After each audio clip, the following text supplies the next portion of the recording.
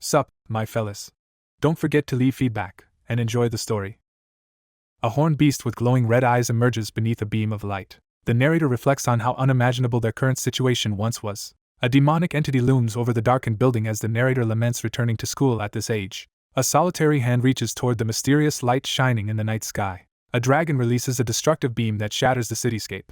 The protagonist leaps upward, preparing to unleash a powerful attack with a glowing sword. A figure charges toward the massive beast, weapon raised, their silhouette reflected in its ominous eye. A warrior clad in red armor launches a fierce aerial sword attack against the monstrous creature. A conflict with terrifying monsters is about to erupt. A monstrous figure is struck down by a searing slash of energy. Rising forward, he lifts a glowing sword overhead, ready to deploy a potent attack. Under the night sky, a giant shadowy monster with glowing red eyes radiates menace. Ed leaps upward, delivering a powerful sword strike against the massive shadowy foe. Ed instantly snaps his head around, reacting to an unforeseen event. Looking up, he breathes a sigh of relief as his allies stand victorious over the defeated monsters at sunset. With unwavering confidence, he smirks, ready to face whatever challenges lie ahead. United by growing friendship, the group stands together amid the ruins at sunset. Rain pours over the city as a grand castle towers imposingly above it. Fiery debris explodes through a shattered window, engulfing the room in chaos. A crested banner burns fiercely inside the hall.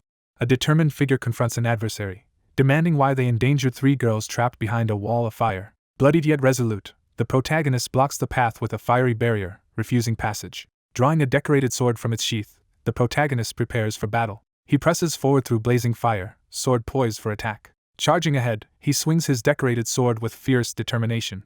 A bloodied young man charges through flames, attacking a soldier who raises his weapon in defense. Despite being labeled a third-rate villain, a bloodied young man unleashes a powerful fire spell. A massive explosion engulfs the area as a shadowy figure releases a devastating attack. A young man swings his blazing weapon, emitting a fierce wave of fire. Stunned by a sudden realization, the character remains wide-eyed and speechless.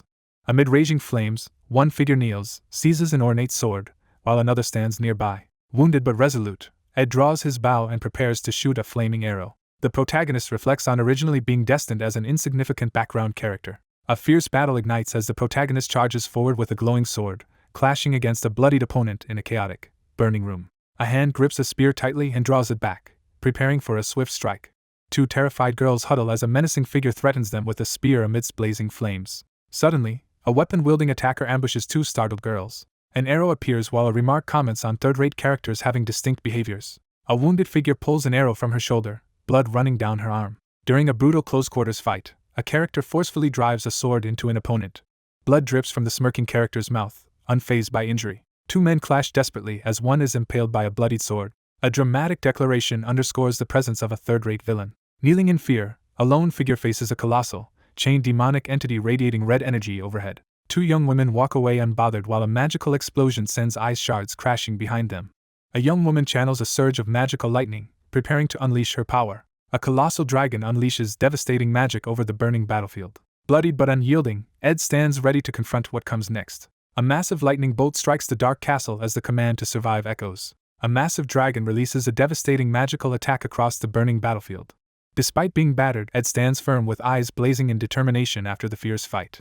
A massive bolt of lightning crashes onto the dark castle. Suddenly, the chandelier bursts into bright light, filling the elegant room. A notorious noble's son is introduced, famed for causing trouble. A young man sits alone on the floor, quietly lost in thought.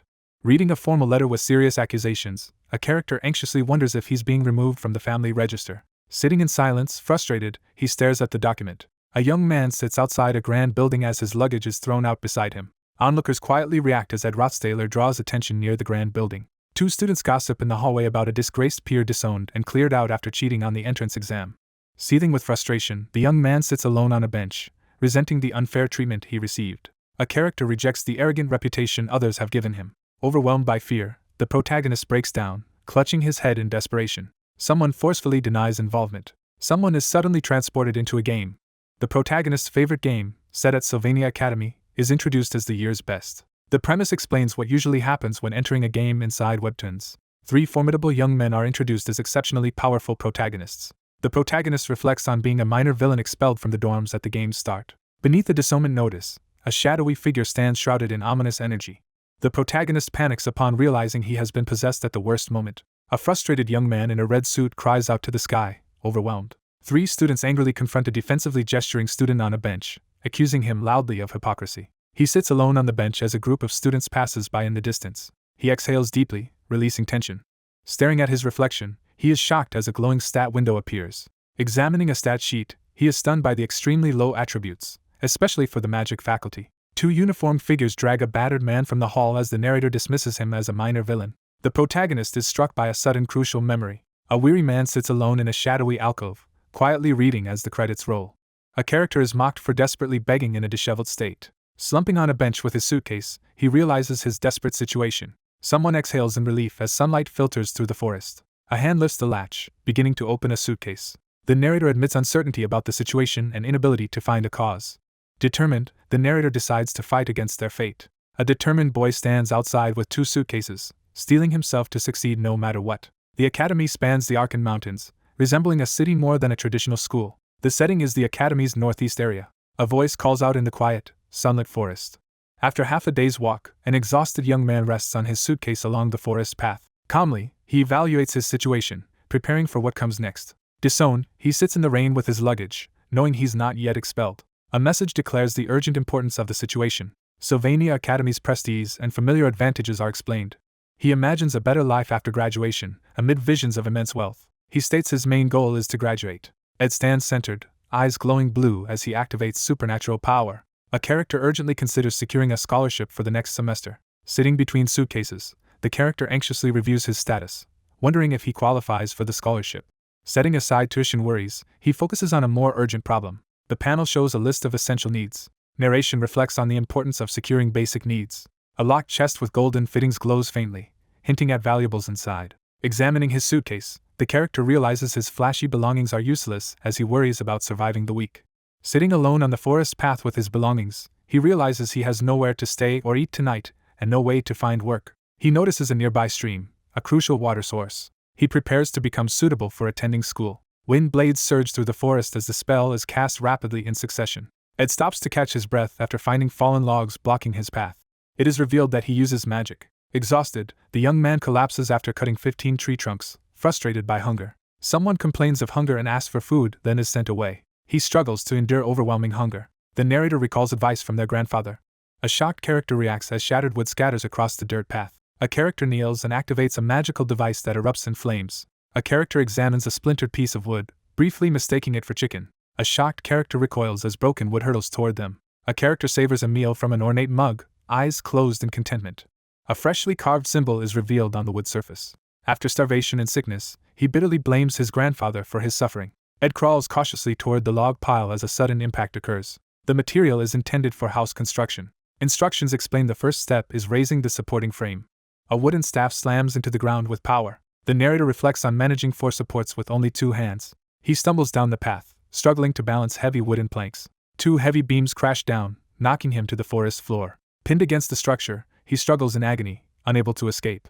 Hands snap through leather-bound wooden restraints with force. Exhausted, he finishes building the shelter's frame but knows much work remains. Forced to improvise, he uses spare clothes as bedding under the shelter. A calm night settles as the full moon illuminates the silent landscape. A sudden scream pierces the peaceful morning as sunlight filters through trees. Sitting on the ground, he admires the sturdy shelter he built in the forest. Someone reflects on completing a difficult task. A character reacts with sudden shock. A basic wooden shelter is completed, providing temporary rest. A skill panel shows the character's crafting abilities and life skill levels. The protagonist notices the sudden crafting system interface and reacts with mild exasperation. He notices his handiness skill at level 4 and looks surprised. Someone's stomach growls loudly from hunger. A strong determination arises to acquire a crucial skill. A basic harpoon is completed, ready for fishing or hunting. The frustrated young man demands some real food. Despite exhaustion, the protagonist continues spear training out of desperation. A desperate craving for meat is forcefully declared. 2 dead fish float lifeless in the stream, signaling water contamination. A panicked young man unleashes a fire spell from his hands. 2 fish sizzle over open flames as they cook. He bites into something unexpected and recoils in shock. A character determines to endure until capable of navigating school without major issues. A character recoils in shock upon recognizing a mysterious presence. He recoils, examining the cooked fish in his hands. The protagonist realizes they neglected an important matter while focusing on survival. A girl unexpectedly approaches a boy in the forest, startling him by saying his full name. The story introduces its main characters. Ed kneels between 2 armored guards as someone accuses him of lacking remorse. A blonde woman in a uniform and red cape firmly orders someone to leave the academy. A confident blonde woman confronts someone, demanding why they are still here. Ed Roth Taylor is revealed as the dormitory's expelled student. The villain Ed Roth Taylor is introduced at the game's start. A noble tries to flirt with the protagonist's childhood friend but is swiftly punished. With vengeance, Ed secretly sabotages the Sylvania Academy entrance exam. A disguised girl suddenly blocks the protagonist's path and intercepts him. The third princess of the Klol Empire, Fiona Elias Klol, is introduced. A character activates a special ability to detect lies and conspiracies. Ed's desperate lies are shattered by Fiona's insight ability. A young man is expelled from the dormitory and left outside with his belongings. The Academy's students unite in hatred toward one individual. A blonde girl confronts someone outside, demanding to know their purpose. A warning hints at a dangerous, avoidable encounter. One student confronts another about not being expelled, who admits forced dorm expulsion despite enrollment. The protagonist faces forward, declaring his determined intentions. A furious woman demands her opponent leave and threatens to request expulsion. After 3 days without food, precious fish burn to ashes over the fire. Annoyed by rambling, he points out that the food is burning. A major crisis threatens to change everything. The Princess of Phoenicia is dramatically introduced.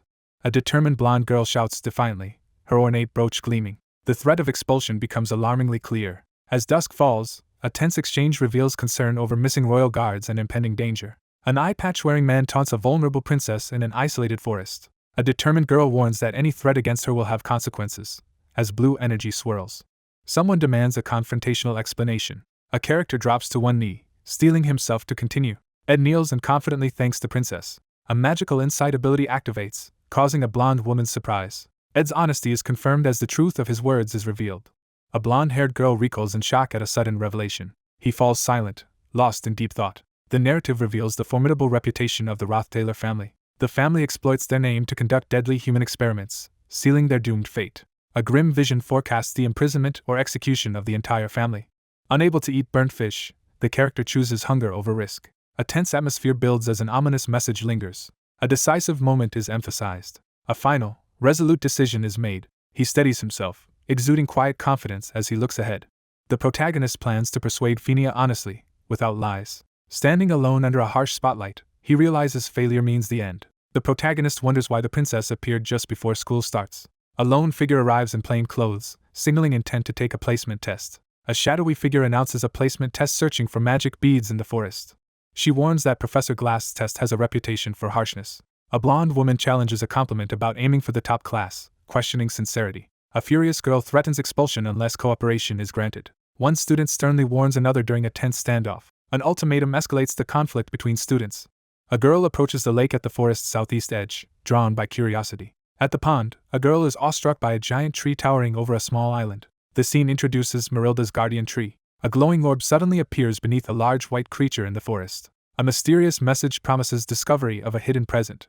A young woman inspects the glowing orb closely, seeking answers. Haunted by disgrace, he recalls his lost and dishonest state just 3 days ago. He steels himself with determination, ready for the coming challenge. A dramatic revelation about Ed Roth Taylor builds suspense. A girl stands silently beside the ancient tree, deep in thought. The academy announces the class placement test's end. A man commands all to hand over collected beads. A stern man in formal attire is introduced as the magic professor. 4 students in red uniforms eagerly present unusual glowing items to a figure in a black coat. A stern official announces all students have been assigned to Class F. Narration emphasizes understanding the examiner's intent during tests. The panel reveals the test involves more than locating a magic bead. A man with glasses announces that only 3 students with non-magical beads advance to Class A. A young man in a fur-lined red coat calls out a name with determination. A confident young woman turns as she is called amidst a gathering crowd. A figure commands the person who found the powerful bead at the guardian tree to come forward. A determined girl in a red uniform declares her intent to become the top student. Sitting by a stream, the protagonist stares at burned fish, overwhelmed by exhaustion. A crude fishing rod is introduced, notable for its simple construction and low durability. A boy in the forest prepares to use a slingshot. Princess Phineas kneels, her sharp insight honed over years of discerning truth. Her supernatural insight activates, ensuring no deception escapes her judgment. With no alternatives, the truth is revealed. After failing the placement test, the proud princess begins the journey to become the princess of love. A determined blonde girl secures the glowing golden bead, triggering a pivotal shift. The original storyline collapses as a pivotal character emerges from shattered surfaces. He worries expulsion will render all his knowledge and efforts worthless. Lucy is announced as top student, drawing attention as she looks up determined. A dramatic introduction reveals the name Meryl. A girl moves forward through darkness, undeterred by uncertain futures. A blonde girl studies surroundings intently, determined to uncover truth. She finds the bead and realizes Ed told the truth. A determined hand seizes the glowing orb as energy radiates outward. The offer is rejected with chilling finality. A pressing question arises about why Princess Venia conceals her identity. She reflects quietly on the embarrassment revealing her special status would cause. She is determined to prove herself. She knows the bead guarantees the best results, yet cannot take it. She contemplates how her future title would not truly be her own achievement. Standing alone in the hall, she quietly absorbs the weight of being recognized for her righteous path. One student confronts the princess, staking expulsion on his word's truth. The princess stands alone as others reflect on her ability to discern truth from lies. A determined fist slams the door as she prepares to prove doubters wrong. It is confirmed she could not enter Class A, as claimed. A blonde girl glares determinedly, and vows to watch Ed closely. Paralyzed by defeat, nothing more could be done. The fishing line jerks as something bites beneath the pond's surface. The protagonist pulls a large fish from the water, celebrating success. Someone rushes through the mountains as the sun rises. A boy races down a wooded path, hurrying to school.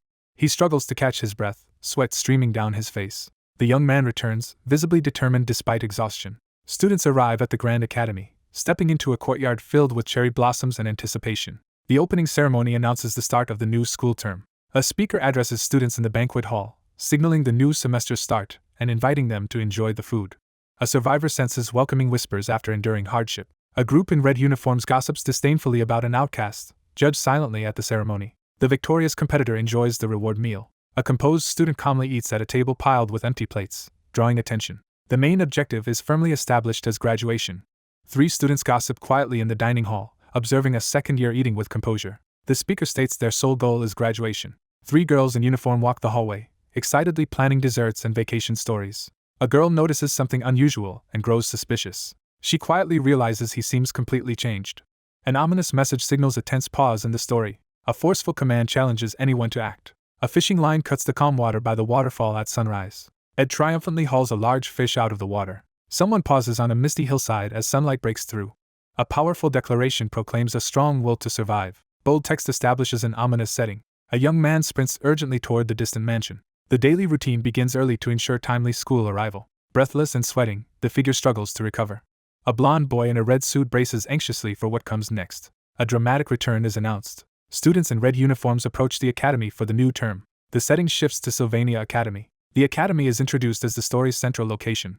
The school's opening ceremony officially begins. Students assemble in the dining hall as the speaker begins the opening banquet speech, encouraging enjoyment and reflecting on progress. After surviving, the protagonist senses a welcoming presence. Several students gossip disdainfully about an outcast at the ceremony. A person calmly prepares to eat steak. A blond young man calmly eats at a table piled with empty plates, drawing nearby attention. The objective is boldly stated. Graduation is officially announced. 3 girls in uniform gossip as they watch a boy eat politely in the dining hall. A desperate voice confesses having nothing. A powerful urge for something greater fills the moment. The objective to graduate is forcefully established.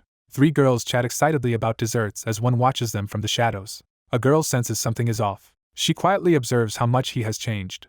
A sense of futility overwhelms the moment as a bold declaration fills the panel. A looming event is strongly foreshadowed. The Royal Academy stands tall above gardens and fountain, marking a new setting. The new school year begins at Sylvania. A figure welcomes assembled students to the new semester.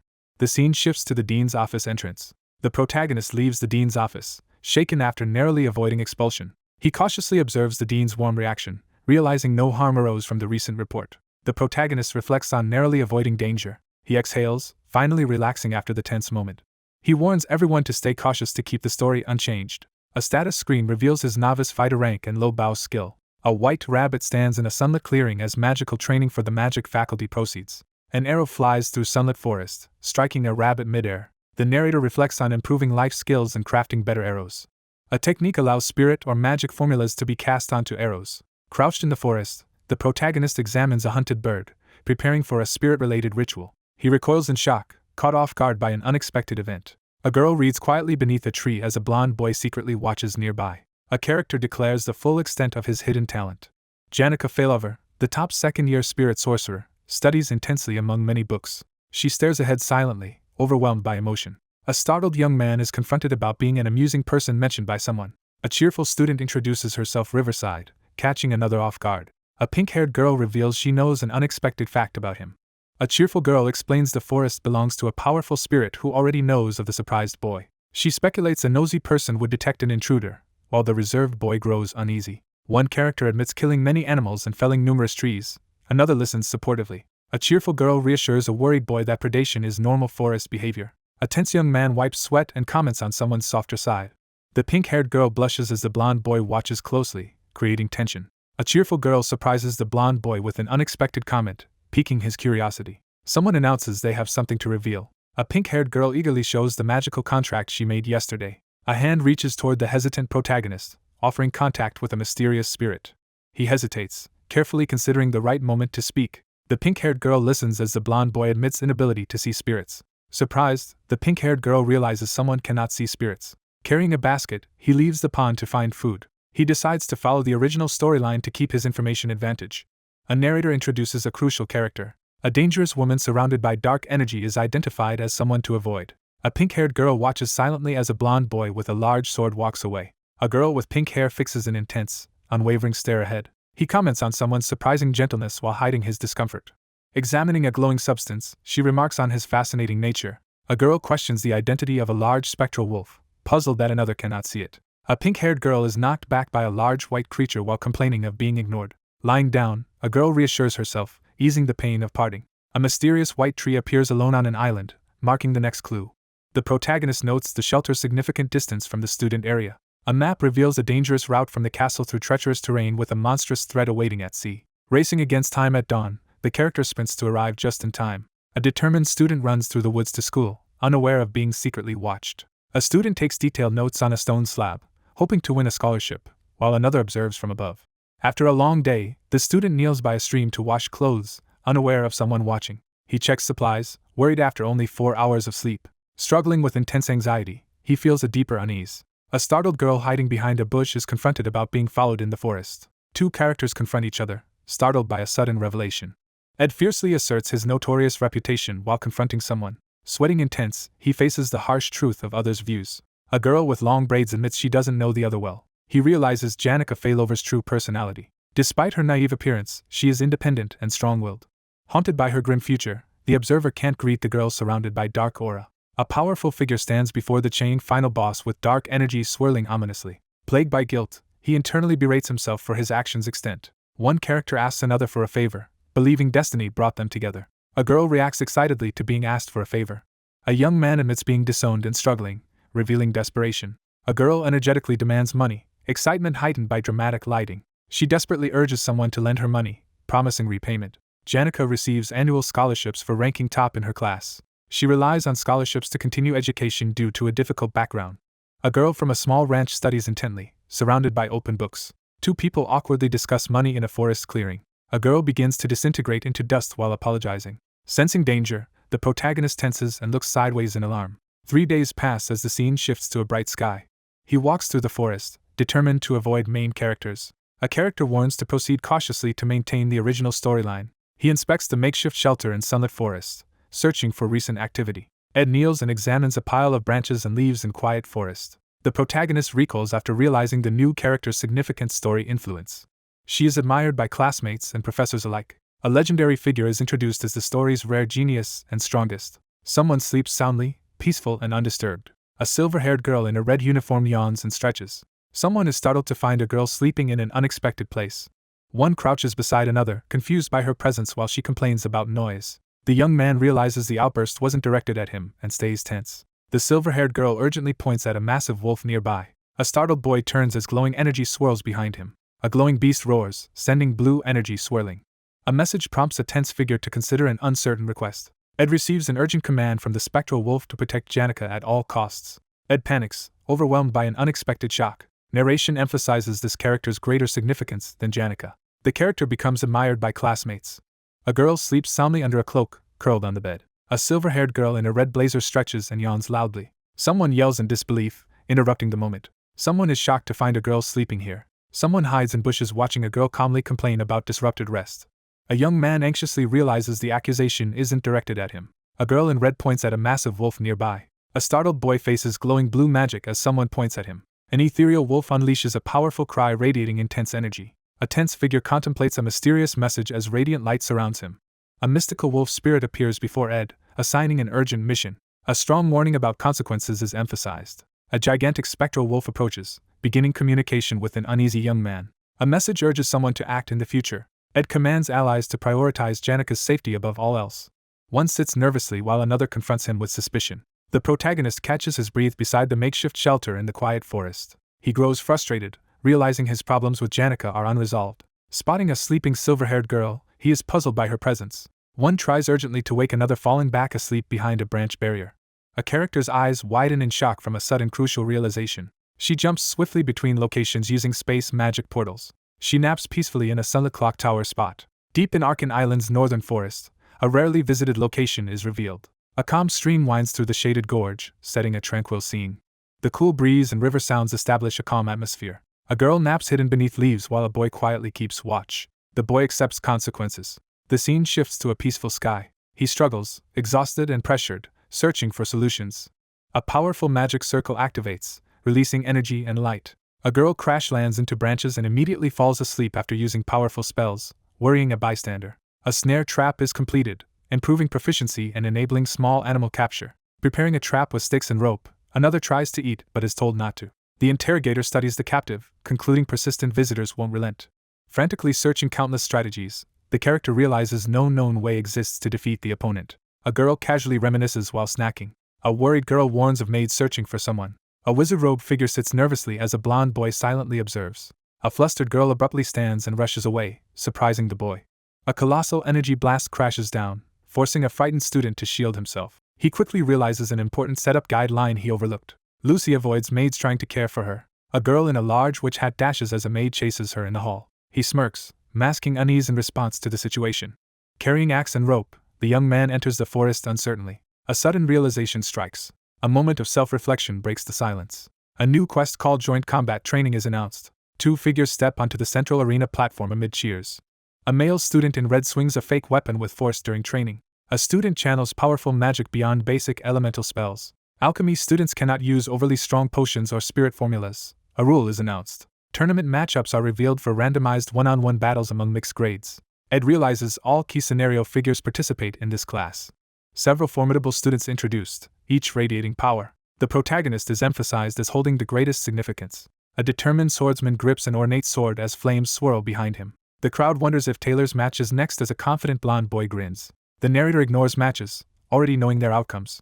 A massive green energy blast shatters the ground violently. Green energy surges from his hand as he unleashes magic. All duel winners were first-year students, including the protagonist. Someone enthusiastically calls and approaches a solitary person. One cheerfully brings the match list while the other shows discomfort. A cheerful girl tries to spark Ed's interest about the upcoming match, but he declines. Ed is shocked realizing he must fight too. He sees his fate has changed and quickly looks at the match paper. A girl is shocked as Princess Phenia's identity is revealed. A student's name is called for duel, prompting tense reactions. A blonde boy urgently calls Taylor's name as a pink-haired girl looks unshocked. A determined figure pulls on his glove, declaring his intent to act. He pledges to do his utmost. The protagonist steels himself to face any opponent without hesitation. He sharpens focus, intent on observing his rival. A lone figure kneels defeated as game over appears, facing retry. Narration describes a shift from forgettable to meaningful endings. A glowing game menu appears, forcing a restart decision. The speaker recalls completing the journey many times before. Pushing through exhaustion, the young man endures harsh challenges. A determined blonde character commits to their path and encourages another. A loudspeaker announces for Lucy Merrill, surprising a blonde boy. Ed anxiously scans the crowd realizing Lucy is missing during the match call. A hidden backup podium emerges while someone near sleeps, oblivious. Someone forces the sleepy girl awake, urging her to compete. In the arena, a tense blonde boy grabs the calm, seated girl's ponytail to avoid cancellation. A hungry young man asks if any beef jerky remains. Lucy yawns, telling others to finish before addressing her. A determined figure assumes a fighting stance under the night sky. A determined young man with a glowing sword accepts his protagonist's role. With his first swing, the untrained boy shatters the opponent's fast-moving magic. The woman's spell is unexpectedly blocked, leaving her stunned. A male character charges toward the witch hat female, closing distance. A massive lightning surge crashes onto the platform, overpowering the figure caught. With Lucy disqualified for intermediate magic use, Ed stands triumphant with sword in hand. Fighting back tears, the protagonist clenches his fist, vowing to give his all. The referee signals match start as participants prepare on stage. The duel begins with two opponents facing off in the arena's center. The protagonist charges determinedly, gripping a small object tightly. A female character unleashes a surge of blue energy, casting a powerful spell. Bloodied but resolute, the protagonist kneels amid rubble, refusing to fall after destruction. Three students freeze in shock as one gathers his resolve. A girl in red uniform yawns and stretches as she wakes. After losing to a top student, the battered character reflects on defeat from the floor. A bloodied hand collapses beside brass knuckles after struggle. An underachiever has failed to earn a decent grade since starting school. A trembling, blackened hand presses down, struggling for control. The failure goes unnoticed by everyone. As the crowd judges the outcome, a bloodied hand clutches a wooden staff, refusing to yield. A battered young man struggles to push up from the ground desperately. Despite hardship, despair fills the scene. The young man charges forward determinedly. A character channels intense red energy, slamming a wooden weapon forcefully on the ground. A blonde character cheers an ally with a confident grin. A blazing figure dives toward a calm girl, launching a desperate attack. A panicked girl urgently calls out Lucy's name in shock. A character confidently announces Lucy will attack with lightning magic. A character's eyes widen as a crucial realization dawns. A white-haired girl in a witch hat deflects a powerful green energy blast with her staff. A female mage fends off a fierce sword attack with magical energy as powers clash.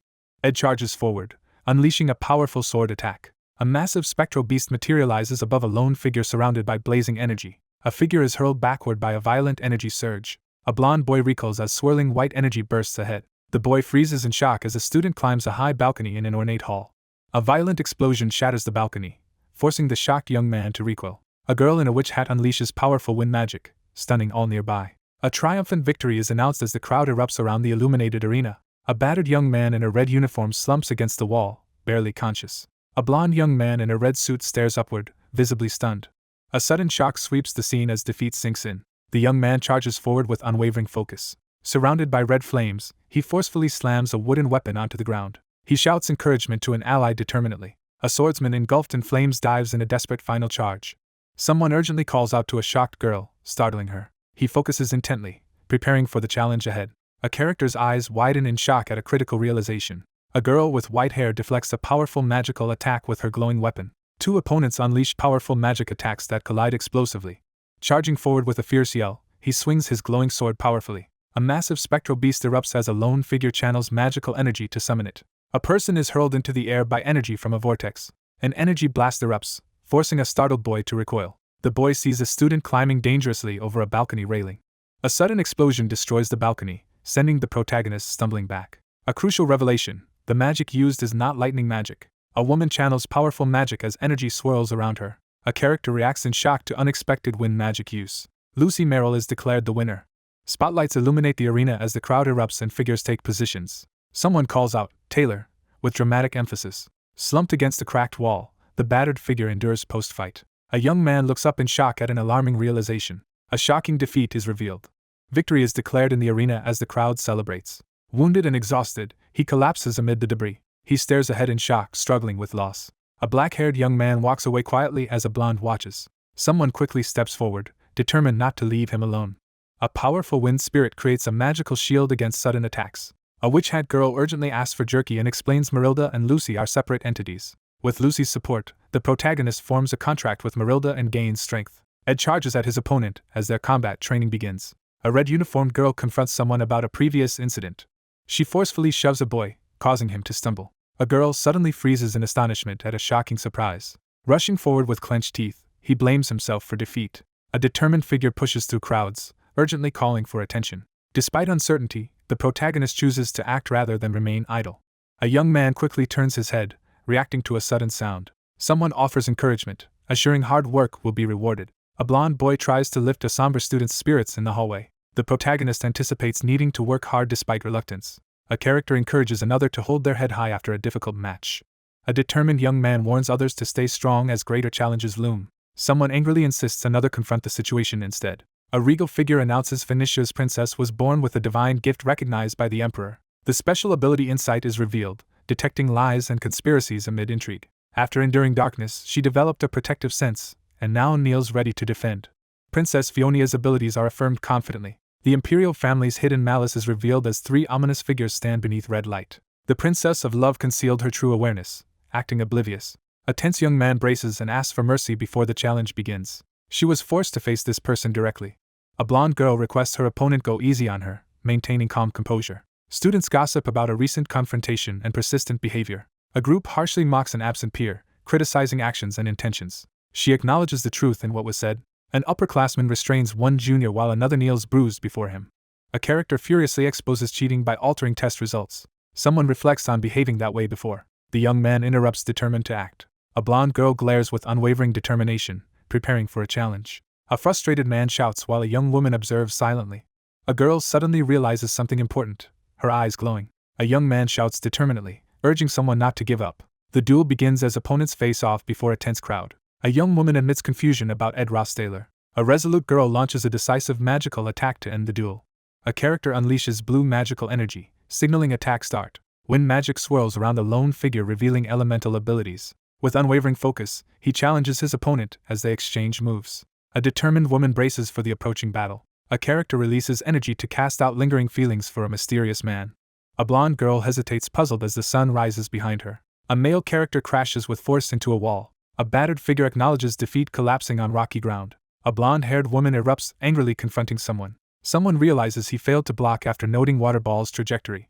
Ed kneels in the arena as the crowd mocks his swift defeat. Sweating and clutching his side, he bows to a shocked opponent. A character notices someone significant, expression tightening in shock. He realizes his opponent has avoided eye contact since arriving. The duel winner is announced.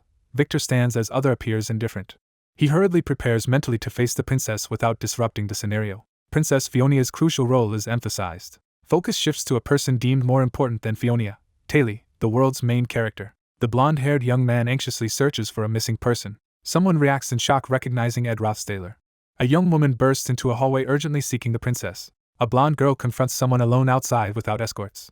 A furious person demands answers from a nervous boy about surprising abilities. A furious girl accuses someone on stage of not intending to win but only leave quickly. Students complain about school challenges while a girl observes smugly.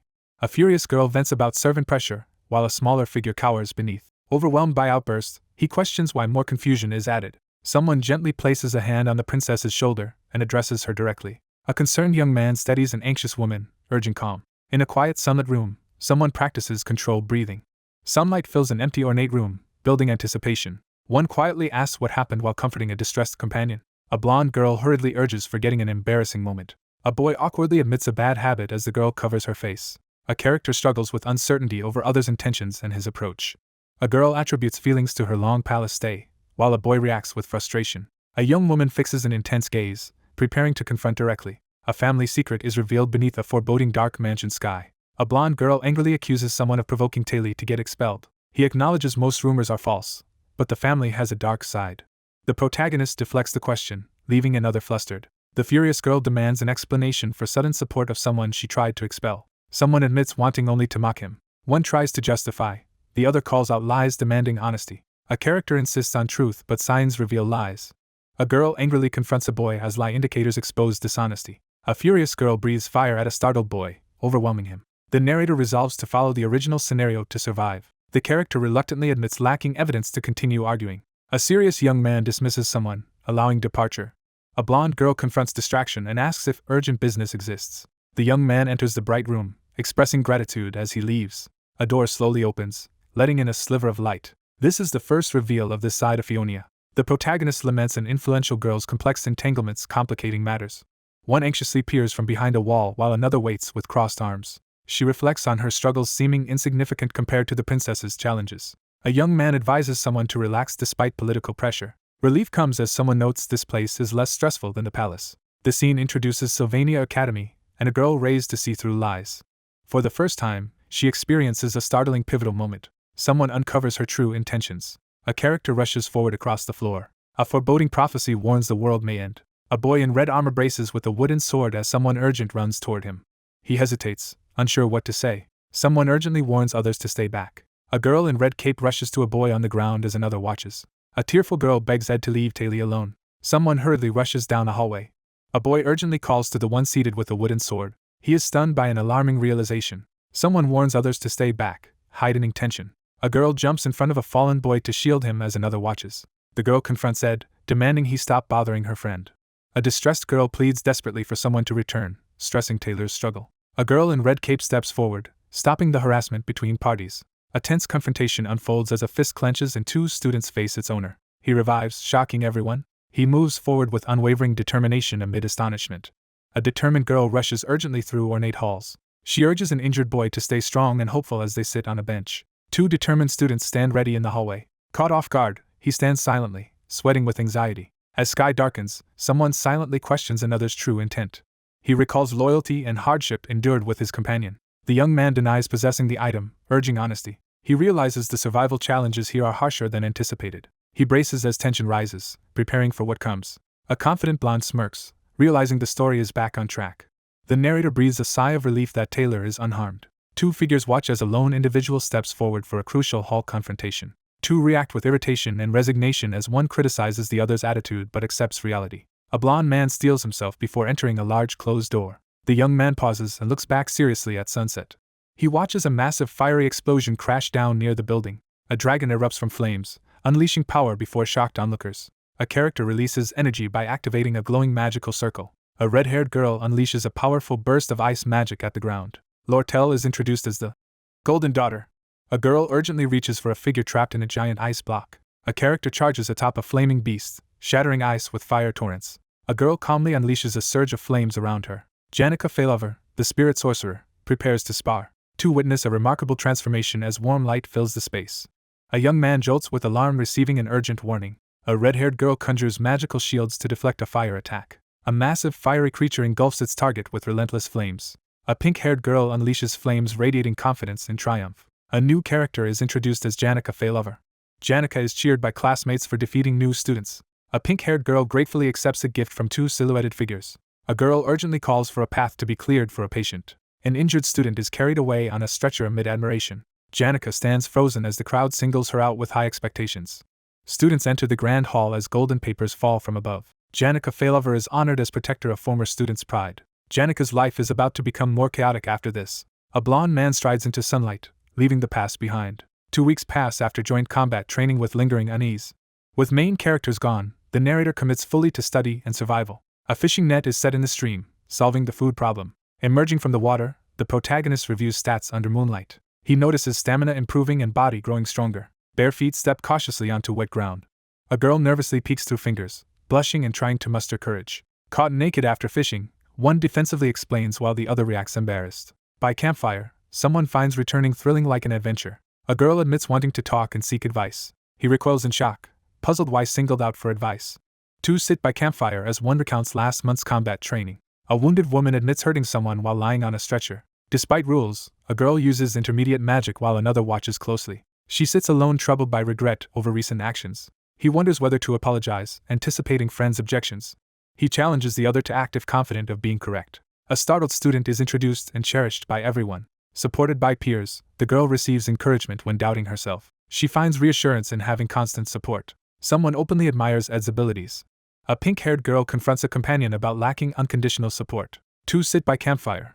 One nervously explains misunderstanding while other calmly responds. She reflects on personality changes since last year. Janica, cheerful yet observant, matches anyone else's attention. The boy keeps distance, signaling he won't allow close contact. He silently finds comfort examining a handmade object. Someone begins expressing a heartfelt wish to the world. A girl hugs knees by campfire, sharing a heartfelt confession. Fireflies drift beneath a starry night sky. A new day begins at the academy. Someone steps determinedly across a patterned carpet. Realizing gravity, the protagonist braces for imminent danger. The game is infamous for early-stage challenges and frequent bad endings. A hypothetical about saving a girl during a kobold ambush is discussed. Ed spots a mysterious hooded figure turning away quickly. A dramatic announcement hints at revealing the Golden Daughter's secret. A shadowy figure kidnaps and assassinates a character, causing a bad ending. Narration hints that teaming with the Golden Daughter instead of a childhood friend leads to failure. Isla falls to her death, as no one comes to save her. A character is burned to death by a fire spirit, resulting in a bad ending.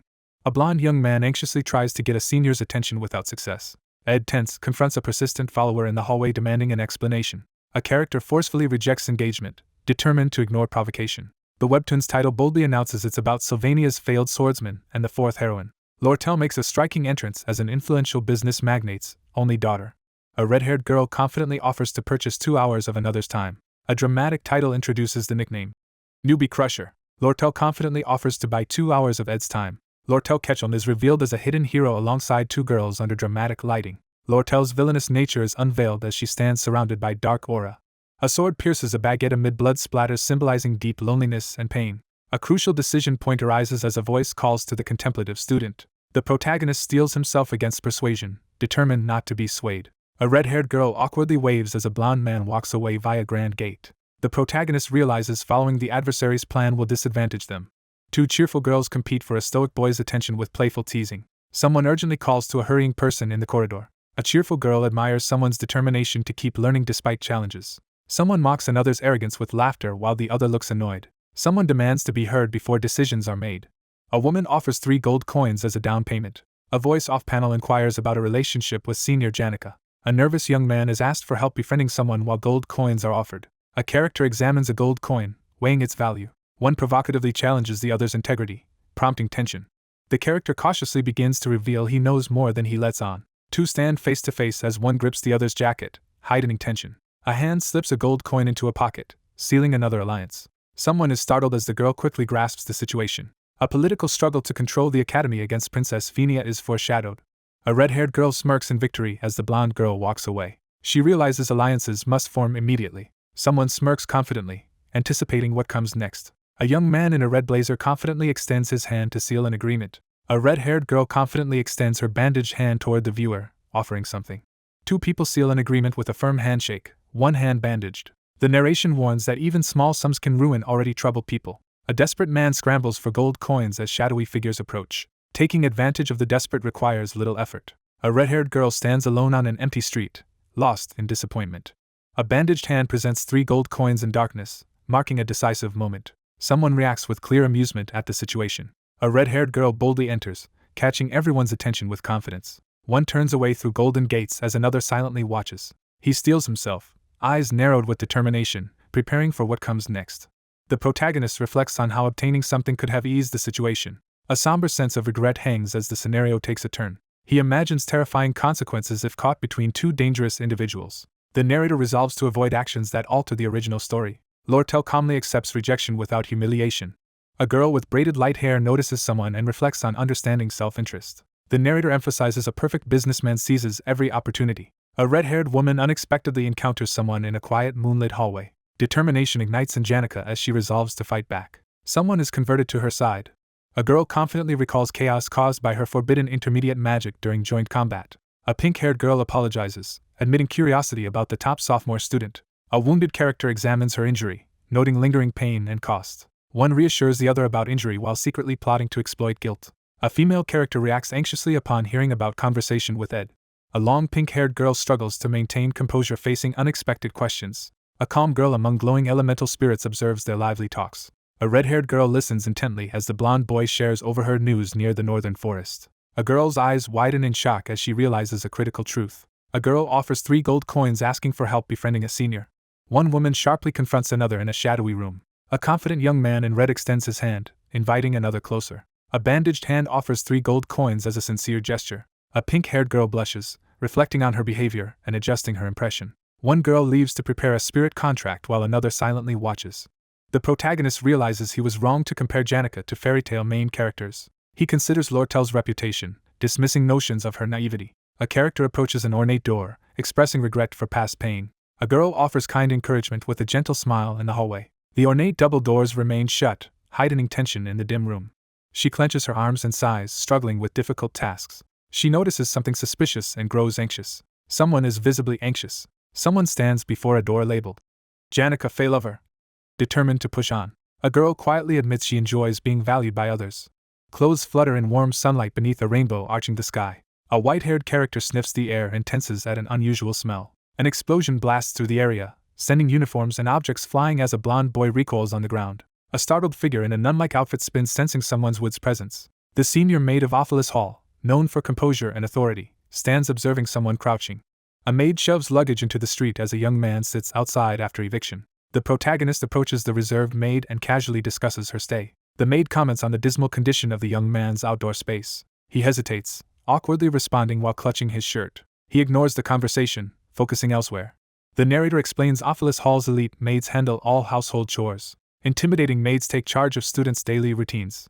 An elite maid presents a basket of finest forest ingredients. The narrator notes the value of first-hand foraging knowledge unavailable in books. Walking in a sunlit forest, the protagonist notes Belle Maya's potential impact and tells someone not to be overly respectful. A maid firmly rejects a man's suggestion to treat her as an Ophelis. A character reacts in shock to something alarming. He sincerely respects the hardworking maid. The narrator highlights that Bell Maya never influenced the main plot directly. He nervously brings up the basket with a playful smile. A character enthusiastically suggests the group become friends. An instructor teaches about edible berries, mushrooms, and herbs. A basket overflows with fresh produce sparkling in sunlight. A fish farm net in the stream ensures catch survival for days. Fish are trapped underwater while meat dries nearby. The character reviews stocks. Satisfied food situation is under control. A ritual activates around a gem-encrusted chalice. A mystical cauldron lifts over roaring flames as ritual intensifies. By the campfire, the character realizes he mastered 2 spells to level 10 through use. A freshly brewed herbal tea is introduced, giving a survival boost during tasks. A character drinks steaming medicinal leaf potion. The character sits alone, watching sunset as day ends. Tension lingers as time refuses to move forward. He unleashes swirling magical smoke from an ornate pot, confident as sun sets. A mysterious star suddenly appears in the darkening sky.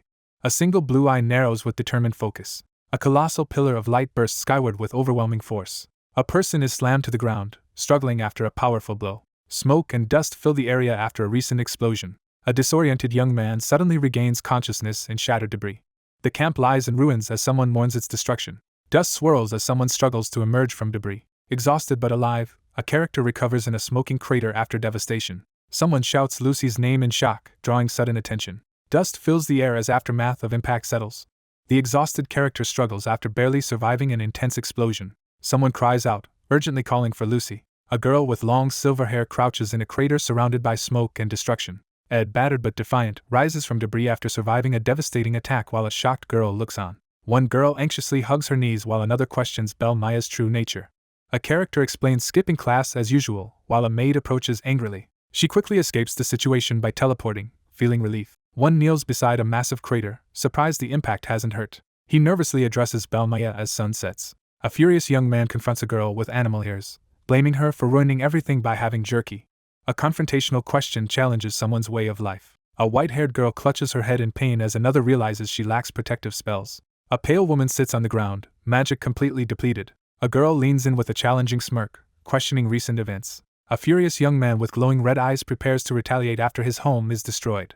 Someone delivers a vengeful message as sun sets over mountains. As sun sets, a decision is made to build a sturdier wooden house. He researches construction materials and methods in the library. A character declares the events end with unwavering determination. A girl notices a boy's intense focus amid book study. A pink-haired girl named Alka Island expresses motivation to study upon seeing diligent work. A hesitant boy feels pressured as a girl urges introductions. A student urgently calls out to Ed, breaking silence. A startled girl calls Ed Roththaler's name urgently. Someone reflects on how bad reputation persists. He reflects on diligent efforts failing to change life. A shocked character blurts that someone differs from their reputation. One studies advanced books while another amazes at rapid progress. Someone reflects on unfair judgment by others. A girl dismisses rumors with confident smile. Someone knows another matching senior's sincerity. The figure strides into light with determination. A pink-haired girl encourages a blonde boy sitting on a library floor as he thanks her. A cheerful girl waves goodbye while preparing to clean dorm. A hidden power surges as a single intense eye glows. 2 students brace and dodge as massive force crashes through library. A girl with pink pigtails reacts startled by unexpected event. Books fly as a furious girl unleashes chaotic telekinesis in library. A colossal magic circle bursts with energy above city, signaling a powerful spell. Dark blue monsters approach gazebo as students gather at the camp. 2 hours after disaster, a girl witnesses a massive magical sigil known from spirit magic. A powerful summoning rune calls forth the highest-ranked spirit of darkness. A stern girl informs others only one person can summon many spirits, highlighting danger. Someone reveals a crucial suspicion about the enemy. The top second-year student loses control as Spirit of Darkness overtakes, unleashing shadowy aura. Tension fills the air as group faces the girl standing apart, arms crossed. Realizing the barrier only delays danger, the character assesses the situation quickly. A student warns of greater danger if Glaskin is summoned and insists everyone move inside student center. 2 discuss breaking magical barrier from inside before outside help arrives. A confident student rallies others on steps, encouraging unity for a powerful challenge. A distressed student in red loudly objects to a decision. 2 hostile spirits prepare to eliminate others and launch assault on Janica inside the building. A surge of purple energy intensifies suspense. 2 powerful spirits, fire and darkness, appear, filling area with overwhelming energy. A panicked character refuses dangerous plan. A stunned student questions how one summoned Glaskin and multiple spirits. A woman explains most power comes from Philosopher. Senior is medium only. Spirits of darkness threaten spirit sorcerers. Demons control spirit sorcerers with overwhelming power. A spirit sorcerer hangs helplessly under sinister control. A horned beast radiates purple aura as mystery of top spirit student's control remains unsolved. He interrupts, focusing conversation on pressing issue. A determined young man stresses urgency in choosing a plan. Only one can decide. Tense atmosphere as blonde girl hesitates under pressure. Group waits silently as white-haired girl prepares to decide. She suddenly recalls a casual remark by a guy. He reassures the princess gently to find peace of mind. A determined figure announces entry after an hour. An armored adult says only proven top students, their guard, and a few will participate, urging readying. A young woman steps forward, confidently accepting responsibility. A young woman reports completion of teaching area employee assessment to princess. A worried young man reports Audrey Hall and archives on strike, refusing group help. 2 students acknowledge no one else available and decide to act. Someone urgently announces finding something important. 3 hurry down hallway, urgently discussing trapped people in library. Someone shouts warning with fear-flashed eyes. Ed grabs purple-haired girl urgently, learning they are librarian group classmates. He charges to rescue a frozen defenseless girl. 2 girls face off while group resolves to confront the problem source before going to student library. A tense, sweating young man urges trusting the student despite hesitation. A blonde girl aggressively confronts nervous student demanding confirmation about another's presence. A furious boy seizes a terrified girl, demanding secrets, while another looks shocked. Overcome with emotion, a female character tearfully calls out. A dramatic figure radiates overwhelming presence, capturing attention. A girl confesses leaving someone behind out of frustration and regret. Tense students confront a shadowy figure with glowing eyes as fear spreads. 2 students angrily suspect another's whereabouts in library. A blonde girl recoils as she and companion confront a shadowy figure. A distressed girl urgently stops 2 people on dim street. Despite anxiety, a girl forces herself forward. A magical circle activates, sending energy beam into night sky above castle. The group stands in tense silence, reacting uneasily. A blonde girl anxiously reaches out as a red-haired girl watches, both bracing. A male character glares intensely, red eyes glowing in shadows. A blonde woman blasts a blue-haired character backward with overwhelming magic. 3 massive blue werewolf-like monsters attack violently. A dire warning issued, harm Elka, face retaliation. A powerful energy blast strikes monstrous opponent, causing pain. Someone angrily threatens violence. A furious character charges, shouting Ed Rothstaller's name. 3 stand stunned, visibly shocked by what they see. The blonde girl hesitantly reaches forward as concerned red-haired girl watches. A shadowed figure fixes chilling, menacing stare, radiating intimidation. A powerful magical shockwave blasts town square, sending blue-haired character backward as blonde woman stands ground. A pack of blue, werewolf-like monsters charges forward in a frenzy. A threatening warning fills the air as someone vows to retaliate if Elka is harmed. A smaller combatant delivers a powerful blow to the massive figure, sending shockwaves through the battlefield. A menacing figure delivers a violent threat, escalating the tension. A furious young man with red hair unleashes an enraged shout, declaring his presence with explosive energy. The narrator emphasizes that the rise of the Spear of Grass, Jix, is far more extraordinary than a typical rags to riches story. A character inspects the area and deduces that an adult male was recently present based on fresh markings. A character silently steals their resolve, eyes burning with determination as they prepare for the challenge ahead. A shadowy figure watches as the stag collapses after a successful ambush. A blade is drawn in the wild grasslands beyond the Empire's reach. A character jolts in shock, their eye wide as they react to something unexpected. A surge of black energy signals an ominous warning about the world's fate. A shirtless attacker leaps down with a raised blade, threatening his opponent with a deadly warning. Jix is revealed to be a descendant of the nomadic people who once roamed the land. By the time he reached adulthood, he had already been separated from his family. A bloodied animal collapses at the foot of a figure in a desolate area. He wondered why he was abandoned and if he could ever return to his herd, having learned to behead a deer before he could read. He learned to scavenge supplies from corpses before ever buying goods. A tense moment sets the stage for an impending event. Unseen figures whisper about someone's origins from the northern grasslands. A resolute figure drags a bloody animal carcass through a suspicious crowd as whispers of cannibalism spread. A foreboding narration sets an ominous tone for what lies ahead. A tense young man demands to know the other person's name. A pink-haired girl waits expectantly as the person in the wolf pelt hesitantly speaks. Someone begins to address Jix in the darkness. A girl with pink hair teases someone by comparing them to a wolf walking on 2 legs. At that moment, he understood the truth. Startled by a sudden memory, the character recalls a life spent wandering the northern prairies. A lone boy scavenges animal bones to survive after being abandoned. Someone frantically calls out in concern, searching for a response. A wounded character admits to living a lonely life. The man was welcomed into the family by the girl and her father. 2 figures marvel at the glowing food and magical scroll, reflecting on how their old way of life feels far away. Under a spotlight, a girl finishes cutting the boy's hair, marking his transformation into adulthood. He steels himself, ready to do anything necessary to protect her. 3 monstrous beasts burst from the shadows, launching a sudden attack. A surge of energy erupts, hurling 2 figures violently through the air. A young man surges forward, fiercely declaring his willingness to embrace his ferocity again. Rumors about Rothstaler quickly spread, raising suspicion and tension among the group. A menacing figure intimidates a terrified girl who cowers on the floor. A lone figure races urgently down the corridor. Sensing sudden danger, he tenses and prepares to react. Ed, injured and alert, is startled when an unknown voice suddenly calls his name. One injured character grabs another and demands to know Elka's location, prompting a tense confession that Elka is in the reading room on the 3rd floor. A wounded figure shouts and tries to pursue as another person escapes down the corridor. A young man bursts through the doorway, urgently checking on someone inside.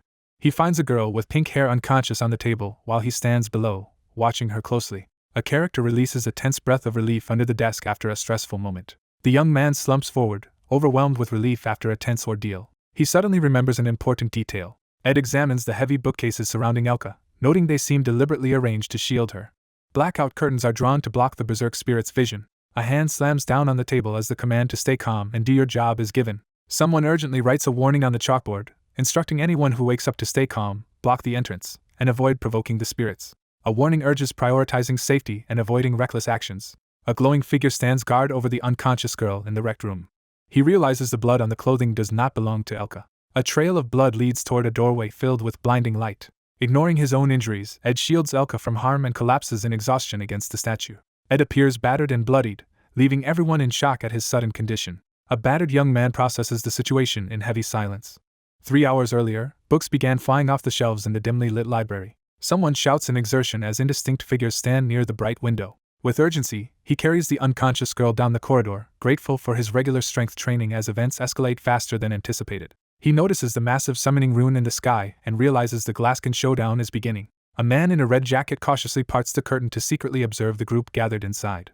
A young man, bloodied but resolute, steels himself to ensure the future remains unchanged. Dragging a large object, he blocks the entrance to keep the berserk spirits out and quickly works to improve his shelter. He abruptly stops preparing to eat and research, suddenly realizing something important. The narrative foreshadows an explanation of what makes Janika's powers unique. She demonstrates her mastery over spirits as her abilities strengthen through direct contact with them.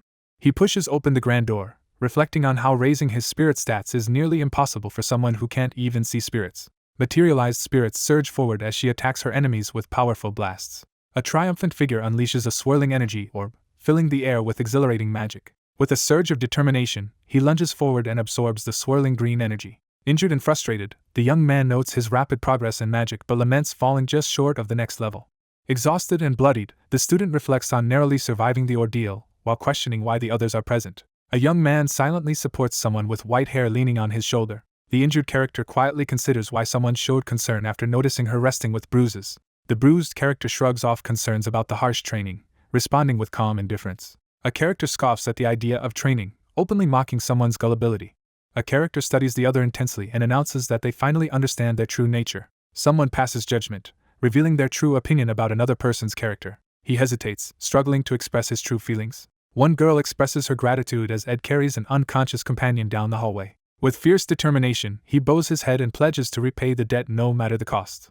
The wounded protagonist realizes he overlooked a crucial connection between two characters while holding an injured companion. A determined ally is introduced as a crucial supporter in the story. A wounded character confronts someone, accusing them of running here from the student center. A wounded young man urgently instructs someone to return to the student center after confirming Elka's safety. One character orders the other to help Taylor, insisting that following his directions will ensure success despite doubts about Taylor's competence. A dark-haired boy carrying an unconscious girl confronts the blonde boy, questioning his opinion about someone he has never spoken to. A determined young man unleashes Element Slash to defeat the high-rank fire spirit. Ed hurries down the hallway with an unconscious ally on his back, urged to move quickly. The injured young man slumps against the wall, watching as someone carries another person away and hoping his advice will guide events as planned. Anxious and sweating, the character suddenly realizes something critical. One student questions why another hasn't formed a friendship with Taylor despite never having spoken to him. A new phase begins as the end-of-semester assessment is announced. After a tough duel, one character helps the other up, and they gain mutual respect, marking the start of their friendship. The timeline has shifted, with the first act's final chapter occurring a month earlier than in the original story. A massive magical explosion signals the beginning of the final showdown above the industrial city. The narration reveals that Act 1 Scene 9 was completely skipped. It is revealed that the two did not become friends. Unable to learn Element Slash, the group marches forward through the purple mist with determined expressions. No attack is able to harm Tarkan. Amid swirling chaos, a monstrous creature launches its attack as the situation rapidly unravels. The scene shifts to the student center, revealing the fortified base of the raid team behind spiked fences and a phoenix emblazoned banner. The young man bows his head and promises to make amends for his actions. One of the wounded students tells the group that their defeat was inevitable, regardless of anyone's presence. The raid team's first invasion attempt ends in failure. The injured man struggles to recover as his allies urge him to rest and not rejoin the fight. A wounded girl desperately begs for the order to be rescinded, revealing her emotional distress. The group regroups after a dangerous fight, dealing with injuries and the loss of a squad member. A wounded character anxiously questions their escape options while urging the group to confront Tarkan despite their limited time and numbers. Bloodied and exhausted, the group braces themselves as a tense confrontation escalates in the aftermath of battle. A wounded girl urgently warns that the summoning ritual is nearly complete. With no other options, the leader orders the raid team to split into two groups. The bloodied young man steps forward and declares he will take charge of one side. He declares his intention to take control of the storyline.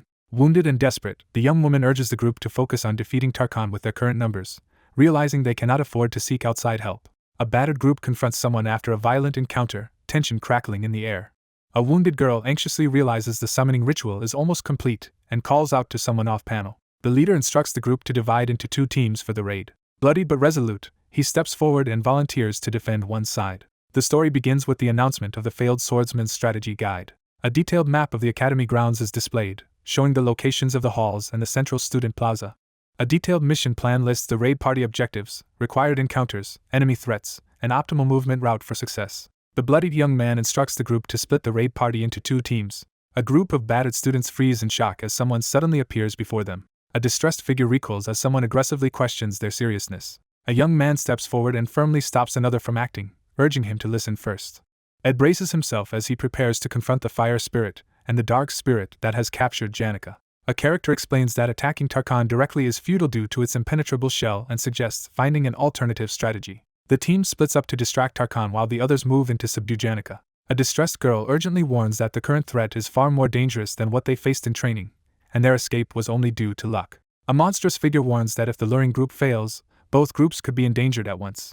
Two figures stand in the darkness, discussing the urgent need to defeat Janica to render Tarkan powerless. One of the young men asks who will join the luring group as they discuss their strategy under the ominous sky. A girl sharply taunts the group as they stand over a defeated student. A gloved hand reaches desperately toward the cloudy sky as uncertainty fills the moment. One student eagerly volunteers, but another quickly orders him to stand down, insisting he will be included in the group entering the combat training grounds.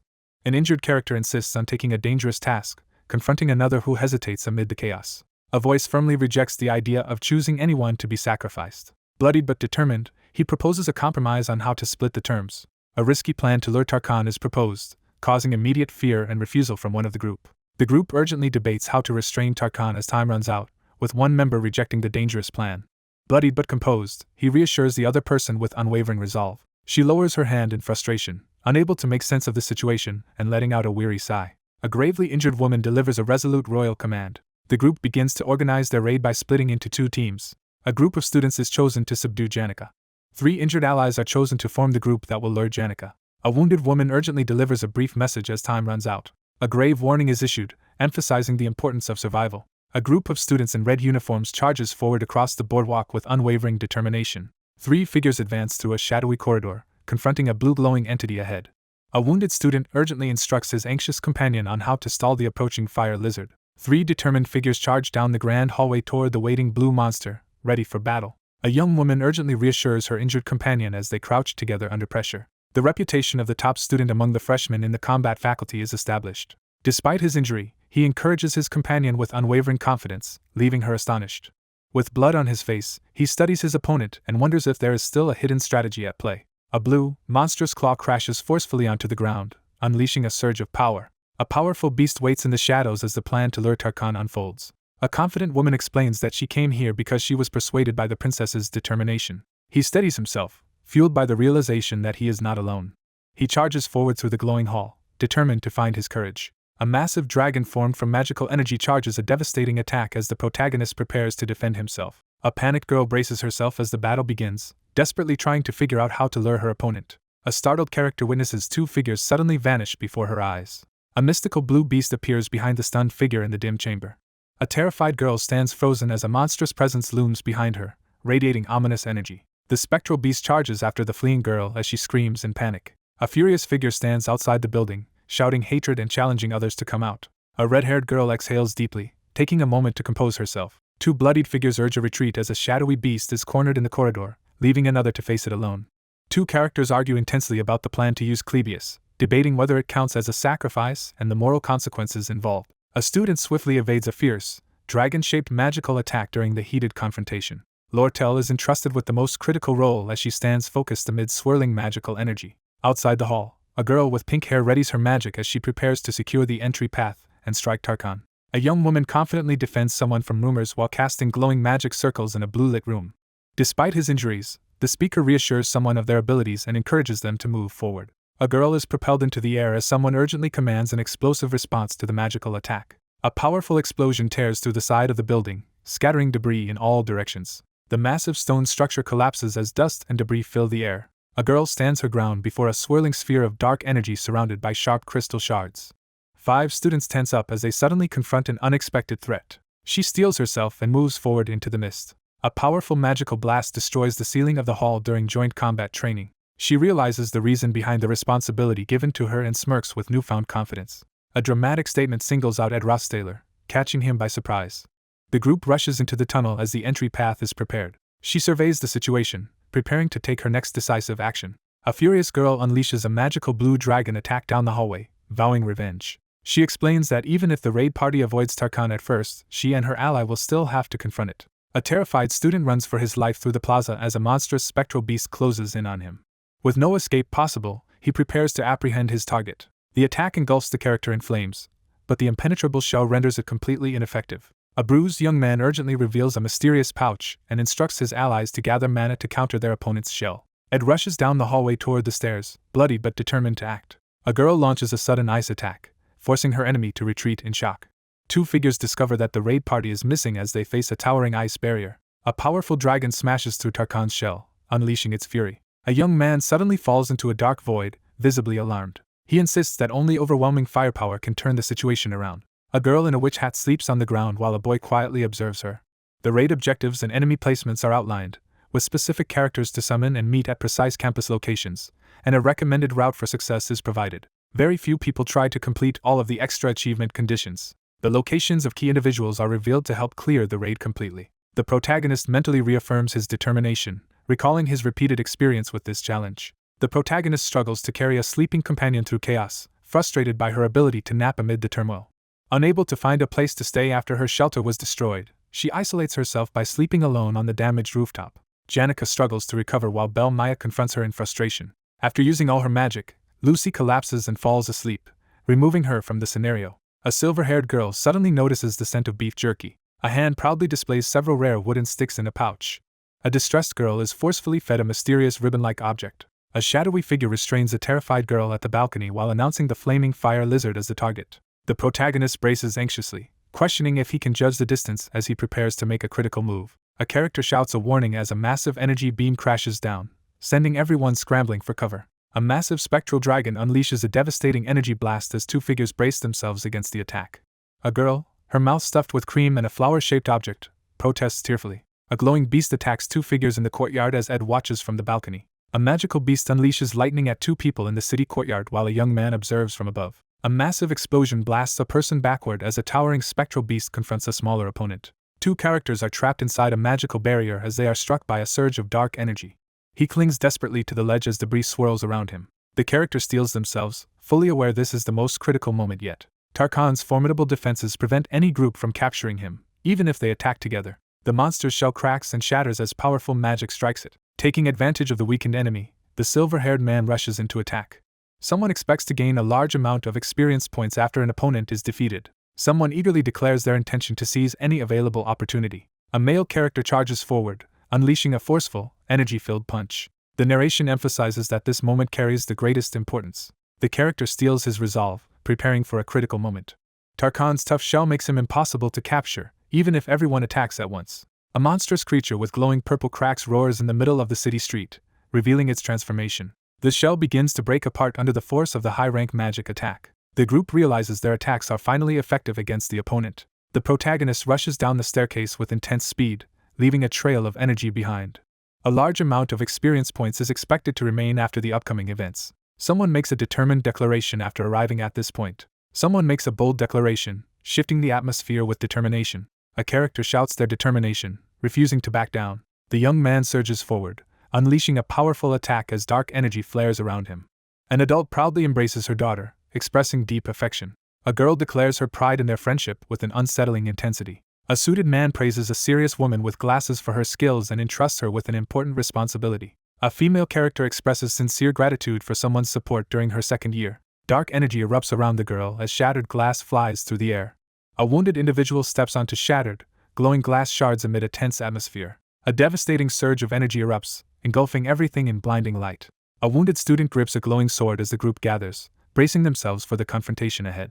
A girl restrained by curse chains greets the newcomers with a sinister smile. A girl unleashes a shadowy dragon, wielding control over it as purple chains and energy crackle around them.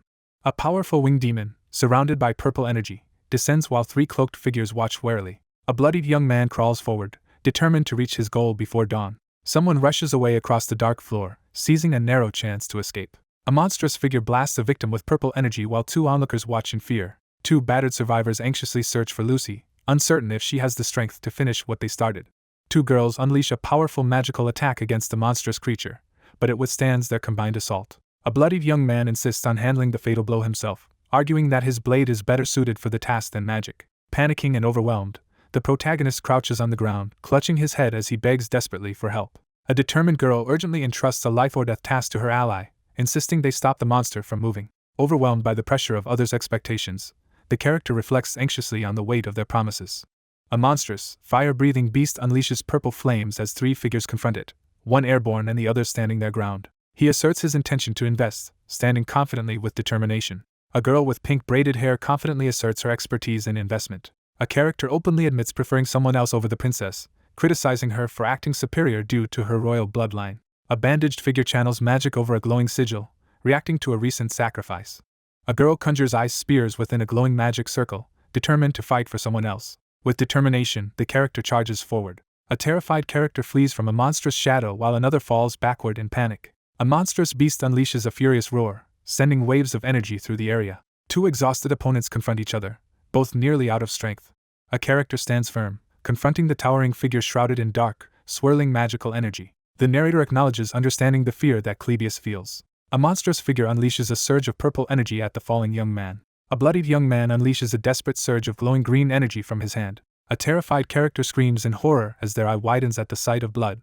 A shocked woman falls to her knees as she faces a massive, chained object surging with ominous red energy. An injured young man realizes that a dangerous enemy's ally has appeared, confirming that the opposing party has advanced as planned. He realizes that drawing attention now would be dangerous. Ed stands his ground as a monstrous beast radiating purple energy looms before him.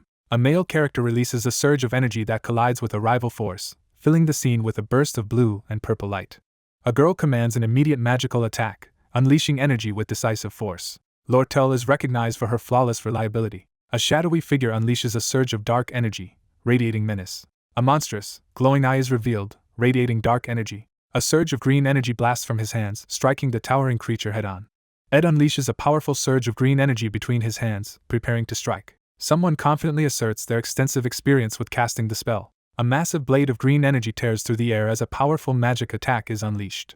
A towering beast hurls a deadly magical blast as the lone figure narrowly dodges out of its path. A monstrous shadow beast bursts forth, radiating purple energy and baring its sharp teeth. The high-rank fire spirit Tarkan has been defeated. A surge of notifications signals a rapid increase in spirit magic proficiency. A system message announces that the spirit contract slot has been unlocked. A notification informs that the ability to form a contract with a spirit is now available. Ed, battered but determined, pushes himself up after a fierce struggle beneath swirling, ominous clouds. A lone figure rockets toward the massive, chained, flaming blades suspended in the sky. The chained, fiery blades descend ominously over the Gothic building, signaling an imminent attack. A monstrous, shadowy creature is held back by glowing chains above the Gothic building. A massive explosion tears through the area as a character unleashes a devastating attack with a sword. A white-haired young man is stabbed in the chest with a distinctive dagger and collapses under a surge of ominous purple light. Intense pink lightning cracks through the darkness as destructive energy is unleashed. Four figures stand frozen as a brilliant magical light erupts in the night sky above the building. Two figures sit together beneath a tree as the sun rises over the city. The protagonist reflects on past encounters with people who claim to be risking their lives. Four wounded survivors rest under a tree, processing the accusation that most of their group were cowards. A red-haired girl teases her injured companion about his lack of sentiment after surviving a life-and-death crisis together. The confident woman steps forward and formally introduces herself as Lortel Kecklin. An injured young man in a blood-stained shirt extends his hand to greet someone. A hand lifts several gold coins in triumph after winning. A girl confidently demands a favor from the surprised boy she just outsmarted. A red-haired girl says goodbye, while someone silently worries about getting further involved with her. He pauses in silence, lost in deep thought as the sun sets. A determined figure strides forward, casting a long shadow across the ground. One character quietly resents another while observing that a swordsman form has manifested just as it did in the game. Bruised and on the ground, Ed looks up at the imposing figure confronting him. One figure bows deeply beneath the glowing tree, expressing sincere gratitude for a favor owed. A furious student in a red uniform grabs someone by the collar and loudly accuses another of being a dangerous traitor. 3 students sternly confront and silence someone off-panel. A grateful student offers a reward for recent help, but the other student quietly refuses. The weary young man insists that others acknowledge the key roles his companions played in defeating their enemies. A sly student teases her classmate about being embarrassed while dismissing their attempt to shift credit. A stern student demands that his classmate show respect to a senior during a heated argument. The protagonist carefully avoids interacting with the main characters to prevent altering the original storyline. He stands smiling softly in the sunlight, bloodied but comforted by a sudden sense of warmth. The group stands among the ruins, reflecting on how they have repeatedly overcome challenges in this world. 2 individuals stand side by side, reflecting on how each challenge has made them stronger together. A young woman accepts her role as monarch and moves forward with determination. A young man stands resolute, determined to carve his own path forward. One character gains confidence while the other comes to understand that life holds more than just excitement. Lortel reflects on her life choices as she stands quietly, deep in thought. Each person was essential to the story's progression. Radiant light suddenly floods the scene, signaling a dramatic shift. A group of students stands together in their uniforms, united and determined as they look ahead toward the promise of success. A red-haired character sits by a sunlit tree, reflecting on a decision made with prior knowledge. Someone examines a large, dark stone in front of the building. A young man emerges from the wreckage, surveying the destruction as debris continues to fall. Ed surveys the destruction in the ruined, sunlit hall, standing beside a massive crater and scattered debris. A closed cabinet looms in the shadows, its contents still hidden. Ignoring his injuries, the young man pushes into the room, driven by a persistent sense that something is wrong. A young man focuses intently, preparing for a decisive moment. A battered girl with braided hair sits in the darkness, grinning with unsettling confidence despite her injuries. Someone was forced to remain backstage, unable to participate. A large, mysterious chest with metal handles appears in the dim light. Battered and wounded, Ed forces open the heavy door in a desperate attempt to escape. A triumphant message declares the protagonist's success. Ed steels himself for a critical moment, his face splattered with blood and his eyes wide with determination. A battered girl with braided hair hides in the shadows and laughs menacingly. A decisive moment unfolds as someone resolves to stay. The scene shifts to the backstage area. A battered girl with braided hair smirks defiantly in the harsh light. He freezes as a shocking realization hits him, his blood-stained face reflecting the intensity of the moment. Amid the wreckage, the 2 characters reflect on the cause of Janika's rampage and begin to form a theory. One girl mentions that she once saw Janika's room while watching another girl walk away down the dim hallway. She quietly reflects on the heartfelt gifts arranged before her. The room is filled with scattered gift boxes and walls covered in pinned blank notes, suggesting a secretive investigation. There was no room to open a book on the massive desk. Supportive notes covered the wall, making the pressure on her feel even heavier. The answer is suddenly revealed to be extremely simple. She quietly gathered the gifts and tried to clear the reminders from her wall, but a sense of misery settled in. The narration highlights self-doubt about lacking the abilities of a main character in a fairy tale. A girl silently promises to repay the kindness she has received, standing determined with a gift box among countless presents. Overwhelmed by darkness, Janika transforms into a monstrous form and loses control. Someone urgently questions why an event occurred a month earlier than expected. After a decisive defeat in combat training, the students shift their admiration to the cheerful girl at the center of attention. The contract between Marilda and Lucy, made possible by Lucy's frequent trips to the northern forest, caused Taylor to be defeated in a single blow. A character is introduced as the builder of a perfectly constructed napping shelter in the forest. A bruised boy is stunned to realize that someone who was supposed to have left is still present. A pink-haired girl admits she feels forgotten by the others after being found in her cozy hiding spot. After the chaos on stage, one person reflects on being ignored while another points out she was hiding all along. A withdrawn figure confesses they had hoped to remain hidden a while longer after being found. She hides her face, overwhelmed and on the verge of tears. The battered boy stares ahead in silence, his expression tense. A glowing wolf appears and delivers a prophetic request to prevent Janika from facing a similar danger. He panics, realizing someone else might also know the future. He believes that distancing himself from Janika, while others pressure her, will make him someone she can trust. A reckless summoner's failed attempt to bind a powerful spirit unleashes destructive darkness, devastating the faculty building. She stayed up late every night to study and train in magic. A girl with long pink hair smiles at those around her while privately struggling to meet everyone's expectations. A girl leans forward and smiles softly, her face marked by defeat but acceptance. A character locks eyes with another, signaling the start of a confrontation. The narrator reflects on how reassuring these words might be for her. The battered boy stands smiling, relieved as he faces the girl with the large red bow after their ordeal. A group of main characters confidently crosses the stage as the crowd erupts in applause. Behind the stage, darkness and silence signal a shift in the atmosphere. In the ruined hall, one figure stands over another, confronting her in heavy silence as she sits withdrawn beneath the harsh spotlight. The villain departs as the main characters advance. A character struggles to endure overwhelming pain, tears streaming down their face. Magical orbs hover above the balcony as the scene of the first act's completion is observed once again. A character reacts with sudden astonishment after realizing something unexpected. Surrounded by radiant spirit animals, two characters stand in awe as the hidden forms become visible for the first time.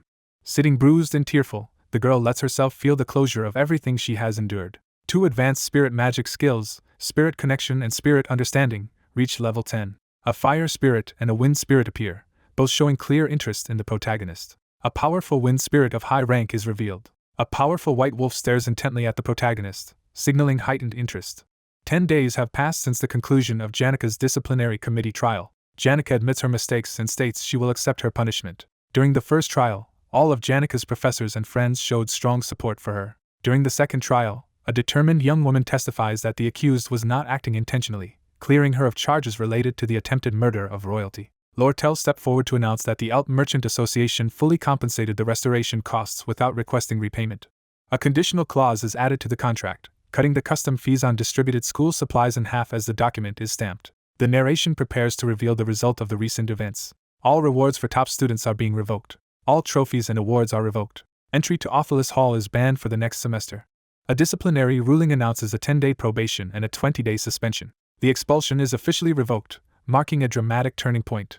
The group erupts in joyful celebration, overwhelmed by the emotion of their hard-earned victory. Janika sits between two worried girls, her slumped shoulders revealing the weight of her stress. The two girls in red uniforms exchange confident looks as they prepare to form an alliance. Someone off-panel expresses determination to take action. A lavish tea spread is presented on the sunlit table. Two stern girls warn a third to avoid mentioning a sensitive incident and to focus only on personal matters. The simulation ends as a girl prepares herself for what comes next. She firmly agrees, her eyes shining with determination. Someone urges Janika to move as she sits anxiously between two other girls. Someone silently reflects on the difference between liking and loving. A girl playfully asks why there is such a difference between the two. One girl anxiously questions why the unexpected topic was brought up, insisting it concerns her friend, while the group reacts with visible shock and tension. A girl with pink hair quietly confides that her friend once had a dream. A pair of hands offers a colorful bouquet of flowers. A young woman kneels in the sunlight, quietly crafting a flower crown with a gentle smile. A pink-haired girl fixes her intense gaze forward and calls for attention. Ed, wearing a formal military uniform, sits confidently on a decorated horse and calls out to Janika. Janika gently places a flower crown on Ed's head as a heartfelt gesture. Two characters run hand in hand through a field, laughing joyfully. Janika nervously tries to explain herself as the others react with surprise and concern. A nervous woman tries to gather more information by asking what else the friend said. A flustered girl abruptly remembers her responsibility and rushes away from the table, leaving another girl lost in daydreams. One girl waves goodbye while another stands frozen, bracing herself to handle the situation with extra care. Ed panics as he realizes the entire student body might discover the secret love story. Janika listens carefully as someone suggests handling the situation more simply. A woman in a suit questions the mysterious nature of liking or disliking someone. A pink-haired girl is urged to be honest about her feelings by a red-haired person, leading her to reluctantly agree with the advice. One girl urgently warns another to be cautious about discussing sensitive topics to protect their friend's reputation, and the other, startled, realizes she has narrowly prevented harmful rumors. One woman thanks the other for her advice before leaving to report her suspension and collect her thoughts. A red-haired woman confidently raises her hand at the ornate outdoor table, drawing attention to herself. A character slams their head onto the table in frustration. Someone announces their success to Anis, visibly relieved. He feels relieved after being exempted from next semester's fees due to Phenia's petition. He steps outside, carrying a box of tools and smiling as he prepares for his next task. He notices someone distractedly fidgeting with their fingers in the sunlit clearing. The protagonist decides it's time to reevaluate their relationship with Janika now that her role as the main character has ended. One student approaches another after her probation ends, initiating a greeting while holding a box and clipboard. A pink-haired girl nervously steps out from behind a tree, startling the blonde boy. A nervous girl gathers her courage to encourage the boy to express his true feelings in the quiet forest. A girl hurries away down the path with an excuse, leaving the boy standing and watching her go. The challenge proved too difficult for her to overcome. Ed silently reflects on how his actions led Janica to reveal the truth, surprised by the impact he had. A hand swiftly grabs a large knife from the box of tools. Standing in the clearing, the protagonist readies his saw and tools to begin work. A powerful strike leaves a deep slash across the wooden surface. He vents his frustration by kicking the ground near the toolbox in the sunlit clearing. A character settles into a discreet, shaded area and begins working quietly. A cryptic F is carved deeply into the wooden surface. Wood was gathered efficiently using wind blade. The protagonist stops collecting wood to check the semester results, feeling satisfied with high theory scores and above-average practical marks. A girl bursts into tears and runs away as the other students remain indifferent to her outburst. Two furious girls glare with clenched fists, silently warning the protagonist to stay away. The lumber work nears completion as someone reflects on their growing skill with wind blade. With vacation underway, the focus shifted entirely to building the hut. He returns to the trap he set and finds someone peacefully sleeping inside, completely unfazed by being caught. A senior maid arrives with a basket of herbs and mushrooms and asks about Janica. The maid reacts with confusion, tilting her head after hearing that she might hate the speaker. The lumber walls collapsed outward as one central pillar remained standing. The narrator recognizes that proper joint construction alone does not ensure stability. A flustered girl rushes past 3 students outside the bakery after unexpectedly encountering their group. 2 girls react with shock and anger as they discover something unexpected. 2 students repair tiles on the rooftop while discussing that Taylor's behavior aligns with expectations. A young man clarifies that nails should not be hammered on one side because it is reserved for the chimney. A hand carves fresh tally marks into the worn wooden surface. A knife drops and sticks into the ground near someone's foot, raising the tension. Someone steps forward decisively onto the wooden floor, heightening the tension in the room. A startled figure crashes onto the wooden floor of the dimly lit room. The empty room is inspected, revealing untouched floors, walls, and no furniture. The character considers that shutting the door will keep the glowing insects from entering, since the area is enclosed by walls and a ceiling. He leans back with a confident, satisfied look, resting his hand on his neck. A system notification appears, confirming the successful construction of a log hut and an increase in creation proficiency. He sits alone in the doorway of the cabin as the sun sets, surrounded by trees. A character firmly declares their newfound sense of belonging. A girl quietly observes from behind a tree while a boy waits calmly inside the doorway. Clenching her fists, the girl stands determinedly, ready to face the challenge ahead. A maid in a black uniform reacts with confusion, startled by something unexpected. The structure begins to collapse as he tries to secure it with a hammer and nail. The narrator reflects on discovering that proper joint construction alone did not ensure stability.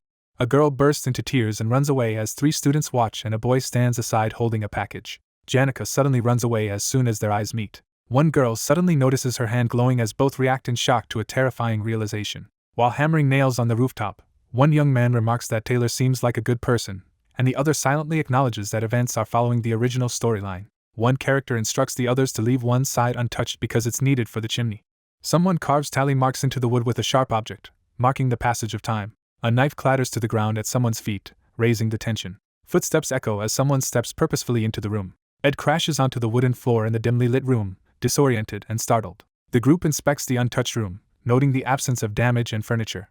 The scene shifts to a close-up of the wooden ceiling beams, emphasizing the quiet atmosphere. Green lights flicker ominously over the rooftop in the darkness. A blond boy pauses and enjoys a moment of quiet confidence. A new log hut is unlocked as a completed building, featuring basic walls and a ceiling. A creation is successfully completed, and proficiency in creation increases.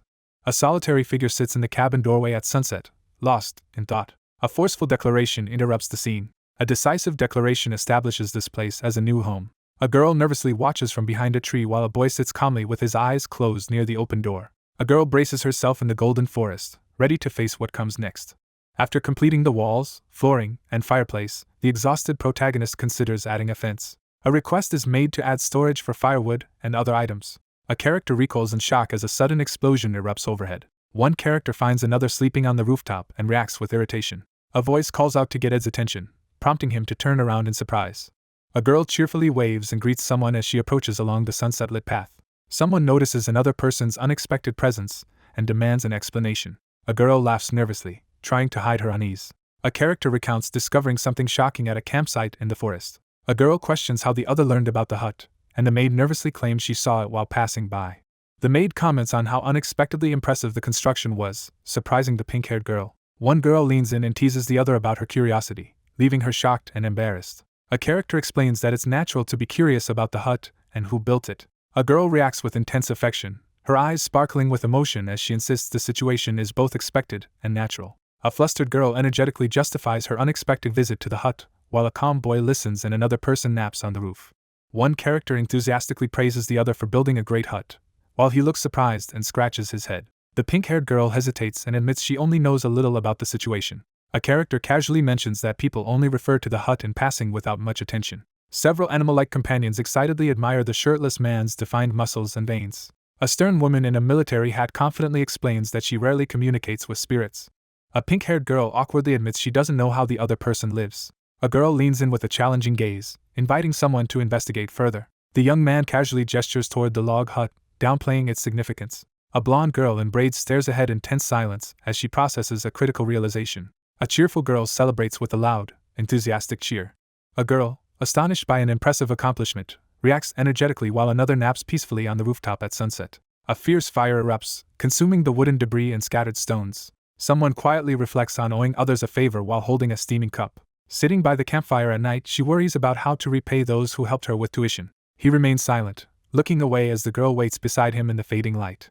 Someone delivers blunt advice, insisting that if repayment is impossible, it should simply be avoided. By the campfire, one character challenges the idea of always repaying debts, surprising the other with this new perspective. She stands alone in the room, weighed down by the overwhelming sincerity of others. She chose to leave the luxurious Ophilus Hall and move to the outdated Dex Hall, despite having many supporters investing in her. She acted to reduce her sense of indebtedness to others.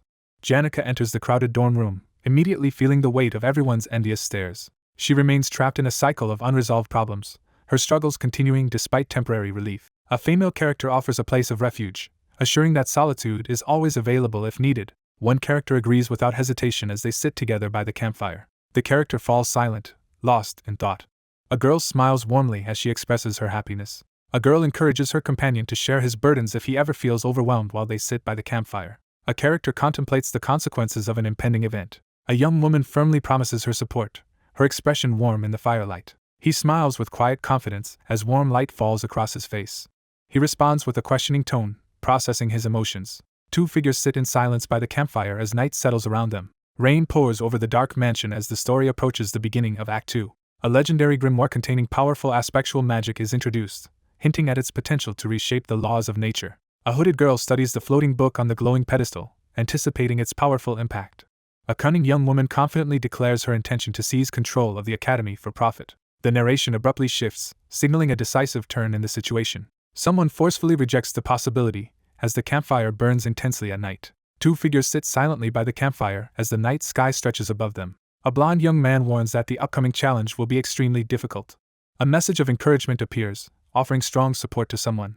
An imposing building stands in the storm as the words, "The failed swordsman of Sylvania," appear, hinting at trouble ahead. Honor students at Ophilus Hall are almost guaranteed privileged lives similar to nobles. The protagonist confidently adjusts his jacket and steps forward while an attendant stands respectfully behind him outside a grand building. The panel lists exclusive benefits such as priority seating, meal freedom, personal maids, and other high-level privileges.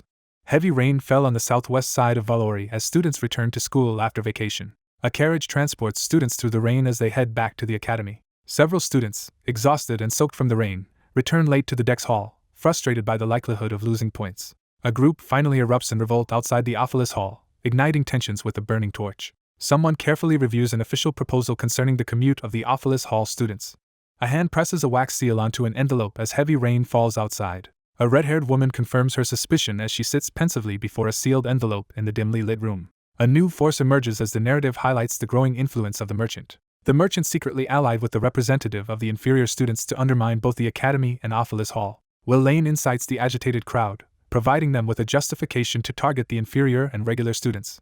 A sealed letter reveals a proposal to change the return deadline, challenging the unfair privilege given to certain students. The head maid of Ophilus Hall and part of the academy's administration review division had already aligned themselves with Lortel. A stern woman in a red dress steps forward, flanked by two attentive maids, establishing a commanding presence in the room. A group of young men surge forward, initiating a fierce confrontation as tensions reach their peak. A plan is being considered specifically to provoke the inferior students. A massive fire erupts in the dark room, fueling chaos as the controversy escalates. Flames engulf Ophilus Hall, destroying its luxurious art, furniture, and decor. The men scheme to have part of Ophelis Hall destroyed, aiming to worsen the Academy's financial crisis. A hooded figure reveals the sage's sealed grimoire, shifting power to the elite merchant association. In desperate times, people will sacrifice anything, even their own hearts. Someone waits under the dark, rainy sky, wondering when the rain will stop. A lone figure stands at the window, silently watching the rain fall outside. Standing in the rain, the character gazes at the sky and recalls their harsh life in the slums. A woman stands alone by the rain-streaked window, silently reflecting on her conflicting feelings about the Academy's overwhelming atmosphere. She confronts her reflection in the darkened mirror, haunted by the memory of living in complete darkness and filth. Evidence of conspiracy covers the desk as the girl silently contemplates the significance of each document. A harsh judgment is made about someone who is constantly insincere and untrustworthy. A girl with red hair studies her reflection in the mirror, deep in thought. Overwhelmed by self-loathing, the character desperately seeks others who share the same sense of filth and isolation. A lone figure moves through the darkness, undeterred by the brilliance surrounding Sylvania. A hooded figure hurries alone down a dim hallway, desperately hoping to find someone who understands their harsh life. A relentless search for others of the same kind continues. Despite feeling hopeless, determination never wavered. A girl stands alone by the rain-streaked window, silently overwhelmed by loneliness. The narration asserts that a person's true nature remains constant. Withdrawing from the harsh world, she shields herself behind a facade of darkness. A tense girl senses a menacing presence looming behind her in the darkness as rain falls outside. A group of students gathers outside the building at night, raising their fists and demanding equal treatment in grades. A hooded student rallies the crowd, declaring that the story is about stopping the inferior students who were turned against Lortel. A startled maid prepares to alert the chief maid as a hooded figure emerges in the doorway behind her. The narration reveals that middle bosses on the 1st to 5th floors of Ophelis Hall interfere with the main character and assist weaker students. A hooded figure seizes another character by the shirt in a tense, threatening confrontation. After being beaten up by Taylor's friends, he held a grudge and accepted a bribe from Lortel. A hooded figure ambushes a terrified maid outside a closed door at night. A character stomps down forcefully, shaking the scene with impact. A door bursts open amid the heavy rain, flooding the darkness with bright light. 3 male students are startled by an unexpected event in the dark. A determined crowd surges through the open doors of Ophelis Hall, loudly demanding better treatment. A hooded figure outlines a plan to seize the 4th floor and broadcast an announcement after the students defeat the 1st floor boss. A new group is introduced with the task of stopping the main character and his friends. A hooded figure confronts someone in the rain, accusing them of being Lortel's accomplice. A figure takes responsibility for watching over the 1st floor during the rain. Ed stands alone in the rain and reveals his true identity. Exhausted and drenched in sweat, Ed struggles to process the aftermath of recent events. A question about suddenly becoming a middle boss interrupts the scene. A girl stands alone by the rain-soaked window, silently reflecting as handwritten letters lie scattered across the desk. A narrator reflects on the evidence left behind by someone's life. The panel describes a pattern of constant betrayal, suspicion, and insincerity. A young woman stares intently at her reflection, gathering her resolve. After enduring countless hardships, the narrator reveals the extent of their transformation. He faces his harsh reality, acknowledging that his core flaws remain unchanged. Someone peers intently through the glass, eyes filled with tension. Sylvania is introduced as a place filled with brightness. A lone figure strides forward through the darkness, splashing through a puddle. Someone hopes that at least one person will recognize the miserable existence of a gutter rat. A hooded figure slips swiftly and quietly down the dim hallway. A girl stands by the window on a rainy night, quietly longing for companionship. A revelation is delivered, hinting at a deeper truth. A bold declaration asserts that self never changes. Lortel consistently relied on a specific attitude to endure her harsh circumstances. A pale hand slowly reaches out and touches the rain-soaked window. Lortel secretly manipulated events from behind the scenes, maintaining control over the hidden aspects of reality. A tense girl senses danger as a shadowy figure with red eyes appears outside the window. A group of students gather in the rain, protesting against unfair grading and demanding equality at the academy. A major historical event called the Ophelis Hall Occupation Incident is introduced. A determined figure raises his fist in the rain and demands a response from unseen forces. The central conflict is introduced as the main character intervenes to stop the inferior students who were incited against Lortel. A maid recoils in alarm as a hooded figure appears in the doorway behind her. Middle bosses from the 1st to 5th floor of Ophelis Hall will oppose the main character and assist the weaker students. A masked figure suddenly seizes a shocked girl from behind. After being beaten up by Taylor's friends, the character held a grudge and was bribed by Lortel. A masked figure bursts toward the door, startling the frightened victim. A foot slams into the ground with intense force, signaling the start of a powerful action. A large, glowing doorway suddenly appears in the midst of the dark, rain-soaked scene. 3 boys recoil in shock and confusion as something alarming occurs off-screen. A crowd of protesters surges through the open doors of Ophelis Hall, demanding fair treatment. After the students clear the 1st floor, the Act 2 Phase 1 middle boss appears to fulfill a specific role. A hooded figure urges the group to seize control of the fourth floor and broadcast an announcement from the maintenance office. The antagonist's purpose is to stop the main character and his friends. A hooded figure confronts another in the rain, accusing them of being bribed by Lortel. A determined figure steps forward and takes responsibility for watching over the first floor. The young man stands resolutely in the rain as his full name is revealed. He silently endures the overwhelming pressure, struggling to maintain his composure. Someone urgently questions their own identity. A new and unexpected threat appears, catching everyone off guard. He realizes he has become the middle boss of Act 2. He silently battles his anxiety, sweat dripping as he tries to stay composed. The story prepares to shift back 2 days to reveal the cause of recent events. 2 days remain until the Ophelis Hall incident begins. A status window appears, revealing a detailed list of combat abilities and skills. A character kneels beside deep footprints and scattered cherries, experiencing a familiar surge of power. Ed crouches behind a tree with a bow and arrow, struggling to improve his combat skills. Struggling to improve, the character aims a bow at a deer, frustrated by their lack of progress after an entire semester and half a vacation. A character suddenly becomes alert after sensing something unusual in the camp. The maid wanders pensively through the sunlit forest, her presence quietly observed by a deer. A focused young man trains alone in the forest, practicing his boxing stances while trying to articulate his thoughts. Ed practices archery in the woods, sensing that more people are learning about his location, while an unknown figure secretly observes him. 3 notable frequent visitors are about to be introduced as magical energy fills the sky. A girl in a witch hat suddenly appears atop a glowing magic circle. One character excitedly suggests adding more features to the house, while the other listens with mild annoyance. One character urgently reaches out from a cabin window toward another who sits huddled and distressed on the porch. One character eagerly suggests unusual window ideas while the other reacts in frustration. A narrator comments that visitor repeatedly faces bad luck regarding her. A character expresses happiness while introducing the cabin. A cheerful girl holds out a basket of eggs as a gift. The narration introduces the second year's top student, renowned for her skills as a spirit sorcerer. A person enthusiastically demonstrates how to clean laundry by stepping on it in a wooden tub filled with boiled salted water. The narrator accepts her frequent visits without feeling uneasy. She smiled warmly and offered a folded cloth, her kindness deeply appreciated. One character expresses admiration and curiosity about another's impressive knowledge. A flustered girl abruptly turns away from the nervous boy and quickly changes the subject. A girl with braided hair anxiously asks how often Lucy comes to this place. A character observes that someone appears to be busy under the bright moonlit sky. A character walks determinedly past arrows embedded in the ground, unfazed by the danger. A determined red-haired girl steps forward in the shadowy woods, confronting an approaching newcomer as her reserved companion follows behind. A red-haired girl smirks with confidence as she reveals she needed help from the Golden Daughter. He realizes that the red-haired girl is secretly gathering useful allies to take control of Ophelis Hall. The protagonist decides to stay out of the situation. One character turns away as another admits she never intended to ask for this favor, making clear her plan to reject any offers. He silently considers his next move, hoping the situation will unfold as planned despite the recent setback.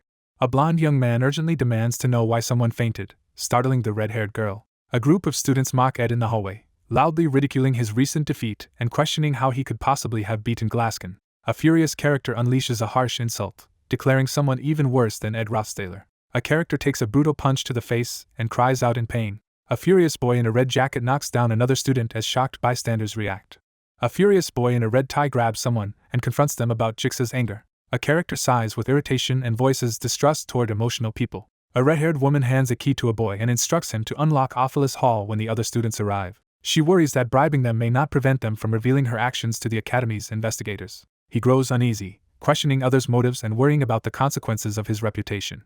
A student leans in at night and urges another to join forces in seeking revenge against the Academy. She firmly refuses the request. A young man firmly lays out his conditions for participating, insisting he will only play his part in moderation. A sly negotiator names her price at 20 gold coins, determined to steer the situation before rumors spread further. 2 figures seal their agreement with a firm handshake in the shadowy forest. Someone firmly announces their plan to restore order. Rain falls heavily on the rooftop as the countdown to an important event begins. Ophelis Hall was occupied before the conflict over the sage's sealed grimoire began. He studies the campfire's glow, evaluating the disastrous effects of the financial scheme on the Academy. A new faction emerges in the library to challenge the influence of the Student Association. The outcome hinges on which side Taylor decides to support between the Student Association and the Merchantry. Ed silently plans to watch events unfold and align himself with the likely victors to ensure his own survival. Someone realizes they need to hurry back to the dorms. A girl, soaked from the rain, steps inside while a boy watches her arrival. 2 people sit by a campfire under a shelter while rain falls outside, discussing the challenges of staying in the camp through all weather. As rain falls on the empty landscape, someone reflects on moving out of Office Hall and preparing for the end of vacation. One character offers supplies and support, while the other quietly accepts inside the shelter as rain falls outside. He calmly reassures the other person that he has plenty of daily necessities and supplies. Ed considers the difficulty of leaving his belongings behind while a pink-haired girl listens quietly. Two students sit by the campfire and excitedly agree to make plans for when the semester begins. Two students sit by the campfire in the rain, quietly discussing concerns about another student's behavior. Her extraordinary powers came with a heavy cost. She constantly avoided challenges by blaming her laziness. She stands in the rain, quietly reflecting on the fate she has avoided for years. Someone reflects on her typical behavior when it rains.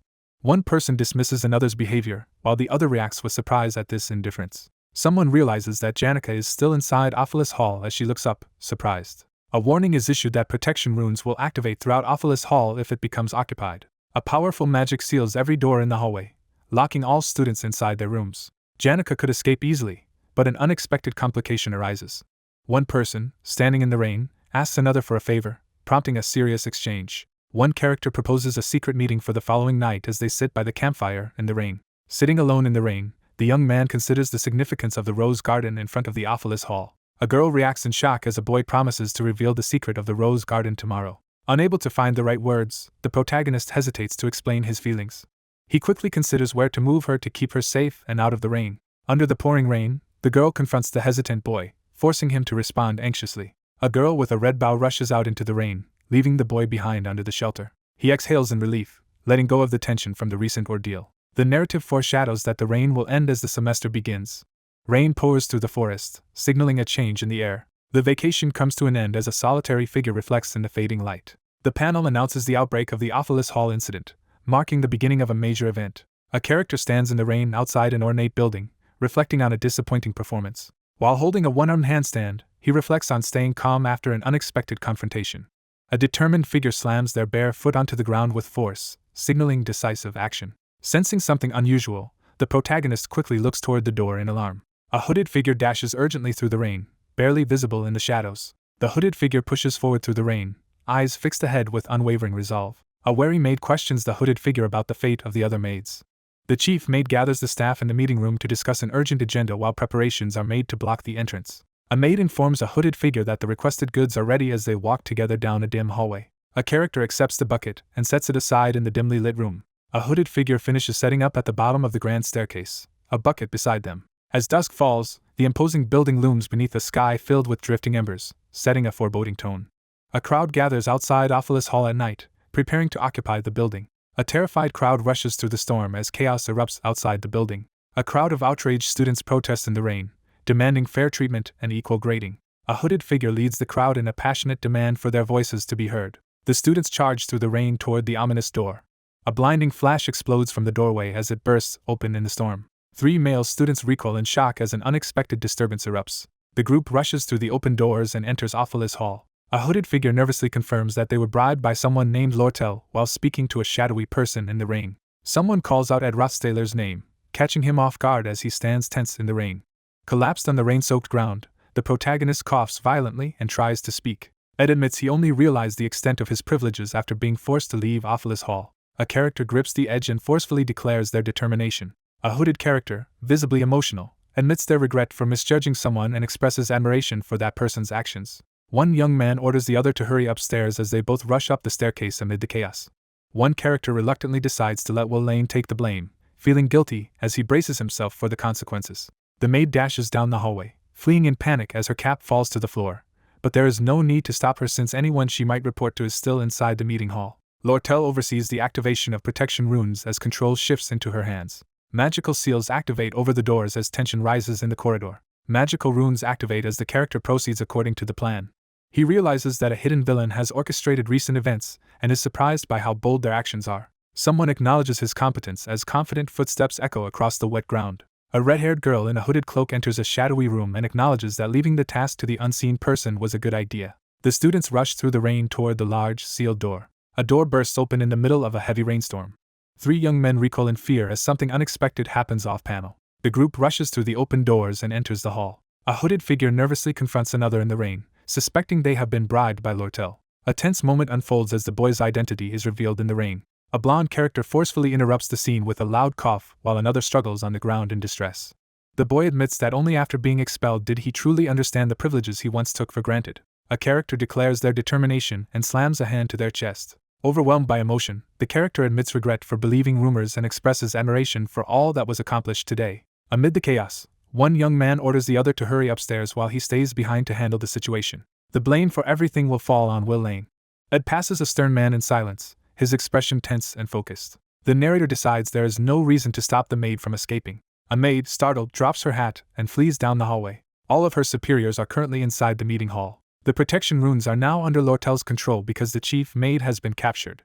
Footprints in the snow approach the building's entrance under the night sky. A magical interface signals the urgent activation of protection runes.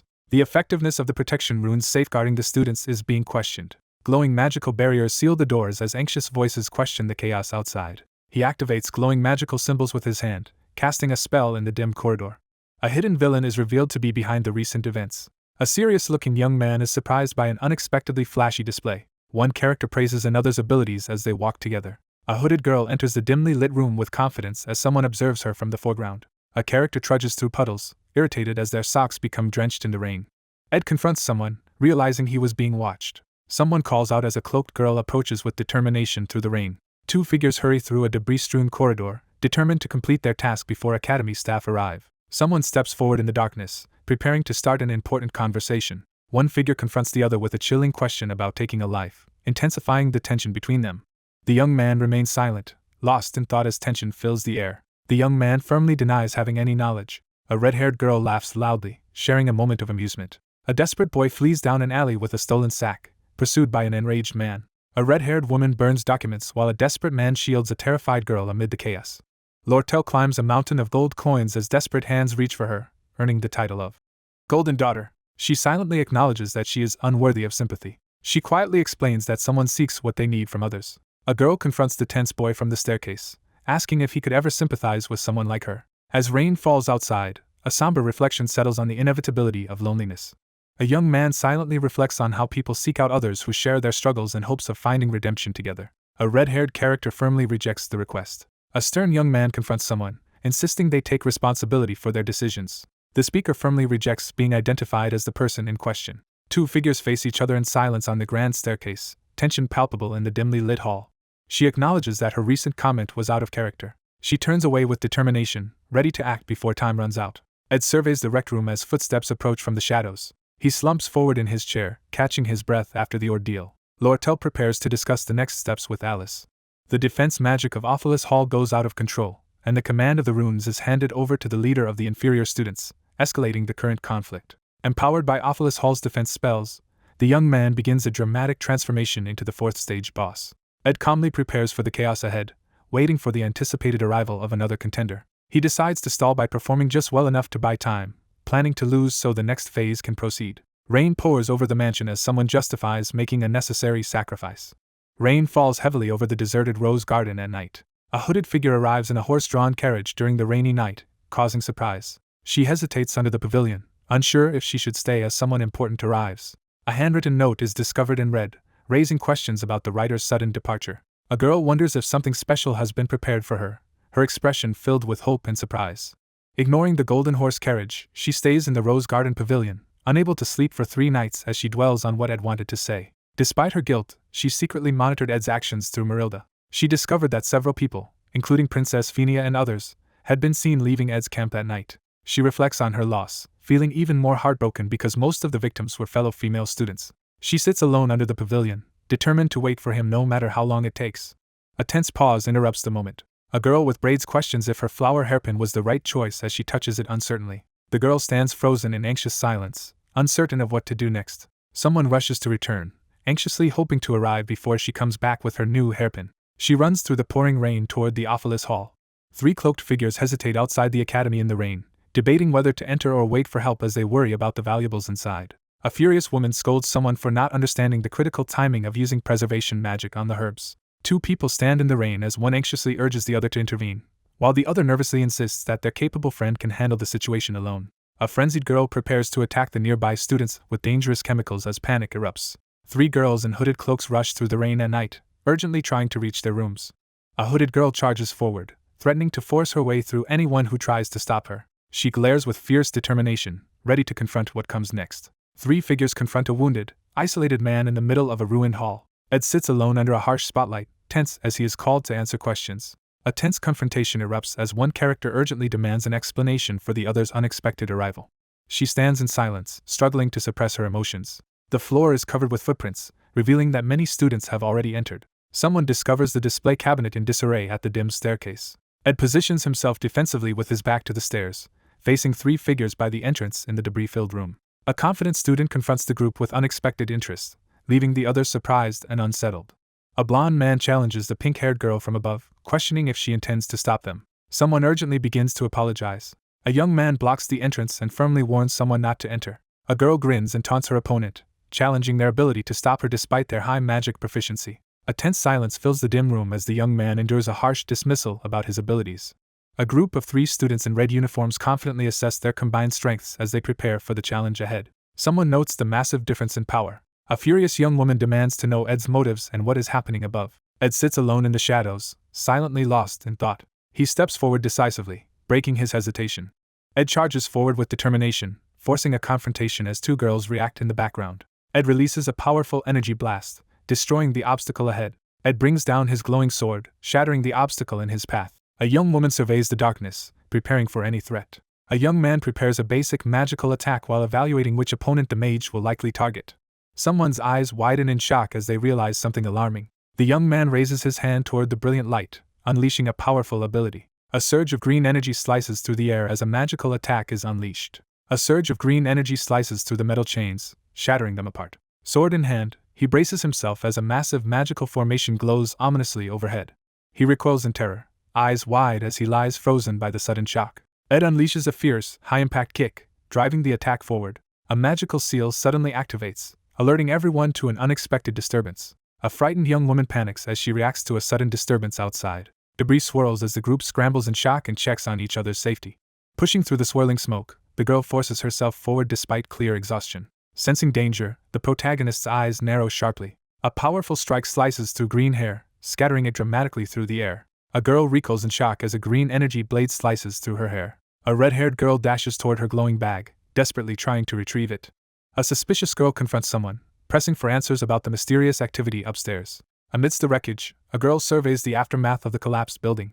A girl freezes in fear as something suddenly startles her. A stash of mysterious vials and potions spills out onto the dark surface, revealing their hidden presence. A startled girl lunges toward the glowing, bandaged potion on the ground. A character activates a power with a single command. A young woman is caught in a sudden explosion of flames and recoils in shock. A violent explosion of magic fills the room as one figure attacks and another tries to defend amid the chaos. The battlefield was quickly arranged, signaling the start of an impending conflict. Amid flames and smoke, a girl realizes the danger is escalating rapidly. Amidst raging flames, one figure confronts another for withholding crucial information. A young man unleashes an overwhelming surge of magical power, surpassing normal proficiency. A girl recoils in shock as a green energy slash rips through her hair. A red-haired girl spins around and rushes toward her glowing, fallen bag. A suspicious girl confronts someone, realizing there is something happening on the floor above. A girl surveys the wreckage, silently taking in the devastation before her. A character's eye widens in terror as they react to something alarming. Several mysterious vials and potions spill out from an open bag onto the dark surface. A startled girl urgently reaches for the glowing, bandaged potion vial on the ground. A character activates a powerful ability with determination. A girl in a red jacket recoils in terror as a wave of flames engulfs her. A man and a woman confront each other in a burning, devastated room. The movement is described as effortless and smooth. Amid raging flames, a girl crouches and realizes the situation is turning dangerous. Amidst raging flames, someone confronts another for withholding crucial information. Engulfed in fierce flames, he unleashes his hidden power with unwavering resolve. The panel boldly establishes that only high-level magic is relevant in this moment. A dramatic announcement emphasizes a surge in proficiency. 2 figures struggle to escape as flames engulf the shattered room.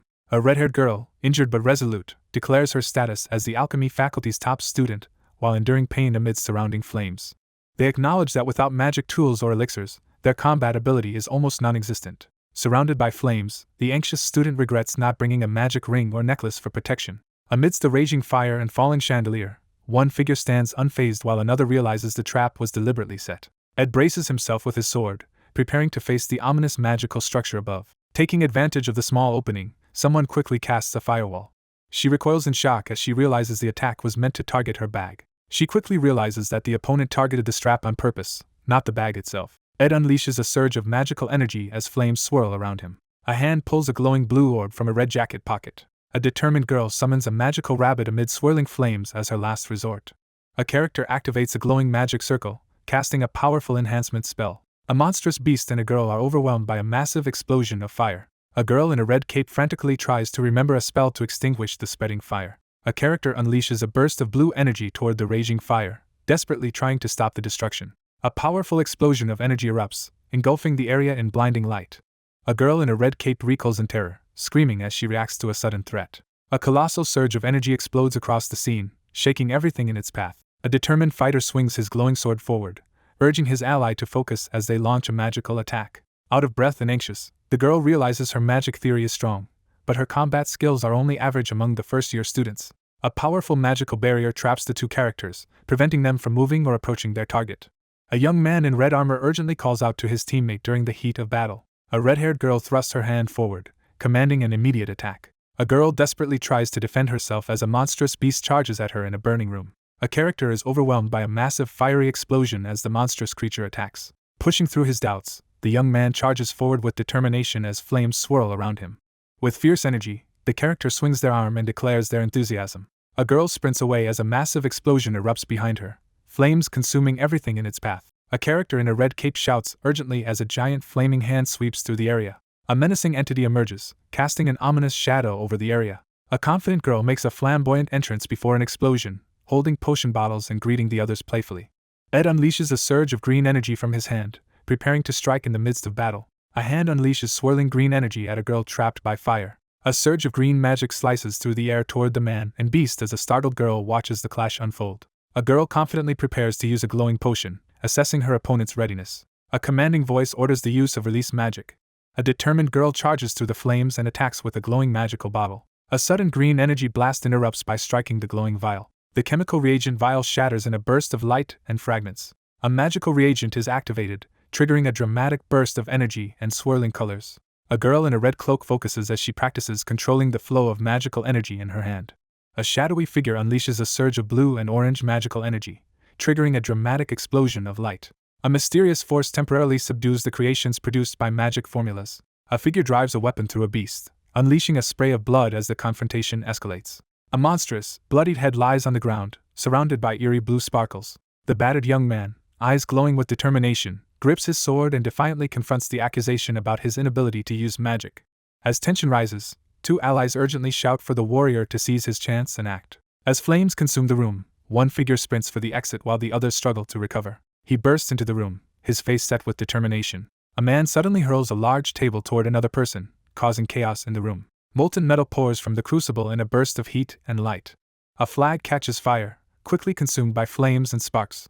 A massive explosion erupts, filling the area with blinding light and energy. He stands his ground with sword drawn, confronting the massive fiery explosion. Amidst rising flames in the Ophilis Hall, one person urgently warns another that spilling oil here could cause a deadly fire. A swordsman demonstrates his ability to cut through magical and ordinary fire with an elemental slash.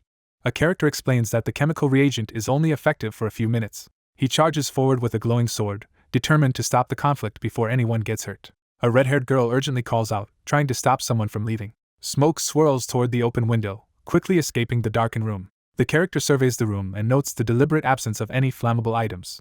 A fierce combatant charges forward, unleashing a fiery attack as a startled girl recoils in the background. A wounded young man staggers forward through the flames, struggling to stay upright. A red-haired girl screams in panic as she desperately calls out for Taylor. Battered but resolute, he draws his bow and prepares to fire amid swirling flames and energy. He charges through the burning room with his sword, closing in on his wounded enemy. A young man braces himself to deflect an incoming arrow as he charges forward. A character is suddenly startled by something unexpected. He fires a glowing, empowered arrow with forceful precision. A fiery attack misses the shocked young man and hurtles toward the two surprised girls in the hallway. A girl in a red cape recoils as a blinding beam of light erupts beneath her. A hand struggles to cast a basic magic spell as blue lightning crackles unsuccessfully. Someone shouts in alarm, their wide green eye filled with panic. A girl desperately summons blue lightning to block the incoming magical arrow. A character barely regains control of a dangerous, glowing orb crackling with blue energy. A girl channels blue energy from the glowing orb into the arrow embedded in the floor, her exhaustion evident. A powerful magical tool called the Claw Hand is introduced, capable of pulling distant small objects into reach. The character scrutinizes the arrow, trying to understand its significance. A girl realizes the arrowhead was deliberately covered with cloth, suspecting it was meant to harm someone. A girl urgently warns her ally to be careful, fearing the opponent has another trick ready. Two opponents clash as their swords spark violently in the heat of battle. Bloodied but resolute, the protagonist steadies himself to launch a decisive attack. He tenses as a critical moment approaches, reacting to the ominous noise. Someone urgently warns that immediate action is needed to avoid disaster. Engulfed in searing energy, the young man clutches his head and screams in agony as the power overwhelms him. News spreads that Clebius Nortondale has escaped.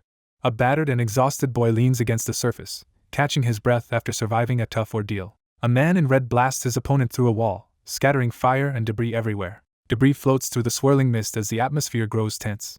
A girl recoils in shock, stunned by an unexpected revelation. A bloodied young man recoils against a shattered wall, stunned after a brutal attack.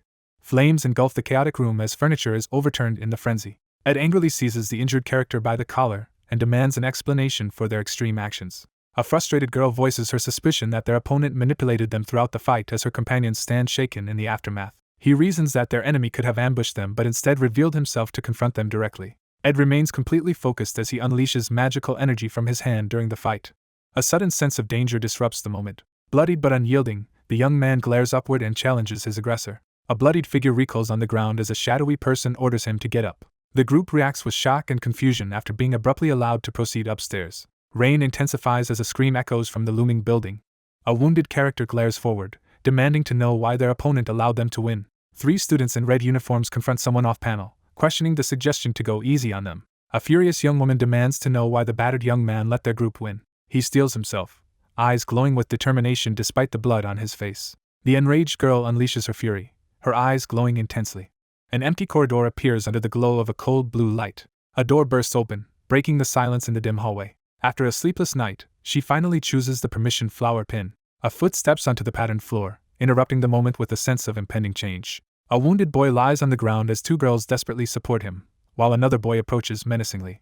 A bloodied young man slowly regains consciousness on the ground after being attacked by a suspicious group. Someone ominously addresses the entire group. A furious woman with glowing red eyes demands an explanation for what has occurred. After a restless night of deliberation, she finally made her decision. A figure steps cautiously onto the wet, patterned floor, entering the room. Someone reflects on the freedom to imagine happy thoughts, even if they seem delusional. The narration emphasizes the harsh contrast between expectations and reality. An attacker charges down toward the wounded group as one girl supports the injured boy and another prepares to defend them. A bloodied figure lies on the ground after being attacked by a suspicious group. A bloodied young man looks up in shock, suddenly realizing something unexpected.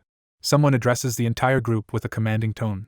A furious girl with glowing red eyes confronts someone in the darkness, demanding to know what they have done. A handwritten note raises suspicion as someone worries that an unexpected situation may have occurred. He reflects on his modest lifestyle and recent actions during the Glaskin hunt, while someone quietly observes him from afar. Despite his injuries, he stands confidently and inspires the girl to trust that he can solve any problem. A bloodied student is pinned against a wall by a gloved attacker after his flawed assumptions are challenged. A girl promises unwavering support, but acknowledges that help was never requested. He lured her outside and fought alone to keep her away from danger after she had already suffered because of the previous incident. Overwhelmed by recent events, the girl remembers how someone protected her from getting involved. A hand clenches with determination as red energy crackles around it, signaling a newfound resolve. Engulfed in ominous energy, the girl confronts someone with a surge of dark power. After the chaos, a worried student finds her friend safe and urgently shares that some students have seized Ophelis Hall, suspecting a hidden orchestrator behind the incident. A young woman urgently tries to stop someone's rampage by shouting and holding a glowing pink potion. A character aggressively declares that someone is an enemy, heightening the tension in the room. Someone questions the group's actions with a tense atmosphere. A girl radiating violet energy advances menacingly toward 2 people lying injured on the rubble-strewn ground. Bloodied and desperate, Ed surges forward through a wave of ominous energy, calling out for help. A girl with braided pink hair offers calm reassurance with a gentle smile. 2 girls freeze in fear as a swirling pink light fills the room and one clutches a potion tightly. A supernatural force erupts near the window, scattering feathers through the air. Glass shatters as feathers burst through the broken window. A powerful figure summons elemental beasts that radiate intense energy. A girl with a menacing aura abruptly interrupts, her red eyes glowing with power. She realizes the enemy force includes intermediate-grade spirits of the 4 elements, the fluid spirit, and numerous lower-ranking spirits, forming an overwhelming battalion. 2 characters retreat as they realize they cannot overcome their powerful opponent, leaving another injured amid the chaos. A figure thrusts their hand forward, channeling powerful magic toward the swirling energy. The top second-year student of the Faculty of Magic demonstrates overwhelming mastery by unleashing advanced elemental spells and summoning magical creatures. Elemental powers erupt overhead as students scramble for a way out through the shattered windows. The character reluctantly admits that the other person's point is valid. Ed's behavior alerted Taylor that something was wrong with the takeover of Ophelis Hall. A warning is issued that students could be in danger. A young man charges forward, wielding a flaming sword with fierce determination. A fiery golem battles a shadowy figure and an ice dragon in a fierce confrontation. A wounded figure grabs their cloak in pain, struggling to stay composed. Clutching his wounded shoulder, he urgently shouts for the other person to leave. A powerful burst of energy explodes forward, shattering the rocks in its path. A young man urgently delivers a critical warning to someone. Ed steps forward to confront the monster, urging his ally to proceed to the second floor as planned. Amid burning flames, one character urgently orders the others to hurry upstairs after challenging an earlier command. A red-haired girl snarls and mocks her wounded opponent, doubting their ability to stop the spirits. A red-haired girl recoils and cries out in pain after being suddenly struck. After a confrontation, the young man takes responsibility and urges caution with the chemicals. Under pressure, the red-haired girl reluctantly agrees to follow the shadowed figure's instructions while clutching the glowing potion.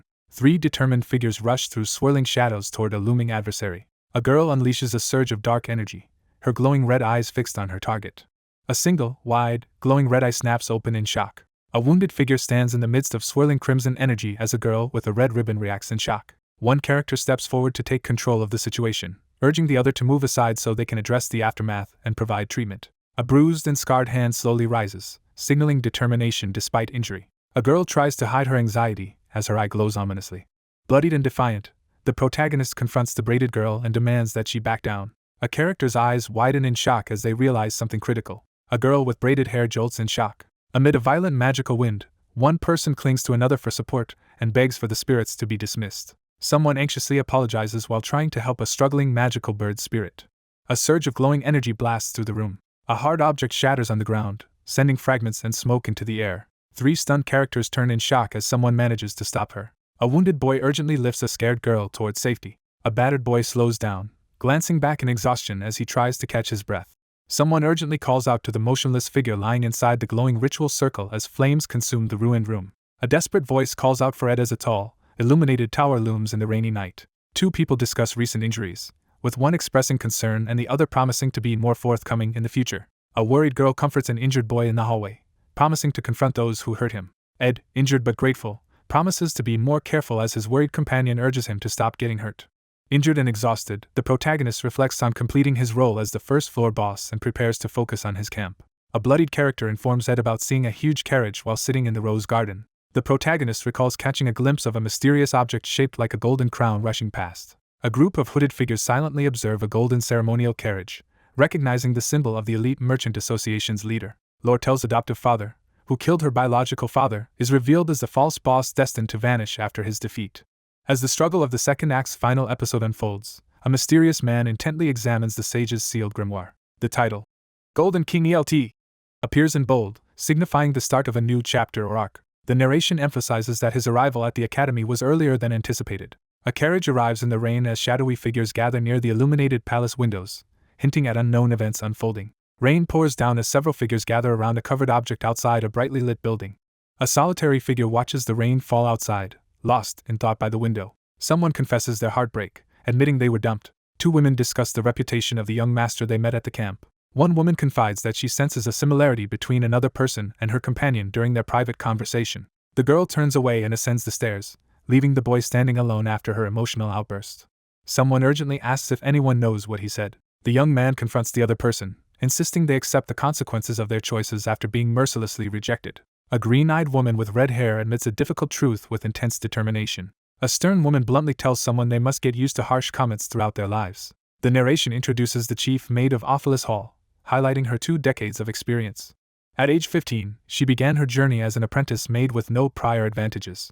She eventually earned the position of manager at Ophelis Hall. A chest overflowing with gold coins highlights the heavy financial losses from a failed attempt to influence another. Lortel expresses gratitude to Alice, feeling fortunate to have her support. She realized she had found someone willing to abandon their principles for gold, just like herself. She walks alone atop a mountain of gold coins, leaving the desperate crowd behind as she seeks freedom from her solitude. A red-haired girl flees through a dark alley with a stolen sack, chased by an angry man wielding a club. A focused character outlines a plan to let the inferior student's representative seize control of the fourth floor's command room and unleash the berserk defense magic at a strategic moment. The narration reflects on how her unfortunate past and sad story led to her current predicament. She reveals that the group will unknowingly destroy Ophelis Hall from within. A woman gives a knowing smile, her confident expression hinting at hidden intentions. A secret antagonist is revealed, hinting at new dangers ahead. One character prepares to act innocent and heads toward the storage room while another quietly walks beside them down the hallway. A character in a red coat mocks someone's weakness with a scornful smirk. A gloved hand tightens on the ornate sword as a tense message is delivered. Her emotional isolation is revealed. A red-haired girl is held at sword point, reflecting on her lack of family. A white-haired woman raises a glowing sword over her tense opponent, issuing a menacing threat. A scheming figure foreshadows the impending destruction of Ophelis Hall from within. A young woman gives a sly, ominous smile as she observes the scene in silence. A new antagonist is ominously foreshadowed. A young man and a maid walk down the hallway as he prepares to head to the storage room and act unaware of the situation. The character in the red coat pauses to catch his breath. A gloved figure grips a sheathed sword and begins to address the poised woman with important news. A red-haired girl freezes as a sword is pressed to her neck. The woman raises her glowing sword and delivers a hostile warning to the anxious girl below. Rain pours over the illuminated castle tower as events move swiftly toward an impending outcome. They captured the fleeing boss from the second floor and forced him to join their party. An injured maid kneels in defeat, apologizing for her failure as red magic circles glow ominously behind her and shadowy figures close in. Without her older twin sister, she was defeated by Taylor and his party. Taylor's party did not question the twin maid's presence alone. The group rushes up the stairs and arrives at the fourth floor of Ophelis Hall. He braces himself, recognizing that the greatest obstacle has always been the first floor. Startled by a sudden threat, the red-haired girl grips an object tightly and looks up in alarm. Several people sprint away in terror as a red glowing force threatens to overtake them. A male figure is trapped by powerful defensive magic on the fourth floor and desperately cries out for help. A crystal ball was deliberately placed in the center of the control room as part of a scheme to manipulate the magic circle control system. The self-defense magic formulas in Ophelis Hall activate to shield students from external threats. A lone figure unleashes a massive, fiery energy attack, engulfing the area in red light. A dire warning compares an unspecified situation to a child holding a loaded gun. A fierce magical blast slams into the shield as one student stands firm, protecting the others who scramble for cover behind him. Rain pours as the building shakes violently in the storm. A female character stands in a dimly lit room, alarmed by the chaos unfolding outside. A panicked young man shouts that the building is about to collapse as the room glows red with danger. A furious character shouts for the maids, demanding their presence. The Ophelis Hall students realize the situation is escalating beyond control. Shattered glass bursts through the air as someone urgently shouts for everyone to escape. A figure crashes through several windows in a fiery explosion, sending glass and energy cascading down the building. Explosions erupted across the dark structure as the situation rapidly escalated into chaos. A massive explosion erupts, scattering debris and flames across the area. Two figures in red uniforms scramble for cover in the chaos as one urgently asks for a magical reagent, and the other shouts that it will not work against the rune. A hand pours the anglerweed reagent, a fast-acting healing mixture made from anglerweed seeds and emperor clam shells. A powerful green barrier is cast, blocking all basic magic within the corridor as two figures stand ready. A determined ally urges her startled companion to trust her as she prepares to handle the surge of assisting magic surrounding them. Two students charge into the chaotic battle as one is forced ahead, clearly terrified. A masked man releases a surge of fiery magical energy from the glowing device in his chest. A crimson energy figure unleashes a fiery blast, overwhelming several opponents in a single strike. Bathed in radiant light, the young man experiences a powerful awakening. After enduring intense struggles, the character finally experiences overwhelming relief. A powerful explosion erupts, filling the area with light and force. A massive explosion engulfs the side of the building in flames. As rain pours down, an injured figure is warned by a companion not to overexert himself while carriages escape the burning building. A wounded student leans against the wall in the rain, while another shelters him under her cloak, both tense as he insists his injuries aren't serious. Bloodied and exhausted, he leans against the wall in the rain, struggling to catch his breath after the ordeal. Several hooded figures advance toward the illuminated carriage through the rain. The protagonist reflects on how the carriage's impressive exterior contrasts with the unremarkable reality within. The king arrives quietly, reviewing secret documents that suggest he has hidden intentions. An adoptive father, presented as a fake boss, is eventually betrayed and eliminated by his cunning daughter. A hand burns a letter while the narrator reveals that someone is present at the academy who should not be there. A figure under an umbrella quietly observes as two people stand together in the rain, watching someone finally emerge from a long stationary carriage. A wounded young man stares upward in shock as he recognizes someone unexpected. A maid responsible for dishes on the third floor, raised by the chief maid, steps forward in the rain. Alliances are shifting as it's revealed that Alice once worked for Lortel and Shinny was meant to be a boss, yet now Shinny is allied with Elt, Lortel's enemy. Someone suspects that Alice was bribed by Lortel rather than betrayed by Shinny. A white-haired woman looms over a red-haired person, threatening them with a glowing sword as suspicion arises about shifting allegiances. A chilling message declares that only one outcome can happen. Lortel collapses in darkness as ominous energy surrounds her. A battered figure stands in the rain, steeling herself for the political and personal battles ahead. Struggling with frustration, the man marches through the rain, burdened by the prospect of taking on yet another demanding role. Janica steadies the wounded Ed as they pause in the rain, both catching their breath after a recent ordeal. A wounded young man, tense and desperate, asks for urgent help in the rain. A bloodied young man is startled by an unexpected interruption in the rain. A determined girl stands in the rain and urgently demands guidance on what to do next. A letter addressed to the president of the Elt Merchantry burns in the shadows. A letter reveals that Lady Lortel is secretly planning to betray her allies and seize control of the elite merchantry. Lortel secretly forms an alliance to gather support against her enemy. The negotiations for the sage's sealed grimoire were a ruse to lure the target to Sylvania Academy and ambush them while their headquarters faced an unexpected crisis. He reveals that he now holds the confidential document proving Lortel's plot. The character declares they will support Lady Lortel unless someone offers them more gold coins. Facing the end of her service, the chief maid reflects on her failing senses and imminent resignation. The narrator acknowledges being trapped in a difficult situation, burdened as the only person aware of a crucial truth. A tense standoff unfolds as a stern woman threatens a crouching girl with a glowing sword, knowing her next decision could change everything. A burning letter reveals a list of orphanages, and the sender warns that future gold coin donations to them will decide their next move. Rain pours over the dark forest as a crucial decision awaits. A new character is formally introduced as the chief maid at Ophelis Hall. A blade is pressed to someone's neck as the threat intensifies and a warning is issued about an imminent arrival. A white-haired woman presses a blade to the red-haired figure's neck, questioning their intentions during a tense standoff. A woman draws her sword and confronts a red-haired young man in a dimly lit hallway, declaring that she sees little difference between him and the Golden King. She quietly admits that she feels the same way, letting out a weary sigh. She stands firm as flames and smoke erupt around her in a massive explosion. The young man urgently deduces that the real culprit is someone other than the suspected individual. 3 students in red uniforms confront a woman who is holding a hostage in the dim hallway. A white-haired woman suddenly attacks with her sword, catching her red-haired opponent off guard. Several students in uniform rush to help an unconscious girl lying on the ground. A woman clenches her teeth as she quickly hatches a plan to blame someone else for the chaos. A girl cries out in alarm as another girl looms over her, and a boy watches tensely. A character recoils in shock, loudly questioning what has happened to the other person's face. In the shadows, a character with red hair smirks confidently, anticipating what comes next. He wonders what kind of expression he must be making to provoke her reaction. A girl with red hair runs desperately through a burning corridor as shadowy figures chase her. Golden King Elt approaches personally, signaling distrust and raising tension among those present. A red-haired character hurries up the staircase to contact officials and finalize the scheme to incriminate Elt for account book tampering. She quickly prepares to send the carrier pigeon and find a hiding spot, determined not to get caught. Someone rushes out, their footsteps echoing with urgency. A figure strides purposefully down the dim hallway, heading toward their destination.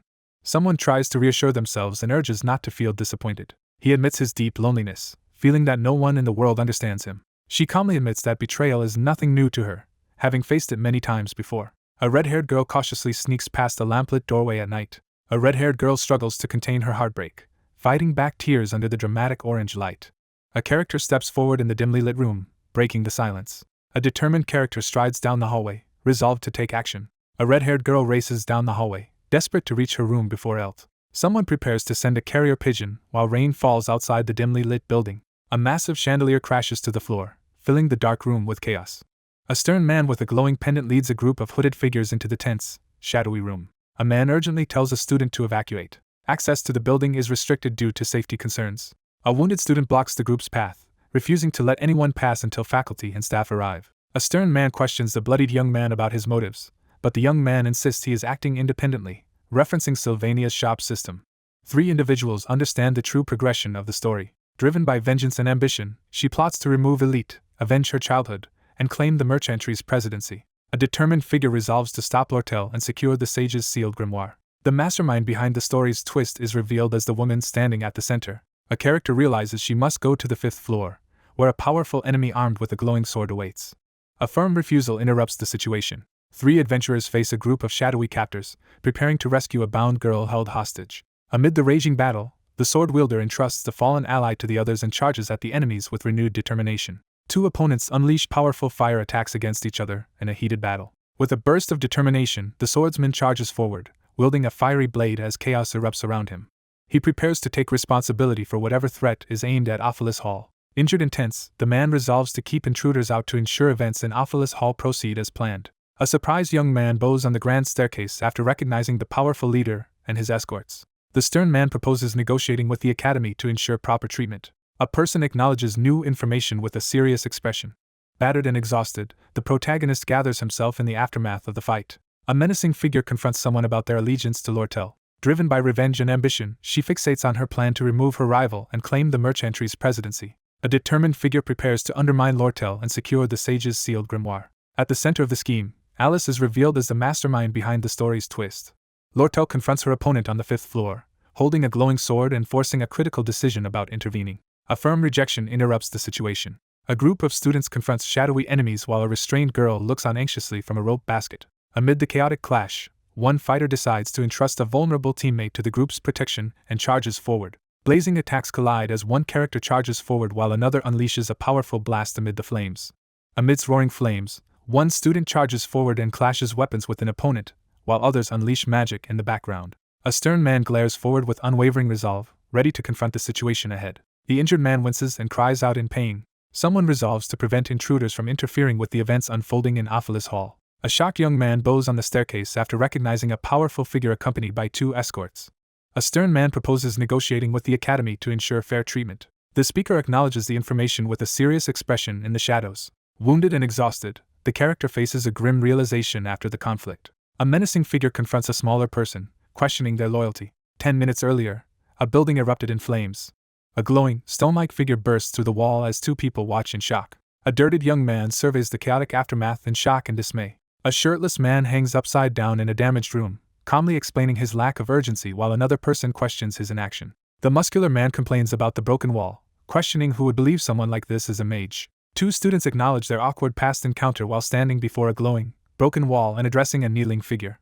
Ed reassures Janica that she has already faced her punishment and encourages her to move on. A girl hurriedly rejects the suggestion that she and the boy beside her are dating. A flustered girl awkwardly tries to explain herself while a boy watches her with a deadpan expression and another person stands nearby. Despite his visible injuries, Ed reassures everyone that he is fine and shifts the blame to Jix for the rude question. He bows deeply in front of the 2 injured girls and apologizes. A shirtless young man questions why someone destroyed the wall just to reach him. A wounded young man urgently asks for a favor, promising to repay it later. A tall man in a fur-collared cloak urges the newcomer to speak with the academy's administration before proceeding further. A character absorbs the new information with a serious expression. A bloodied young man confronts someone in the aftermath of a struggle. A menacing figure confronts the bloodied opponent, demanding to know whose side they are on. The shadowed figure leans in and pressures the wounded young man to abandon loyalty for immediate gain. A man reveals that the girl is dangerous and untrustworthy, emphasizing his first-hand experience raising her. A tense figure attempts to bribe someone with double the gold coins and demands they move aside. The protagonist firmly rejects the offer. Ed rejects the offer, pointing out that he was never promised any gold coins. He processes the revelation with a focused expression. A determined man stands protectively over a wounded figure as hooded attackers with glowing swords close in, ignoring his attempts to reason with them. Wounded and bloodied, the protagonist focuses with unwavering determination. A covert order is given to eliminate someone without drawing attention. The protagonist swiftly evades simultaneous strikes from 2 attackers in the dark room. 2 attackers close in on the wounded protagonist, trapping him with their swords as he struggles to break free. A hooded assailant lunges at Ed with a sword as green energy erupts around them. One character reassures the other while a magical barrier forms to shield them. The young man rushes off to assess the situation, promising to return and repay the favor. 2 determined figures unleash a surge of fiery magic together. He studies the students closely, realizing they will be difficult to defeat. A commanding voice urges everyone to give their all. Armed attackers ambush 2 figures as flames erupt around them. He sprints through the blue light, racing to escape the darkness closing in.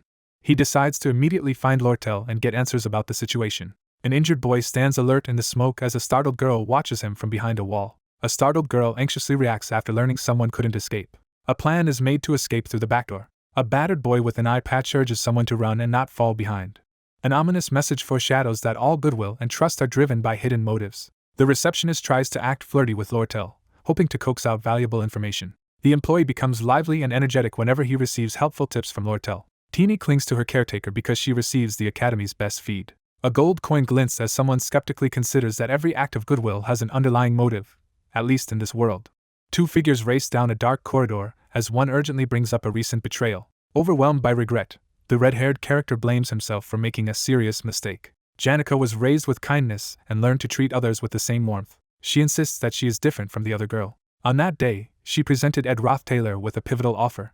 Someone realizes they have witnessed something critical. Two figures sit together by the fire, sharing a quiet moment as one glances at the other with sincere affection. She regrets revealing all her plans to Alice, hoping for a deeper relationship. A tall woman looms over the frightened girl, threatening her with a sword in the darkness. Despite witnessing her condition, someone cautiously steps forward.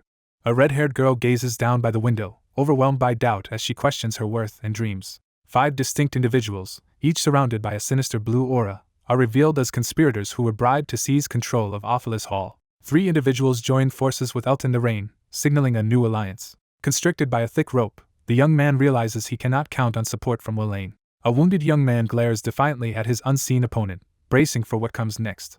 A wounded boy looks up as a girl stands over him and apologizes. Doubt and confusion overwhelm as motivations are questioned. The character retracts his offer of 20 gold coins, admitting frustration and uncertainty as the situation grows unstable. A character glares intensely, challenging the other with a sharp retort. One character urgently grabs another's wrist and pulls them away to avoid being caught. Injured but determined, one character pulls another up as they urgently attempt to escape.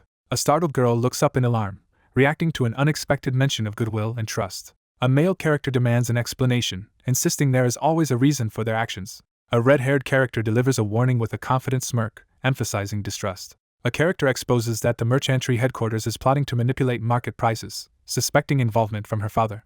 A plan to manipulate the market by buying up all the armor after prices dropped is explained in a dimly lit storeroom filled with shiny armor and shields. A cloaked girl reveals she was sent to Sylvania to find a way to steal the sage's sealed grimoire for her father's urgent scheme. The wounded young man interrupts, refusing to hear any further explanation. 3 merchants repeatedly trade a cheap product among themselves to drive up its market price. The breastplate's price keeps soaring, making people worry it will soon be out of reach. Driven by urgency, the protagonist decides to make an immediate purchase.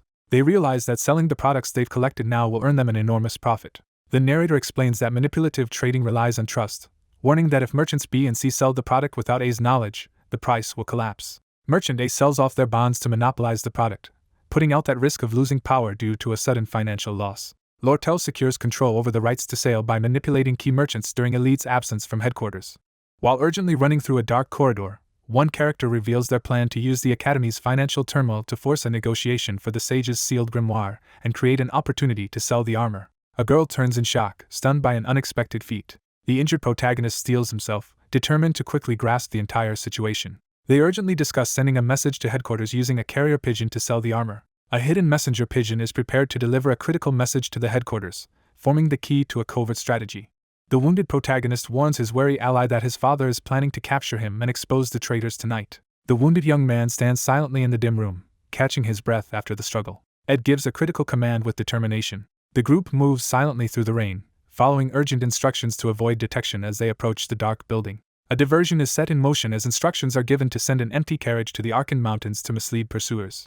One character is told to survive alone for 3 days in an unfinished hut deep in the northern forest. A wounded man outlines a plan to send a coded message by pigeon, while his ally calmly confirms their group will handle the rest. Struggling to stay conscious, the wounded character narrows his focus as tension rises. 2 filthy, bruised hands seize a distressed red-haired woman, catching her off guard. A wounded young man urgently instructs a pink-haired girl to stay hidden and escape after the coast is clear.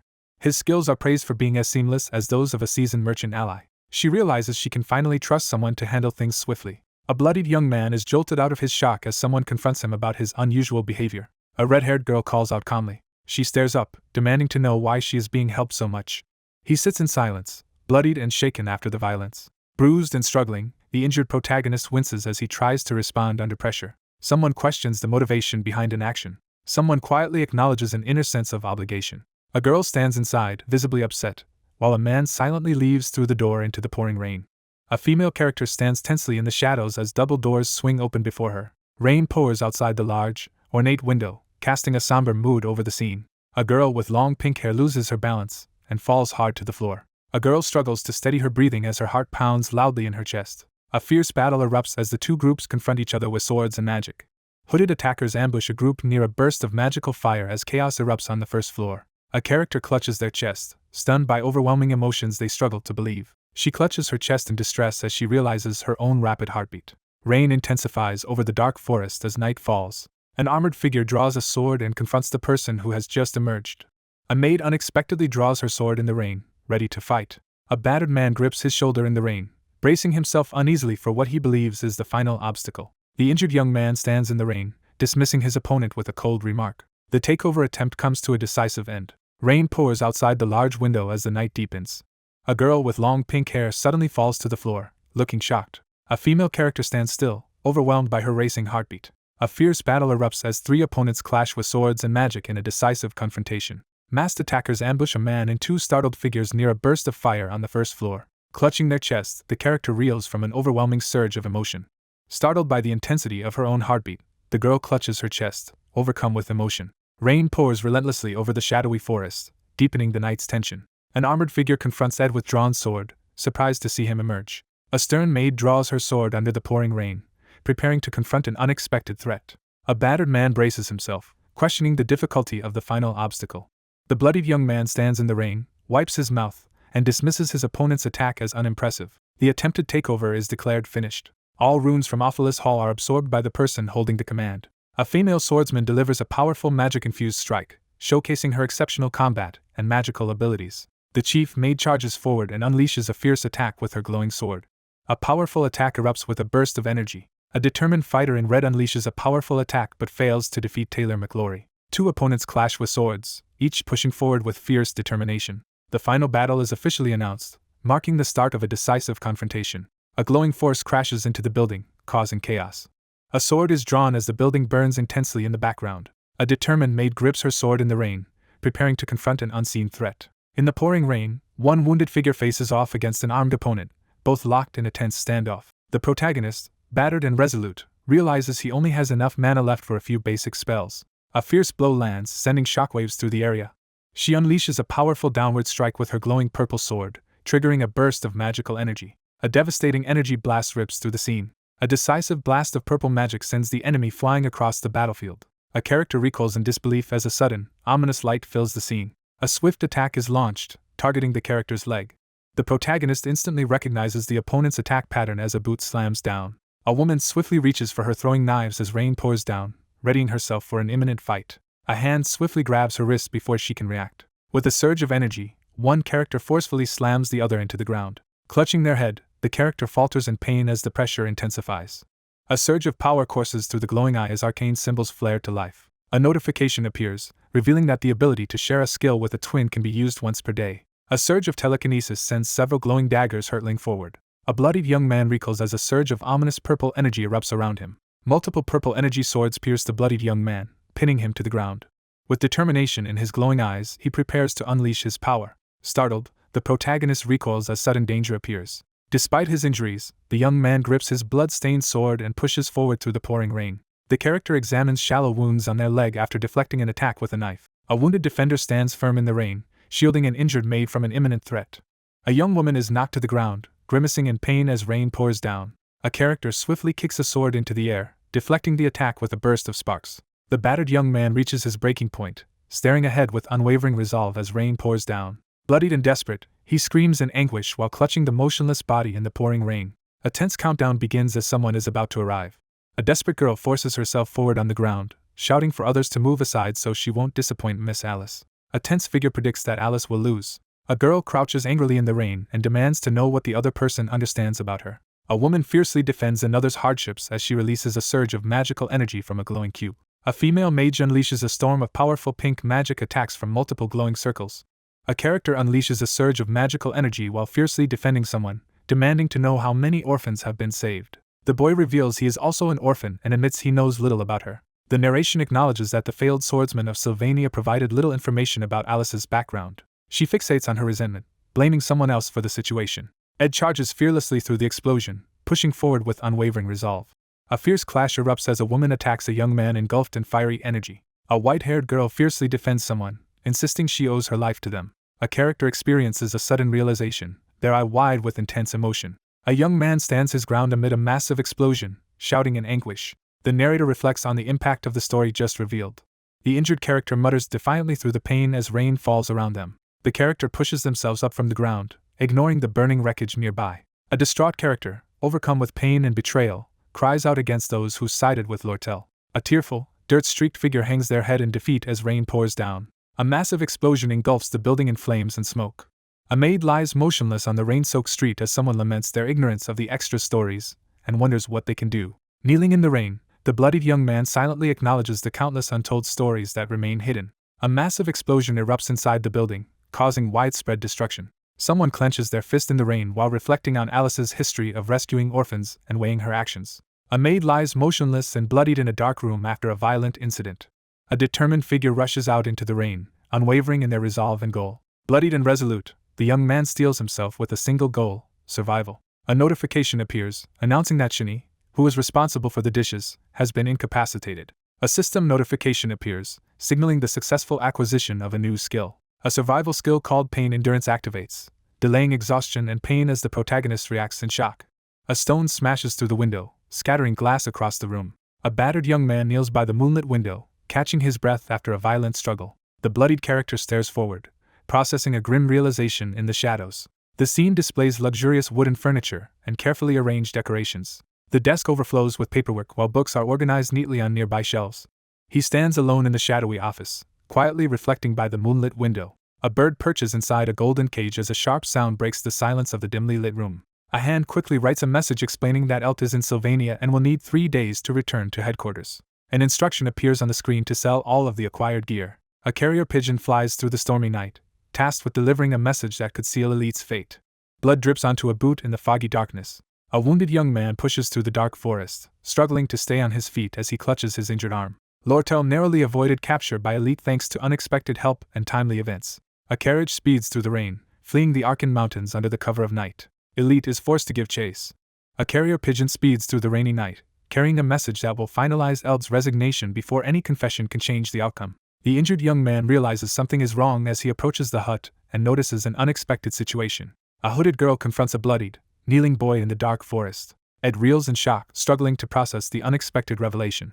The hooded figure exposes a glowing sword, preparing to face the formidable Golden Daughter.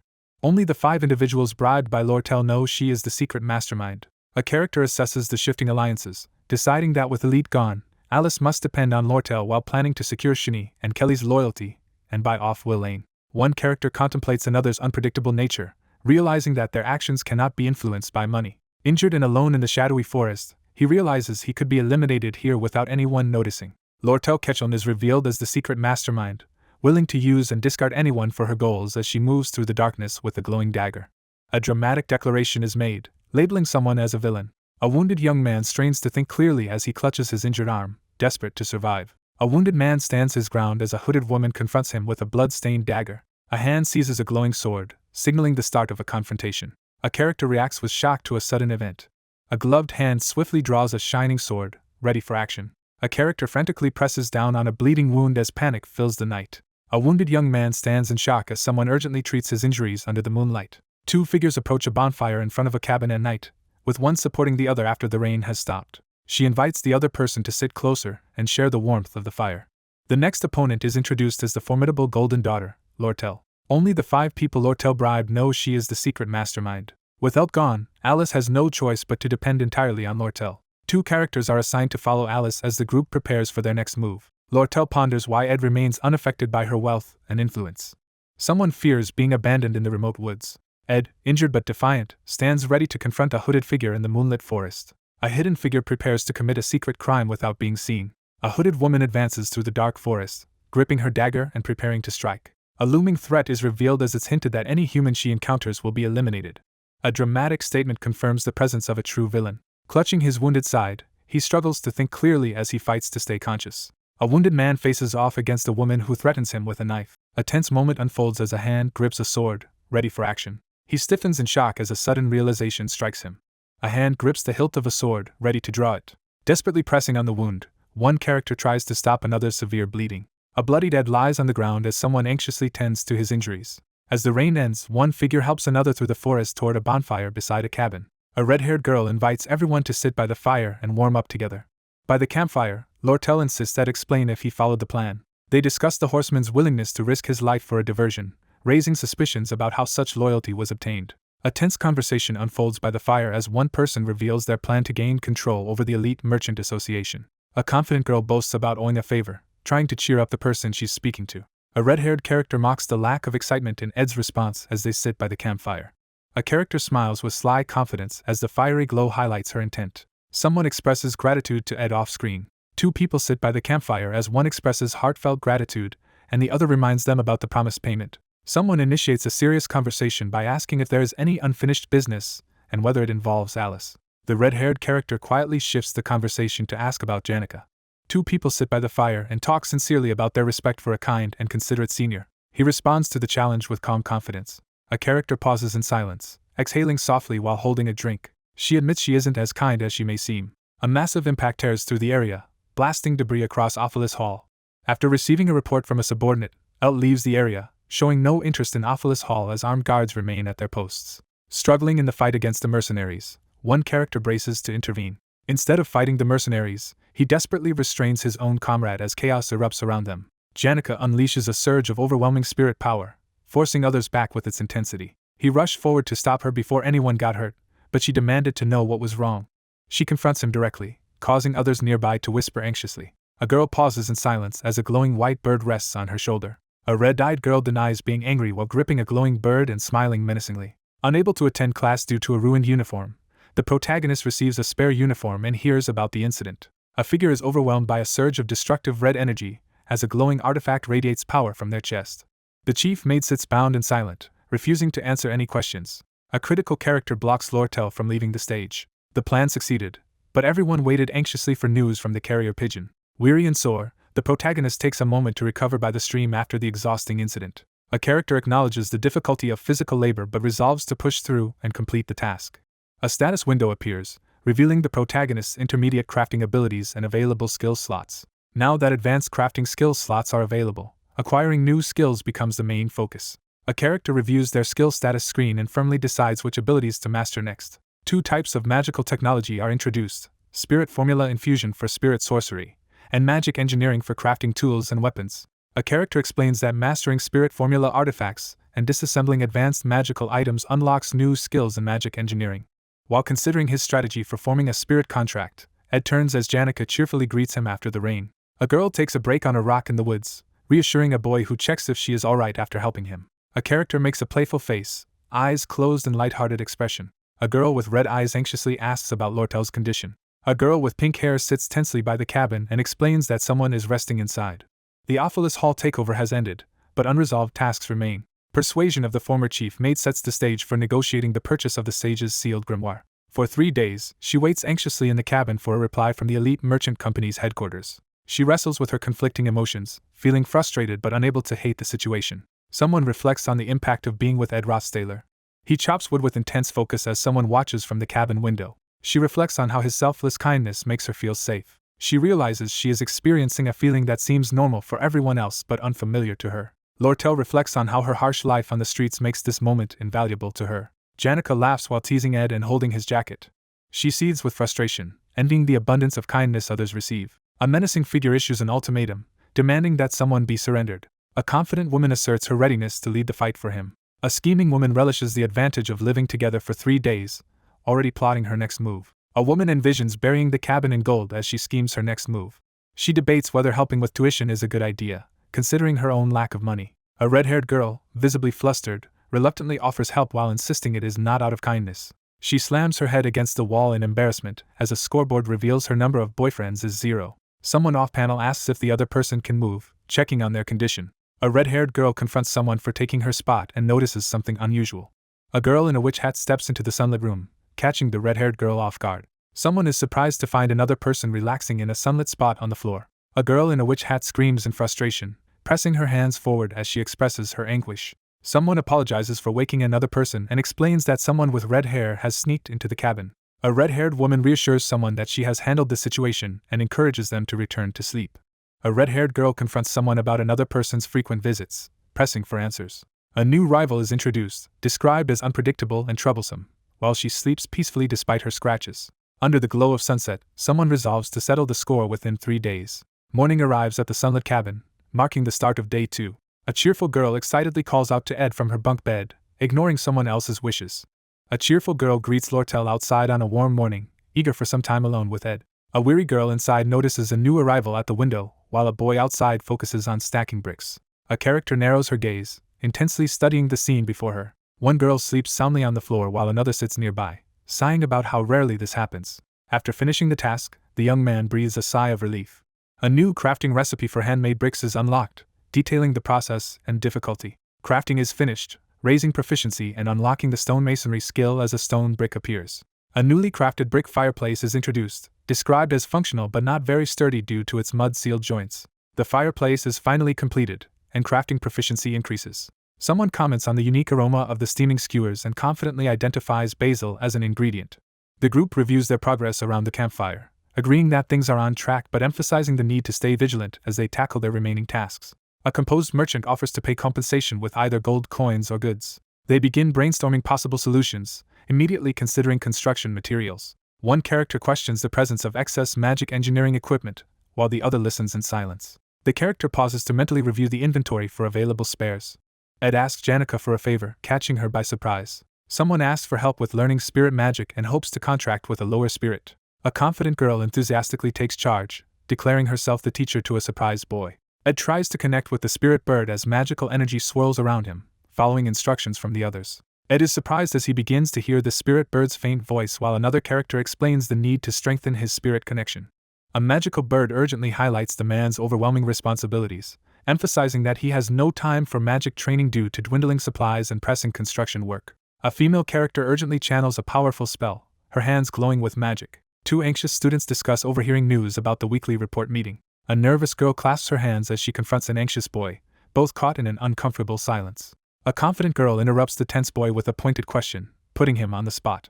Two people negotiate over the price and quantity of leftover magic engineering equipment. A red-haired woman teases another character about selling assets at a discount, downplaying the situation.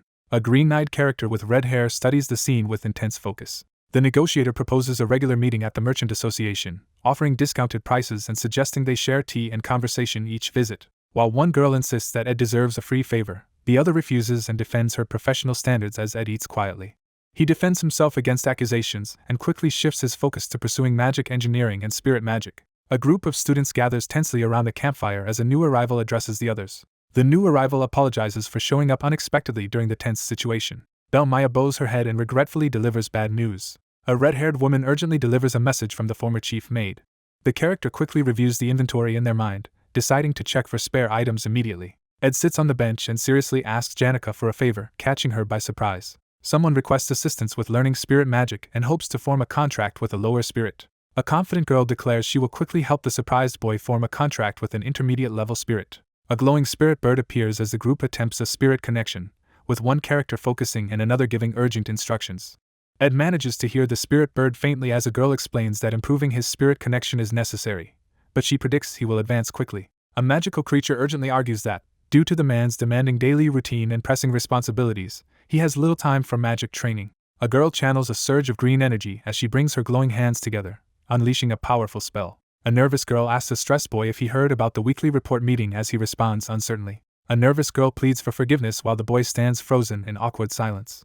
A confident woman interrupts the conversation, leaning in as the young man looks startled and anxious. A negotiation takes place over the supply and pricing of surplus magic engineering equipment. A red-haired woman laughs and playfully teases about selling assets at a discount. The green-eyed character locks eyes with unwavering determination, fully focused on what lies ahead. One character proposes a recurring business arrangement at a discounted price, suggesting they meet every 3 days to discuss details over tea, while the other reacts with surprise and interest. Two girls argue about whether the boy calmly eating should get something for free, while one insists on sticking to business. One character accuses another of lying, prompting a shocked protest. A new era begins as magic engineering combines with spirit magic. A student approaches the campfire and calls out to another, drawing the attention of the group. A character apologizes for their sudden arrival during a tense moment. A woman bows her head under a spotlight as she apologetically delivers troubling news. A red-haired girl with heterochromia announces that there is a message from the former chief maid. Someone initiates a conversation, asking what needs to be discussed. A red-haired girl urgently warns someone to keep the top-secret information to themselves. One character leans in and whispers a secret to another. One girl leans in to whisper that someone likes Ed Roth-Taylor, while the other listens intently. A woman debates whether she should feign surprise to appear polite. One girl reassures her distressed friend while discussing concern over another friend's choices. A worried girl notes that Janica has recently started mentioning a certain name. Lortel is questioned about her recent absences and her connection to another missing student. A maid opens the curtain as a girl in red reflects on the confusing dynamics between Ed and Janica. A girl wonders if someone is heartless, manipulative, or simply too overwhelmed by their circumstances to care about dating. Two girls walk outside as one expresses disbelief and discomfort about someone else's supposed good luck. A red-haired woman makes a sly remark while standing confidently outdoors. Belle sits anxiously on the bench as someone addresses her, causing her to tense up. A girl in a witch hat lounges on the rooftop, mistaken for a cat. A dark-haired woman clutches her head in frustration as she admits feeling unwell when asked by a blonde companion in the quiet forest. A red-haired woman leans forward and urges the other person to reveal what they wanted to say. Someone arrives to deliver an important message to Lady Lortel. A maid announces that the message is from the former chief maid, Alice. A bonfire burns brightly, pushing back the darkness of night. Janica leaves the area as Belle carries Lucy away. Ed prepares to move at night while considering the risks of Lortel's exposure and checking his repaired uniform. A messenger letter arrives confirming the proposal to depose the chairman has passed and Eld's dismissal is imminent. She lights a fire and considers that her father is making a final, desperate stand at the Merchant Association headquarters, leaving her and the others in Sylvania out of his concern. Two wary figures strategize by the campfire, weighing the risk of hidden threats and uncertain alliances. A piece of paper burns in the flames as the immediate threat is dealt with. A woman realizes she is trapped by a manipulative scheme as she holds a letter and listens to the explanation. A hidden alliance is revealed as a hand examines the parchment delivered by Belle Maya.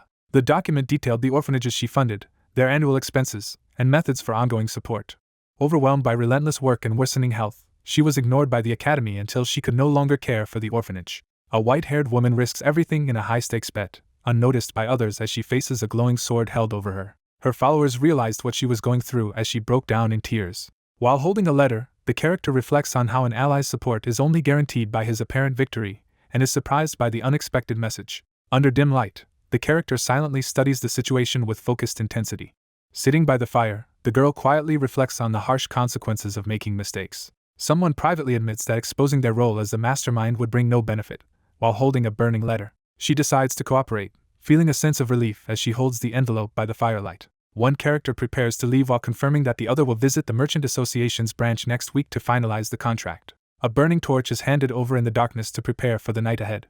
In the darkness, one character confronts another with a torch, prompting a tense silence. Under the night sky, the two pause as one questions the other's hesitation, while the topic unexpectedly shifts to his height. A girl stands alone at dusk, weighing the risk she must take to win. Someone fixes a probing gaze on Ed, demanding an answer. Someone twists a red tie while explaining that human relationships revolve around push and pull. By the fire, a red-haired girl tidies the blonde boy's clothes as they discuss the importance of appearance at Sylvania Academy. Someone suddenly grabs the glowing red tie in surprise. Two characters stand in tense silence, confronting each other at close range. Two characters share a kiss by the campfire under the night sky. Two people suddenly close the distance between them, creating a tense atmosphere. A red-haired girl fondly recalls the delicious raspberries they shared that evening, smiling warmly at her companion. A tense exchange unfolds at night as one figure warns the other not to overstep boundaries. A red-haired woman confidently proposes changing their dynamic while holding a torch in the dark. A girl leads the way with a torch through the dark forest as a boy follows cautiously behind her. Ed watches as someone with a torch runs away into the darkness of the forest. A sudden explosion erupts in the dark forest as the cautious protagonist keeps his distance from the main scenario characters. A frustrated young man realizes that nothing in life is going as planned. Someone sits by the campfire at night, reflecting on the unchanged beauty of the stars, moon, and surrounding sounds. The protagonist senses that the course of events is increasingly veering off track. A character stands by the campfire, overwhelmed by a growing sense of unease as the story pulls him in. The narrator reflects on a strategy to observe events passively from the sidelines. Ed firmly states that he only acts on what he deems necessary and insists he has no greed. He soon realizes that the plan he thought would be simple is far more difficult and risky than expected. Summer ended quietly. The season changes as autumn arrives. Brown leaves drift gently through the bright sky under a colorful arc. A massive, blazing tail sweeps through the air with tremendous force. A girl sits under a tree with her magical beast companions, brooding after hearing that the red-haired girl kissed the young master. A worried girl insists they must act immediately as she urgently addresses Lady Janica beside a glowing magical bird. A character comments on the impressive and manipulative behavior of a red-haired youth, while a golden, dragon-like creature watches slyly from behind a rock. A distressed girl urgently questions the dragon-like creature about Ed's reaction. He remained completely unmoved as she kissed him, surprising everyone with his cold reaction. A dragon grimaces while reacting to the cold behavior shown towards someone. A girl reacts with visible relief after hearing rumors that the fallen noble is uninterested in another character. A general observation is made about men being better at taking action than defending. Janica recalls an alarm as a fiery outburst erupts, intensifying the chaos around her romantic troubles. The spirit animals urge Janica to take action and not miss her chance with him. A lively conversation erupts as the dragon encourages someone to join in an exciting adventure with the young master, while the blue bear appears nervous. A girl sits quietly, lost in thought as she mutters about eating. Someone sits in awkward silence, watching as two dragon-like creatures move closer to each other. A hand carefully offers a steaming spoonful of medicine to someone just out of view. Inside the warmly lit cabin, one person gently feeds their weakened, cloaked companion with a spoon. A character is suddenly overwhelmed by a mysterious supernatural force. Someone complains loudly about the unpleasant taste of something. One character notes the lack of spices limits cooking, decides to postpone improving their skills, and reacts to the other's playful teasing about being a taste tester. A status screen appears, revealing a detailed summary of life skill levels and abilities. A character explains that improving only one stat lowers efficiency, so all key stats should be increased evenly for better living skill proficiency. Someone admits feeling overwhelmed by a busy schedule while the clock tower looms over the academy. The narration establishes a shift in routine now that school has begun. He calculates that he can only spend 5 or 6 hours on survival activities each day, even with less sleep. He worries about optimizing his survival tactics to ensure the scenario is progressing as planned. A male character attentively watches key students sparring in the academy training yard. A male student practices sword strikes on a training dummy while a supportive girl encourages him. The princess stands ready as she prepares to closely observe the coming conflict with Lortel. Clarice is scheduled to enroll next year, so there is no immediate concern about her. The tense atmosphere intensifies as Lortel is watched warily, every move feeling risky. Despite the early dismissal, the plan to obtain the sage's sealed grimoire moves forward. A character strides forward with determination, reflecting on their recent need for more time. Someone resolves to start checking the faculty building. A young man arrives at the academy entrance, standing confidently as he surveys the imposing building ahead. The next major threat of the second act is about to be revealed. He quietly acknowledges the new information, deep in thought. Professor Glass discovers that a hidden mastermind is behind the Ophelis Hall takeover. A tense realization grips the blonde character as determination flashes in their anxious eyes. The scenario's progress is being evaluated. The narrator remains vigilant, continually monitoring important students. A blonde character quietly watches as two people train with wooden swords in the courtyard. The narrator observes that Taylor, who is in the combat faculty, is making good progress despite not being seen often. A determined student smashes the ornate training dummy with a powerful sword strike as an excited onlooker watches. Isla continues to support her companion in his efforts. Princess Phinia stands confidently at the front of her group, showing no signs of difficulty. A tense confrontation begins as one character prepares to carefully observe the other's actions. Someone confirms that Clarice will enroll next year, assuring there is nothing to worry about. Lortel is being watched closely as tension fills the air. Eld's early dismissal creates uncertainty about her future behavior. A red-haired girl waves goodbye to two people near an ornate door. Despite recent events, the scheme to obtain the sage's sealed grimoire continues. The narrator reflects on needing more time lately. Someone steps purposefully onto the sunlit stone floor, entering the scene with determination. A young man arrives at the academy and pauses to gather his resolve. Sunlight streams through the grand window, revealing the academy's impressive exterior. He listens carefully and acknowledges the new information. He realizes that someone has been secretly orchestrating the Ophelis Hall takeover. A dramatic announcement introduces a new figure to the scene. The male character listens intently and acknowledges the information with a calm response. A man studies a document and realizes a secret mastermind is behind the Ophelis Hall takeover. A woman with glasses affirms someone's intuition in the classroom. A man removes his glasses and warns not to overlook the important things. A menacing boy pressures a frightened girl to deliver the thesis on divine science by tomorrow morning. The scene shifts to a grand faculty building named Ophelis Hall. Materials related to the Ophelis Hall incident are delivered to the assistant professor's office. An exhausted woman leans back in her chair, relieved as the other quietly manages the paperwork nearby. A blonde woman with glasses carefully reviews a document, deep in thought. Exhausted, the protagonist reviews the case files, questioning whether further involvement is necessary. A blonde girl with glasses studies something closely, lost in thought. Suspicion grows as something feels wrong. A boy in a red suit is formally introduced to the group. As the apology is offered for forgetting the contract, Ed stands confused and distant, silently processing the situation. A welcoming gesture is extended at the Elite Merchant Association as tea and refreshments are offered. The two discuss picking up the prepared magic engineering equipment at the counter, while the woman comments on the man's work attire. A red-haired woman nervously asks for feedback on her appearance as she holds a document and adjusts her hair. A blonde boy looks up and questions if there is an important appointment. A red-haired young woman blushes and nervously tucks her hair behind her ear, clearly flustered. The red-haired woman awkwardly laughs and deflects the question, appearing uneasy. They discuss the nearly finished cabin and the need for affordable furniture, noting that the available options are too expensive. A merchant firmly refuses to give away items for free, citing professional ethics. A young woman confidently shatters a wooden chair with blue magic, challenging her companion's woodworking skills. A worried young man receives disappointing news that an item is now unsellable and will be discarded. Ed quietly expresses his gratitude while sipping tea. She pauses, lost in silent reflection. Someone scrutinizes another person's unchanging expression, questioning their lack of reaction. A hand slams forcefully onto the table, breaking the tense silence.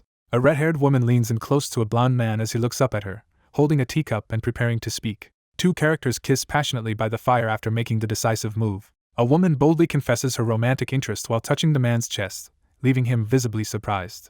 A red-haired woman admits she is only helping out of self-interest while addressing someone's unspoken question. The young man calmly explains that he avoids conflicts he cannot win, even as he observes the other's indifferent attitude. Someone hints at a promise or intention for the future. The red-haired woman grabs the blond man's tie and pulls him close, her emotions barely restrained as tension fills the room. A confident woman smirks knowingly, unfazed by the situation. A stern command is issued forbidding anyone from revealing their feelings. Students gather and move through the academy courtyard as the day begins. A character raises a staff with determination, signaling the start of decisive action. A cheerful girl raises her staff and announces the start of the lesson to the seated boy. A hand channels a surge of fiery magic as a staff descends above the swirling flames. A pink-haired girl demonstrates how to channel magic by forming a glowing fireball in her hands. The character confirms decisively with a sharp, resolute glance. A character channels intense energy, forming a massive fireball in their hands. A figure unleashes a massive burst of blazing energy, filling the scene with explosive intensity. A radiant, otherworldly figure appears above outstretched hands, greeting the young master with a display of magic. A lively fire spirit proudly announces the formation of a contract. A glowing spirit enthusiastically lists the rounds it completed to qualify as a contracted spirit, while a stunned student listens. A determined individual confidently proclaims their unmatched magical performance and strong connection with low-rank spirits. A fiery creature stands atop a human hand and passionately swears to serve with unwavering devotion. A character remembers forming a close bond with a spirit-type bird while riding together by the riverbank. Sensing a shift in the situation, the character quickly realizes something is different from before. A pink-haired girl summons a fiery spirit in her palm and presents it to a serious blonde boy, explaining her choice based on the spirit's magic power efficiency. Two animal-like creatures race to escape as an explosion erupts behind them. A towering, dragon-like figure erupts from the flames and bellows a command, driving everyone forward. A nervous person hurriedly hands a small dragon-like creature to someone else. A character cradles a glowing spirit, learning to control the intense heat and magical power from their connection. One character nervously asks if adjusting the level of connection changes the firepower, while another finds the terminology amusing. A character is suddenly struck by a crucial realization, their expression filled with shock. A radiant creature, gripped tightly, urgently requests orders while offering itself as a portable heater. A magical interface presents information about the fire spirit's abilities and shows an empty slot for another spirit. A glowing status screen reveals that intermediate magic can now be learned, along with new spirit abilities. A survival tool is praised for its usefulness as one character expresses happiness at seeing another look less exhausted. One character enthusiastically offers to provide intensive training and support, including lessons on connection, senses, and spirit combat, while preparing resources and a training room for practice. A pink-haired girl abruptly stops speaking and covers her mouth in surprise. Two characters stand close together as one hesitantly starts a serious conversation. The girl with pink hair boasts about her busy schedule, while the boy in the red cloak listens. A girl is overwhelmed as spirit-like figures pressure her to teach spirit magic. Overwhelmed by the truth, she admits her agreement as tears well in her eyes. Someone apologizes to Janica. A boy offers money in gratitude, startling the pink-haired girl. One character refuses to accept money, insisting the other should save it instead. A blonde character confronts someone about feeling hurt by their emotional distance. A surprised character questions why the other person is denying having asked for compensation first. A startled girl reacts anxiously, demanding to know why everyone is acting strangely. One character awkwardly shares advice received from a friend, while the other calmly agrees. The girl firmly clarifies that her behavior is not the same with everyone as she looks down at the seated boy. A meeting at the combat training ground is arranged for next time. A cheerful student offers help and rushes off to morning class, leaving another standing outside the academy building. Ed awkwardly waves goodbye while holding a glowing bat-like creature. An advanced crafting skill slot is used as the advanced magic engineering skill is acquired. He quickly analyzes the simple magic engineering supplies and masters an advanced skill. A surge of magical energy ignites the fireplace in an instant. Ed prepares to light the fireplace, planning to use it for warmth if he runs out of mana. Feeling secure in his stable surroundings, he takes a moment to enjoy the peace by the fireplace. He exhales in relief, finally free from the weight that had been pressing on him. Ed notices the late hour as he looks out at the crescent moon from the cabin window. The protagonist prepares to inspect the traps before moving forward. Someone arrives late at night and hesitates, regretting their decision to come after work. A woman walks alone through the dark forest, suspecting there is a hidden mastermind behind the incident and considering Ed as the likely culprit. With Taylor excluded as the case solver, suspicion focuses solely on Ed. A girl pauses in the dark forest, realizing her search may be futile if no one is around at night. A girl recoils in shock as her cracked glasses reflect her sudden realization. A wolf's severed head hurtles through the air, spraying blood across the dark scene. A man slips through the night carrying an unconscious girl and a bloodied, bound object, while a shocked onlooker hides behind a tree. A young woman with glasses whirls around, startled by an unexpected disturbance. A powerful figure gathers immense magical energy, preparing for a formidable challenge. Someone urgently calls out for Lucy Merrill as a girl bows her head in distress. A girl with glasses realizes her suspicion was correct, her expression tense and intense. A crucial realization strikes as the true mastermind behind the Ophalil's Hall takeover is uncovered. Under the full moon, Ed stands over his defeated opponent, asserting his dominance. A startled girl with glasses spins around in shock, reacting to an unexpected event. A cloaked figure channels intense magical energy, preparing to unleash a powerful attack. A girl with long light hair collapses in exhaustion, her head hanging in defeat. A character realizes her suspicion was correct, her determination intensifying. The protagonist realizes the true mastermind behind the Ophalish Hall takeover incident. Ed stands beneath the full moon, gripping a bloodied rope as someone calls out his name after the confrontation. A shocked girl sees someone dragging a bloody, bound body under the moonlight. A girl with long, light hair stands silently with her head bowed as someone recognizes her. Hiding behind the wall, the girl realizes she has a knack for solving mysteries. Smoke billows from the damaged chimney, signaling that something is wrong. At night, someone drags a tied-up deer toward the campfire while being secretly watched from behind a tree. An animal desperately fights to escape as a rope holds its leg in place. The female character in the red cloak forcefully hurls a tied pouch into the dark woods. A character walks thoughtfully by the cabin at night, unaware that someone is secretly watching from behind a tree. A young woman with glasses watches intently from the shadows, her focus unwavering as she assesses the situation. Moving cautiously through the firelight, the tense figure approaches the shelter to attempt a careful rescue. A hand slowly reaches toward the girl's ankles in an attempt to free her without making a sound. A hand releases a surge of bright blue energy, unleashing a powerful attack. A girl with glasses recoils in shock as her hand glows with an unexpected light. A startled girl in a cape confronts another girl by the campfire, demanding to know her identity. A nervous woman with glasses hurriedly introduces herself as the assistant professor. Startled by a sudden revelation, the character's eye widens in shock behind their glasses. A shocked girl watches as a hooded figure disappears back into the dark forest. A figure with glowing purple eyes hides in the shadows, gripping a large blade. A mysterious woman with piercing purple eyes steps into view, silently observing the scene from beneath her shadowed hat. A girl enveloped in swirling magical energy descends from the sky as a stunned figure watches from below. A girl with glasses stands alert and senses something unusual near the stacked branches. She confirms her suspicion as she glances upward, her expression resolute. A book and a glowing orb slam onto the desk as someone urgently calls out a name. A determined young woman demands information about a student who was expelled from his family. A stern man dismisses others as talentless while a frustrated woman tries to involve the professor in the conversation. A character frantically explains that Ed completely overpowered Lucy and tries to recount her investigation, but is interrupted for being too scattered. A young woman boldly admits to using forbidden memory magic on the first floor of Ophalis Hall without permission. One character presents a glowing magical orb while the other calmly explains that he has already prepared a written defense, insisting there were extenuating circumstances. A young man sits in the shadows, radiating an intense and calculating presence. A young man stands in a spotlight, striking a dramatic pose as if revealing himself as the mastermind. A woman questions the man about his involvement in moving the unconscious girl, pressing him for details. A stern man examines documents at his desk as a blonde woman leans in, both intently focused on a mysterious orb between them. A frustrated woman demands an apology letter and explanation before turning away with resignation. Alerted by something, the protagonist quickly glances to the side. Ed fails to stop the group as they quickly move past him, leaving him defeated. Two students with exceptional talents stand ready alongside their companion, confronting a threat on the ground. Against all expectations, he unleashes a surge of hidden power to confront the overwhelming threat. A character's eye widens in shock as a sudden realization strikes. A man studies a glowing magical orb while consulting his book. A massive explosion rips through the forest, launching smoke and debris into the air. An ornate sword crashes into the ground, unleashing a fiery explosion. A new ceremonial dagger imbued with explosion magic is successfully crafted, increasing crafting proficiency and unlocking its powerful abilities. He admires the engraved dagger, feeling a sense of pride as he reflects on how far he has come. The caster tests the enchanted equipment and notes its increasing efficiency with continued use. Ed receives enthusiastic praise for his recent progress, marking a joyful moment. Ed lifts the frantic creature and demands an explanation for its behavior. A distressed character pleads for guidance, desperate to understand and correct their mistakes. A startled character immediately responds after being called. Ed leans forward and firmly tells the other person to drop the formalities.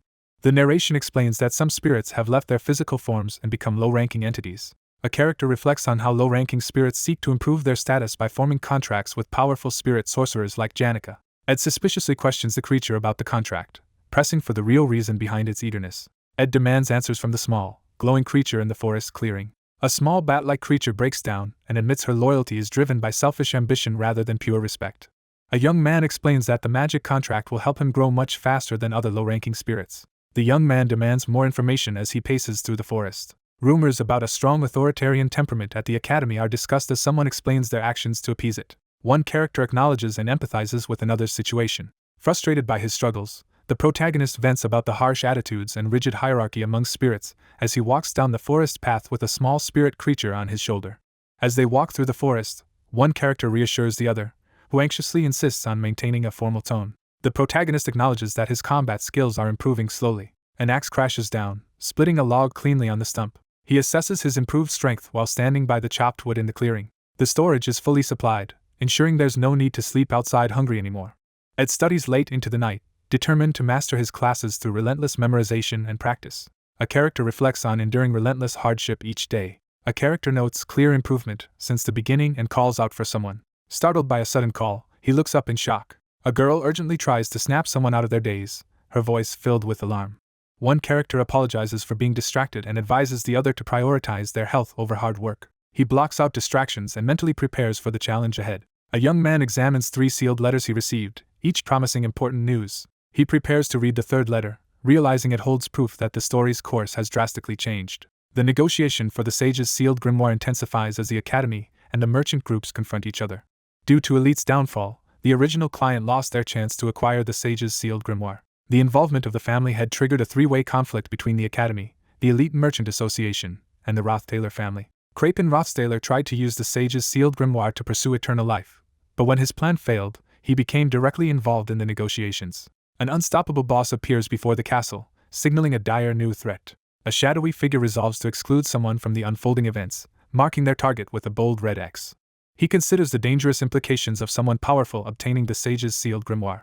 A troubling realization dawns that winning the game may be impossible despite having extra information.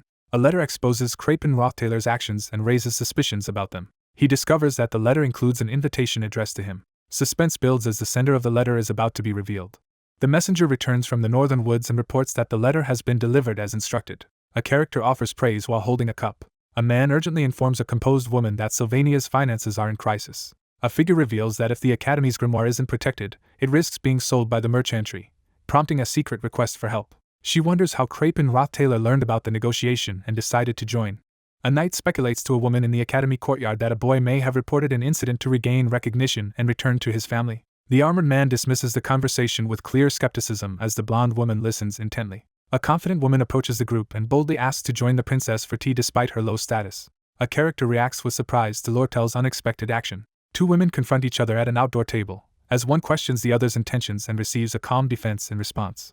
The man considers that Krapen Rothtaler's involvement in the negotiation for the sage's sealed grimoire is likely due to his father's influence rather than Ed. A girl reacts with shock after hearing unexpected news. She explains that her father's plan to obtain the sage's sealed grimoire remains unchanged despite his loss of position. A calculating young woman questions the true motives behind the Elp merchantry and the Rothtaler family's apparent rivalry over the sage's sealed grimoire. A character firmly refuses to sell the grimoire to the Rothtaler family. She decides to keep her distance from her father's business connections. A blonde woman demands to know why she is being told confidential information about the Elp merchantry. An unseen character justifies forming an alliance by reasoning that their enemy's enemy can be considered a friend. A red-haired woman proposes a mutually beneficial deal at the table, offering to help keep the Rothtaler family in check in exchange for the grimoire. A red-haired girl expresses concern for her senior, explaining that she stepped in to help him. The blonde woman argues that it would be unfair to associate him with the Rothtaler family since he is already living a separate life. She questions Lortel's unusual concern for someone else and considers the boy's usefulness. Someone considers using personal appeals, authority, and commands to gain assistance. The speaker contemplates what will happen if he remains silent. A suited figure calmly reaches for a teacup on the table. One character challenges the other with a critical question, increasing the tension between them. A young woman resolves to manipulate someone to achieve her goal. A hand grips a trembling coffee cup as tension fills the air. One woman admits her strategy is to deceive and exploit, slumping over the table while the other listens. A blonde female character reacts in shock to an unexpected event. The red-haired woman laughs and sarcastically challenges the accusation as she sits at the table with a cup in hand. Someone considers using personal requests, authority, and commands to persuade another person. The speaker contemplates what will happen if the other person continues to remain silent. A hand rests on the table, quietly holding a cup in a moment of calm reflection. One woman urgently asks what will happen if he doesn't follow through, while the other listens in silence. She decides to use someone to achieve her goal. A hand trembles while tightly gripping a coffee cup, causing the liquid to ripple. Slumping over the table, the red-haired woman admits her strategy is to deceive and exploit. A blonde girl recoils in shock, her eye wide with alarm. The red-haired woman mocks the accusation with a smug expression, confidently holding her cup. A character questions whether the plan involves deception and exploitation. She pauses to catch her breath, visibly exhausted. A red-haired woman scoffs at an accusation, her tone mocking as she grips her cup. An armored man angrily confronts a red-haired girl for speaking disrespectfully in front of the princess. A red-hooded girl proposes a temporary alliance and offers advice to the seated blonde girl, while a man stands watchfully nearby.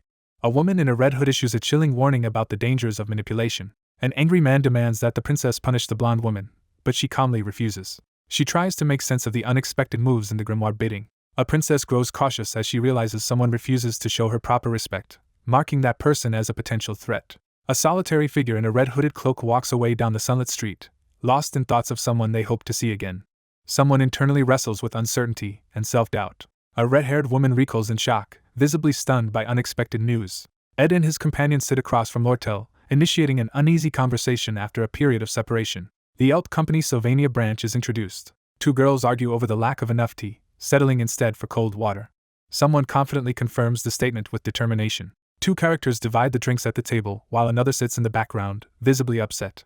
A red-haired girl reminds her companion to take the magic engineering equipment. A character discovers a shelf packed with glowing crystals, potions, and strange instruments, reacting with shock at the sight. One girl confronts another about giving away pristine merchandise for free, questioning her ethics as a merchant, while holding a glowing orb. A pair of hands opens a secret compartment in the golden orb to reveal its hidden value. Someone points out numerous defects in the items, causing surprise. One girl angrily accuses the other of acting on purpose, while the other calmly insists her actions were meant to help someone else. Inside the cozy shop, the protagonist hesitates about accepting another free item, while the merchant reassures him that regular contract renewals are enough. Two girls argue about ending a contract while a boy sits silently at the table. He struggles to process his feelings while thinking about Ed's situation. Overwhelmed by his workload, the protagonist drifts in a sensation like floating underwater. The character strategizes their next move, deciding to prioritize immediate concerns while keeping watch on the rival who interfered in the battle for the grimoire. A mattress is being crafted underwater using magic, filled with feathers or assorted fabrics to make it fluffy. The character mentally reviews tasks, deciding to prepare the fawn and clean the cabin. Submerged and still, he silently contemplates recent events as bubbles drift upward. Someone urgently calls out for the unconscious boy as he floats underwater. Two young women urgently call out for someone in distress as blue magical light fills the scene. A grand building stands under the clear blue sky, introducing the new setting. A moment of self-realization interrupts the silence. She recalls his steady leadership during the camp and the Glaskin raid. Ed stands battered but determined, defying the rumors about his focus and Lortel's warning. She questions her previous judgment, and prepares to verify her suspicions one last time. A royal summons is issued, commanding someone to visit the residence. A composed woman learns from her attendant that the expected visitor will not be arriving soon. A tense man in armor questions why a royal command has been refused. She reacts in alarm upon hearing that someone has collapsed from overwork. A system message reveals the dangerous symptoms of the exhaustion status effect. A warning urges someone to get enough rest to recover from their condition. The young man clutches his side and struggles to endure the pain.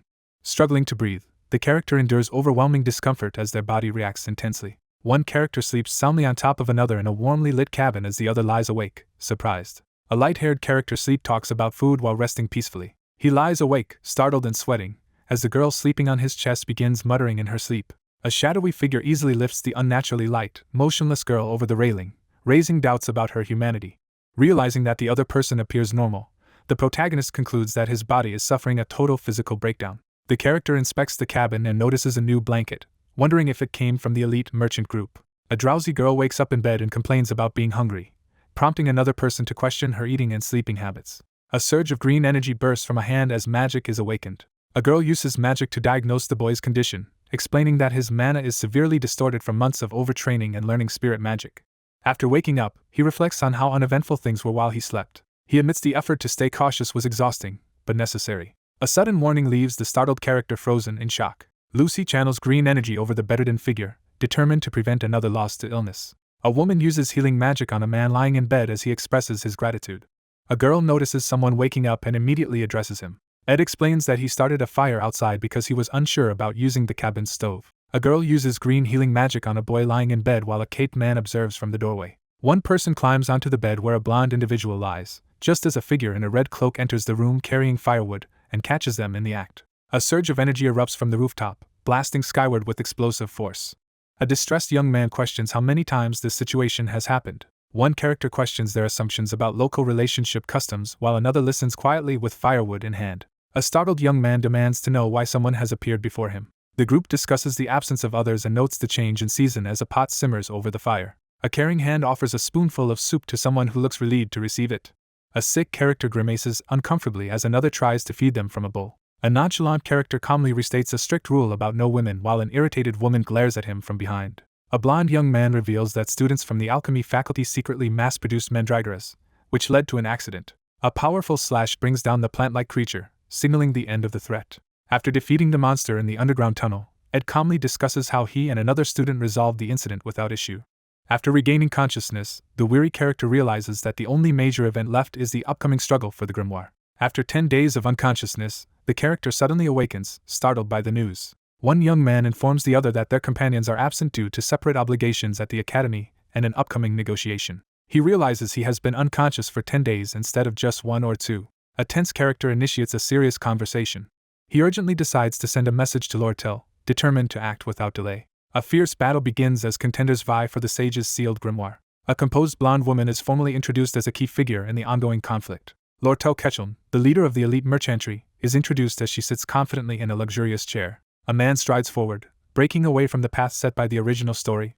The patriarch of the Duke family Rostaler displays the golden signet ring on his chest. A confident man with long hair makes a dramatic entrance, introduced ominously. A major event is announced as the final boss of Act 4 is revealed. He quietly drinks from a large wooden cup.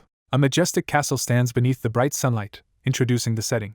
A blonde woman in a formal uniform expresses relief at seeing someone healthy while dining at an elegant table. A person begins to apologize while cutting steak at the dining table. A young man sits dejectedly outside a grand building, holding a letter confirming his disownment. A composed woman reassures the person across the table, while a maid stands quietly behind her. A composed young man introduces himself as Krapen Rothstaler, revealing he shares the same bloodline as Ed Rothstaler.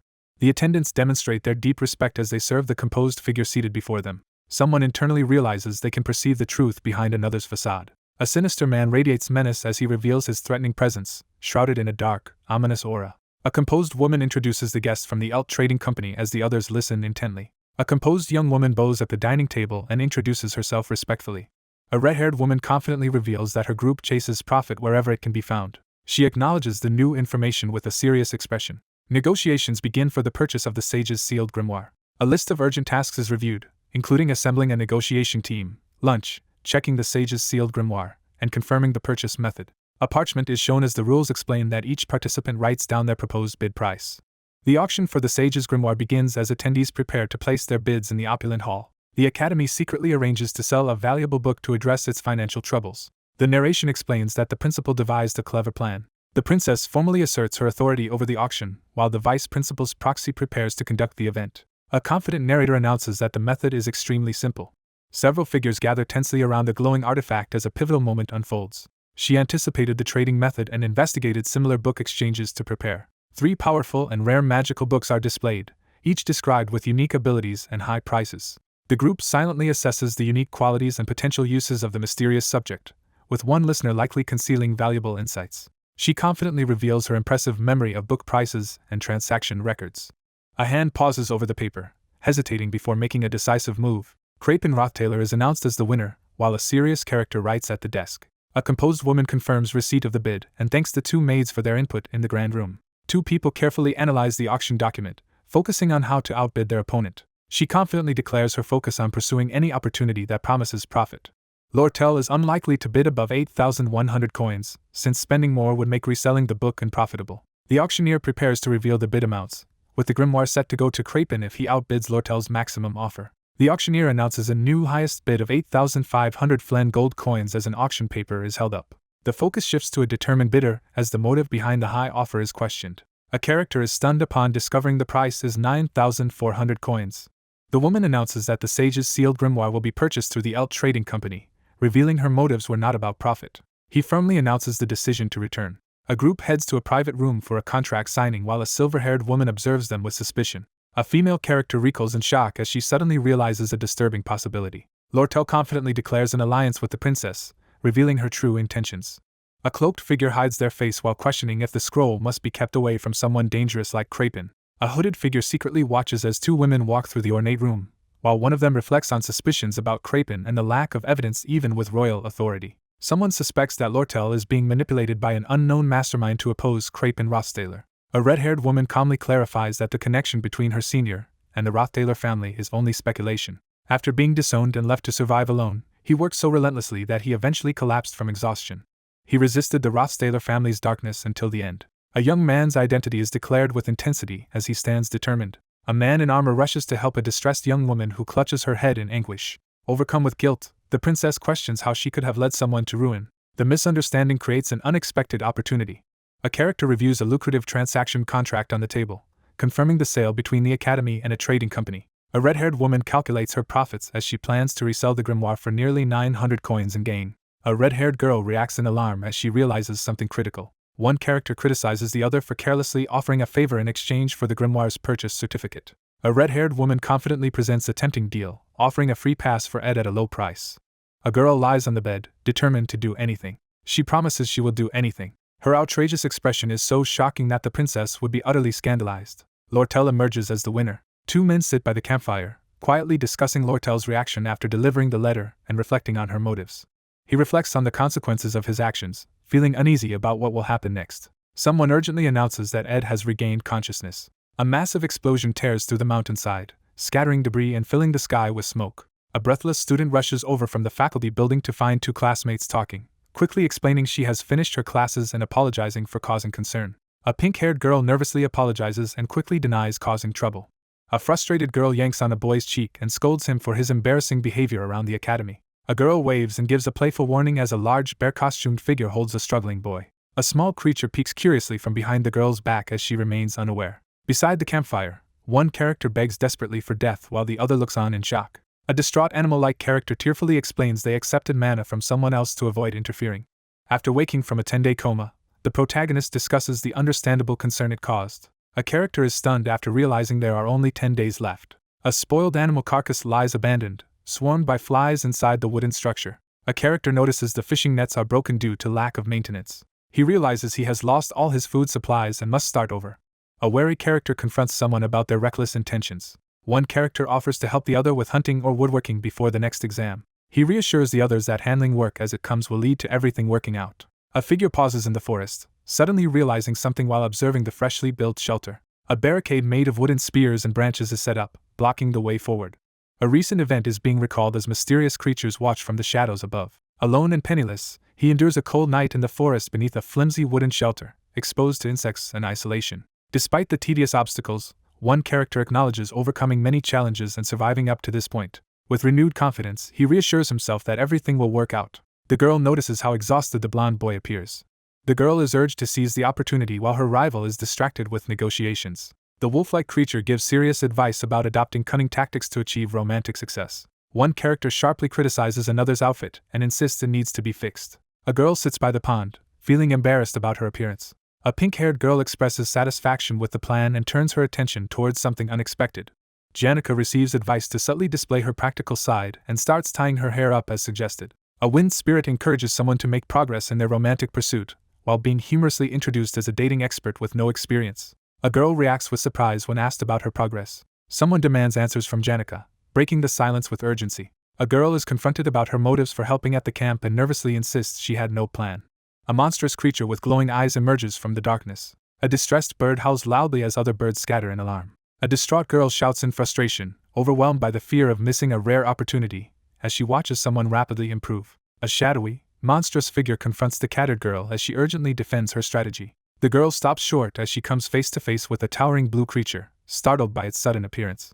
Someone acknowledges progress while standing in a tranquil, sunlit forest. Night has fallen over the quiet cabin and flickering campfire. Someone remarks that the stew made by Janica was much better than the one made by Jix. Determined to recover, the man stands in the sunlit doorway and prepares to move forward. A young man lies in bed, struggling as his headache and fever return.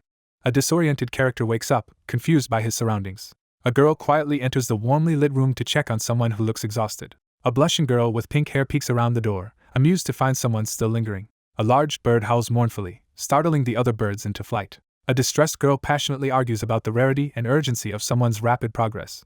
A girl anxiously argues her risky strategy to a looming, shadowy beast crackling with energy. A startled girl confronts a mystical wolf that suddenly appears before her. Someone quietly observes the peaceful forest surroundings. Night falls quietly over the campsite as firelight flickers beside the cabin. Someone compliments the stew for its great taste.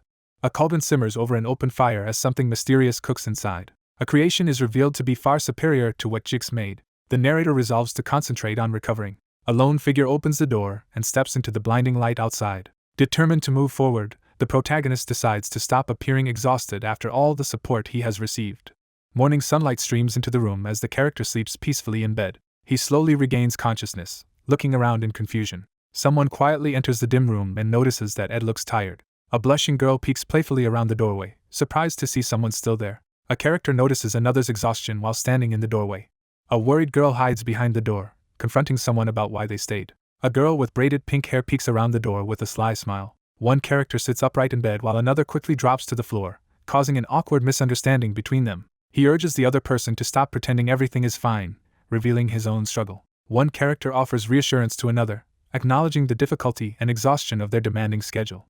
One person sits on the ground in distress while another stands beside them in silent support. A girl warmly comforts someone who looks exhausted, praising their effort. Alarmed, the blonde character urgently tries to stop the situation from escalating. A red-haired girl urges someone to admit they've been struggling so they can finally rest. He lies in bed, exhausted, while the girl with the red bow stays by his side.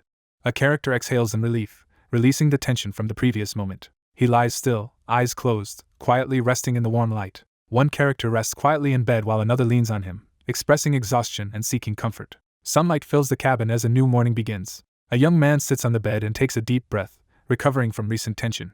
A character reacts in shock to something unexpected. A pink-haired girl sleeps soundly on the bed while a brown-haired boy sits beside her, silently watching. A character struggles to suppress a laugh, barely containing their amusement. He finally lets his guard down and laughs with relief. A character confidently declares they have fully recovered.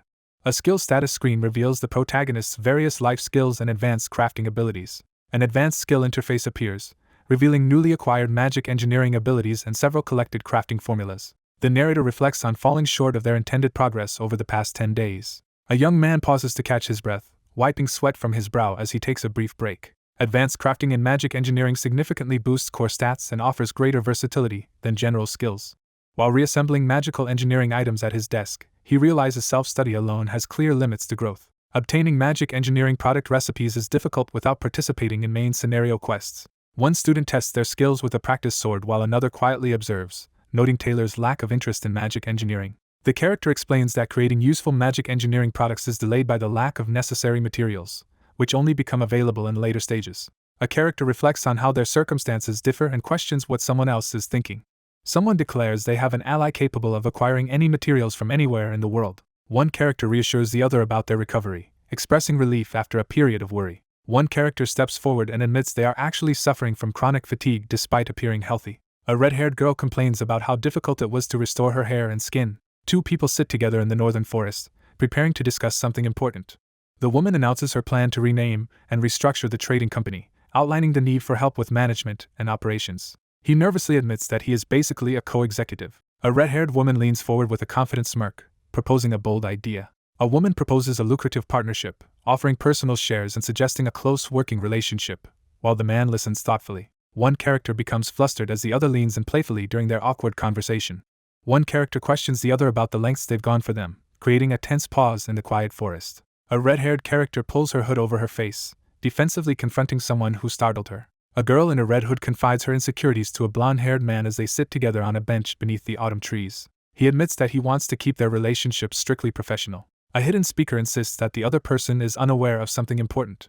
A girl stands alone atop a mountain of gold coins while desperate hands reach up from below. A hooded woman assures someone that she will never betray them. One person promises to stay by the other's side no matter what hardships come. A character reflects with sorrow on decades-long friendships, overcome by emotion. Lortel reflects on the many wealthy and powerful merchants she has seen rise and fall. He sits in silent worry, gripped by the fear that danger could one day befall someone he cares about. The red-haired character delivers a confident and precise statement. A red-haired woman pleads for someone to stay by her side, her expression openly vulnerable. The protagonist anxiously calls out to Lortel. One character slumps in embarrassment, while another laughs and teases them for failing to keep a straight face. One character admits feeling nervous and playfully asks if the other felt protective. She deliberately acts timid to sway the other's emotions. Someone pauses by the river, reflecting on their disappointment. She quietly admits that her earlier statement was only partly true. Two people sit together in uneasy silence on a stone bench in the quiet, autumn forest. A young man, sweating and resolute, firmly declares his intention to stay at the academy until he graduates. She struggles to maintain her composure, silently fighting back her emotions. She considers her uncertain future after graduation with a sly, calculating smirk. Someone expresses patience about waiting for another person to graduate. A hooded figure confronts the blonde-haired person, making it clear that refusal is not an option. The protagonist considers using a free pass while examining the card. A red-haired girl in a hooded cloak embraces someone after a long separation. Overwhelmed by anxiety and regret, he worries about the consequences of his recent actions. A nervous woman clutches a letter while reflecting on the danger they just faced, as a blonde man sits pensively nearby. A commanding presence asserts control over someone in the scene. A red-haired girl confidently hands over a folded letter, hesitating to say something she had planned for later. A distressed character reflects on how an unexpected encounter nearly exposed their true identity and ruined their plan. Clutching the money bag, the girl hesitates to return the remaining change, worried it would be awkward to face him again. A girl in a red hood hesitates as she approaches the secluded hut, considering whether to leave something inside. A door creaks open, revealing a pitch-black room. Someone off-panel wonders if Ed went to the river. A pink-haired woman relaxes outdoors and decides to prepare a snack before someone returns. A pink-haired girl reacts in shock as she is suddenly surprised by a red-haired girl at sunset. One character confronts another about emerging from the river, intensifying the tension between them. Two characters glare at each other as lightning crackles between them, signaling an imminent clash.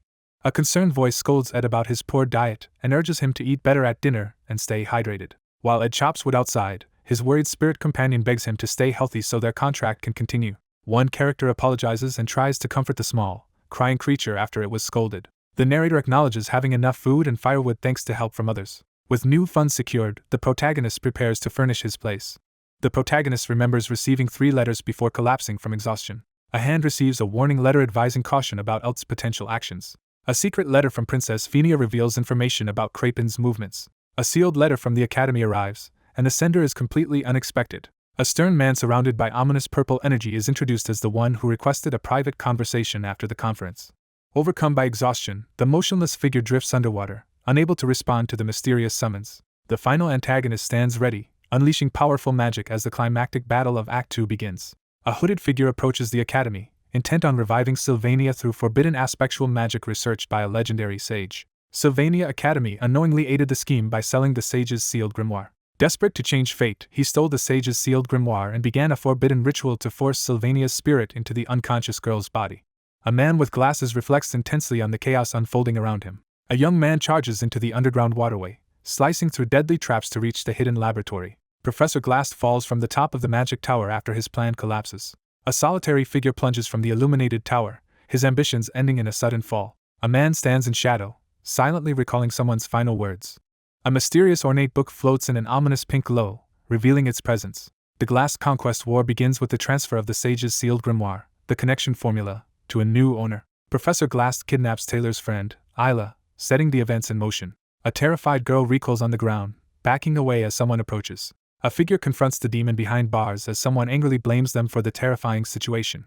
A girl breaks down in fear, recoiling and shouting in anger. Ed pauses in the dim room as someone confronts him about his harsh behavior. Both captives acknowledge they were kidnapped as they sit behind the prison bars. Breathing heavily, the protagonist struggles to recover from intense exertion. The final battle of the Glass Conquest War is about to begin.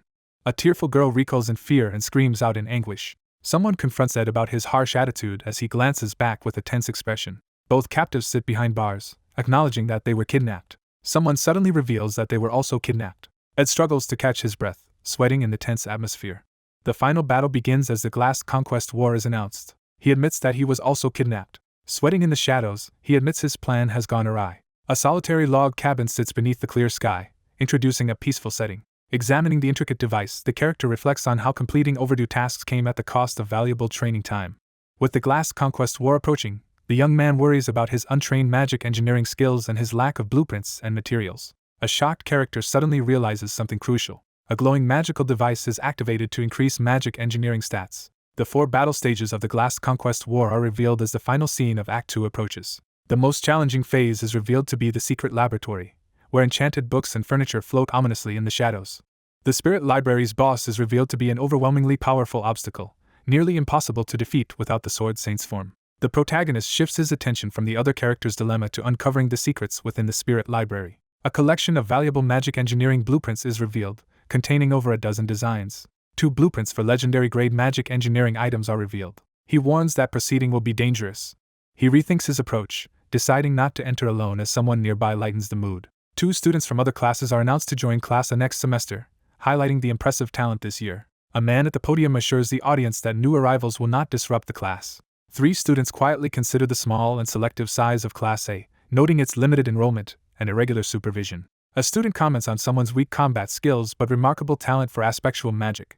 He questions whether the criteria for Class A are based solely on talent. A determined character encourages students by saying that effort can lead to surprising growth. He questions whether his actions are undermining and dismissing the efforts of others, feeling anxious and uncertain. Someone firmly rejects a proposal, their response hanging in the empty scene. A stern lecturer warns 3 students that giving false confidence and inadequate support can ruin a person's future.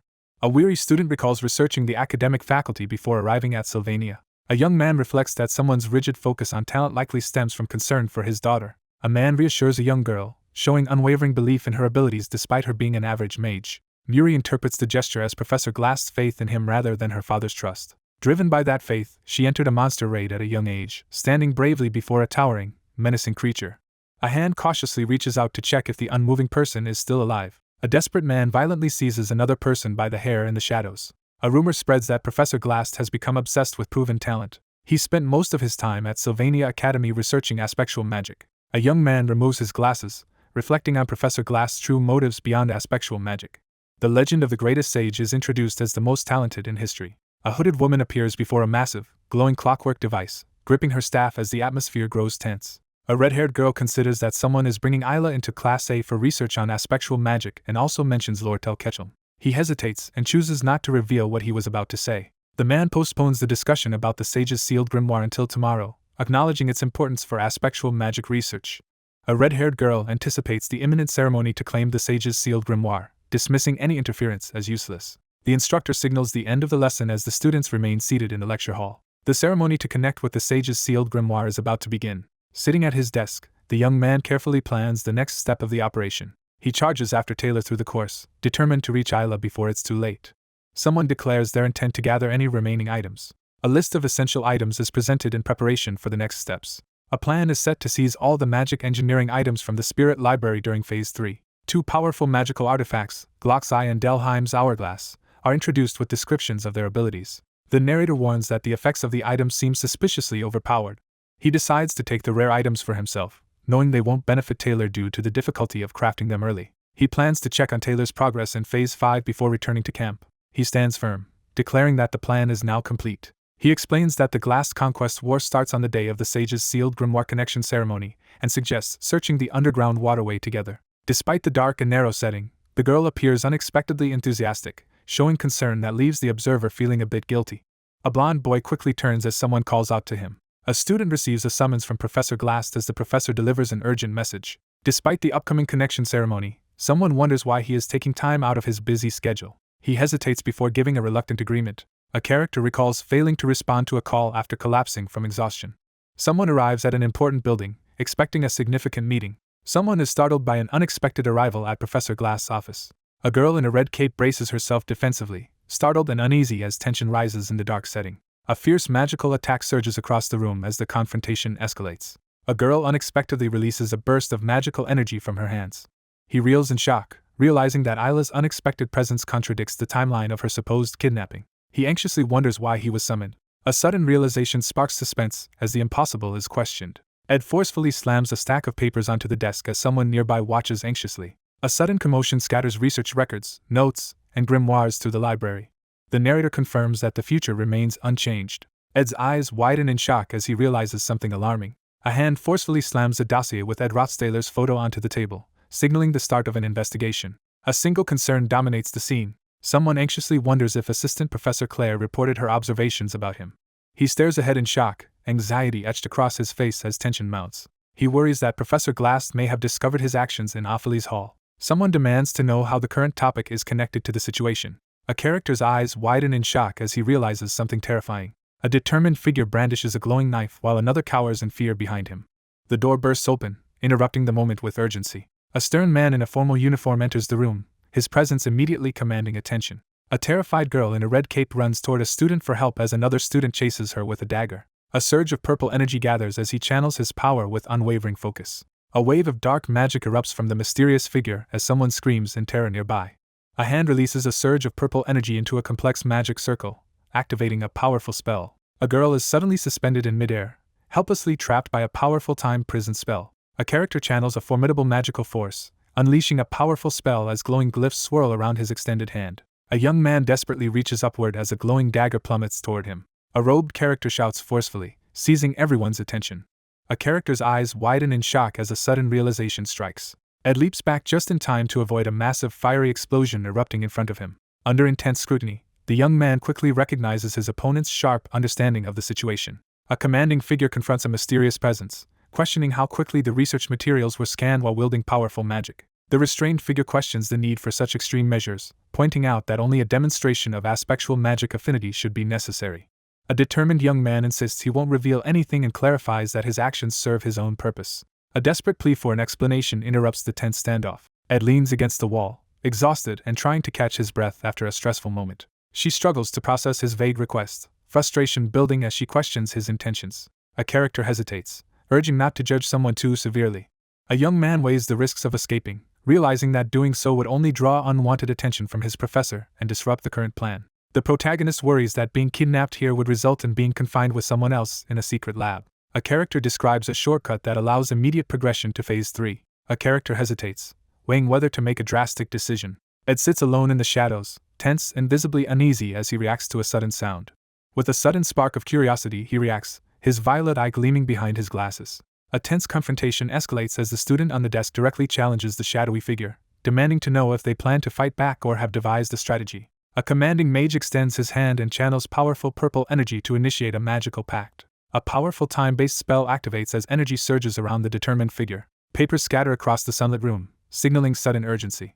A dark-cloaked figure imprisons a man inside a crackling magical sphere. Someone reviews an academic record and is impressed by the achievements despite a difficult lifestyle. Someone marvels at the extraordinary effort and relentless pace of another person's daily life. Two professors examine a glowing crystal ball as they debate the surprising academic record of a student. Three people watch as one sits alone in the rec room, their confidence in his combat skills shaken by what they perceive as a weak approach. A narrator explains that relying on analysis and every available tactic is the strategy of the weak. Energy crackles around him as he harnesses the power earned through relentless effort. Two young men confront each other in tense silence, their connection highlighted by a glowing pink energy, as one recalls a lost part of his past. A determined young woman promises her father that she will achieve greatness and bring honor to their family. A character silently struggles with inner turmoil, their face tense and shadowed.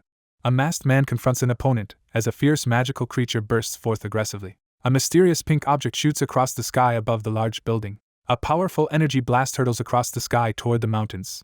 The scene shifts to a small cabin standing alone in a forest clearing. A girl carefully cools a steaming ladle of soup before tasting it. A girl with pink hair stirs a pot over the fire and notes that Ed is running late.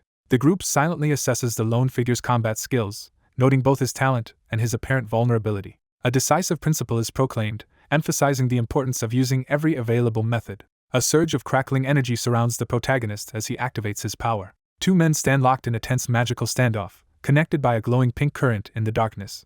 A young woman makes a heartfelt promise to her father, determined to bring honor to his name. He struggles with inner turmoil, his face tense and shadowed in silence. A masked man braces himself behind a desk as a magical creature lunges at him. A mysterious comet-like object streaks across the sky above the grand building. A massive energy projectile hurtles toward the ground, crackling with power. The scene shifts to a small wooden cabin standing alone in a forest clearing. A character carefully tastes the soup from a steaming ladle. A girl waits by the stove, cooking and noticing that someone is running late. The magic travelogue of the southern continent concludes. While writing with a quill, the protagonist reflects that his travels have shown him how little he truly knows about magic, making the title of Archmage feel unearned. A character reflects on the lasting memory of a departed mentor and the turbulent times they shared. A character reflects on how their grief from losing their master has faded into a distant memory. Longing persists through the passage of time as an elderly man quietly reads with a child resting on his lap. An older man stands lost in thought, struggling with regret over past losses. A desperate resolve forms to defy reality for one last glimpse of Sylvania. A grieving figure clings to another for comfort, determined to grow stronger after a painful loss. A shadowy figure pulls down their hat, steeling themselves with newfound resolve. A girl in a witch hat stands solemnly beside a bedridden man, dedicating the final sentence of a book to him. A girl tearfully clutches the magic travelogue of the southern continent. Under dramatic lighting, a girl sits alone on the rooftop, quietly longing for someone who has accepted their fate. A girl sits on the rooftop at sunset, quietly reflecting on whether the pain of loss ever truly disappears. She clings to the small pouch, trying to ease her longing. A character sheepishly reveals an almost empty sack, admitting they forgot to fill it. She narrows her gaze, intensely analyzing the situation. A magic projectile hurtles down from the sky toward the camp as a girl with pink hair stands alert, and another girl observes from a rooftop. A glowing creature hesitates as it prepares to reveal something important to the wary girl surrounded by ominous energy. A young woman in a witch hat recoils in shock, nervously sweating as she faces something unexpected. In the grand conference room, the secretive ceremony to transfer the sage's grimoire begins as key figures take their seats. Elite scholars and merchants assemble in a grand hall for a high-stakes exchange around a glowing artifact. Attention centers on the confident acting head of Elk Company as she is introduced among the group leaders. The headmaster of Sylvania Academy makes an imposing entrance in the grand hall. She notices that he is about the same age and has a similar presence. Krapen Rothstaler is introduced, exuding a sinister and unsettling aura. After the negotiation ended, he approached and asked for the sage's grimoire. A pivotal question arises about surrendering the sage's scroll to Krapen.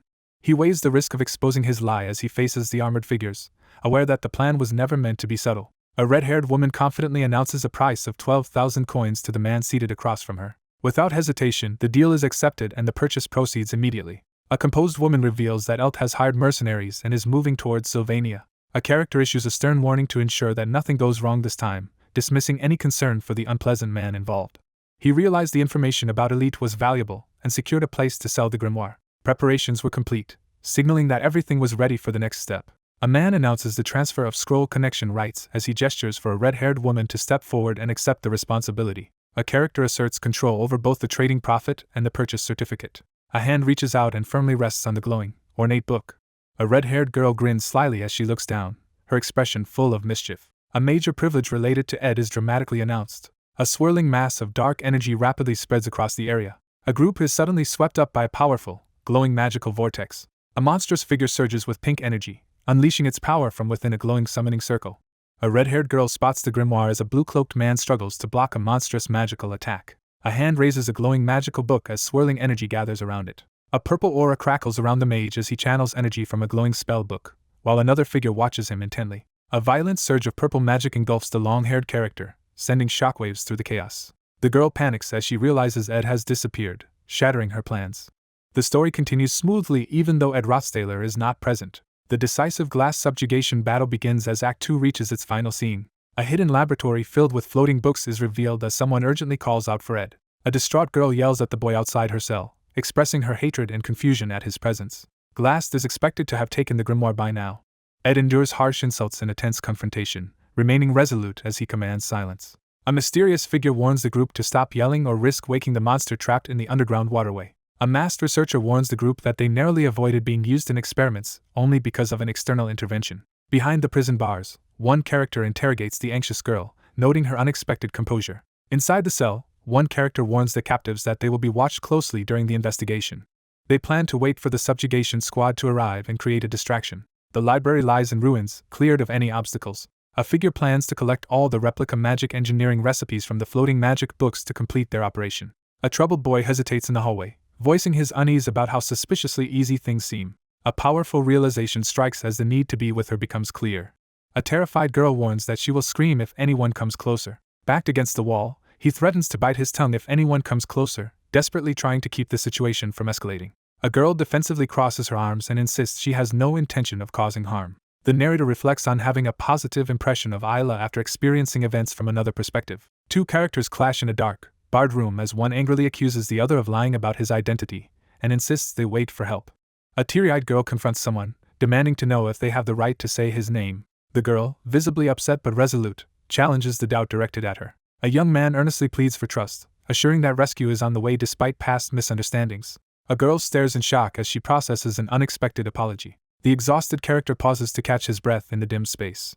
Someone urgently asks if Ed is alright after a troubling incident. A magical bat anxiously checks the protagonist for injuries and side effects from the recent magic encounter. A distressed spirit creature appears and apologizes for not arriving sooner, as it is gently held by someone. A character happily reunites with a small spirit creature while another reacts in shock nearby. A student surprises a classmate by revealing the ability to control a cheerful spirit companion, prompting both amazement and defensive reactions.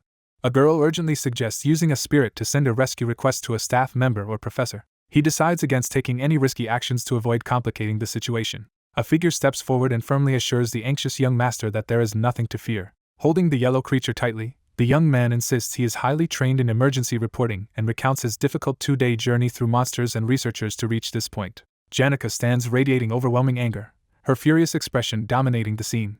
She considers enlisting the help of the merchant and the witch, believing their support would give them a huge advantage. A cheerful character tries to reassure the group by insisting they will be rescued and encourages everyone to stay calm. Ed furiously seizes the small orange creature, confronting it with an intimidating glare. He steels himself for what comes next, his resolve clear as the orange creature waits beside him. A glowing creature smashes through the bars as two shocked humans recoil in fear. The masked figure desperately shouts to be released from the confined space. A frightened prisoner clings to the bars, begging to be released while the young man outside warns him to stay quiet or risk waking the demon nearby. A masked villain threatens that if not released, the student will be the one in danger. A hooded figure warns the prisoner not to ramble as they approach the cell. Two anxious students argue in their cell, frustrated by the uncertainty of their rescue. Two ornate keys tied together by a string are revealed. A glowing bat-like creature delivers a key to the person standing by the prison cell. A hand urgently thrusts a set of keys forward as the onlooker internally fumes over an unexpected sacrifice. They force open the locked gate and glance back nervously as they escape. A startled girl behind prison bars spots someone unexpected approaching her cell. A young man in a red cloak asserts control over the interrogation, demanding strict yes or no answers from the person behind the prison bars. One character urgently tells the other to betray him if necessary to ensure her safety in the dangerous room. He refuses to listen as the girl pleads with him from behind the prison bars. With his eye glowing intensely, he demands a clear answer. A girl in a dark cell nervously agrees to something while clutching the prison bars. A character steps forward and orders someone to be quiet and remain still. Ed charges down the corridor, ready to take control of the situation. Unexpected developments are about to unfold. A detailed raid guide outlines objectives, enemies, allies, and strategies for chasing the boss through multiple phases. He evaluates his increased stats and information advantage, confident that he can handle any minor complications. The speaker recognizes that some challenges will require assistance beyond their own abilities. He charges forward, determined to handle the situation if new allies appear. The speaker suggests seeking help from the merchant and the witch who often visits the camp, emphasizing their importance even to experienced players. Unable to find a way to defeat the overwhelming enemy, the figure stands resolute against the encroaching threat. Lucy succumbs to the overwhelming dark magic, fully embracing her corrupted power. The narrator explains that the situation only occurs intentionally and was ignored as a result. A series of warnings outlines the enemies, dangers, and critical choices needed to avoid triggering a bad ending during the next phase. A close-up reveals a character smirking with smug confidence, signaling a shift in intent. Ed charges forward, crackling with energy and ready to confront his opponent. Someone urgently resolves to prevent Lucy from arriving. A forceful warning fills the panel, urging someone to stay away. A piercing sound rings out from the clock tower and echoes across the city. A young man pauses his workout and looks over, ready to respond to someone approaching. A battered young man staggers through the doorway, desperately begging for help. With urgency, the protagonist insists they must rescue Isla. After losing track of the target, the group prepares to pursue him into the underground waterway, following a new set of objectives.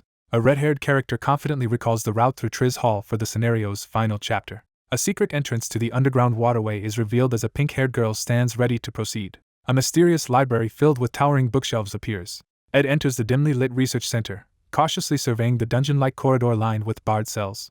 The exploration continues deeper into the laboratory as the unfamiliar path is retraced in reverse. Two figures observe the caged monster, relieved that the creatures remain confined this time. The narration warns that future encounters between Lucy and Professor Glass will inevitably end badly. A female mage urgently channels powerful purple magic to prevent a looming threat. Ed secretly watches from behind the partially open door, tense and alert. A glowing spirit activates a magical barrier to block entry into the library as a wary young man approaches. A powerful banshee appears, guarding the spirit library with an intense, commanding presence. Hiding behind a desk, the character carefully watches the patrol move past, confident in anticipating her route. A powerful figure radiates determination, poised to give Taylor a crucial experience. A character stresses that future enemies will be unbeatable without mastering the swordsman form, making rigorous training essential. The story warns that the future scenarios will be more difficult to overcome. The panel outlines the main objectives, challenges, and strategies for pursuing the hidden professor and navigating the underground waterway quest. Several important figures, both allies and enemies, appear to play pivotal roles in the protagonist's journey to gain essential skills and experience. A decisive choice is made to take only what is necessary. A hand quickly grabs the thunderclap generator from the shelf, preparing for a covert escape. A spectral figure watches as a young man studies a magical tome in the dim library, preparing to research the next artifact. A character silently vows to return once the ordeal is over, their eyes filled with determination. Several glowing artifacts are revealed on the display shelves, hinting at their hidden value. Ed crouches behind cover, waiting for the right moment to make his escape as he receives guidance from the spectral girl. Bookshelves shatter as an unseen force tears through the room, sending debris flying. Ed glances upward, startled by a sudden earthquake and an unfamiliar surge of blue light. Ed unleashes a powerful burst of blue energy while a glowing bat-like creature hovers nearby. Startled, the protagonist suddenly realizes something alarming. A stunned figure stands before a towering blue apparition and a glowing bat-like creature, frozen in shock. A panicked figure sprints away as a glowing bat-like creature shrieks in pursuit. 30 minutes before the earthquake, tension builds as the scene shifts to a grand building under an ominous sky. A man in a suit is suddenly attacked and writhes in pain as purple flames consume him. A colossal purple energy golem looms over and overwhelms the shadowed character. A massive ice golem radiating blue energy bursts onto the scene. A figure smashes through the massive ice barrier with overwhelming force. A woman reacts with disbelief to the theft of the grimoire during a gathering of the Academy's core personnel. Amid shattered stone and swirling blue energy, two figures clash over the fate of the grimoire and the dangers posed by Professor Glass. A man leans forward and prepares to reveal the truth about the three major taboos. A warning is issued about the grave consequences of wielding forbidden powers. A mysterious figure unleashes forbidden powers, invoking immortality, resurrection, and time travel as a magical clock pulses below. In a lavish chamber, one figure confronts another about the use of forbidden magic to resurrect the dead, escalating the tension between them. Someone silently admits their curiosity. A figure recalls the legendary sage's belief that talented individuals drive the world forward. Muri died after being pushed forward by her father, who overestimated her abilities. Ed wonders aloud who Professor Glass would choose to resurrect if he has mastered the magic to bring back the dead. A red-haired girl stands frozen in shock, unable to speak. A frantic figure rushes into the grand room to report an urgent crisis to the principal. Earlier, one person was seen pursuing another into the underground waterway as the hallway burned. One adult announces that a grimoire has been stolen and students, including a first-year named Isla Triss, have been kidnapped, leaving the others in shock. A red-haired girl quickly turns, startled by the unexpected announcement of a second-year magic faculty student. A shocked character realizes that Ed has been kidnapped and senses unusual thumping and vibrations. The headmaster prepares to unleash his magic, determined to retrieve the sage's grimoire and rescue the captive. Ignoring the advice to wait, the red-haired woman grabs binoculars and rushes forward. A red-haired girl uses binoculars to confirm that the tremors are coming from the entrance to the underground waterway. A massive dragon engulfs the forest in flames with its fiery breath. A pink-haired girl freezes in shock, tightly gripping a glowing yellow object. A startled man requests permission to join the red-haired woman in the ornate room. Someone steps forward onto the rug, visibly annoyed. A hooded figure resolves to retrieve the grimoire after witnessing the principal's indifference. A determined woman orders the group to reduce their negotiation team and follow her down the hall. A new combatant enters the battle. A combat alchemist gains recognition from the alchemy faculty. The top student from the third-year alchemy department stands confidently, recognized for her exceptional combat skills that rival those of the combat faculty. Although top students from the alchemy faculty often sought her guidance, Dorothy did not stand out during her first year. Two figures step through an open doorway into a bright new future. Dorothy believed in Professor Glass. The young man clutches the ornate book, his determined actions hiding an unknown motive. With unwavering determination, she prepared to guard the entrance to the underground waterway as requested. A distressed girl protests the professor's harsh treatment as magical energy flickers around her. A massive, fiery beast looms over a cowering figure as flames rage around them. A woman demands an answer as flames roar behind her. A furious girl demands to know Ed's location as flames rage around her. A girl recoils in terror, gasping and exhaling sharply as fear overtakes her. The girl hesitates between the blue panther and the fiery dragon, uncertain which direction to take. One girl struggles to recall a complicated sequence of directions while another collapses on the floor from exhaustion. A startled girl discovers a collapsed student and worries she might be the cause. A girl prepares to cover someone with a cloth, showing concern. A determined girl pins someone to the ground as a menacing group led by a red-haired woman advances from the shadows. A top student is singled out and reacts uneasily, a tear rolling down her cheek. The narration emphasizes that Sylvania's ace possesses unmatched power. Kneeling on the ground, she summons powerful spectral beasts to protect Ed at any cost. A tense question interrupts the moment, raising uncertainty about the consequences if she succeeds. A relieved girl rushes to embrace the exhausted boy, assuring him that she has come to rescue him and inviting him to return to camp together. After being rescued, he expresses gratitude for the help he received during his difficult ordeal. One character proposes marriage to the other while they walk arm in arm through a sunlit field. Lortel loses her composure and shouts in frustration, while others watch her emotional reaction to Ed. A red-haired girl urgently informs a shocked silver-haired girl that someone has been rescued but is injured and waiting at the camp. With fierce determination, she resolves to eliminate her rival and save Ed herself. She demands an explanation, her eyes glowing red as she glares intensely. She races to the scene, baffled by how Ed was rescued before anyone else arrived and determined to find out who intervened without her noticing. One character, usually inattentive, becomes unusually perceptive when the topic involves another. Two girls argue near a magical barrier as one confronts the other about secretly using company employees to rescue someone. A red-haired character silently worries about the risky decision to involve untrained people in combat, fearing for Ed's safety. Lucy ignores the request for help, yawns, and walks away without getting involved. One character confesses his loneliness while the other listens in silence. Tension rises as one character reluctantly agrees to cooperate, questioning if any other competitors remain. Someone instructs the group to remain in place and wait. The conversation ended abruptly as no further discussion was necessary. The two girls split up and begin searching opposite sides of the dark waterway. The group shifts focus to planning a rescue for Ed, who is currently in danger. A woman in a red hooded cloak leads her group through a shadowy alley while another woman moves ahead alone. A red-haired woman in a hood charges forward with determination, ready to act. A girl charges forward with fierce determination. A dramatic proclamation foreshadows the selection of a pivotal individual. Someone urgently insists that Ed must come first.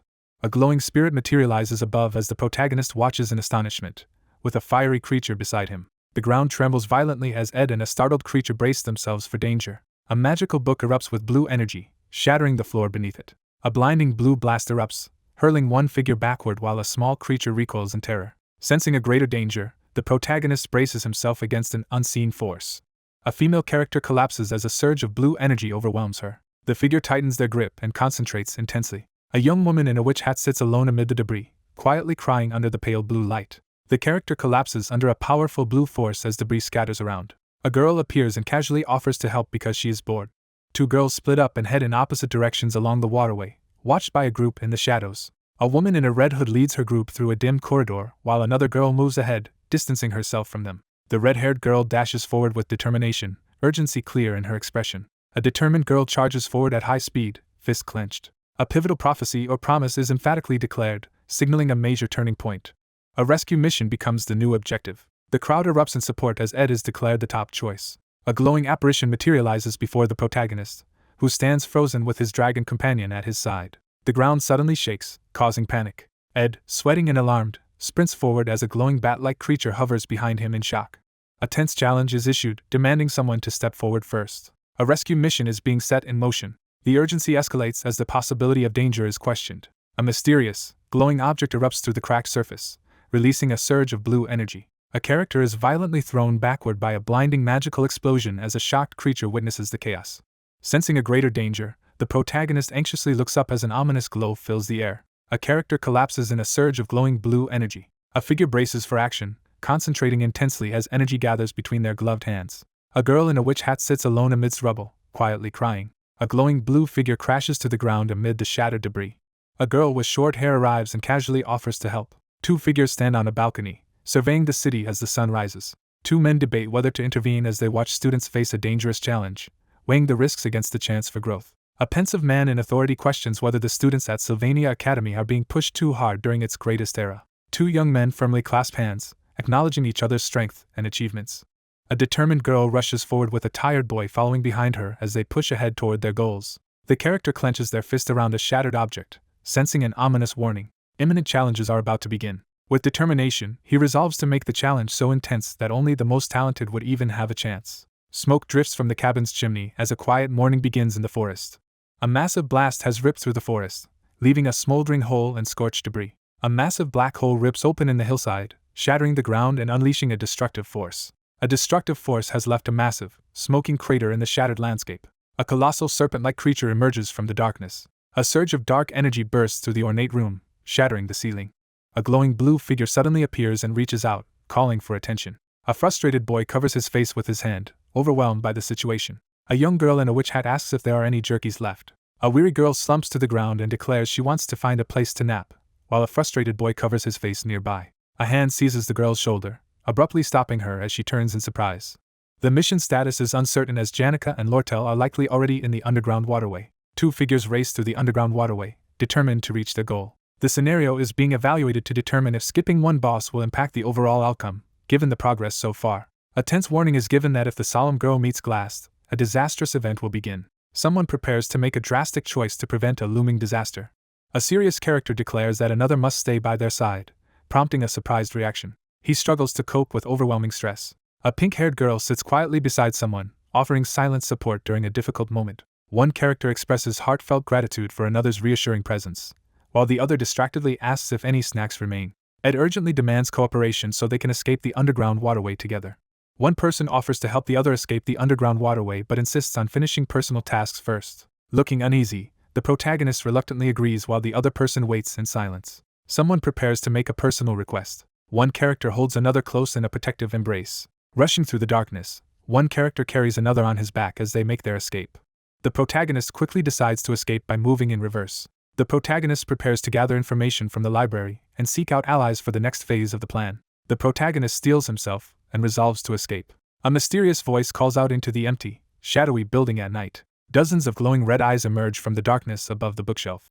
A swarm of red-eyed bats surges forward, launching an aggressive attack. A hand unleashes a surge of fire magic from a glowing magic circle. A figure is blasted backward by a violent eruption of flames and demonic shapes. Proficiency in both elemental magic and mana resonance increases. A character braces against a cascade of golden energy as monsters unleash a powerful EXP explosion. A witch-like figure charges forward, unleashing a fire attack that engulfs the snarling monsters. A concealment spell is detected in the corridor, recognized by its magical resonance and unique qualities. A girl channels spiritual energy, her confidence clear as blue energy swirls around her. She steadies herself, pushing aside distractions to prepare for what comes next. Lortel is struck by a sudden realization.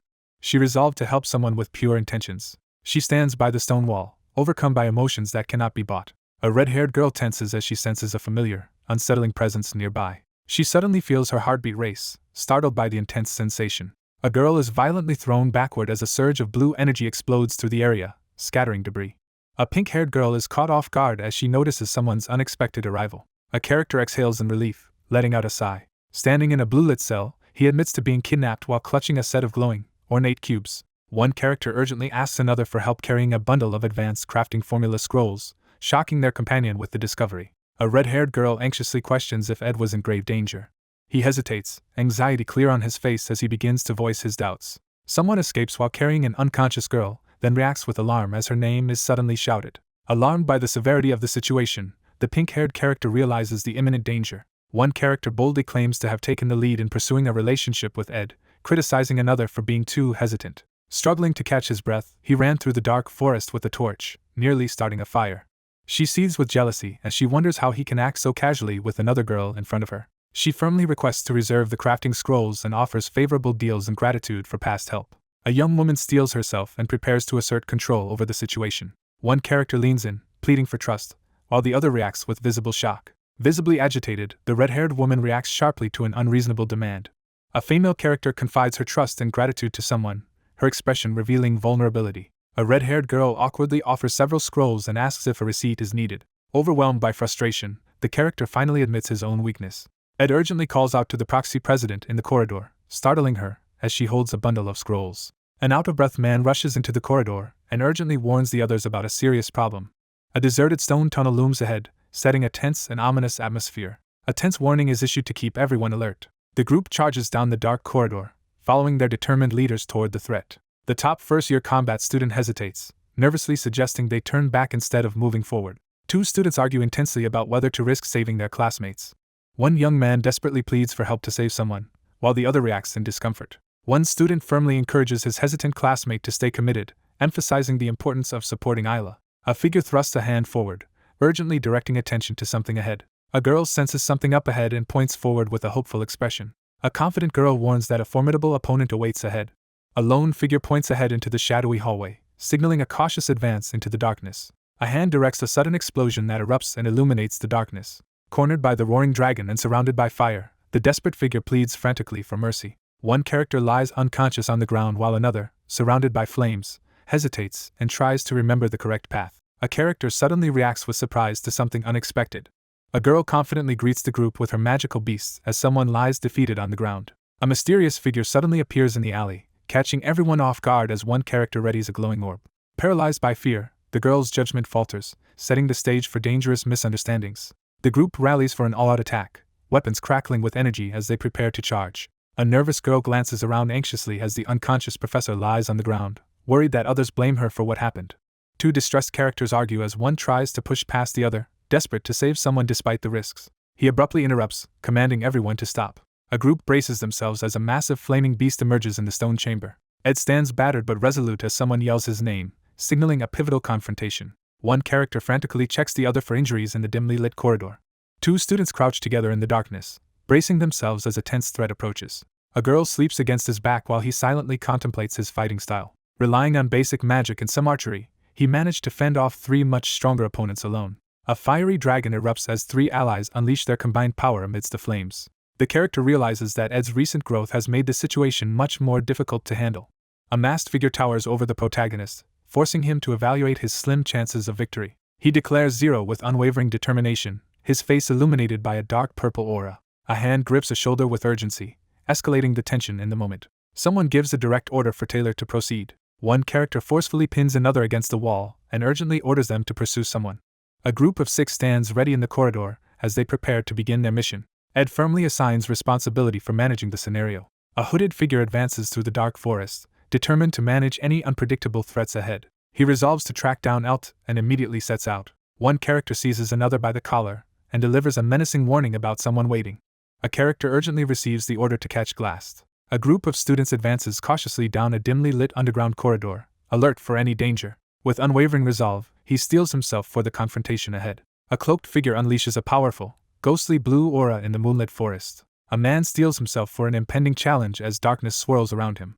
A mission to catch Elt is about to begin. An anxious informant announces that mercenaries hired by the Golden King Elt have arrived on Arkan Island, escalating the situation. The mid-boss of the second episode is swiftly defeated, leaving no chance for recovery. Elt, once called the Golden King, lost his power at an unexpected time and in an unexpected way. As a result, he managed to escape, altering the outcome from the original story. She calmly anticipated the counterattack that was being planned. A girl in a red hood commands the negotiation team to follow her, as she realizes someone exploited a loophole. A man urgently warns that the trading company's location is defenseless, and insists they must go there quickly with the magical tools and formulas he obtained. A figure reaches into a cloak to reveal a glowing scroll and several mysterious items while considering the most important tool for survival. A foreboding message hints at the importance of knowing the future. The glass subjugation battle begins as the scenario reaches its critical stage. The plan remains to follow the original storyline. A focused man studies an important document, contemplating the significance of Elt as the mid-boss of Episode 2. The decision is made to include the character in Episode 2, following the original story. A character firmly announces their intention to take down Elite. A man in a red cloak gives urgent instructions about the rescue and urges Ed to get more information from Isla afterward. Caught off guard, the character reacts with sudden shock. He must resolve the scenario himself after mastering all unique skills and completing his growth. The protagonist prepares to confront a powerful opponent in the final scenario. The underground waterway presents numerous unresolved challenges ahead. The magic tower will soon rise and bombard the sky with destructive spells. A powerful magical barrier is activated as energy surges through the towering structures. The narration warns that difficult trials are coming, suggesting they may be too much for ordinary willpower. A tense silence hangs between the two as one person watches the other warily. A worried young man receives encouragement before facing his next challenge. A group rushes toward the closed gate in the tunnel, while 2 figures remain behind in the shadows. Someone realizes the enemy is planning to attack the trading company. Several figures race through a dark tunnel to warn the academy about the mercenary invasion. Ed urgently pulls Janica along as they race through the corridor without stopping. She demands a rematch with unwavering determination. Ignoring the warning shouted from behind, he rushes urgently through the dark tunnel. 2 tense figures hurry through a dim stone corridor, urgently debating the risk of confronting a powerful enemy so soon after a narrow escape. A pink-haired girl urgently tells someone to stay out of the elite company's business, reminding them they recently collapsed from overwork. Someone passionately declares their desire to prevent further harm. He silently grapples with the burden of handling a major threat himself, unable to admit his true feelings. In a shadowy alley, one person carries an unconscious companion while another voices suspicion about being dragged into the situation. The protagonist agrees with Janica's assessment. One girl confesses her guilt about dragging Ed into danger, while the other listens quietly. 2 girls stand face to face, each masking their tension with a sly smile. He refuses to rest, determined to address the urgent situation involving Ortel. 2 women confront each other, and one reacts with shock as the other refuses to back down. One girl furiously demands an explanation from Ed, while another stands behind her with a smug expression, dismissing the situation. The group races down the corridor, urgently escaping while one member carries another. Someone insists that the matter is personal and requires their own involvement. Nervously sweating, he struggles to justify himself before hesitantly agreeing. She confronts him, insisting that if Lortel loses control, his access to magical engineering supplies will be in jeopardy too. He pauses in silence, deep in thought. Ed acknowledges Janika's intelligence as the group reflects on the situation. A character pauses to gather his thoughts, preparing to address a pressing matter. Several figures stand behind a barricade of collapsed rubble, surveying the chaotic aftermath in the tunnel. A character lies on the ground, reflecting bitterly on the harsh and heartless treatment received in the situation. One student confronts another while a third examines the body on the ground. A frantic girl chases after a distressed boy, desperately insisting on her innocence while another girl mocks them from behind. The group hurries toward the glowing exit, planning to seek help from the academy staff waiting at the entrance. The shattered remains of the wooden structure rest quietly in the water, revealing the aftermath of destruction. 3 wounded figures lie unconscious on the ground after the battle. The red-haired girl acknowledges her opponent's unexpected speed while her companions and an older man watch tensely. A masked man stands over the defeated figures beside an overturned cart under the moonlight. A man calmly reveals that he taught someone how to hide evidence in the company's records. A stern man pressures an older informer into revealing the group's location, prompting a fearful apology. A pink-haired woman reflects on how long it took her to master a convincing smile. A cold man threatens to torture the suspect, lamenting that the only evidence is a confession. Surrounded by shadowy figures, Ed unleashes a fierce surge of dark power as his eyes glow red. Blades of energy slice through the air in a powerful attack. He drives his sword down in a burst of blue energy, forcing both opponents back. A glowing sword crashes down in a surge of blue energy and sparks. A powerful magic barrier stops the attack as one character defends while another clings to her for safety. A red-haired girl confronts her opponent, while casting a defensive spell. 3 shadowy figures discuss the professor's escape with the sage's grimoire, dismissing any need for comparisons to previous events. The hooded archer draws his bow with renewed determination, ready to release his shot. A group prepares to confront the continent's most elite mercenaries as they advance into the moonlit forest clearing. A man makes it clear he only cares about Lortel's survival, disregarding everyone else. Hooded assailants swiftly move into position, preparing to strike with their glowing weapons. 2 figures stand together at night, watching as streaks of light fall ominously from the sky. One person carries an unconscious girl, while another urgently casts a spell to help them escape. A glowing spear hurtles toward his face, forcing him to react instantly. A determined protector conjures a glowing barrier to shield himself and the unconscious girl on his back from a barrage of arrows. A magical green bird forms a swirling shield of energy around the mage as he activates his defense magic. 2 figures charge forward together, pushing through bursts of magical energy as chaos erupts around them. A girl urgently warns her ally about the enemy's coordinated movements as magical energy glows around her. He thanks Janika but suddenly reacts with surprise. A character remarks that spirit sorcerers are always difficult to deal with. A bearded man tightens his grip on the strap, hesitating before sharing what's on his mind. A serious man presents a critical diagram, insisting that this time is different from before. A legendary magical urn called Belarus's Prejudice is revealed, capable of suppressing surrounding mana for 10 minutes. A determined character explains that although Belarus's Prejudice is single-use, each sheet costs dozens of gold coins. A character examines the glowing vial, analyzing the effects of the night butterfly flower reagent. A powerful surge of advanced magic fills the air as the confrontation escalates. The narration explains that the ability requires time to activate, and its preparations are easily noticed. Surrounded by armed mercenaries at night, a man urgently prepares to activate a dangerous magical item despite being outnumbered. The entire group, composed only of mages, launches a coordinated magical assault. A girl urgently warns the group that their opponent knows their powers and that if his device is activated, they are in serious danger. A powerful ice spell erupts, restraining several armed figures as a tense confrontation escalates. He forces a strained smile as he convinces himself that enduring this hardship is better than dying. He acknowledges that even a minor villain can cause major changes, admitting he is no different. A character considers how the survival of a mid-boss could significantly alter the course of events. The next antagonist, the Golden King Elite, is introduced as the mid-boss of Episode 2. A villain who murdered Lortel's parents is ultimately betrayed by her and removed from power. He stopped at nothing to secure his own glory and prosperity, cementing his reputation as a true villain. The protagonist acknowledges a lack of animosity despite the circumstances. Elp continues to obstruct their progress. A masked figure leads an armed group through the dark forest, channeling a surge of magical energy for an imminent attack. Magical energy erupts as a group clashes with armed enemies and ice spikes burst from the ground during a fierce nighttime battle. A determined figure admits responsibility for his choices, insisting his actions stem from personal motivation rather than confidence in handling the consequences. The young man asserts control over his own story, refusing to let anyone else define it. An injured person steps cautiously onto the slick, blue surface. A drowsy girl yawns as someone off-panel calls her name. Annoyed by the commotion, the character complains about the noise. He suddenly realizes something critical, his eyes wide with shock. A powerful force erupts from the central figure, forcing everyone nearby to recoil. A figure unleashes a surge of purple energy, forcefully driving back the hooded attackers near the mysterious gate. A foreboding title introduces the character known as the Slothful, a witch unleashes a surge of ominous magic as her eyes glow with power. The narrator firmly decides not to yield. The narrator admits uncertainty about being prepared for the consequences of their actions. A figure kneels purposefully on the ground as blue light floods the scene, heightening the tension. A young man urgently commands someone to wake up. The narrator asserts control over the unfolding events. The injured person pushes forward, ignoring the pain in their ankle. A girl in a large hat yawns and rubs her eyes while resting her hand on another person's shoulder. A character expresses irritation at the surrounding noise. He abruptly realizes something critical, his eyes widening in shock. Silhouetted figures brace themselves as shadowy attackers approach the blinding portal. A fierce magical burst erupts as the central figure drives back the advancing hooded assailants. A dramatic title introduces Lucy as the Slothful.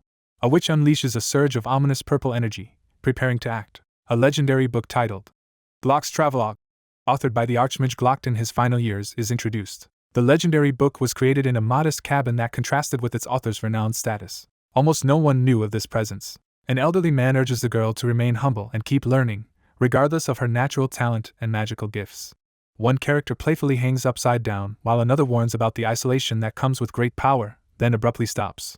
A girl demands a promise of 3 things as she looks up with curiosity. An elderly man solemnly warns the listener to avoid taking any lives or becoming involved in violence. The narration sets the expectation to live as a student during the time at Sylvania. A witch stands her ground as purple magical energy gathers around her, preparing to unleash a powerful spell. Elt has assembled a formidable group, as most of the mercenaries present are seasoned veterans. Years of surviving near death in mercenary life prove formidable strength. Armor-clad, the figure swiftly prepares for battle, instincts sharpening as danger approaches. A surge of magical energy warns of imminent danger. A young woman in a witch hat blocks the path and confronts her armed opponent with a surge of purple magic. A furious command erupts as he demands everyone to move immediately. Alarmed by a mysterious magic, the protagonist realizes that most younger mercenaries lack the instinct needed to survive this threat. A determined warrior lunges forward and unleashes a powerful sword strike at a shadowy, cloaked opponent. A young woman in a witch's hat withdraws in silence, her face shadowed by melancholy as purple energy glows behind her. She prepares to cast a spell, though she rarely relies on magic. A witch-like girl hurls a surge of magic that blasts the swordsman backward. A character releases a powerful burst of compressed mana energy, creating a surge of physical force. A hooded figure unleashes a violent burst of purple energy at a frightened opponent. A man struggles to endure as he waits for a mysterious power to activate. A character glares intensely and confronts the group's leader. Intense purple energy surges as the character prepares to unleash a powerful attack. A hand forcefully grabs someone's shoulder in the tense, dramatic light. A witch unleashes a powerful magical attack at a startled man while her companion stands supportively behind her. Ed, visibly exhausted, tries to offer advice despite his fatigue. Sensing a sudden tremor, the protagonist realizes that something far more dangerous than an earthquake is occurring. A surge of purple lightning crashes down on the Gothic building, filling the night with a menacing glow. 7 brilliant stars align in a perfect line across the dark purple sky, signaling the beginning of a mysterious prophecy. A surge of advanced aspectual magic erupts, violently distorting the environment. A massive wave of pink magical energy crashes down, engulfing the building in destruction. A student in a cape stands before the looming magic tower, preparing for the decisive battle of Episode 2. With sharp, focused eyes, the protagonist quickly evaluates the unfolding situation. A young man stands victorious over the defeated monster, having gained new skills from the battle in the underground waterway. The group gathers with determination as the protagonist prepares a glowing sword, ready to confront the enemy together. The magic realm descends as several glowing towers emerge beneath a swirling, ominous sky, confirming the scenario follows its original course. A narrator explains that this magic is completely foreign and unlike any other. Even the Academy's top students struggle to understand the situation, their anxiety clear as they stand confused. A mysterious figure descends above, startling the student as questions about the magic tower's role arise. A girl prepares to unleash a powerful spell as swirling energy gathers around the magical towers. She reveals the possibility of resurrecting the dead, causing tension to rise. After the incident, someone slowly regains consciousness, signaling the beginning of the epilogue. On the rooftop at night, an exhausted girl sits with 2 shadowed figures as the group discusses how recent events have deviated from the expected scenario. A warning is given about the consequences of waking her early in Phase 1. A cornered professor reluctantly offers a deal to bring another person into the group as magical energy crackles between them. A hooded figure stands before a glowing magic circle as the subject of a resurrection ritual is revealed. Archmage Glock descends into the scene, emanating a menacing presence. This moment reveals that Lucy becomes an enemy. The player's party is completely defeated, resulting in bad ending 27. A figure leaps to shield another as a dark, menacing shadow spreads across the ground before them. Lucy slowly disappears into the underground waterway. The text reveals that Lucy Merrill was never supposed to lose in episode 2, hinting at a significant divergence from the original events.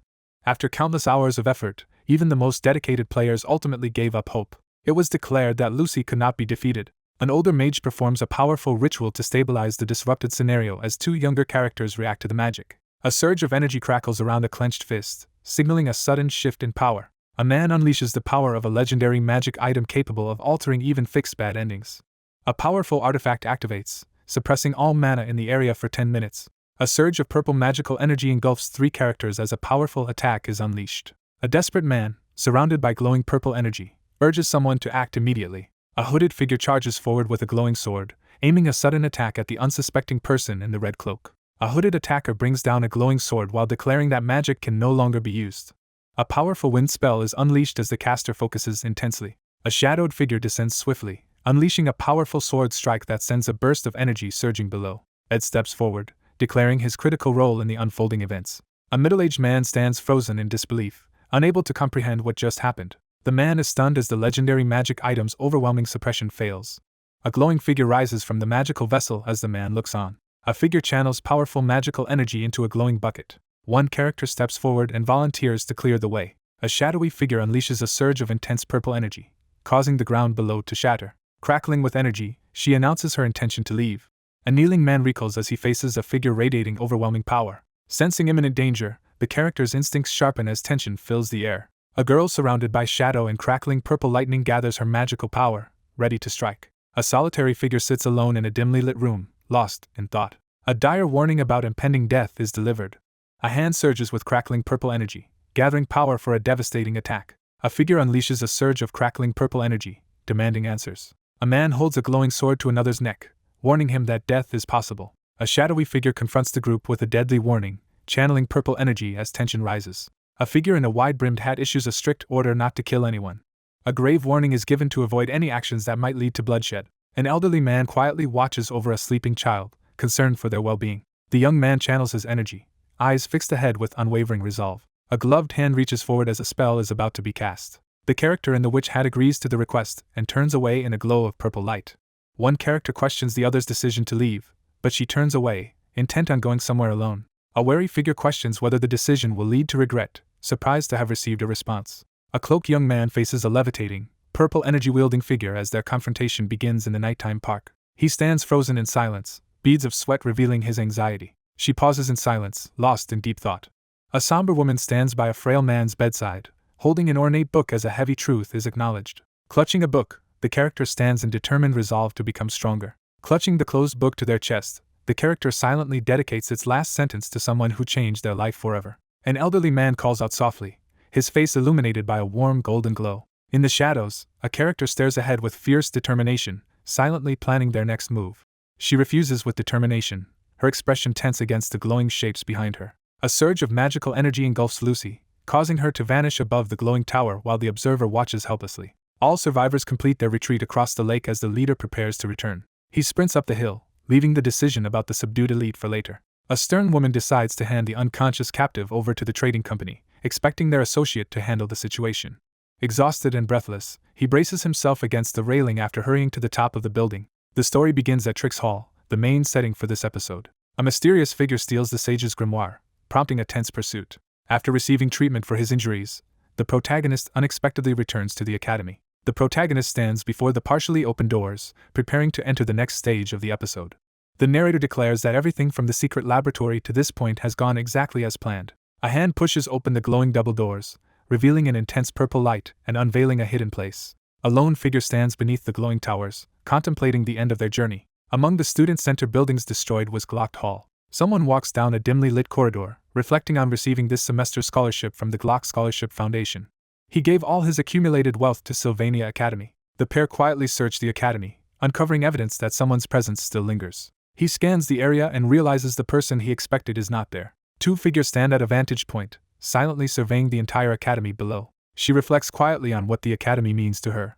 A glowing figure is swallowed by swirling energy above the magic tower as the protagonist watches intently. Lucy suddenly disappears, leaving the narrator alone. All 57 people have evacuated safely, and the boats retreat across the lake as the observer awaits the leader's return. Ed pushes himself uphill toward the glowing city as dusk falls, with a small flying creature close by. The group considers their options for dealing with the subdued elite.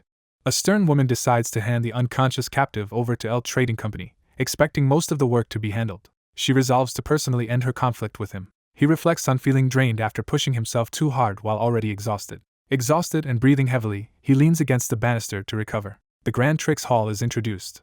A powerful grimoire is stolen, and a relentless pursuit begins.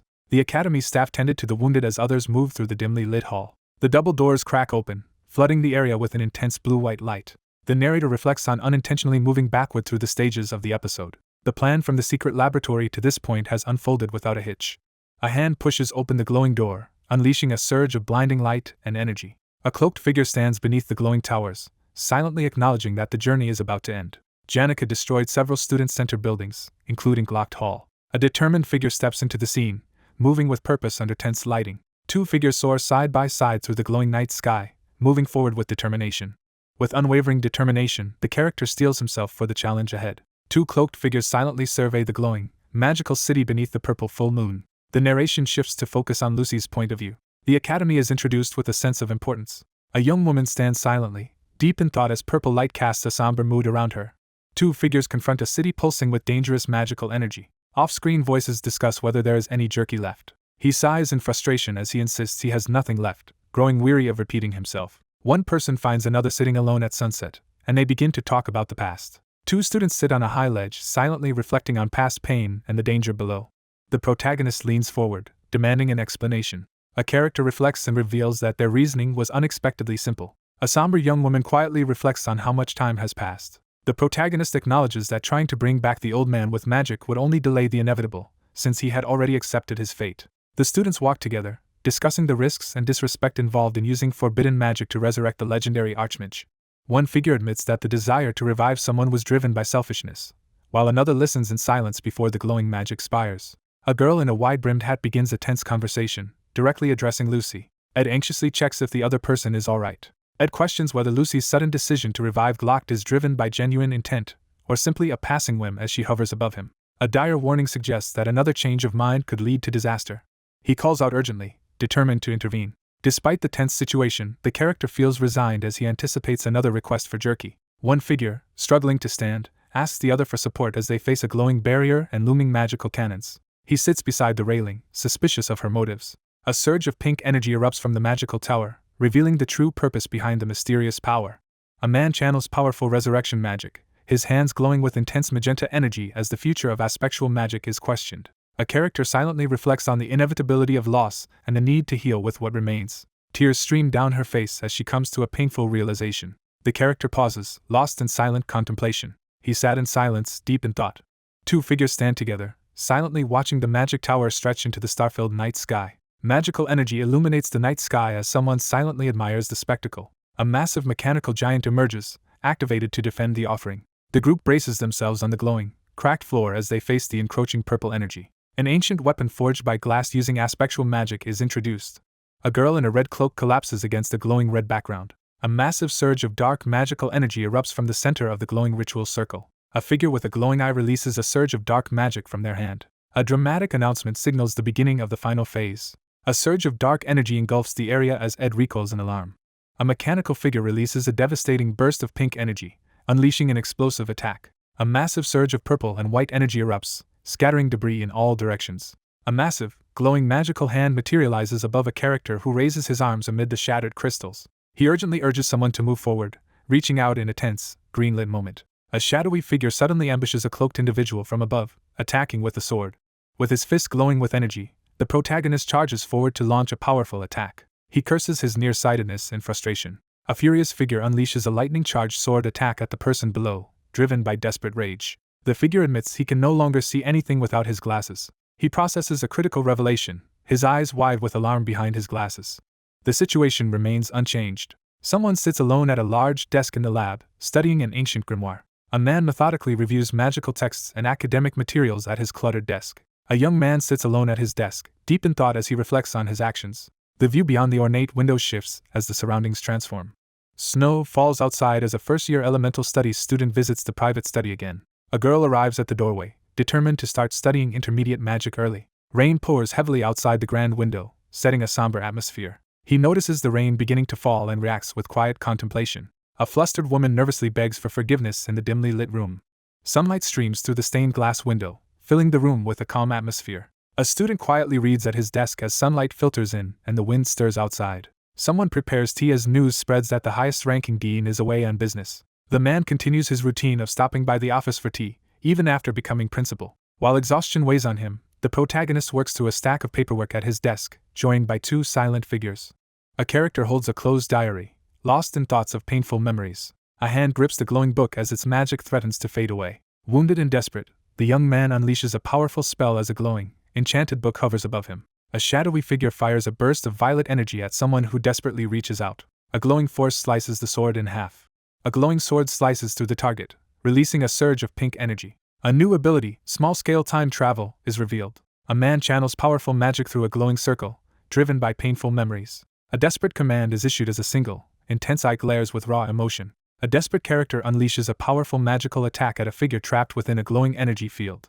The group recoils in shock as glowing crystal pillars suddenly appear before them. An armored figure releases a surge of magical energy from within a glowing glyph. A powerful time-based spell erupts, trapping 3 opponents inside a glowing magical prison. He steels himself, eyes glowing with determination as he focuses intently on the situation. A sudden magical attack erupts, forcing someone to urgently dodge while another shouts a warning.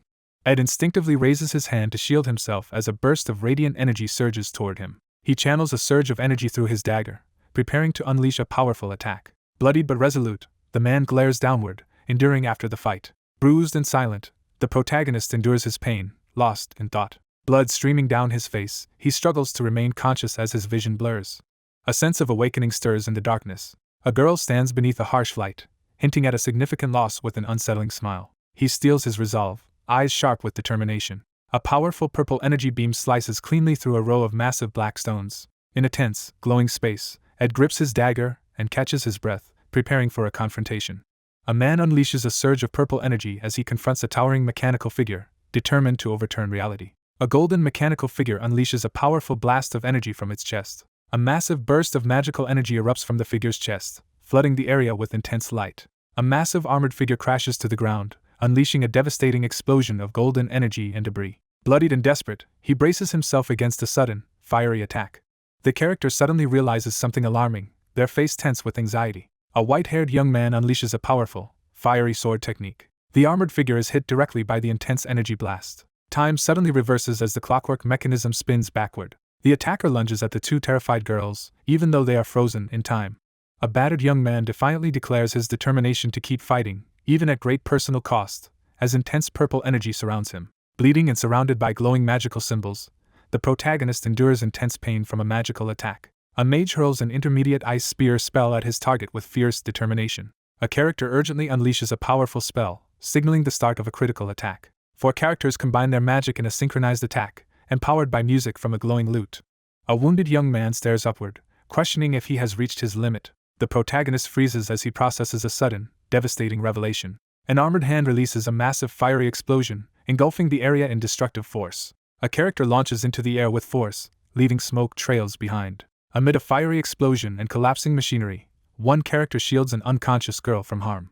2 figures step forward through swirling pink mist. The character pauses to catch his breath as purple mist swirls around his feet. The beaten character bows their head and admits defeat. A figure steps forward with purpose against a glowing violet backdrop. A figure plummets backward from the glowing structure into the night sky. A figure is violently blasted from the top of the glowing magical tower amid a surge of energy. A battered man stands engulfed in a surge of ominous purple energy as his transformation intensifies. The wounded man confesses his longing as he looks up, overcome by emotion. A shadowy figure in a suit descends dramatically into the dark, ominous scene. A male figure is swept up by glowing magical circles as he is transported away by a powerful spell. A powerful spell erupts as a radiant pink magical circle bursts with energy. A glowing magic circle activates in the dark forest. A figure enveloped in magic energy teleports beside a tree under the night sky. A bloodied young man staggers away from danger, realizing he escaped far too late. He realizes that, according to the original story, his fate was always sealed.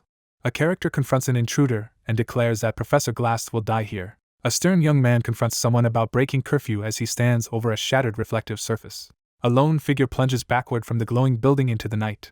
A figure is violently expelled from the glowing, energy-charged tower. A wounded man is engulfed in a surge of ominous purple energy as he unleashes a hidden power. A bloodied man with glasses struggles to express how much he misses someone. Someone calls out for Yuri in a somber moment. A menacing figure looms overhead, confronting someone with a threatening presence. A man is pulled backward through a glowing magical portal crackling with intense pink energy. A powerful spell activates as a glowing magic circle bursts with pink energy. A glowing pink magic circle appears in the dark forest clearing. A glowing figure suddenly materializes beneath the large tree in a burst of pink light. A bloodied young man leans against a tree, struggling to stay conscious as he catches his breath. Despite his efforts, he failed to escape in time. A cloaked figure kneels at night, channeling energy into a large tree. A character notices someone unexpected and demands to know how they arrived. A young man confronts someone for being out after curfew in the shadowy forest. An hour earlier, a magical tower unleashed a surge of violent, glowing energy and lightning. With the mercenaries sent away and all threats contained, the situation is now under control. Alarmed, she remembers the plan and hurries to check if Ed is safe after his visit to Triggs Hall. Ed and his companion acknowledge the cautious arrival of another student in the dimly lit setting. A girl in a hat is suddenly grabbed by the arm, leaving her visibly shocked. One character urgently warns of danger as another turns back in surprise. Two women emerge from the building, one supporting the other, while three people watch them from the foreground. One girl breaks down in tears while another quickly moves to support her. Two startled girls scream in fear while a confused blonde boy looks on. A girl leaps forward as a massive fiery beast rises behind her, urgently calling out to someone. She asks to investigate the magic tower that uses aspectual magic. Janica listens as the spirits update her on Ed's activities. The mission is to protect the northern forest where the spirits reside. A few days earlier, something significant began to unfold. A surge of powerful magic energy erupts from the tower deep within the northern forest. The dragon confidently reveals that the source of the aspectual magic is obvious. A mysterious building in the northern forest pulses with magical energy as someone questions what Professor Glass has been doing there. He hesitates near the doorway, weighing whether to step in as a group of anxious girls gathers nearby. A fierce magical attack shakes the group as a tense fighter braces himself with a glowing weapon, contemplating the scale of the threat. His potential to shape future events is immense. Magical towers erupt with pink energy, lighting up the night sky. A failed attempt to confirm the truth leaves the barrier shattered. A severely injured man slumps against a tree at night and questions if someone is out past their curfew.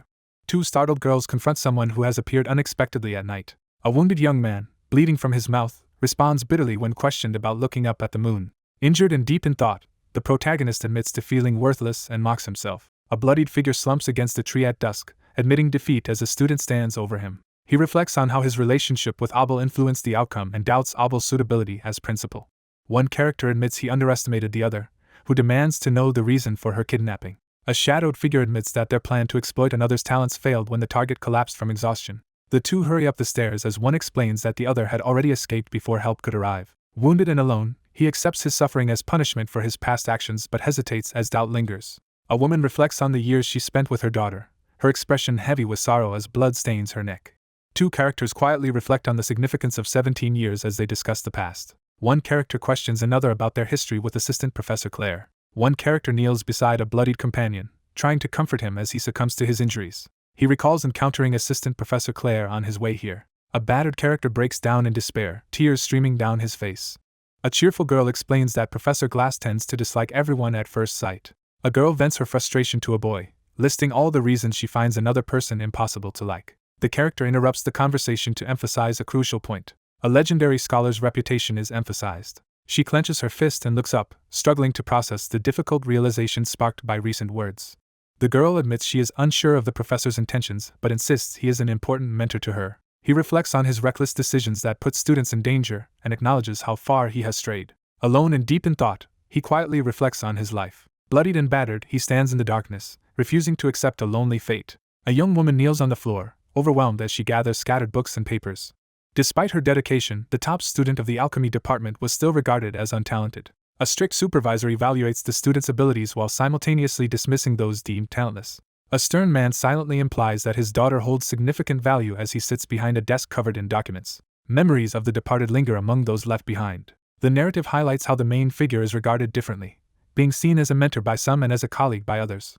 A blood-stained hand drops broken glasses onto the ground. A bloodied hand clings tightly to a weapon as blood pools beneath it. Ed lies defeated and helpless on the ground, unable to defend himself. The injured character endures the pain in silence, unwavering. An injured character recalls seeing the spirit library before using Descent of the Magical Realm.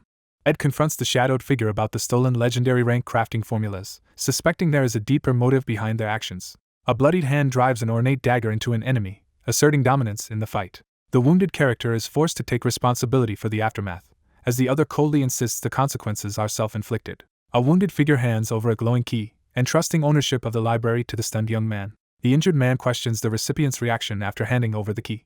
A weakened figure urgently reveals there is a secret safe hidden beneath the desk Reina guarded and warns to handle it before the Academy's investigation begins. Bloodied and struggling to breathe, the protagonist desperately calls out for Lucy. A voice urges awareness of the surroundings. The group stands alert in the glowing forest, bracing themselves as they confront an unknown threat. A terrified figure realizes the danger as blood splatters near their wide, fearful eye. A wounded figure lowers his head in resignation, quietly admitting the other's wisdom. Someone wonders what expression Lucy had at that moment. A hand seizes another person's shirt, escalating the tension between them. A gravely wounded young man slumps over, losing consciousness in the aftermath of the battle. A mortally wounded man lies lifeless beneath the moonlit Zelkova tree, his body undisturbed in the quiet night. The group stands in silence, observing the aftermath as a figure lies motionless on the ground. Several serious incidents are listed, highlighting a pattern of unfortunate involvement. A character's name is dramatically revealed in a tense moment. After enduring the same story all night, he stands looking serious and exhausted. A stern man interrogates the escapee about the kidnapping and their encounter with the group during the escape. An older man questions Ed about escaping alone and leaving another kidnapped victim behind as Ed explains the rescue events described in his report. One character explains a previous conflict to another, emphasizing that trust was lacking during a critical moment. A character sternly interrupts another's attempt to explain their actions. A character directly confronts someone with open suspicion. The older man questions the younger man's story, expressing suspicion about the repeated coincidences. Two characters confront each other by the flames, exchanging sharp remarks and subtle accusations. A character slams their hand down and brings up the Ophelis Hall incident along with the recent event. A serious student acknowledges the harm caused by the Academy's negligence. He realizes with alarm that the report being reviewed is not the one he wrote. A surprised student receives his report card and learns he has been recognized for his hard work. Someone reluctantly admits agreement. The young man is caught off guard when he learns the Academy plans to reward him. Ed steps confidently out of the ornate doorway, drawing everyone's attention. One character apologizes for causing worry and checks if the other is hurt, but the other reassures them that everything is fine. A girl with an eye patch looks up in surprise as a glowing bird-like creature lands on her shoulder. A pink-haired girl nervously admits she was hurt while saving someone, prompting a shocked reaction. A worried student nervously asks another about the exact location and nature of her injury while a glowing green spirit hovers nearby. One character confesses a sudden realization to another, who reacts with surprise. A girl admits she has relied too much on someone else's efforts and now regrets that this has led to them getting hurt. A shadowed figure reflects on the regret revealed in Professor Glass's final moments. One character, visibly emotional, admits feeling like a burden and expresses gratitude, while the other reacts in confusion. One character apologizes for causing harm and urges distance, but the other quickly admits to lying about being hurt and apologizes in return. A girl with braided pink hair leans forward and asks if the other girl's dorm is Dex Hall. A girl anxiously prepares to reveal surprising news about the next semester. A girl reacts with excitement and surprise upon hearing the news about moving to the Dex Hall. The recent events concluded swiftly despite their intensity. The protagonist exhales in relief, reflecting on the successful conclusion of the episode. An older man urges someone to leave behind their solitary wandering and embrace a normal student life. Permission is granted to move into the academy dormitories. A plan is made to set up fences and grow annual edible plants for better survival. A weary figure reinforces the hut, but a sense of futility hangs in the air. A cloaked figure stands at the cabin entrance, preparing to leave behind their days of camping. Startled by a sudden bright slash and swirling debris, he quickly turns to face the impending danger. A girl suddenly falls from above as a boy reacts in surprise below her. A young woman is startled on the ground as someone suddenly recognizes her. The storage room is stocked with neatly stacked firewood. A shadowy figure moves quietly toward the wooden door, careful not to make a sound. The young man pauses in the doorway, realizing his time living alone in the cabin has come to an end. Sensing sudden danger, he whirls around in alarm as light and leaves swirl through the tense air. A girl in a nightgown loses her balance and falls backward as a surprised boy in a school uniform looks up at her. A startled girl urgently calls out for Lucy as she lies on the ground, wide-eyed. Clouds gather over the hills and forest as someone wonders if it will rain. The character realizes they are not on Arkan Island, but in the northern Ramelin mountain range. A young woman questions why she is dreaming about her childhood. A girl with long white hair approaches a small cottage in the forest, lost in memories of the past. Someone prepares to confront the old man, heightening the tension in the room. A white-haired girl reacts in shock to something unexpected. A solitary figure sits in a shadowy attic, surrounded by cobwebs and broken windows. She hesitates in the shadowy room, suddenly sensing something disturbing. A mysterious figure steps into the light, their presence casting an ominous atmosphere over the scene. A furious apparition confronts someone with a haunting accusation, demanding to know why they didn't intervene. The scene ominously introduces the concept of a nightmare. A girl stands silently with her eyes closed, her expression solemn in the darkness. A girl with pale hair stares ahead silently, lost in her own troubled thoughts. A maid energetically urges the sleepy girl in bed to get up and prepare for school. A maid anxiously observes as a long-haired woman slowly sits up in bed, both silent in the tense morning light. A girl unleashes high-level spatial magic, energy swirling intensely around her hand. A towering pillar of magical energy bursts into the sky above the northern forest. A barefoot character with a wounded foot steps onto the sunlit rooftop, determined to continue forward. Ed walks toward the barefoot woman standing on the rooftop as sunlight fills the scene. A girl with white hair and purple eyes leans gently against someone's shoulder, feeling a wave of relief. A girl gazes upward, quietly wondering if it will rain. The character realizes that her time living alone at the campsite has come to an end. A massive burst of energy explodes through the trees, sending debris flying. A girl, caught off guard and lying on the ground, complains about how unpredictable cats are while someone leans over her. A girl realizes that when she tries to get close, others act distant, but when she loses interest, they suddenly become clingy. A young man in a red cloak thoughtfully explains his approach to dealing with cats. A man in a red cloak walks into the cabin, leaving the white-haired woman sitting alone outside. A relaxed young man explains that ignoring cat-type spirit familiars will make them approach you first. Two students laugh together as one jokes about the unexpected difficulty of the monster ecology class. Students attend a well-liked lecture, with one quietly observing while others enjoy themselves and achieve good grades. The narrator reflects confidently on having unmatched notes in every subject. The session ends as the protagonist closes his book and signals everyone to wrap up. Ed looks up, startled by the unexpected request to come to the office. Someone introduces the Academy's scholarship program as the grand building stands under a clear sky. A female character explains the academic contribution system and encourages Ed to take advantage of the opportunity. A serious young man asks about his responsibilities as a snake-like creature quietly advises him. An assistant frantically sorts through a mountain of paperwork, overwhelmed by tasks previously managed by someone else. A serious young woman juggles multiple academic responsibilities, preparing for evaluations, society agendas, and an upcoming class assignment test. A character advises moderation in dealing with the incoming freshman, while the blonde young man listens attentively. He realizes that a potential rival will also be among the freshmen. A character reaches toward the floating book, instantly recognizing the surge of powerful magic in the air. A red-haired woman apathetically levitates a glowing book with magic while sitting at her desk. A character hesitates, questioning whether selling the item to Krapin is truly the right choice. Realizing Ed's desperate plea, the character deduces that he never wanted Krapin to obtain the grimoire. A red-haired character desperately tries to stop the decision, arguing about the money invested in the item. Determined to act without hesitation, the red-haired girl resolves to be more ruthless as she reads the letter. A determined figure offers to do anything in exchange for the sage's grimoire purchase certificate. A girl is left speechless, her eyes wide with shock as she reacts to the unexpected offer. A red-haired girl grins as she quickly scribbles out a plan at her desk. A stressed student hurriedly signs a special winter break class notice, worried about who will run the class in the professor's absence. A red-haired girl exhales deeply, relieved that the end of the semester means she no longer has to worry about the camp. Someone quietly writes a note, reflecting that there likely won't be any immediate changes for Lucy. A red-haired woman stares anxiously at a pen in her trembling hand, startled by its unexpected appearance. Sitting alone at the grand desk, she questions the uneasy feeling gnawing at her.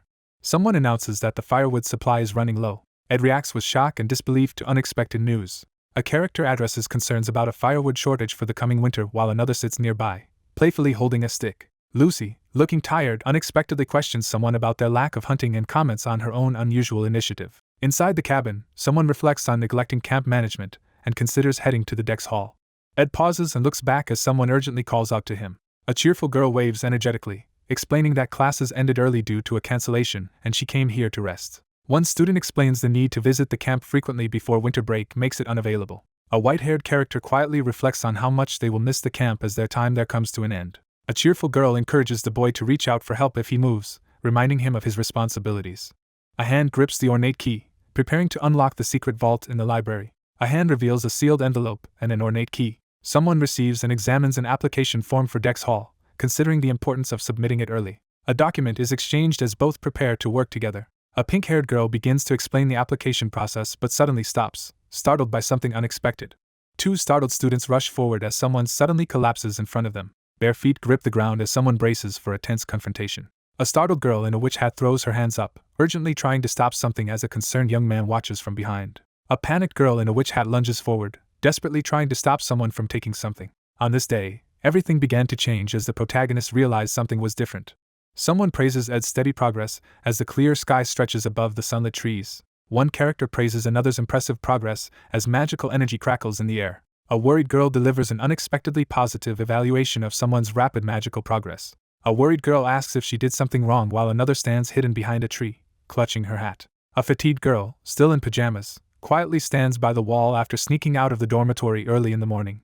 A character grasps the glowing book and realizes their magic power has increased. Ed stands surrounded by blue magical energy and prepares to cast intermediate magic. Ed calmly reads a book while an electrocuted figure lies unconscious at his feet, subdued by lightning. A bewildered observer silently watches as one girl leads an expressionless man across the room while another clings anxiously to his shoulders. One girl nervously apologizes as another growls at her, while a stern observer watches the confrontation unfold.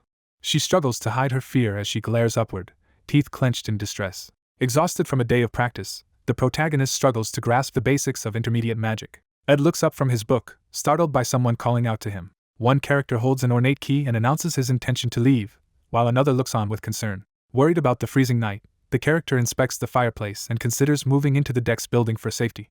The male character in the red cloak adjusts his tie, determined to leave only after completing his work. A startled character reacts as someone abruptly calls out to them. A tense silence fills the room as the white-haired girl in a nightgown fixes her gaze on the person sitting before her. She invites the other person to move forward together. One girl nervously apologizes as another growls in anger, while a boy watches the confrontation with a stern expression.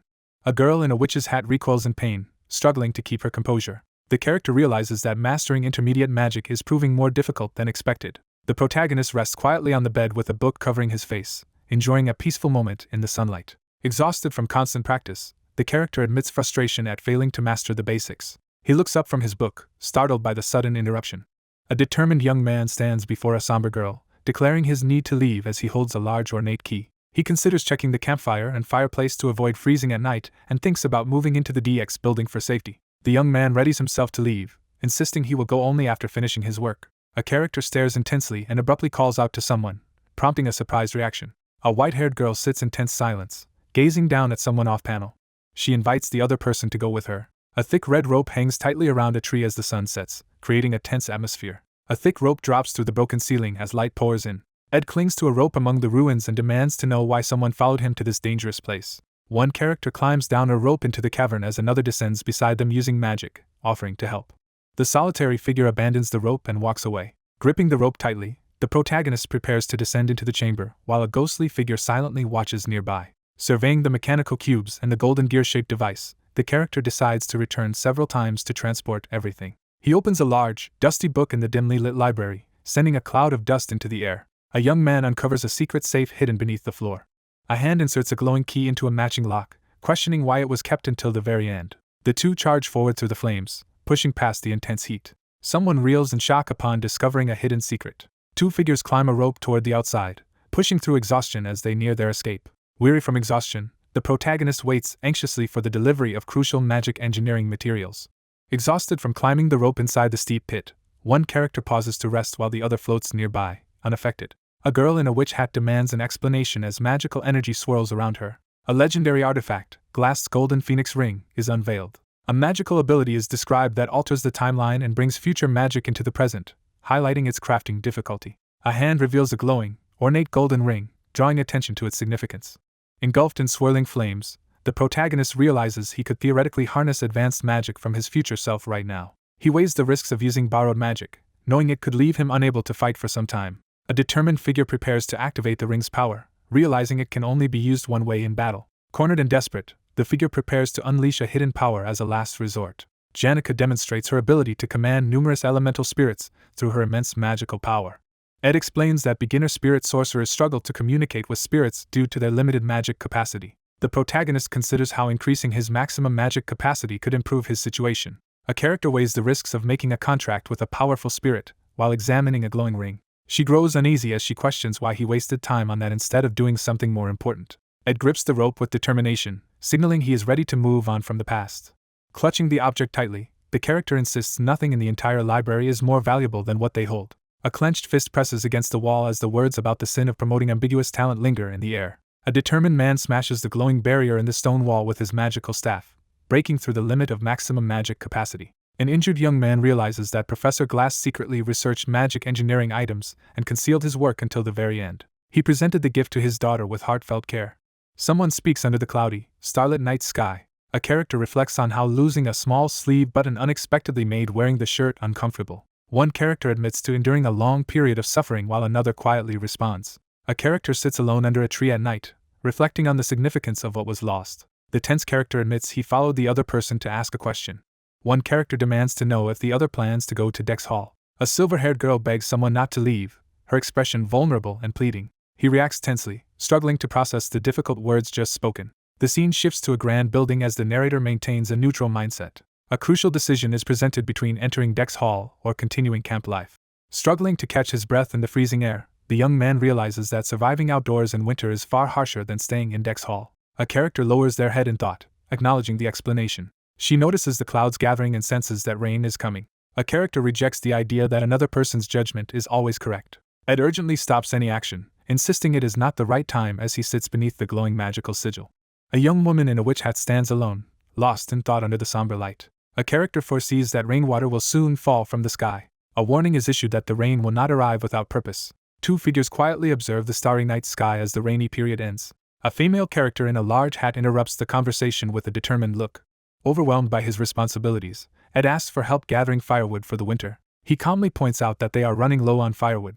A shocked character is knocked backward as an obscured figure moves in front. Crescent-shaped blades streak through the snowy night sky. Standing in the snowy night, one figure expresses he has fully adapted to camp life and considers further improving their surroundings while another presses him with repeated questions.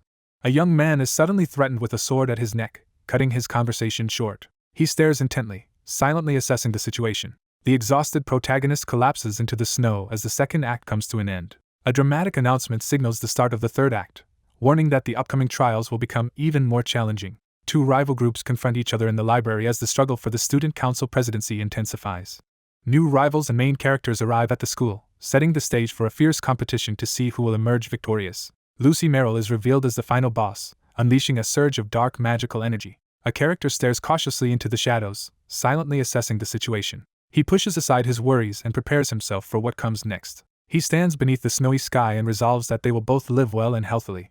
After witnessing Lucy's heartfelt expression, the realization of her true feelings became undeniable. A shovel pierces the snowy ground, exposing the soil underneath. Standing outside the snow-covered cabin, he braces himself for the extra work that winter brings. Despite his decision to avoid overexertion, he heads out to take on the school scholarship student task. Firewood is stacked neatly as preparations for supplies continue. The provisions are quickly prepared and stored thanks to the cold weather. The issue of tuition has been resolved, allowing the character to finally relax without strict daily schedules. One character stands by the bedside, unable to sleep, while another rests peacefully. One character stands in the doorway, having decided not to force the other outside, knowing magical protection keeps her safe from the cold. The character exhales in the cold, wrestling with uncertain feelings. He walks alone through the snowy clearing toward the cabin, determined to take advantage of this rare opportunity. A hand lifts the glowing ring, signaling the start of the next move. A clenched fist surges with fiery energy as a powerful attack is unleashed. Someone demands attention in a tense moment. Golden energy erupts around him as he summons the power of Marilda. A character announces they are leaving to attend to a school scholarship student task. A stack of firewood sits neatly beneath the wooden bench. The narration explains that the cold weather helps preserve things well. Sausages and a large ham are arranged on the shelf, indicating preparations for a meal. With the tuition problem solved, there is no longer any need to manage every hour of the day so strictly. A blonde girl sleeps soundly on the bed while a brown-haired boy quietly watches her. A caped man steps through the doorway into the light, leaving an unconscious woman behind.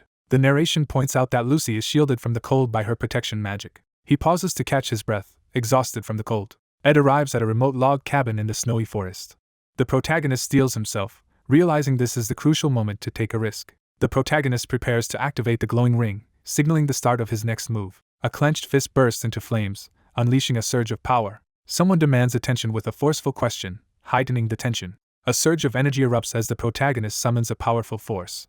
A vast, snow-covered estate surrounded by gardens comes into view, highlighting the academy's impressive scale. A bakery terrace is introduced, evoking memories of its renowned refreshments and floral atmosphere. An exclusive refreshment set from Laplace Bakery, usually fully booked, is introduced. A girl teases her companion about using bait to call them out, prompting a flustered response. A red-haired girl warns her friend that she is becoming dangerously infatuated with Ed Roth Taylor. Two girls interrogate a calm girl at the table, demanding to know how she discovered their secret. Someone reflects on the deep sense of loss they experienced at the beginning. After reconsidering Ed's character, one girl urgently points out a new problem as tension rises between the group. One student aggressively questions the other about their feelings, demanding a direct answer. One student hesitantly admits that being near the other feels comfortable rather than exciting, triggering a tense reaction. A worried girl learns she is heading toward the 13th bad ending in her relationship. One character recoils in frustration as another clings to him, urging him to provoke desire. Frustrated, the girl slumps as she realizes her feelings make her nothing more than a follower, while two spirits mockingly cheer her on. Two characters arm wrestle at the table, while a third anxiously thinks about needing a solution before leaving for winter break. A calm young woman thoughtfully shares strategic relationship advice over tea. Ed Roth Taylor's assessment changed mainly because of Clara's influence, as he is the person Janica likes. The narrator considers the positive opinions shared by Belle, the academy workers, and friends about him. Everyone at the academy now places their trust in him. A composed woman at the table calmly expresses her differing viewpoint. A girl is scolded by the librarian for failing to return something on time, leaving her embarrassed.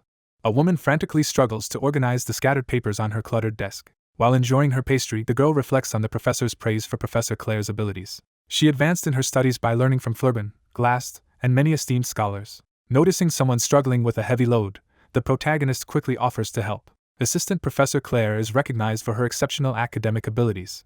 Despite being terrible at work, she managed to handle all of her important tasks. She politely declines the offer of help and expresses her gratitude. A confident second-year student strides through the hallway with a stack of documents, recognized by the academy staff as the greatest advisor. The lab remains spotless thanks to the diligent cleaning efforts of the assistant. A thick stack of personal information, gathered from various locations without raising suspicion, is set down on the desk. Very few people besides Janica and Clara knew her real appearance. Annis quietly prepares herself, reflecting on the complexities of human relationships. With only 20 minutes before the professor returned, she hurried to analyze all the documents about Ed Rothstaler at her desk. She schemes the document, dismissing basic facts about the Rothstaler family and focusing instead on Ed's personal history. Crapin Rothtaler became Lord the year his son was born, and named him official heir at age 2, shaping his arrogant personality. A character critically reviews another's early upbringing and poor academic performance. After her admission, she managed both student TA duties and a scholarship to support herself due to her family's instability. She relied on her resourcefulness and determination, modeling herself after a successful upperclassman while developing her own strategies for survival. A book reveals that Ed is the second child in the powerful Rothtaler family, which holds significant influence in the Kloll Empire. Someone analyzes the young man's background, concluding that he was raised without financial difficulties but influenced by controlling beliefs. A character critically evaluates the male student's lack of talent and confidence while speculating about his personal preferences. The protagonist analyzes the young man's personality and motives, noting his preference for admiration, avoidance of responsibility, and recent changes due to difficult circumstances. The explanation concludes by emphasizing its simplicity. She wonders if she should start practicing. A cheerful woman enters with 2 bags and invites everyone to eat pastries before getting back to work. In a cozy, book-filled room, one person ties the other's hair and expresses gratitude for the freshly prepared black tea and anticipated snacks. A startled woman recoils as she accidentally spills a hot drink on the library floor. A girl anxiously worries about the consequences of her latest mistake. Someone quickly checks if the other person is hurt after a sudden surprise. One girl expresses relief that the other is unharmed. A girl with glasses suddenly spots someone unexpected and is visibly shocked. He takes off his uniform cape and feels relieved after a tiring break. The maid acknowledges that taking on an extra uniform makes little difference to her workload and notes that the person she serves owes many favors. Blonde hair was discovered on Lady Lucy's clothes during recent washing, raising suspicions. A woman explains her suspicions to the anxious listener, revealing evidence of another person's presence.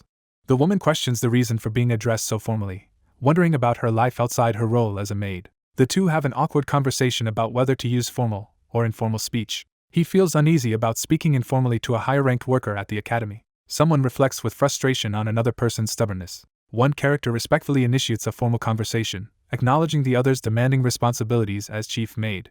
One character advises another to speak more casually, noting he has many people to manage. A woman advises that overthinking can be burdensome and emphasizes that the final decision is yours. Ophelis Hall stands fully restored as the workplace returns to normal. 2 students observe the academy's complete restoration as they reflect on the preparations for the incoming class. A blonde-haired male student announces that one of the 7 new students has already started moving in. A girl confronts someone, revealing she knows about Tanya Rothtaler. He braces himself nervously, anticipating his younger sister's imminent arrival. One person reveals plans to visit their hometown during the break and questions whether the librarian is also leaving. While practicing a one-handed handstand outside, the protagonist wonders if someone will stay at camp for the entire break. Ed studies by the campfire while discussing his plans to advance his magic skills and the challenges of rapid improvement. A tired young man stands by the campfire as someone questions if he pushed his magic too far again. He pauses, deep in thought, wrestling with an inner dilemma. One character checks on the weakened blonde man, who admits he cannot use magic for a while due to exhaustion. A man calmly removes his shirt, preparing for a confrontation and displaying his indifference. One character explains that someone intends to bring another person to apologize for a misunderstanding. A character closes a book and refuses to share personal information or accept an apology. One young man calmly explains to the other that he feels indifferent rather than upset as they sit by the campfire. One character acknowledges Jixa's skill at keeping secrets. A character offers a payment pouch and asks for help before the other leaves. A student surveys the chaotic basement library and explains the urgent need for help organizing it. Ed declines the money pouch and asks about the other person's plans for the library. One character lists the other's growing responsibilities, including surviving camp, training in magic, spirit magic, archery, and now taking on magic engineering alongside starting work at the academy. Someone offers cautious encouragement, urging another to stay strong and succeed. A hand reviews an ambitious winter break to-do list and prepares for the scholarship student work scheduled for tomorrow. A welcome is extended to the arriving scholarship students at the academy. An exhausted woman struggles to finish paperwork after staying awake for 44 hours to meet the academy syllabus deadline. A voice begins to explain their actions, leaving the statement unfinished. 3 students stand before a seated figure, as one of them prepares to deliver an important message on her behalf. A student explains that their responsibilities include preparing for the new student's class assignment exam and supervising on the day of the test. The narrator explains that this exam was an annual event conducted by Professor Glass. A shadowy figure confidently anticipates the outcome of an event that will be overseen by Assistant Professor Claire, hinting at prior knowledge. A character announces that the event's location has changed and assigns someone to collect the necessary equipment. A young man assigns a task by handing a document to another person. Someone realizes that Clara and Janica have missed an important detail as a woman approaches Ed in the hallway. A student observes Ed closely, planning to use their collaboration as a chance to evaluate his true character. A woman devises a strategy to seduce someone by tailoring her approach based on research. A confident young woman assigns a field survey and insists on company. A concerned observer questions the shirtless young man about pushing his magic to the limit after detecting no magical presence. He shields his eyes and cautiously surveys his surroundings. Someone notices a possible fever and questions if the other person is actually sick. A shirtless young man admits that he won't be able to use magic for some time, while another character listens with concern. A man turns away and removes his shirt, preparing for a confrontation. Someone finds it easy to justify their actions because the other person always agrees without question. In a dim stone-walled room, one person informs the other that Isla plans to bring Taylor to apologize for a recent misunderstanding. A character in a red jacket firmly refuses to reveal his cabin location and declines an apology request. One of the young men calmly explains that he feels no anger or need for an apology, clarifying his indifference during their campfire conversation. Someone acknowledges another's skill at keeping secrets. A pouch of payment is offered in exchange for help before leaving. In the dim basement library filled with clutter, one person explains the urgent need for help organizing the chaotic space while another sits nearby, looking exhausted. A young man refuses the money pouch, stating he considers this training, and asks what the other intends to do with the library. 2 students talk by the campfire as one questions how the other manages so many responsibilities, including starting work at the academy soon. Someone offers stern encouragement, urging another to stay strong and succeed. A person writes out an ambitious list of goals to accomplish during winter break. The person plans to check their tasks and prepare for academy scholarship work tomorrow. Scholarship students arrive at the academy as they are welcomed at the entrance.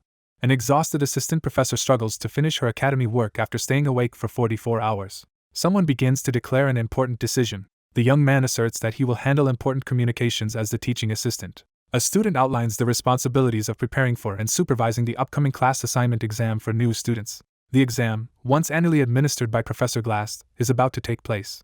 A shadowy figure unleashes mysterious magic, confident in already knowing the outcome. A young man explains the change in location for a mission and instructs another person to collect the requested equipment. A young man assigns a task and hands over a document to another person. A female character approaches Ed in the hallway and points out that there is something Clara and Janica are overlooking. A student observes that many girls surround Ed Rostaylor and decides to use their collaboration as a chance to test his character. After reviewing her research, she confidently prepares to seduce him, determined to see if he will fall for her. A task is assigned for someone to join a field survey. A young woman enters confidently, holding a thick book and smiling warmly. The scene shifts to a snowy mountain landscape labeled as Academy Northwest, Oran Mountain. A character warns that the snowy mountain path is dangerous and students could get hurt by slipping.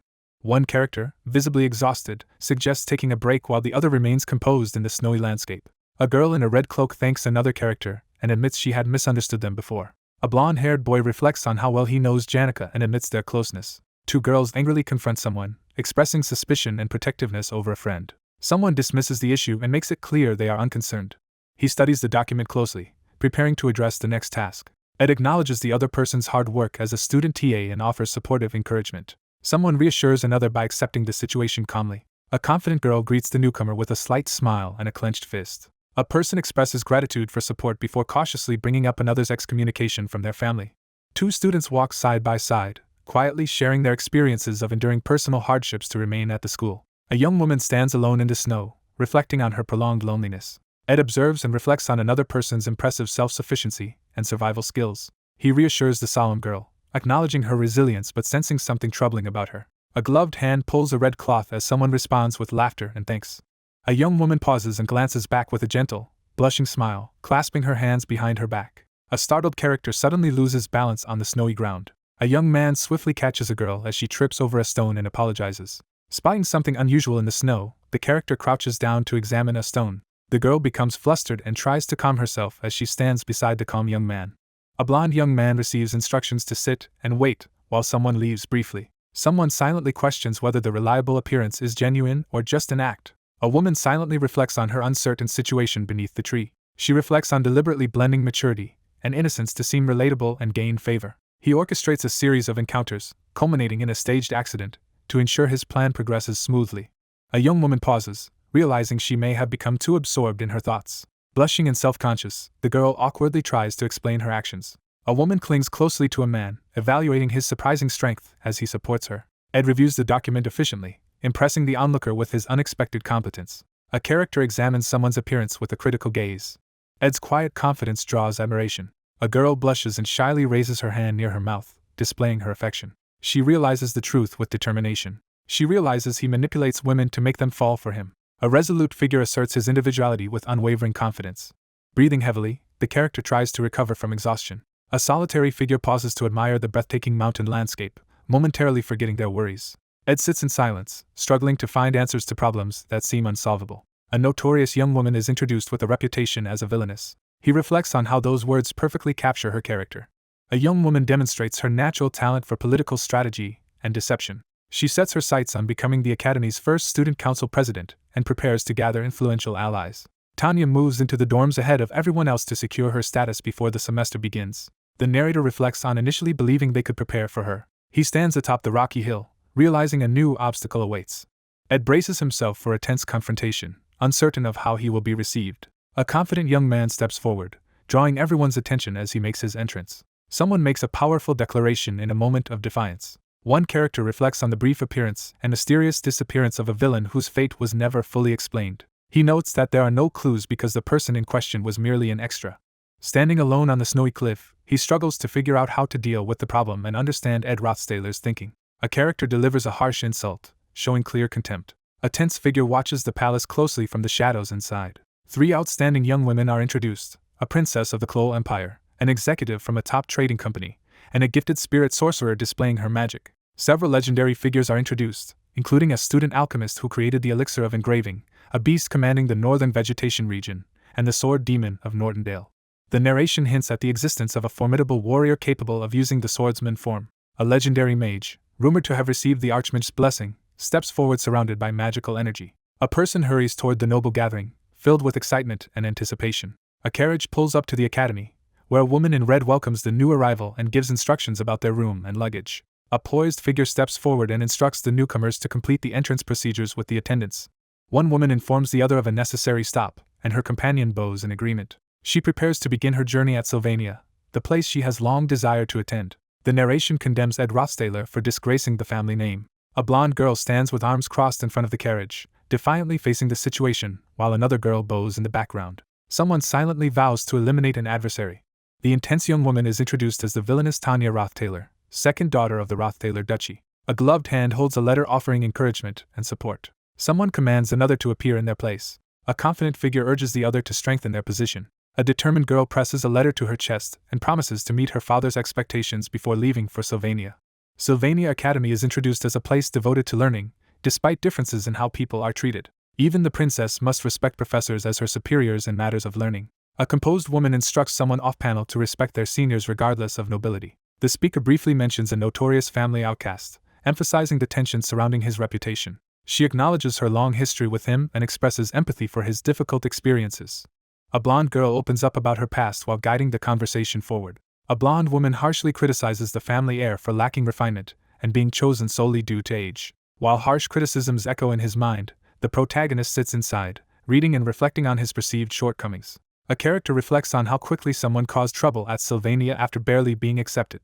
A seated figure tests the other's awareness while exchanging remarks over tea.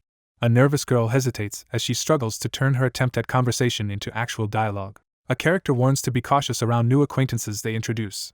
A composed figure warns that respect is crucial, especially when dealing with formidable individuals in negotiations. A character recalls a secretive encounter involving the sage's sealed grimoire but hesitates to share more. A girl sits alone under an ominous red light as she receives a tense warning. A female character confronts someone directly, her green eye glowing with suspicion. A glowing red serpent coils menacingly around the determined girl as she stands her ground. A startled girl tenses on the sofa, anxiously reacting to the rising tension. A character challenges the other with a smug, provocative remark, heightening the tension. A red-haired woman smirks with intrigue as she reacts to a surprising revelation. A tense silence falls as a significant encounter involving the sage's sealed grimoire is briefly mentioned but quickly dismissed. A blonde girl sits in ominous red light as she receives a foreboding message. She fixes her intense gaze and demands to know what is wrong. A girl struggles against the grip of a glowing red serpent as someone orders her to keep talking. A blonde girl anxiously asks if someone is upset, reacting nervously on the couch. A girl smirks and taunts the other person with a challenging question. A red-haired woman smirks as she observes something that catches her interest. A character reviews a handwritten to-do list outlining their goals for winter break. A character obtains new mid-rank magic spells as glowing notifications appear while gripping a magic book. The protagonist stands outside under the porch, reflecting on how he obtained a book from the professor's library without worrying about a due date. The protagonist reflects on having completed most of the scholarship's student work on the first day. A hand reaches out and ignites the campfire, signaling determination to press on. Amid the rubble, he activates magic with a glowing hand while holding an open book. Unable to use magic, the character strides forward while reflecting on their efforts to master its theory. Ed notices a figure hidden under the blanket and reflects on how he has become accustomed to her surprising appearances. Someone tries to wake the sleeping girl to ask her to light the fire. He effortlessly carries her as she sleeps. One character urgently points toward the magical explosion, directing the group's attention. A girl in a witch hat firmly announces that she will stay outside, clinging to the blonde young man. She accepts the task with quiet determination. Two people sit by a campfire in the snowy forest as one notices the scent of perfume. Two students share a warm embrace after a long day spent working together at the academy. One student urgently checks if the other is feeling unwell as tension rises near the fire. A character warns that being sick could be deadly. A confident figure extends a glowing hand toward another's chest, preparing to release twisted magic. A hand slowly reaches toward the man in the suit as tension hangs in the snowy air. Two students confront the aftermath of a reckless decision in a tense, wintry setting. Ed encourages someone by saying they could become much stronger after winter ends. A character nervously asks if they can make an unusual request, prompting a surprised reaction from another. A girl looks up with hopeful eyes and asks for a head pat. A calm figure reads by the campfire, gently comforting a resting companion. A girl with white hair enjoys a gentle head pat, smiling contentedly. A surprised young man turns as someone addresses him after a long time. One character approaches another in a wintry setting to discuss a previous favor, prompting a direct question about the reason for the visit. A red-haired girl nervously starts to bring up another topic. He looks down, book in hand, and asks her a question that catches her off guard. The speaker finishes explaining and states that the objective is simple. A determined woman recruits others to help her take revenge, promising a reward. An offer is made to share valuable family antiques, prompting an enthusiastic reaction. Two students exchange playful taunts, each refusing to back down. A girl confronts someone, demanding to know if they are Tanya Roth Taylor. A surge of mysterious power ignites in her glowing purple eyes. A young man assesses his well-trained body as he senses the flow of magic within himself. One character confronts another about being Ed's younger sister, and the claim is reluctantly confirmed. A tense girl processes unsettling news as she faces a boy in a red cloak. A character smirks confidently, exuding self-assurance. A cheerful young man in a red cape announces the arrival of Ed's younger sister. One character carefully receives a mysterious mechanical orb with a glowing purple core from another. A student hands a mandatory magic engineering item to another student in the courtyard, explaining its use for magic resonance training. One student asks if the elemental studies notes were brought, and the other confirms, explaining they almost threw them away. Someone gathers and distributes class materials, ensuring nothing important is left behind. Two characters stand together, visibly relieved after the recent tension. A nervous girl anxiously asks if her offer about Ed was understood. The boy explains that it's normal for siblings to clash and suggests that misunderstandings are inevitable given their personalities. Someone urgently warns that the ship is about to depart. A cheerful student introduces himself to a flustered girl struggling with heavy luggage. A young man reassures the person off-panel that they are close and predicts their success, drawing a comparison to their brother. A distressed young woman is held in place as someone presses a strange device to her neck, threatening her to ensure compliance. Two characters wave and cheer each other on while another collapses under the weight of a heavy crate. A startled girl looks up in shock as something unexpected happens nearby. The scene shifts to the faculty building, highlighting the location of Claire's office. A silhouette seated at a desk receives praise while documents and scrolls lie scattered nearby. A girl jolts in surprise at her desk while someone else watches her closely. A young woman anxiously anticipates the outcome of the new student's class assignment exam, hoping for a peaceful break. One woman praises another's impressive stamina as the exhausted girl slumps over a desk. A frustrated woman sorts through paperwork, dissatisfied with the poor quality of work from the scholarship students, and redoing their tasks herself. Despite all expectations, one individual stood out as fundamentally different. He efficiently identified and resolved logistical issues for the upcoming exam, such as closing entrances and addressing dangerous paths. She silently reflects on how someone truly earned their respected reputation. A woman leans forward and questions the younger woman about Ed's personality. A cautious young woman urges secrecy as she admits to secretly following someone during the Ophilus Hall incident investigation. A man drags a deer into a well-equipped camp at night, while another figure observes from behind a tree. A girl expresses her admiration for a classmate's relentless effort and remarkable academic improvement, noting even the professor's recognition. She reflects in amazement on how someone managed to contract with a spirit through hard work and determination. She notices evidence of someone's practical skills being unusually advanced.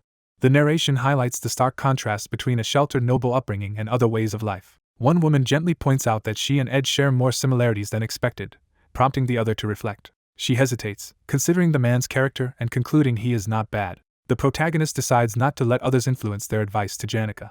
After meeting him in person, the observer finds no faults and acknowledges his honest and hardworking nature.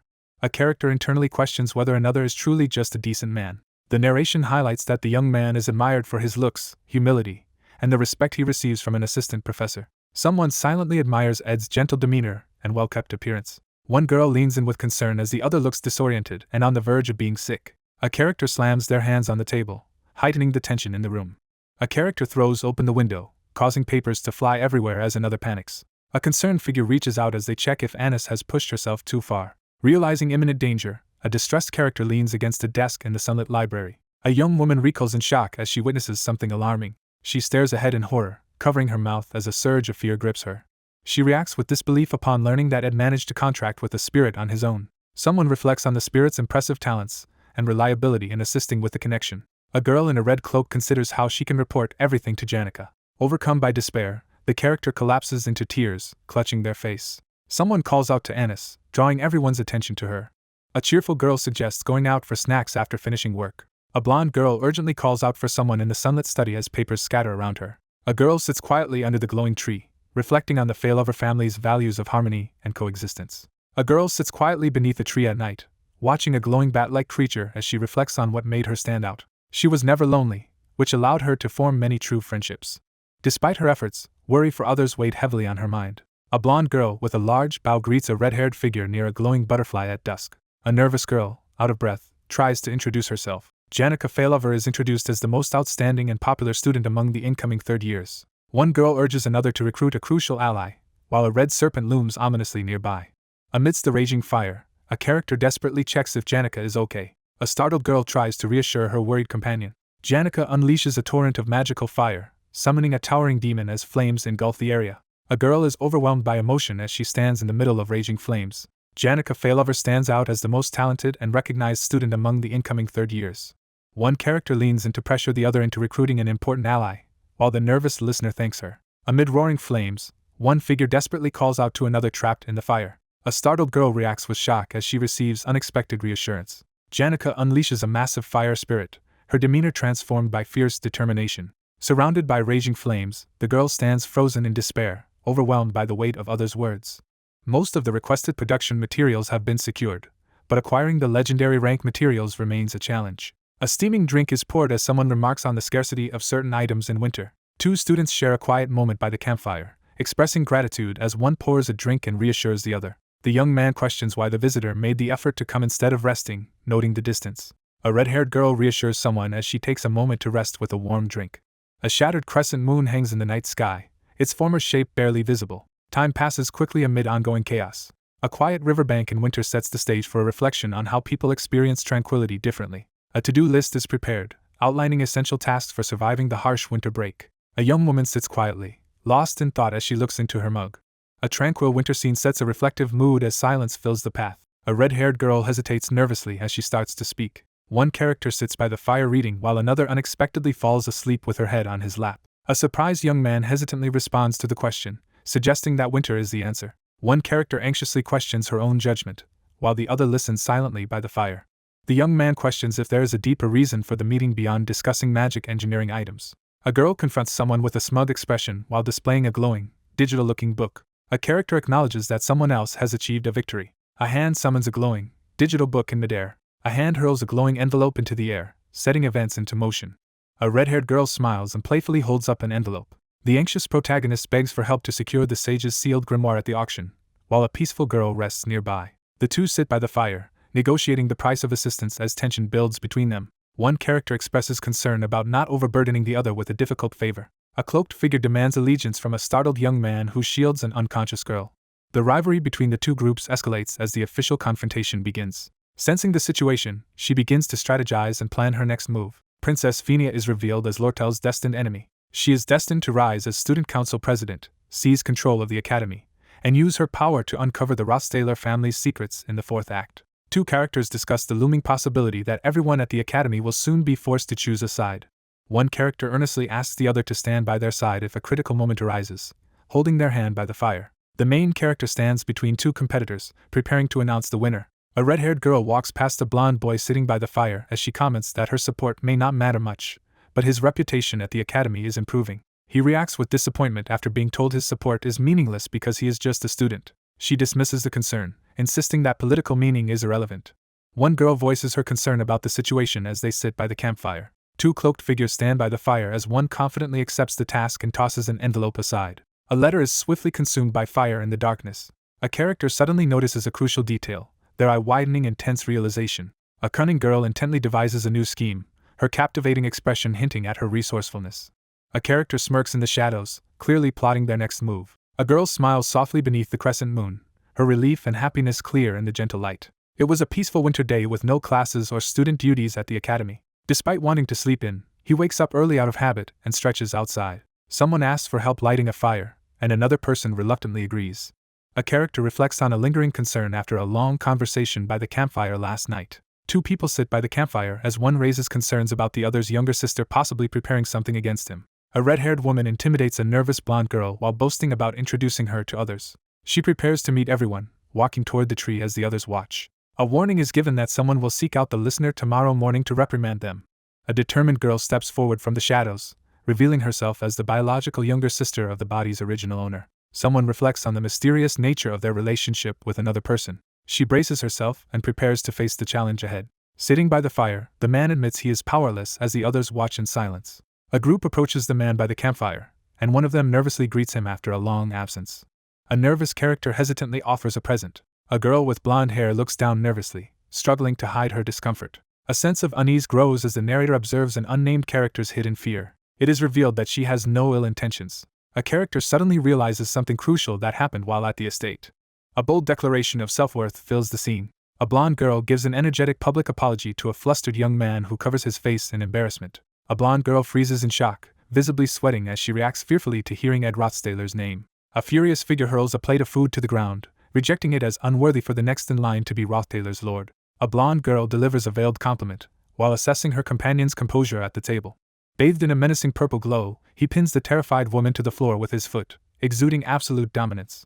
A red-haired woman collapses onto the table in pain, knocking over her food. A girl hesitates to eat as her hand trembles, holding the fork near her mouth. A frightened girl begs for the situation to stop as she cries out in distress. A young man kicks another to the ground during an upscale dinner, leaving a nearby woman in shock.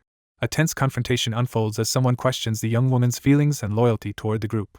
A young man stands beneath a sinister purple aura, threatening Tanya with a malicious grin. Ed accepts the box with a grateful smile. A character receives a brooch, expresses gratitude, and acknowledges being excommunicated from the family. A nervous girl hesitates before being firmly told to wait by the fire.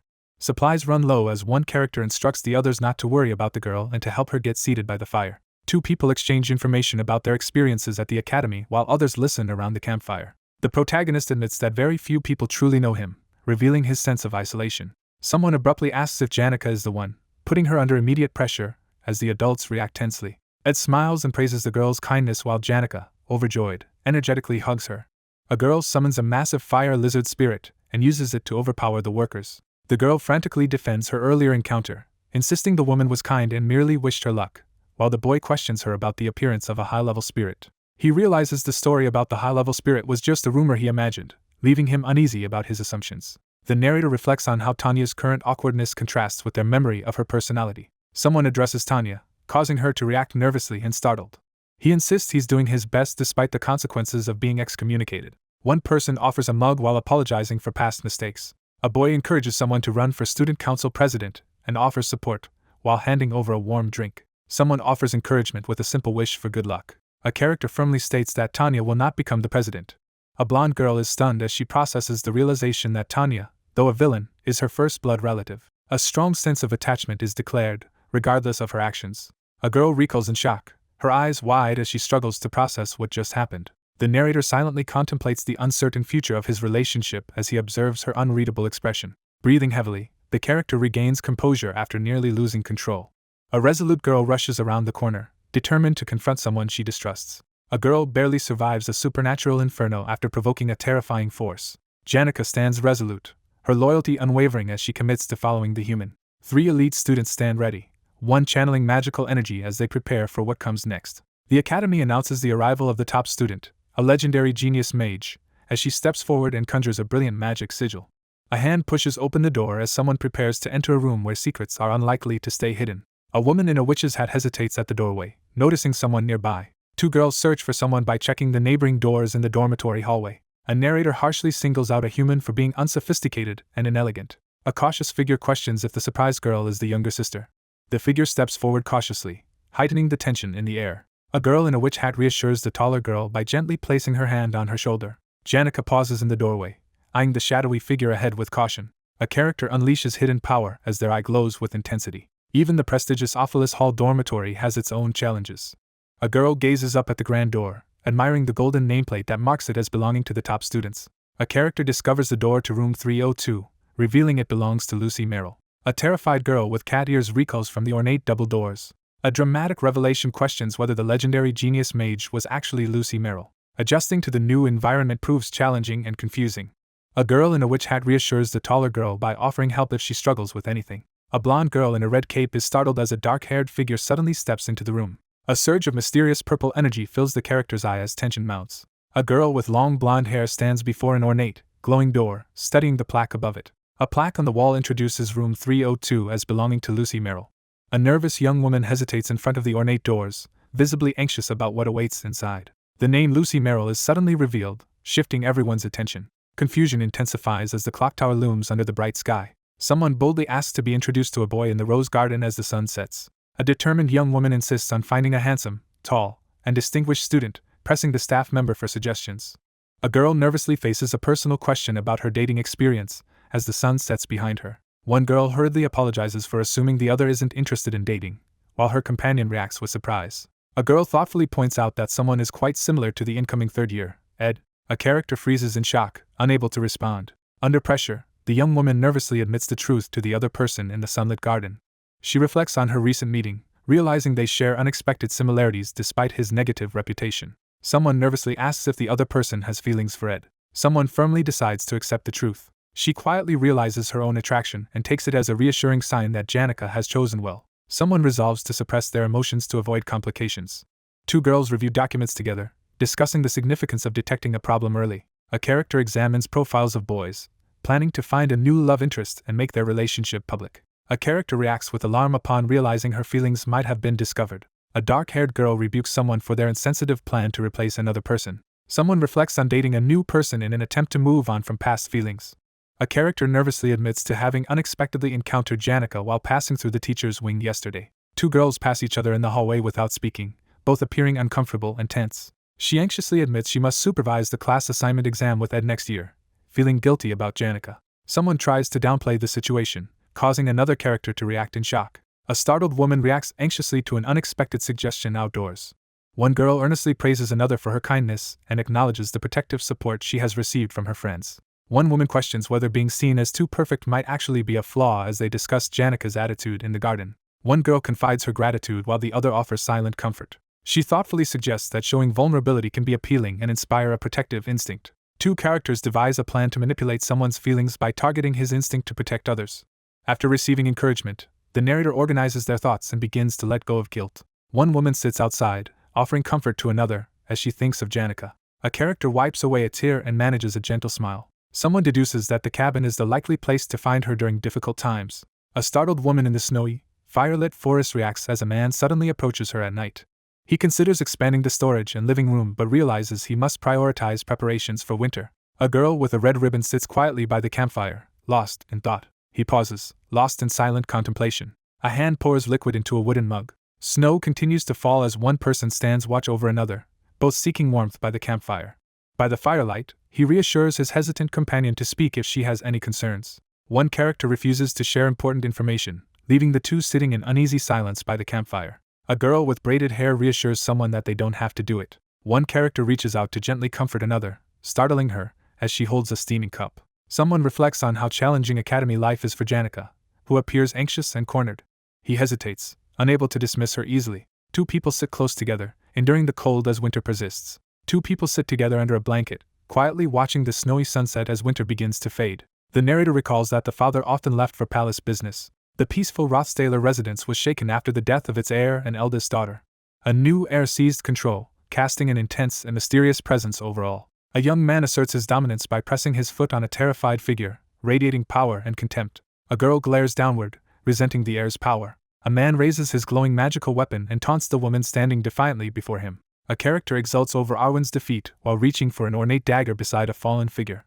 One character grabs another by the collar and declares that if he dies, she will become the heir. In a moment of desperation, she demands to be stabbed, urging immediate action. A girl sits on the ground, laughing maniacally beside a decorated dagger. Overwhelmed by memories, she struggles to catch her breath. Haunted by memories of oppression, he endures the intense, condescending gaze that has overshadowed half his life.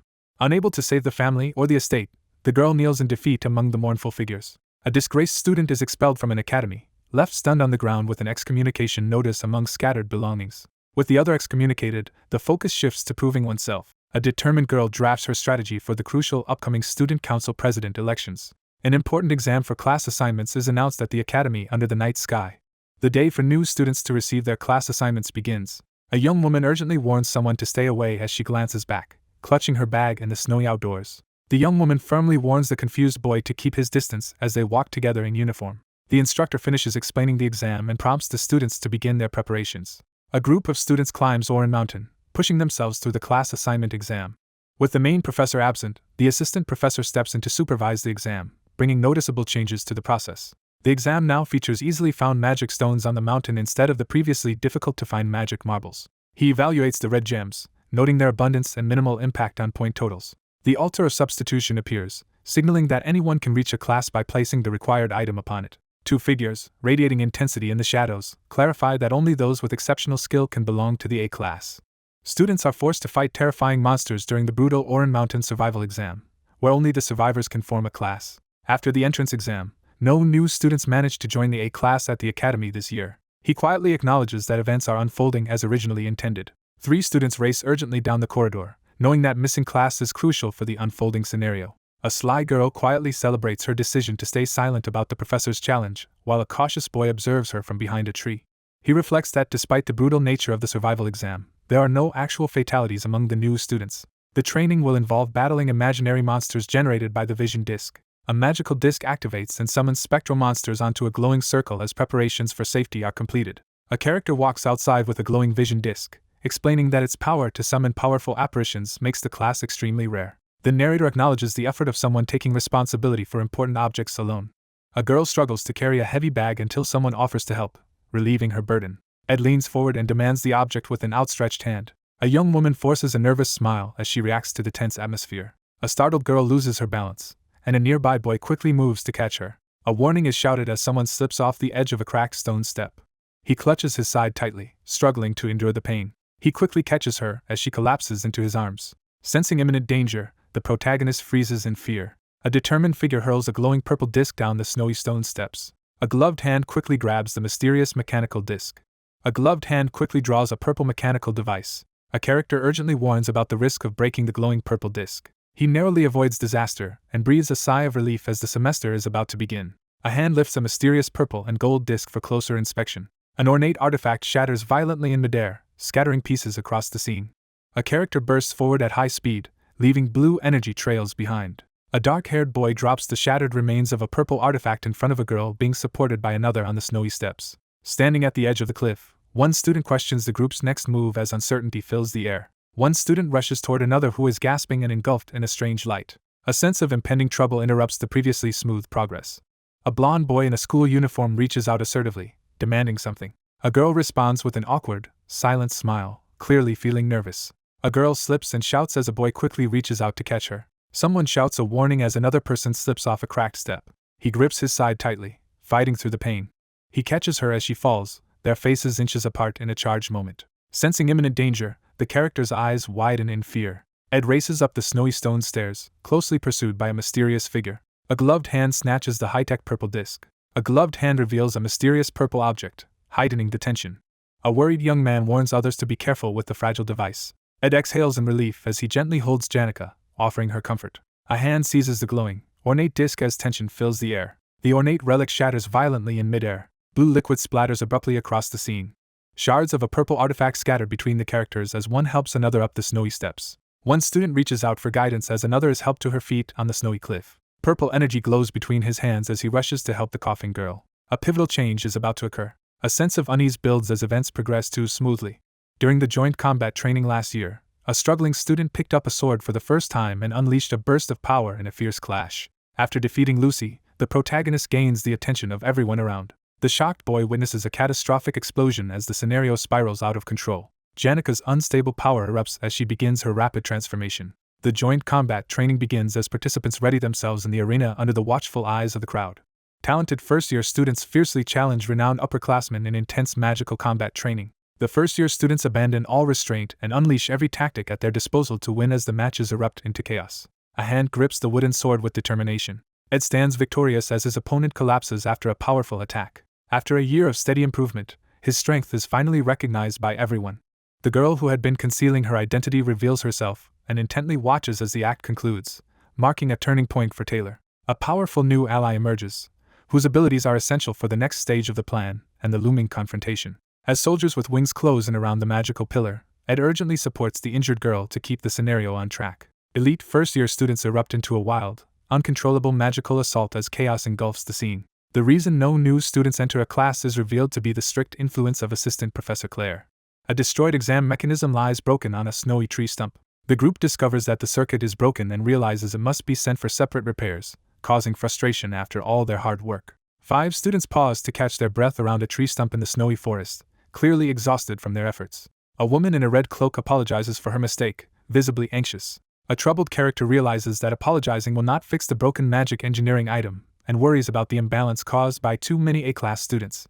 The determined character insists they can resolve the situation, causing surprise in the other. A startled character urgently reacts to an unexpected situation. A dark-haired character grabs a blonde character in shock after hearing an unexpected confession. The class assignment exam is introduced at the snowy Oran Mountain entrance, signaling the start of a new challenge. She reflects that meeting noble classmates was a significant moment for her. 3 students in identical uniforms bow together, emphasizing the school's disregard for social rank. A red butterfly brooch, symbolizing the foundation of the Telos Order, is revealed. Clarice receives respectful bows but calmly asks everyone to set aside the formalities. One student urges the others to relax and ignore strict etiquette, but the group remains tense and uneasy. A white-haired character offers a respectful greeting to Saintess Clarice. A blonde girl confidently introduces herself as the next head of the Rothstaler family, prompting a surprised reaction from the other character. One girl recalls that she baptized the current patriarch when she was very young, describing it as a great honor for her family. A young woman confidently announces her intention to be baptized when she becomes an adult. The white-haired girl closes her eyes and smiles confidently, expressing her anticipation to Tanya. The character plans to use a public meeting with the Saintess to gain an advantage in the student council president elections. A group of students stare in shock as a bright object shoots upward from the distant forest. Fireworks burst overhead as the event officially begins. Students walk purposefully toward their assigned exam locations, each faculty heading to a different destination. A determined girl leads a group as they rush forward to get into class. Elite student privileges include tuition exemption, access to exclusive facilities, and widespread recognition. Clutching the glowing stone, the student dashes forward, determined to reach the altar before anyone else. Two students sprint down the hallway as one urgently signals the other to stop talking and run. Two figures in red cloaks race through the snow toward the summit as one desperately urges the other to stop. A hand seizes a glowing red gem as the overwhelming number of threats becomes clear. She moves cautiously through the forest with the gem, staying alert for possible traps. A girl screams in terror as something suddenly frightens her. A girl falls to her knees in defeat as someone grips a glowing red gem in the foreground. A blonde girl notices someone taking off their shoes and quickly offers to call staff in case of injury. The character hurriedly denies the accusation, visibly anxious. One character impulsively jumps barefoot into the snow while another reacts with surprise. A girl looks up, expressing her heartfelt wish with excitement and wonder. A girl narrows her eyes in alarm as she suddenly recognizes someone's hidden identity. A cheerful girl introduces herself as the second daughter of Ross Taylor, while another girl looks on with concern. A girl enthusiastically praises Ross Taylor's reputation and high status. A girl with red eyes sharply interrupts the conversation to challenge what was said.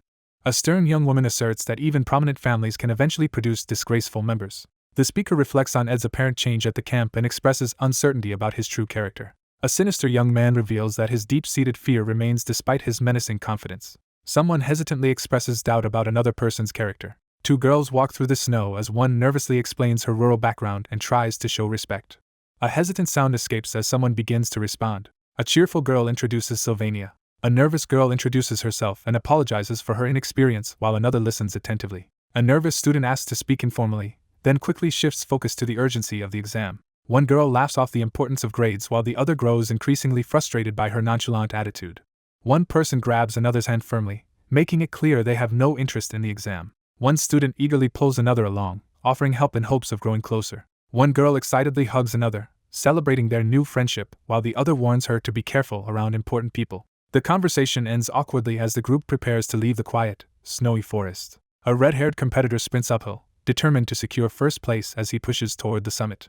An exhausted youth gasps for air as a menacing, shadowy figure engulfs him in a surge of red energy. A furious attacker launches a vicious assault, driving their opponent to scream in agony. Startled by the sudden appearance of a dark-haired figure, Ed collapses to the ground in shock. A character clenches their fist and denounces the senior's disgraceful actions. The character tests their strength and is surprised by how easy the task feels.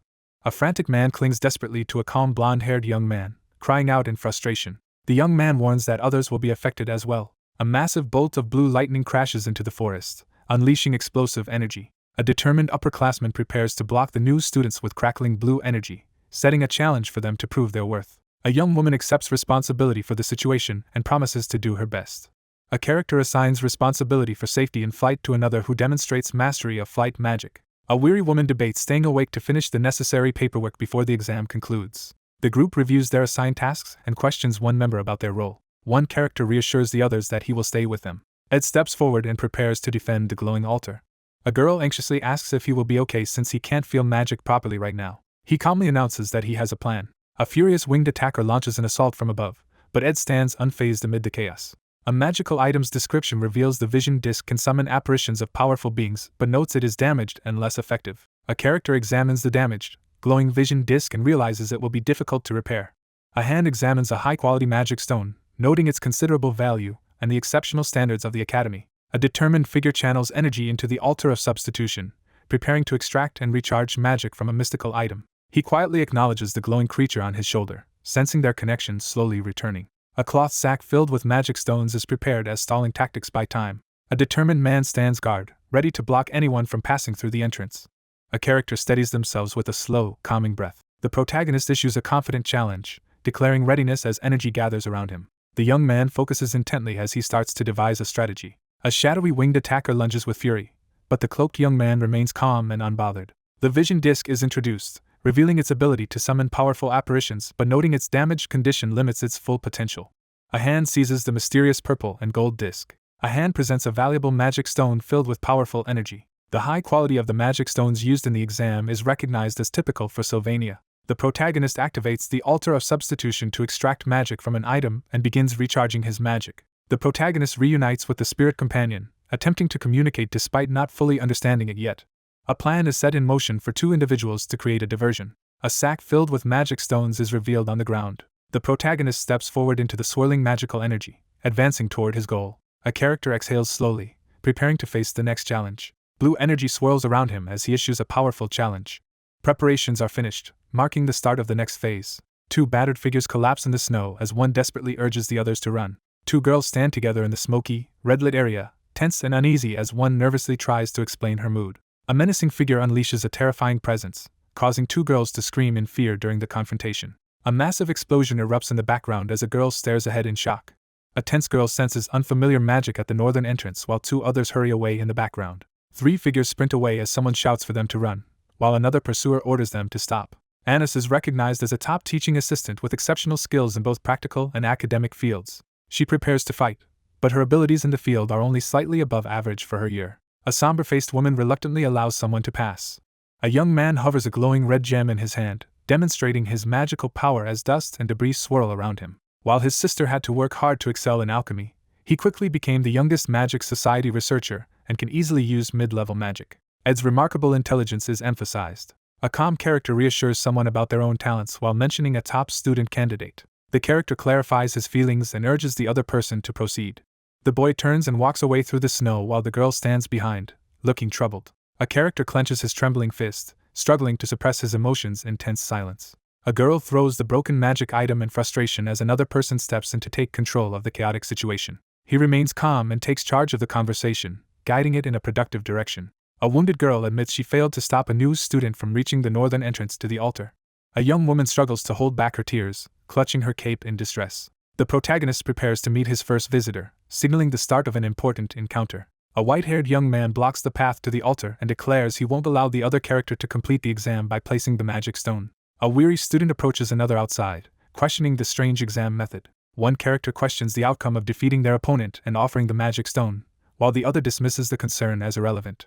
A composed character expresses cautious optimism about an alternative being prepared. Two figures in red capes confront each other in the snow with a mysterious mechanical device between them. The character carefully observes the unfamiliar object's changed color, suspecting it might be a more advanced version, and prepares to react. A young man inspects the area around a magic circle, noticing faint magical residue and a used magic stone. The narrator realizes that using a magic stone on the first visitor reveals the opponent's low mana reserves. A young man effortlessly displays his magical power, dismissing the situation as unworthy of his attention. Unfazed by the situation, he charges up a fierce, fiery attack while already planning his next meal. A powerful magic user launches a mid-rank particle explosion into the sky, unleashing a fiery blast. A determined fighter prepares to strike, warning that only by predicting his movements can an opponent evade the attack. A young man in a red cloak swiftly dodges a fiery attack, revealing his combat experience. A character prepares to launch a powerful fire magic attack. A hand unleashes a burst of fire downward, signaling the ignition of a powerful spell. Amidst the blazing flames, a lone figure charges forward and strikes with a sword. A young man is suddenly engulfed by swirling flames. A large flame fills the area as one person carefully evaluates another's impressive display of magic. A character freezes in shock, eyes wide as they witness something astonishing. A massive torrent of fire erupts as a character unleashes a devastating attack. A massive explosion collides with a magical barrier, halting the attack. Surrounded by swirling flames and energy shields, the blue-haired character coldly dismisses their opponent as worthless. The speaker confidently asserts that no level of ignition can penetrate their defense magic. Battles between mages are usually determined by the amount of mana each possesses. A determined student unleashes a burst of fire at an unflinching opponent as their heads hover above potion bottles labeled -100.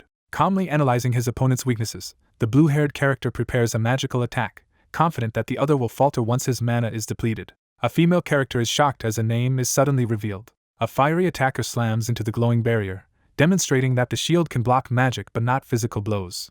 A male fighter lands a powerful blow on his surprised opponent as energy bursts around them. A fierce blow sends the opponent reeling, blood spraying as the attacker taunts about facing more than just mages. A boy glares up through the flames, defiantly challenging someone's authority as a mage. A pink-haired character quickly leaps back to evade a fiery attack as another's foot strikes the ground. A wounded character stares in disbelief, demanding to know how someone survived the fire. He channels his focus and unleashes a mid-rank ice spell. A character unleashes a powerful burst of fire magic with a sweeping arm gesture. Steam fills the area as a character braces for a familiar trick to be repeated. A character unleashes a swirling orb of elemental energy, revealing mastery over multiple elements. A figure unleashes a powerful burst of fire magic toward a distant target.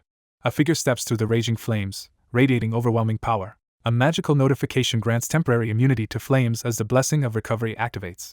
A determined figure pushes through the raging flames, completely unaffected by the fire. A glowing blue shield appears just in time to block a knife attack. Reeling in shock and fear, the bruised character tries to process the sudden appearance of the threat.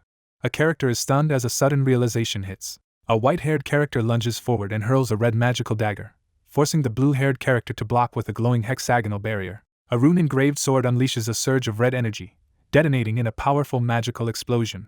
A lone figure is hurled upward by the force of the explosion. A massive explosion tears through the landscape, unleashing destructive force across the area. A shadowy figure emerges from the smoke, making a dramatic entrance amid the debris. Wounded and frustrated, the young man realizes his opponent can cast basic magic faster than he can. The true nature of the magic is revealed as a spirit formula instead of explosion magic. The narrator realizes the reason behind his ability to withstand scorch, unprotected. A hidden spirit with powerful recovery magic is revealed from within the flames. Ed's unused spells, spirit magic, and magic engineering items are highlighted as untapped resources. Amidst the snow and debris, a wounded character catches her breath after a difficult struggle. A young man stands firmly, holding a glowing dagger as tension fills the room. The suited figure collapses in defeat, dropping the red gemstone. One character stands over a fallen opponent as magical gems scatter through the swirling dust. A masked figure unleashes a blue magical attack as a glowing magic circle appears beneath a calm opponent. A mage conjures a powerful ice spear, preparing to unleash a high-level spell. He charges forward, crackling with blue energy as he launches into action. A furious girl with purple hair punches a boy with brown hair in the face. A powerful punch sends one character flying through the air. Despite being struck, the young man remains unfazed, knowing his opponent's punch lacks any real power. A surge of blinding energy erupts, filling the scene with chaos. A character is suddenly overwhelmed by a surge of intense energy. A fierce wind barrier activates, ready to repel any sudden attack. A massive beam of energy erupts upward, shaking the entire area. The figure unleashes a devastating green energy beam that explodes upward with immense force. A shadowy figure claims dominance by sitting atop a jagged ice throne as mist and debris swirl around. Injured and struggling to stay conscious, the young man clutches his glowing wound as smoke swirls around him. Red crystals shatter on the ground as one character collapses in defeat before another's imposing stance. One character admits defeat.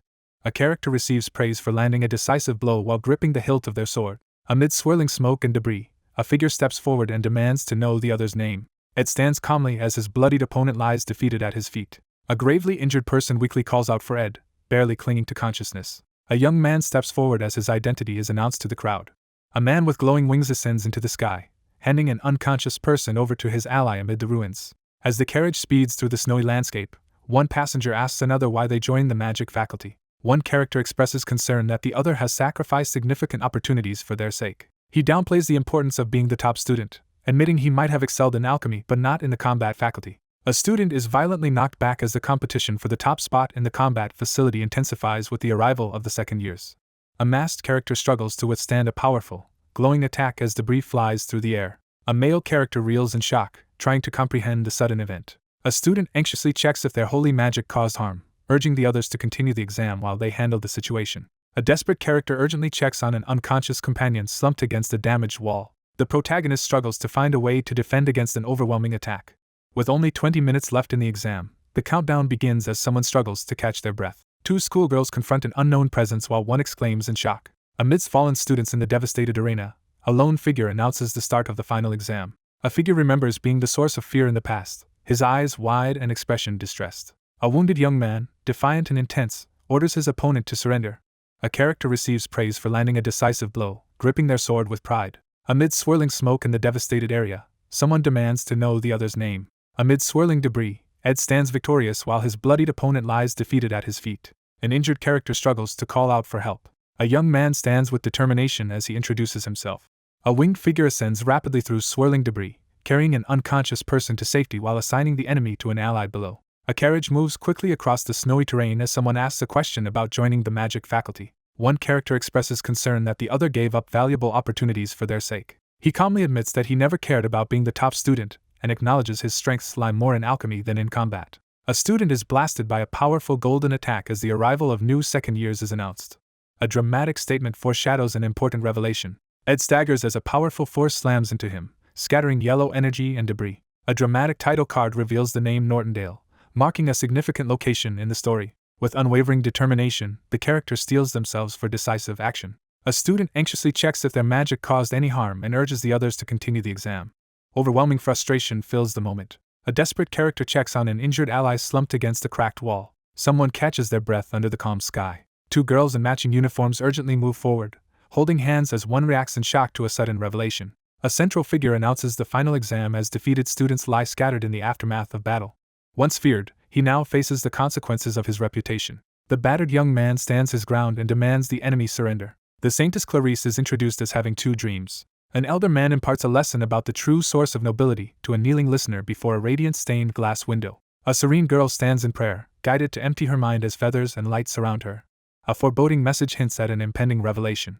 A character silently weighs the agony of living without purpose against the finality of death. A character's eye glows with a red light, revealing a surge of mysterious power. A figure plays guitar and sings a thoughtful song while overlooking the illuminated city, as another person quietly listens behind. A vast sunlit wheat field stretches beneath a vibrant sky, introducing a new setting.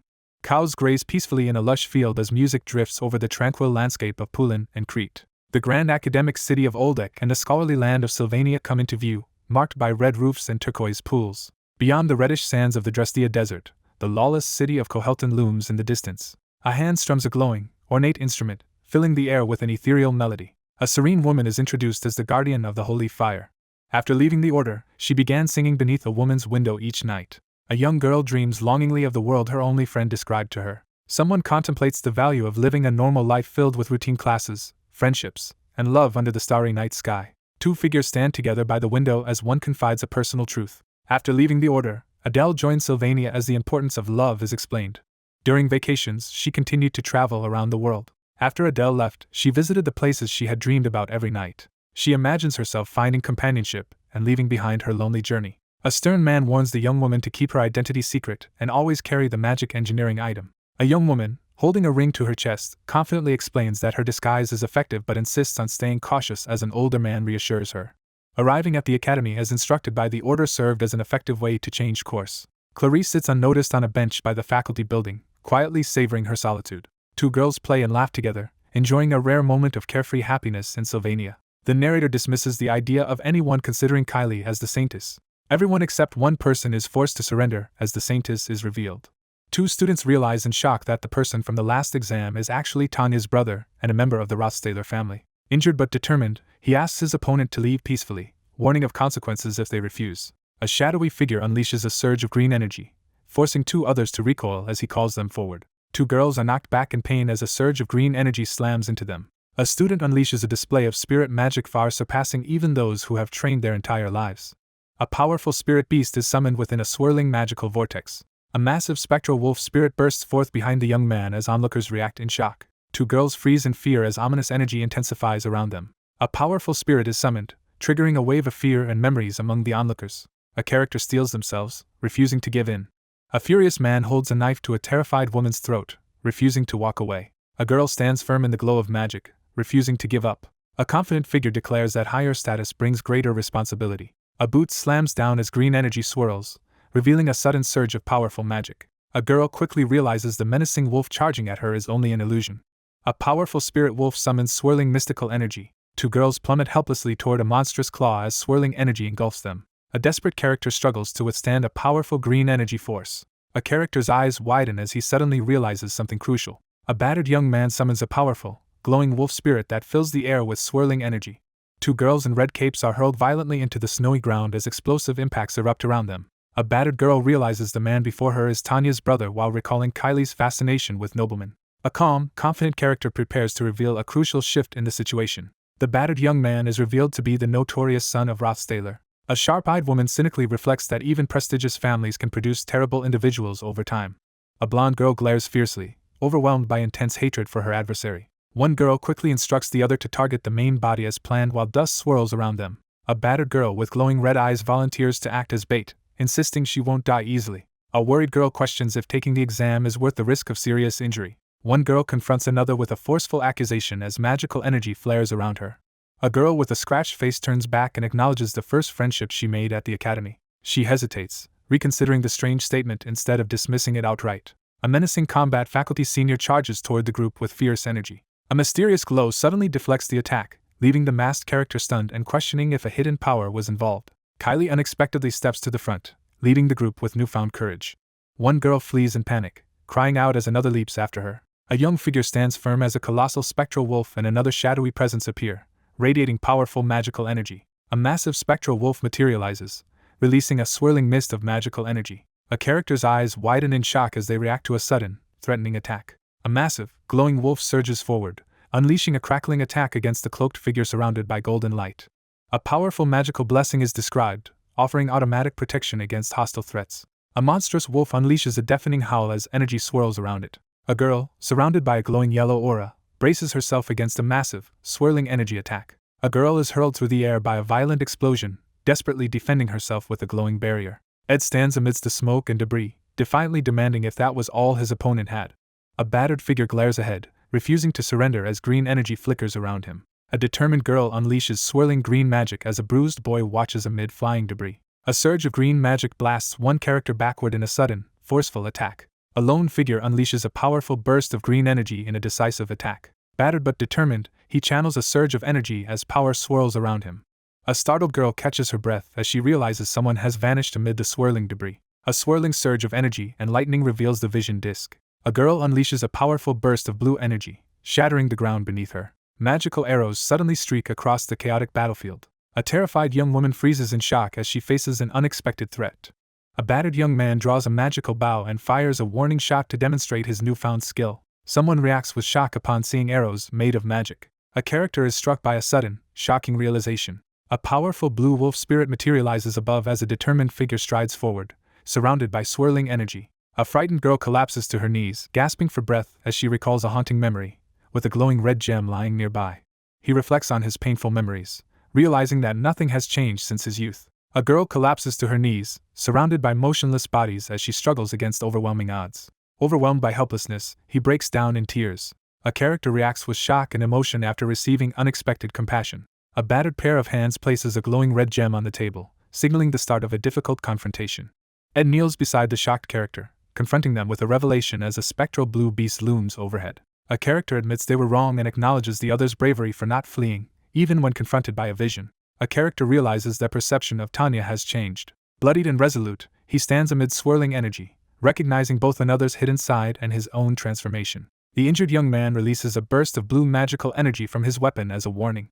A character reels in disbelief, eyes wide with shock. A towering spectral wolf spirit materializes as Ed strides forward, energy swirling around him. A name is revealed with dramatic emphasis, signaling a direct confrontation. A girl kneels on the ground, gasping for breath as she anxiously watches a glowing red gem. Overwhelmed by emotion, he breaks down in tears.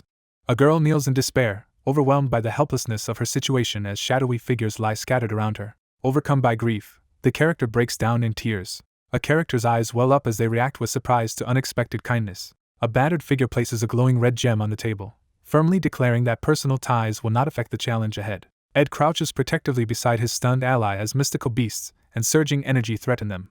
One character acknowledges the other's bravery for standing firm instead of fleeing, even in the face of a daunting vision. He admits that his perception of Tanya has changed. The battered young man quietly acknowledges another's hidden nature as embers glow around him. A sudden declaration signals a major transformation in the situation. A wounded hand firmly places a glowing red gem on the table, signaling a refusal to show favoritism despite personal ties.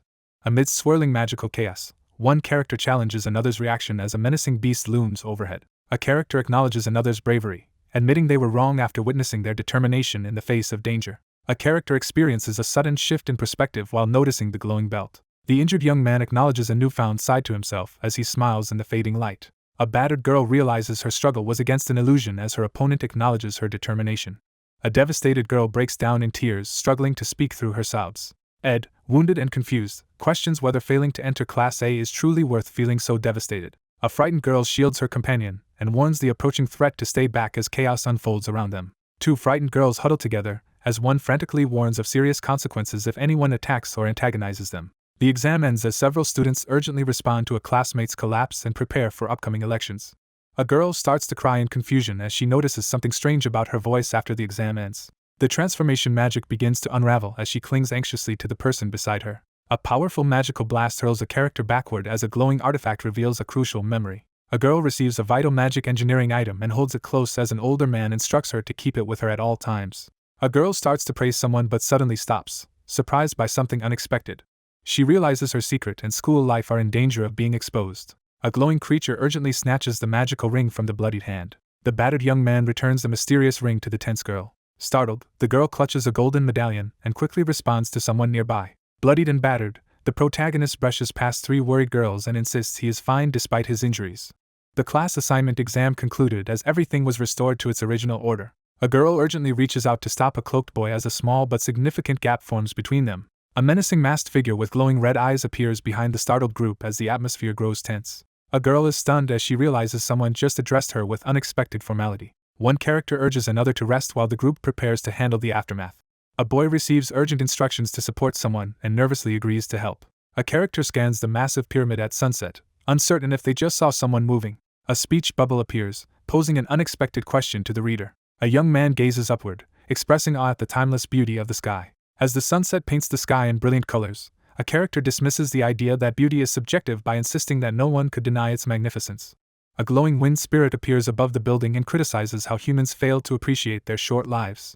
An injured young man lies motionless on the ground while a spirit fox silently contemplates the emptiness of a monotonous existence. The narrator acknowledges that someone matches Janika's description of being a chatterbox. Exhausted and bleeding, the injured character pushes back against criticism, showing stubborn defiance despite his condition. A supportive girl urges someone to find a kind and reliable companion for emotional growth. As Ed lies injured on the floor, a glowing bat-like creature clarifies that Marilda and Janica are simply close and not bound by a contract. The glowing blue spirit cat scolds the exhausted student for ignoring important advice. The narration explains that Mug and Marilda's relationship differs from the superior-subordinate dynamic seen with Tarkan. Bleeding on the ground, the protagonist mocks his situation as a startled orange creature hovers nearby. One person sits silently by the fire, avoiding eye contact, while the other watches with growing concern. Ed, wounded and exhausted, listens as the mystical fox-like creature refuses to reveal Janika's secret. The mystical wolf-like creature reassures the listener that enduring winter is necessary for Janika's growth and understanding. A glowing wolf-like figure encourages perseverance through hardship beneath the magical twilight sky. Exhausted, the protagonist discusses the high mana cost of maintaining the magical fox's efficient form. Bloodied and serious, the protagonist questions the mystical creature about its ability to change forms. A towering, spectral wolf radiates swirling energy as its transformation is observed with curiosity about its efficiency. Ed slumps against the glowing obelisk, enduring a barrage of energy blasts as someone mocks his inability to sense the mana stone. A mystical spirit reveals it has been secretly helping with the control of mana. Injured and exhausted, the protagonist struggles to rise after a crushing defeat. A towering obelisk crackles with blue energy as the sun sets. As dusk falls, the young man climbs the building, struggling with his limits and questioning the mysterious source of power aiding him. A battered hand clings to the edge as the speaker reels from the shock of someone else forming a contract with Marilda. One character checks on their exhausted companion, worried that this is not a safe place to rest. Ed stands beside the seated figure, insisting he's not there to rest as the other questions his reason for staying. A white-haired girl in a witch hat confesses her discomfort with being alone in the tent. After a difficult experience, Ed takes a walk and reflects on his misfortune. She reaches the altar of substitution, marking the final stage of the third act. Armored apostles descend on Arkan Island to condemn the distrustful saintess as suspicion and darkness deepen in the holy city. Obeying the archbishop's orders, various powerful factions, including the Royal Guard Army, Mercenary Union, Cathedral Knights, and Academy officials, advance together under determined leadership. Multiple groups, including the main character's raid party and the principal, unite and direct their swords toward a single target as the conflict reaches its peak.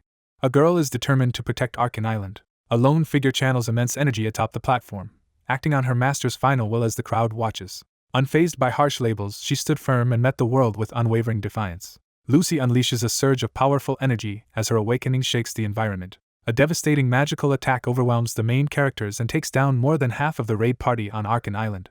Her stamina depleted, the wounded woman collapses as blood bursts from her chest. A powerful, glowing slash surges forward, striking the female opponent with overwhelming force. She is defeated by Taylor, who has mastered the final swordsman form. A cloaked figure falls to the ground, wounded and surrounded by smoke and blood. After the truth comes out, everyone understands why she tried to kill the god's apostles.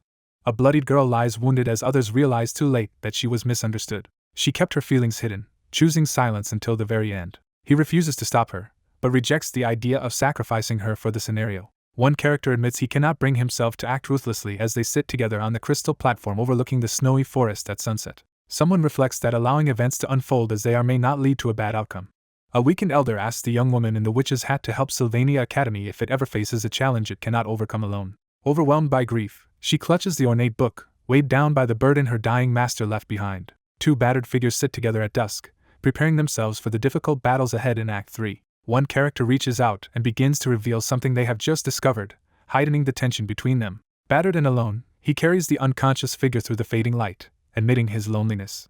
A bloodied figure stares ahead with unwavering determination, silently vowing to accomplish a crucial goal. One character explains the importance of informing the other whenever leaving the hut. Someone returns from an unpleasant visit, eager to leave the place behind. Annis cheerfully hands over a wrapped present, surprising the recipient. It is revealed that Clara belongs to a prominent Viscount family.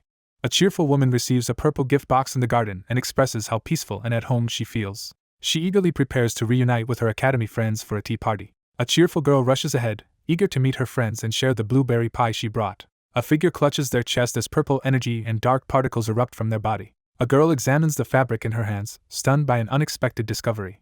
Someone reflects on disappointment as the blueberry pie fails to meet expectations. Tension fills the room as one person sits uncomfortably at the desk while the others remain silent and distant. The narration highlights that these two often bicker playfully, but it is always harmless. Overwhelmed by the tense atmosphere, the young woman hesitates as she considers making a joke to break the silence. One character hesitantly tries to break the silence while the girl with braided hair remains unresponsive. A startled character turns toward the masked figure standing rigidly at the table. A girl glares forward in disbelief as she confronts someone about receiving a hug from it. A cheerful girl stretches and basks in the peaceful garden as a woman presents her with a purple box. A cheerful girl eagerly prepares to reunite with her academy friends for a tea party. A cheerful girl eagerly rushes ahead to meet her friends, excited to share news and the blueberry pie she brought, while another woman stands in the background holding a box. Someone desperately presses their hands against a bleeding wound, struggling to stop the blood. A girl freezes in shock, clutching a cloth tightly as she stares downward. The scene shifts to a calm sky filled with scattered clouds. The character anxiously waits for a response from the silent group. 3 students sit tensely around a desk as the atmosphere grows hostile after a suspected fight. 2 girls tease each other in a light-hearted exchange. Someone is overwhelmed by the intense and unfamiliar atmosphere. A young woman freezes in fear, overwhelmed by a shocking revelation. A nervous girl tries to start a conversation with a stoic classmate whose eyes are hidden. A startled boy urgently calls out to a masked girl, catching her off guard. A girl reacts with shock and jealousy after hearing someone received a hug from Ed. A detailed character stat sheet displays Ed's age, grade, achievements, and core attributes. A sturdy wooden wind-blocking wall, reinforced with twine and mud, stands ready as a newly completed invention. He realizes that his current items no longer boost his stats or production skills, prompting him to consider new ways to progress. He braces himself against the strong wind and exhales in relief, glad to be prepared. A figure in dark clothing expresses relief at seeing Ed healthy as he sits wearily on a wooden raft. A new academy policy restricts leaving the dorms during snowstorms unless absolutely necessary. A frightened captive pleads for help as her captors tighten surveillance and organize a rotating watch to prevent her escape. Kneeling on the wooden boards, the protagonist shares information, while 2 others observe him thoughtfully outside the snow-covered structure. One character kneels on the ground and insists on using formal speech, while another reacts with visible annoyance. A blue-haired girl questions whether someone can survive a week-long snowstorm. A concerned figure examines the wooden wind blocker panels and questions their effectiveness against the harsh conditions. A character sets up a safeguard to protect their supplies. The protagonist secures the hut's roof with twine, fastening it tightly to the ground to prevent any damage. A pile of blood-stained hunting tools and traps lies gathered on the wooden floor inside the hut. Plans are made to focus on magic engineering research at the Spirit Library during the snowstorm. A young man calmly assures someone that he has another place to stay, easing their concerns. A composed woman reassures a worried girl in her arms while a boy observes the scene quietly. A woman reveals a new concern while holding a weakened girl in her arms. The woman hesitates but continues to comfort the unwell girl, her worry growing. A girl hesitates, her voice trembling as she begins to confess her feelings. Ed sits tensely at the table as the high-stakes trial begins. A jealous girl confronts someone after learning they received a hug from Ed. 2 students spot a mysterious figure in the sunlit hall and react with shock. A female character recoils in shock, sweat forming as she stares downward in silence. One student shyly admits to flirting, while the other reacts with shock in the grand hall. He apologizes and admits he never trusted him. A young woman admits she was suspicious and tried to assess his intentions. A pink-haired girl hurriedly reassures her friend that she is not interested in the person they are worried about. A young woman vents her anger, listing all the reasons she dislikes another person. A girl with pink braids tearfully defends Ed against harsh criticism. 2 girls confront a boy at the table as tension builds in the room. 2 girls bow and apologize to the serious girl sitting at the table. A character slams their fist on the table, demanding to know why Annis acted without permission and expressing how worried they have been. Struggling with overwhelming emotions, she confesses her pain and doubts about her place in the friendship. One character gently reassures another, offering comfort about her significance to someone else. One girl boldly accuses the other of being more than just a friend to someone, prompting a tense reaction. A character stares ahead in amazement, overcome by the sudden realization of his own significance. A teary-eyed girl admits her discomfort with judging someone but gratefully acknowledges that it was done for her sake. Two girls hug as a nearby boy expresses relief after confirming there are no romantic feelings for Ed. The character narrows her gaze, sharpening her focus as she notices something important. Annis blushes and responds shyly while hugging someone. One girl nervously tries to resolve a misunderstanding while another offers comfort, and a third listens awkwardly. One character rushes away while the others wave her off. A cautious girl turns as a taller figure approaches her in the grand hall, proposing a plan.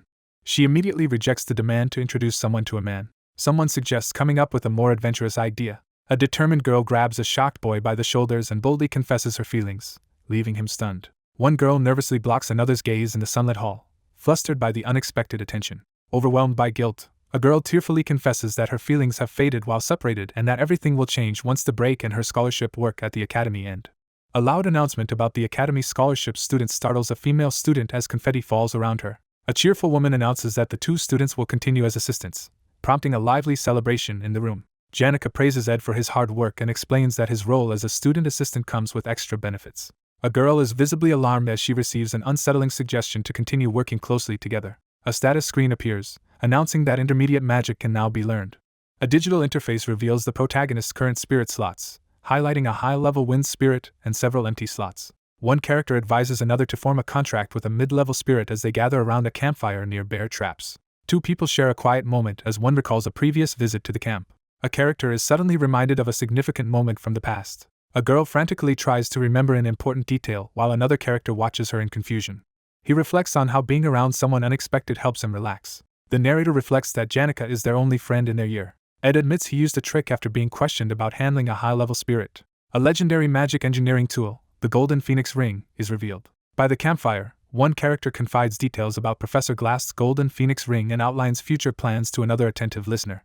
One character explains that the other cannot use magic or make a contract with a mid-level spirit until their abilities return next semester. A cheerful girl congratulates him on forming a contract with a high-level spirit, calling it his second birthday among spirit sorcerers. Two students discuss their plans to stay and study in the spirit library until the snowstorm passes. Two students discuss the upcoming student council president elections and the attention the top student is receiving while one maintains neutrality. Janica is surprised as she realizes her achievement does not bring her special attention, since she has always respected the other candidates.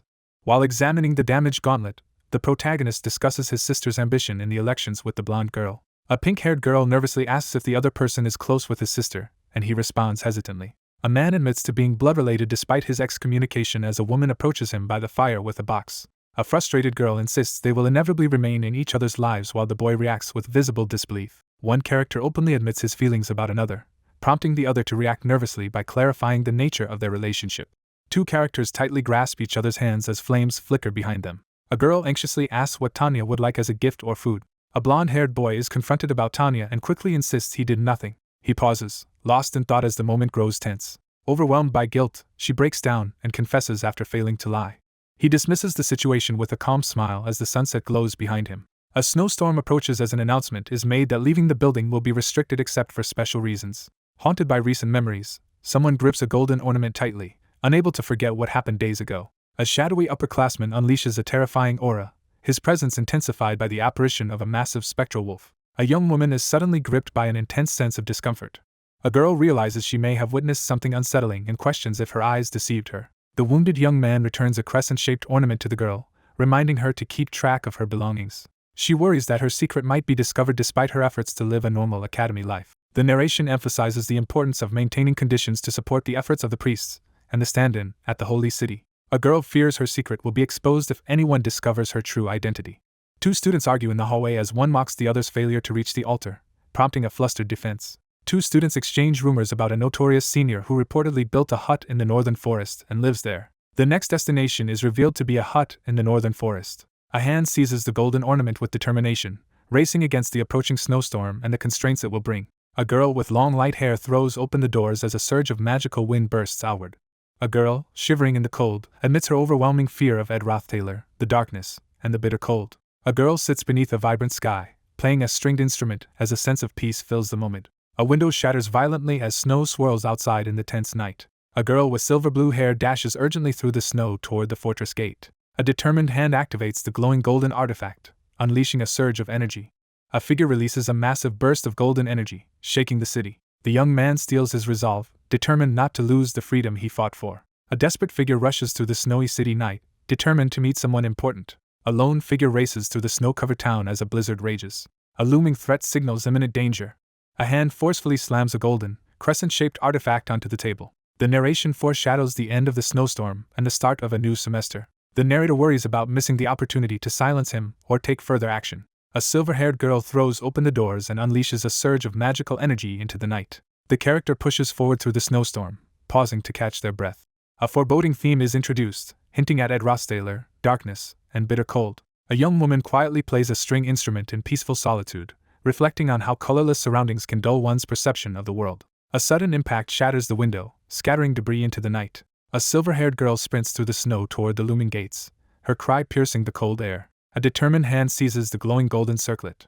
A lone figure unleashes a massive burst of golden energy, filling the area with blinding light. A young woman unleashes her inner power as golden energy swirls around her. With urgent resolve, the character insists on meeting an important person. A girl in a cape dashes through the snowy city streets as the night swirls around her. The story introduces the title, The Saintess Clarice.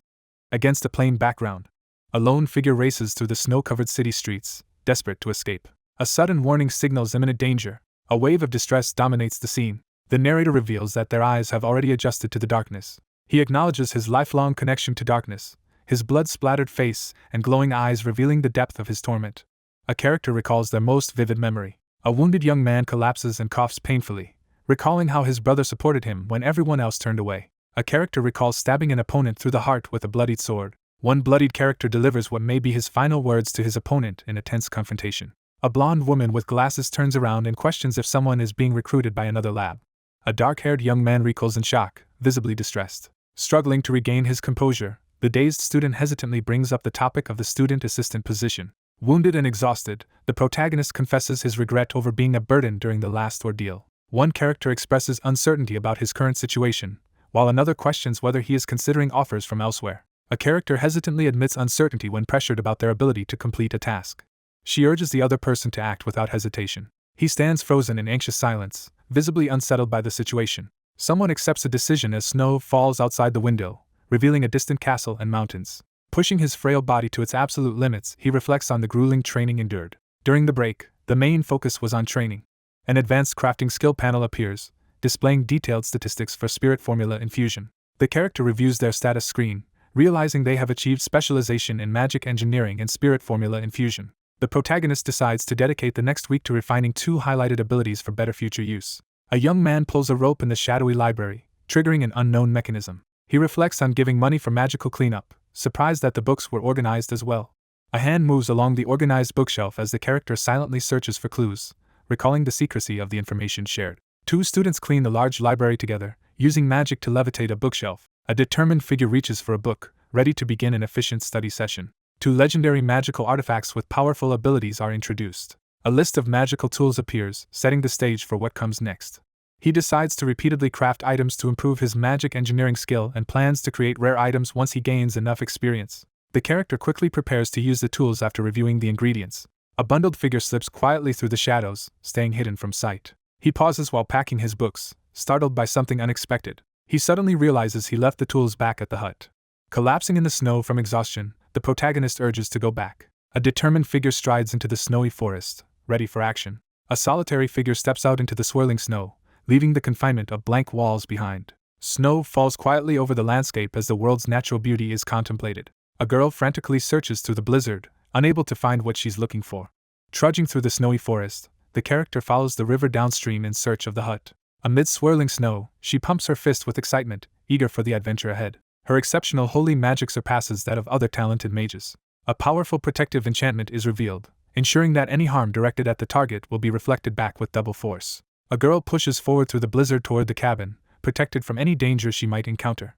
She fears Ed, suspecting he may have been baptized by the Telos Order as the Rothtailor successor, while he unleashes powerful magic. A restriction of holy magic is revealed, preventing it from affecting those baptized by the Order. Someone silently questions why a baptized person would target the Saintess, suspecting Ed might know the answer. A frustrated person tugs at the locked door, but it refuses to open. A figure stands over a bleeding opponent in the snowy doorway as a scream echoes. Blood seeps across the floor next to a toppled metal container. A character jolts in shock, eyes wide as something unexpected comes into view. A character's eyes widen in panic as they realize imminent danger. A monstrous beast lunges at a terrified girl as she screams in panic. A blood-stained sheet is discovered hanging in the dim room beside a sword.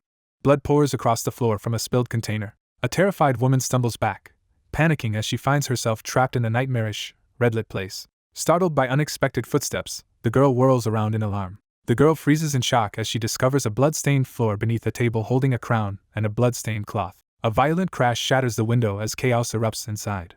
A cloaked figure appears in the midst of a raging snowstorm, eyes glowing through the darkness. A massive beast crashes through the ceiling as a figure below recoils in alarm. A frightened girl hides in the shadows as a menacing figure closes in on her. A gloved hand reaches for the corrupted crown resting on the smoky surface. A terrified girl hides in the shadows as a blood-stained saw blade crashes down nearby. A hooded figure silently opens a chest in the darkness, searching through its contents. A shadowy figure lifts a blood-stained knife, preparing to attack under the red light. A girl stifles a hiccup as she panics in fear. A lone figure in a tattered cloak stands frozen in fear in the dark alleyway. A figure silently grips the surface in the shadows near the staircase, heightening the tension.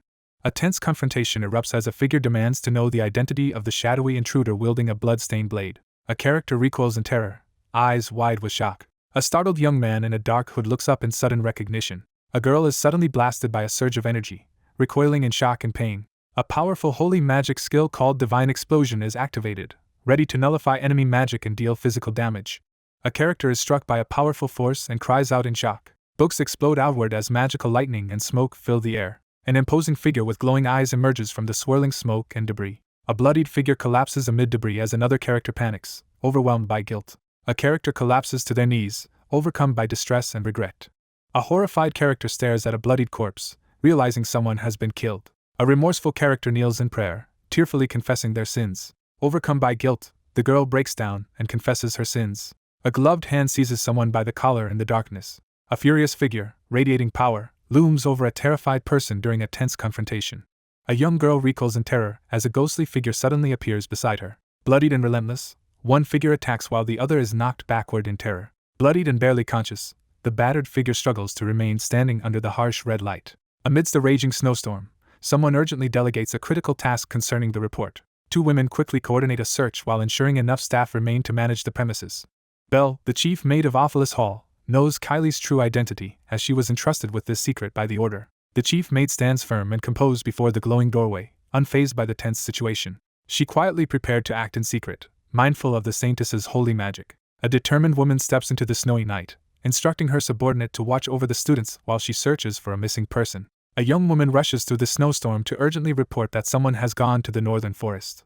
Startled, the girl realizes she is in the northern forest. A man stands confidently as several women gaze at him with admiration. A man and a woman are stranded together in a snow-covered cabin, forced to rely on each other while waiting for rescue during a relentless storm. A shocked girl witnesses two people embracing by the fireplace. Startled by the unexpected address, the maid reacts anxiously in the swirling snow. A character rushes forward, kicking up snow with each urgent step. A woman frantically searches through the snowstorm, urging others to find the missing person before it's too late. She resolves to handle the situation discreetly. A girl anxiously fidgets with the fluffy ends of her collar ribbon. A woman strides into the snowy night to search for a missing student, instructing her colleague to protect the others. A young woman rushes through the snow to report that Miss Kylie was seen heading toward the northern forest. A girl suddenly realizes the northern forest's significance, her expression turning to shock. The protagonist stands confidently as several women, each smiling brightly, are shown admiring him from glowing portraits. A man and woman take shelter in an isolated cabin, forced to rely on each other while a snowstorm rages outside. Two people embrace by the fireplace while a third person watches in shock and distress. A maid recoils in shock upon seeing the chief maid appear outside in the swirling snow. A figure strides forcefully through the blizzard, sending snow flying with each step.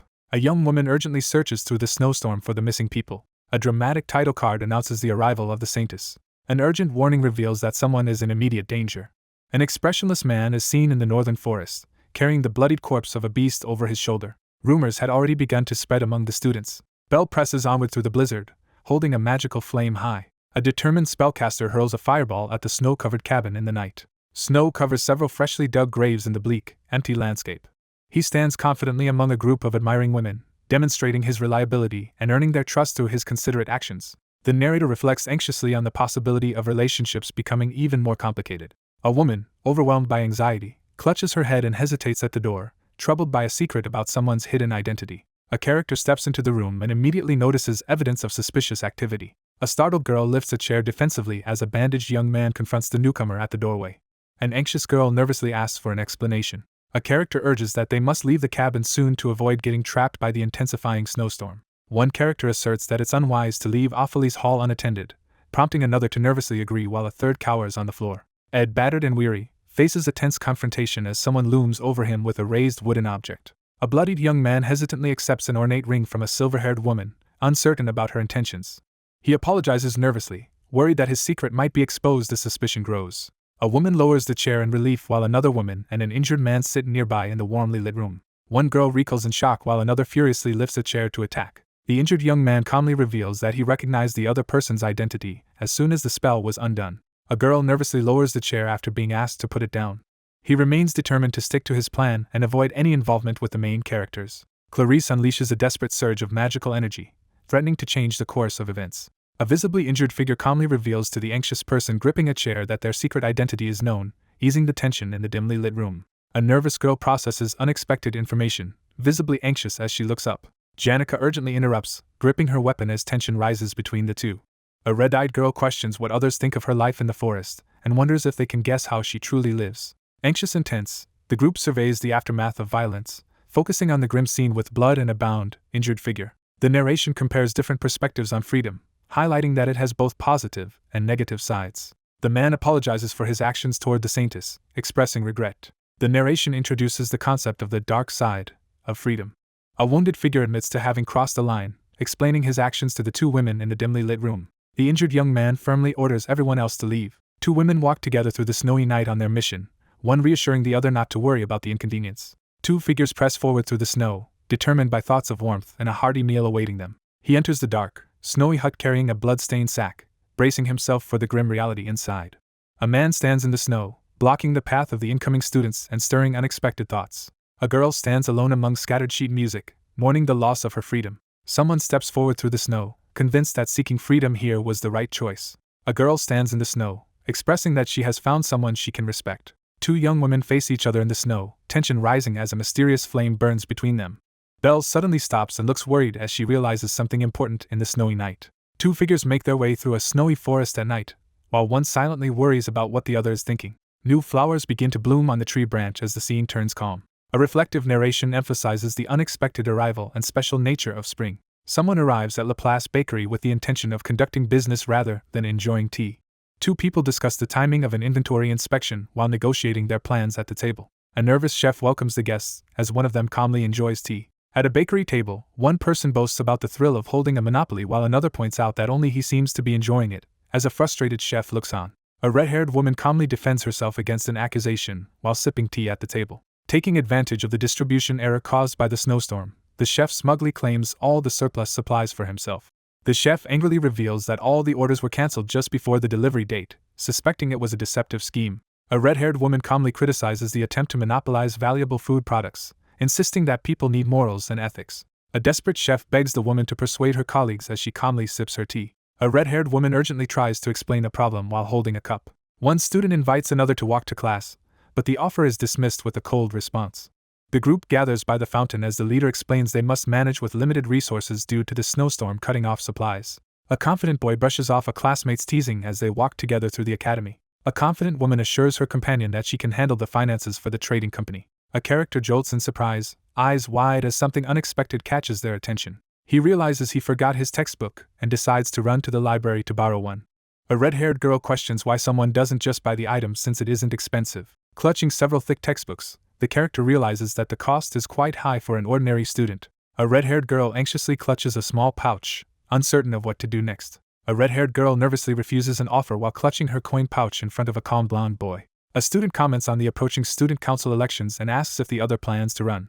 One student expresses ambition to lead the student council and offers support if the other decides to run. Ed refuses the offer, admits there is no guarantee of securing the position, and is asked about his sister's situation. A red-haired woman leans in to voice her frustration about getting involved with Princess Fenial while hinting at an unresolved issue with Tanya. A girl considers the overwhelming odds against another student's bid for the presidency despite her prestigious background. He considers the current situation and concludes that Princess Phinia is the most likely candidate to become president.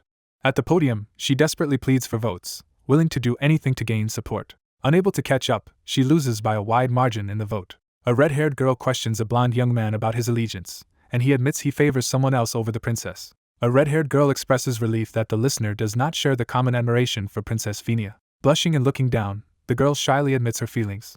A blushing girl admits her jealousy while holding someone's hand. The two characters stand close, sharing an intimate, affectionate gaze. A blushing girl leans into a stoic boy's chest, asking if she should check his heartbeat. The atmosphere grows tense as one character questions the other's cold behavior, seeking to understand what went wrong. He firmly rejects the idea of dating anyone before graduation.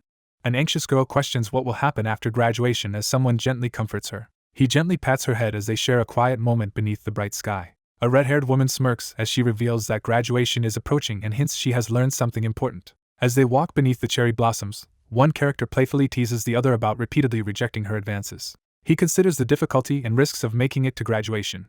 The protagonist stands ready to confront the final boss as the city burns around them. A group of students walks together beneath the cherry blossoms, determined to graduate. Two influential figures step forward, preparing to support the main character in a crucial moment. To defeat the final boss, he must grow as intended by the scenario and form friendships. The class placements proceed without issue as one girl nervously tries to conceal her identity, while another reacts in surprise. The decision is made that Phinia will become the council president, despite sympathy for Tanya. He stands quietly, confident that everything will soon return to normal. A girl sits alone on the bed, lost in thought as sunlight streams through the window. Someone grips the bedsheet tightly, feeling anxious as the situation spirals out of control. She hesitates and admits she doesn't want to run for the council position.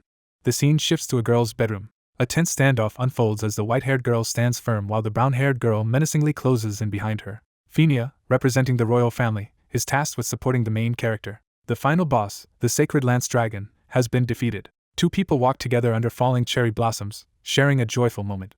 Taylor must develop as planned and form friendships to progress.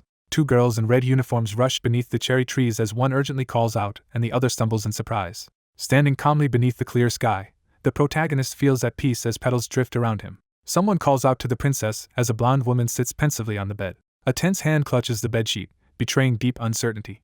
She admits she doesn't want to run for the council position. The scene shifts to the bedroom. The focus narrows dramatically to a single girl. Overwhelmed by responsibility, he vents his frustration at being singled out for the task. A young man collapses in anguish, questioning why he has been singled out for this suffering while a letter lies in the dim light before him. A dual request form appears, and the protagonist reacts with surprise to the challenge. Ed sits at his desk and tells the nearby student that he wants to learn from her. A character firmly rejects the superficial explanation while pressing their hand onto a closed book. A determined man stands tall and declares his desire to prove his worth. The confident student acknowledges his top ranking but downplays its significance because he is only a first year. A duel is announced against the strongest students and faculty from both the combat and magic departments. Ed calmly explains that there is a specific order to follow. A frustrated student laments that his request to the top combat student has been ignored. A determined student outlines his plan to challenge the top alchemy student in a duel and reveals his intention to issue another duel request soon. A serious student is told he is now the technical top student of the second year, causing him to question why he was chosen next. The speaker confronts the antagonist, accusing them of planning to defeat her before targeting others. A stern man challenges the younger man's confidence, making it clear that overcoming him will not be easy. The character forcefully denies a misunderstanding while gripping a medallion. One man in a red cloak blocks the other's path and warns him not to approach his intended targets. A character delivers a blunt warning that defeating Clebius is impossible. A stern man challenges his opponent to perceive reality correctly before attempting to defeat him. A young man in a red cloak stands outside, realizing a new complication with a troubled expression. A young man in a red uniform thanks someone for their help with the library while raising his hand in greeting. News spreads that the top first-year student is challenging high-achieving classmates to duels, and one may be directed at the protagonist. The young man considers the upcoming challenges that will occur from Act 3, Scene 3 to Scene 5.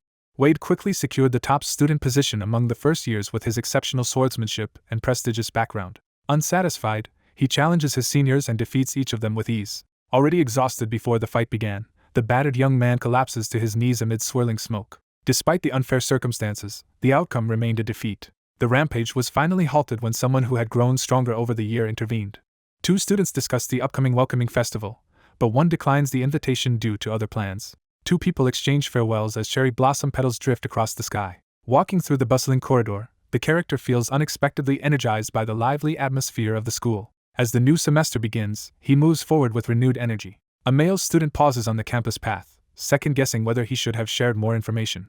A realization surfaces as someone recalls they are in the same grade. Princess Peenia sits at her desk, visibly troubled and lost in thought. A determined student announces their plan to challenge Ed, while another quietly listens in the background. An anxious girl listens intently, realizing she is overhearing an important conversation. A student calls out to get his attention in the classroom, prompting him to look up from his reading.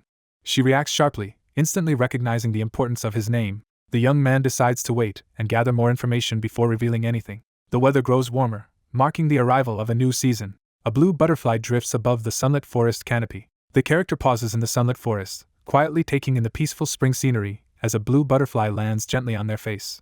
A girl in a witch hat shoos butterflies away as she relaxes on the rooftop. A woman encourages a boy about his improved spirit contract abilities while another girl quietly observes from the roof. Janica stands confidently in front of the chalkboard, taking on a teacher-like role as she shows off her accomplishments from the past year. The narrator reflects that what sounded cute to them was perceived as dignified by someone else. One character claps and playfully credits their willingness to participate to the confident teacher standing by the chalkboard.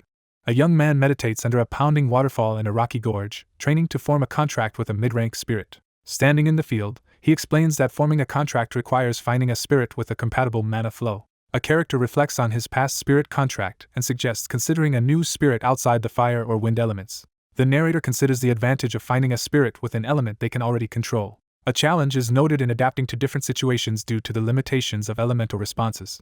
He considers expanding his elemental skills after realizing how challenging it will be to match the versatility he observes. A cloaked figure reaches out to connect with a glowing wolf spirit in the forest. Ed closes his eyes and channels mana into them, preparing for the magical connection. He channels his inner strength, eyes blazing with determination. A girl proudly presents her selection of mid-rank spirits to a boy seated nearby. A character marvels at the ability to stay focused despite being surrounded by numerous spirits.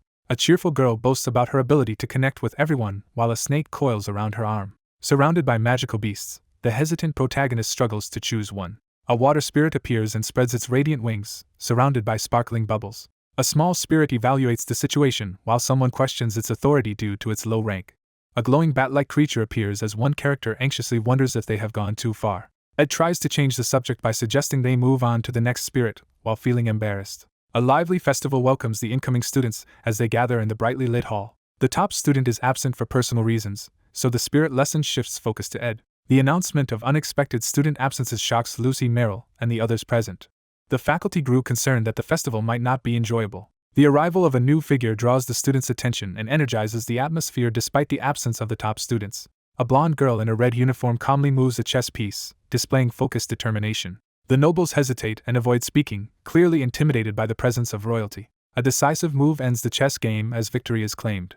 The legacy of the Collymore family as elite swordsmen and royal loyalists is introduced. A young man in a red uniform moves his chess piece and acknowledges his opponent's skill. After analyzing the game, the speaker notes that hesitation following a sacrificed pawn allowed them to avoid defeat. Two students debate the difference between real military tactics and chess as they play in front of an attentive audience. A girl admits she may have misjudged her own ability to read people. The protagonist pauses, surprised, as he reflects on the advice that one cannot always be right. Ed is forced to kneel between two guards as his exile is declared a grave mistake. The woman confidently dismisses the issue as a minor inconvenience. Despite his injuries, he rescued Janica and established a home in the forest. As time goes on, he becomes consumed by a surge of fiery power while another version of himself watches in silence. His power intensified, filling the area with an overwhelming presence as he prepared to confront his enemies. A young man stands confidently as golden light radiates behind him, signaling a surge of newfound power. She realizes that as his influence increases at the school, the consequences of her earlier mistake worsen. He reflects on his mistakes and realizes that avoiding problems will only hold him back. A character asserts that everyone here must prioritize learning above class or status. Someone expresses gratitude for the assistance received. A confident character challenges their opponent to another round by restarting the chess game. A girl acknowledges she must face her past as she pauses over a chessboard, while two others watch in silence. The plan is to resolve matters within 4 days before heading to the hut in the northern forest. Two characters sit by a campfire at night, enjoying a quiet conversation over mugs. A hand in a red sleeve accidentally knocks over white game pieces, disrupting the board. A girl urgently reaches for the glowing blue orbs as time continues toward the third day. A stone pedestal crashes to the ground and breaks apart with force. News of Ed Rothstaler's death spreads ominously. A powerful realization strikes as a determined golden eye fills the panel. Someone expresses gratitude for the help they received. A confident young woman challenges her opponent to another game by preparing a chess piece on the board. A young woman pauses over the chessboard, admitting she can no longer avoid facing her past mistakes as two observers watch in silence. After planning to resolve matters in 4 days, the next destination is the hut in the northern forest. Two characters sit by the campfire at night, beginning an open conversation. A hand pauses over the chessboard as realization strikes. A young woman anxiously reaches under the table for a shining object. A massive stone pedestal crashes to the ground and shatters, sending debris flying. News of Ed Rostaler's death spreads. Under a bright sky, someone writes a letter to their father while the imperial castle stands tall. At a brightly lit desk, someone writes a formal letter with determination to uphold their family honor while adjusting to life at the academy. One student struggles to keep pace with the demanding school environment as another quietly sleeps beside her in class. The central student quietly reflects on her determination to become the youngest student council president despite fierce competition. As negotiations for the sage's sealed grimoire approach, the protagonist observes Lortel skillfully commanding the merchant scene while feeling uncertain about representing the family. Someone hesitates before revealing difficult information. A painful judgment is delivered, reminding the person of their family's shame and embarrassment. A young man, now determined and hardworking, stands transformed from who he once was. A girl admits she might be misremembering her childhood due to her young age. A character recalls a vivid childhood dream of wandering flower-filled hills behind a former home. Walking up a sunlit path, the protagonist remembers holding hands with two people amidst the scent of flowers. A child realizes that the reliable support in the past was their father. The narration wonders if Ed's behavior was different when Arwen was alive. The narration suggests he may not have changed, but simply returned to his original self. A gloved hand reads a heartfelt letter by candlelight, a sword resting nearby.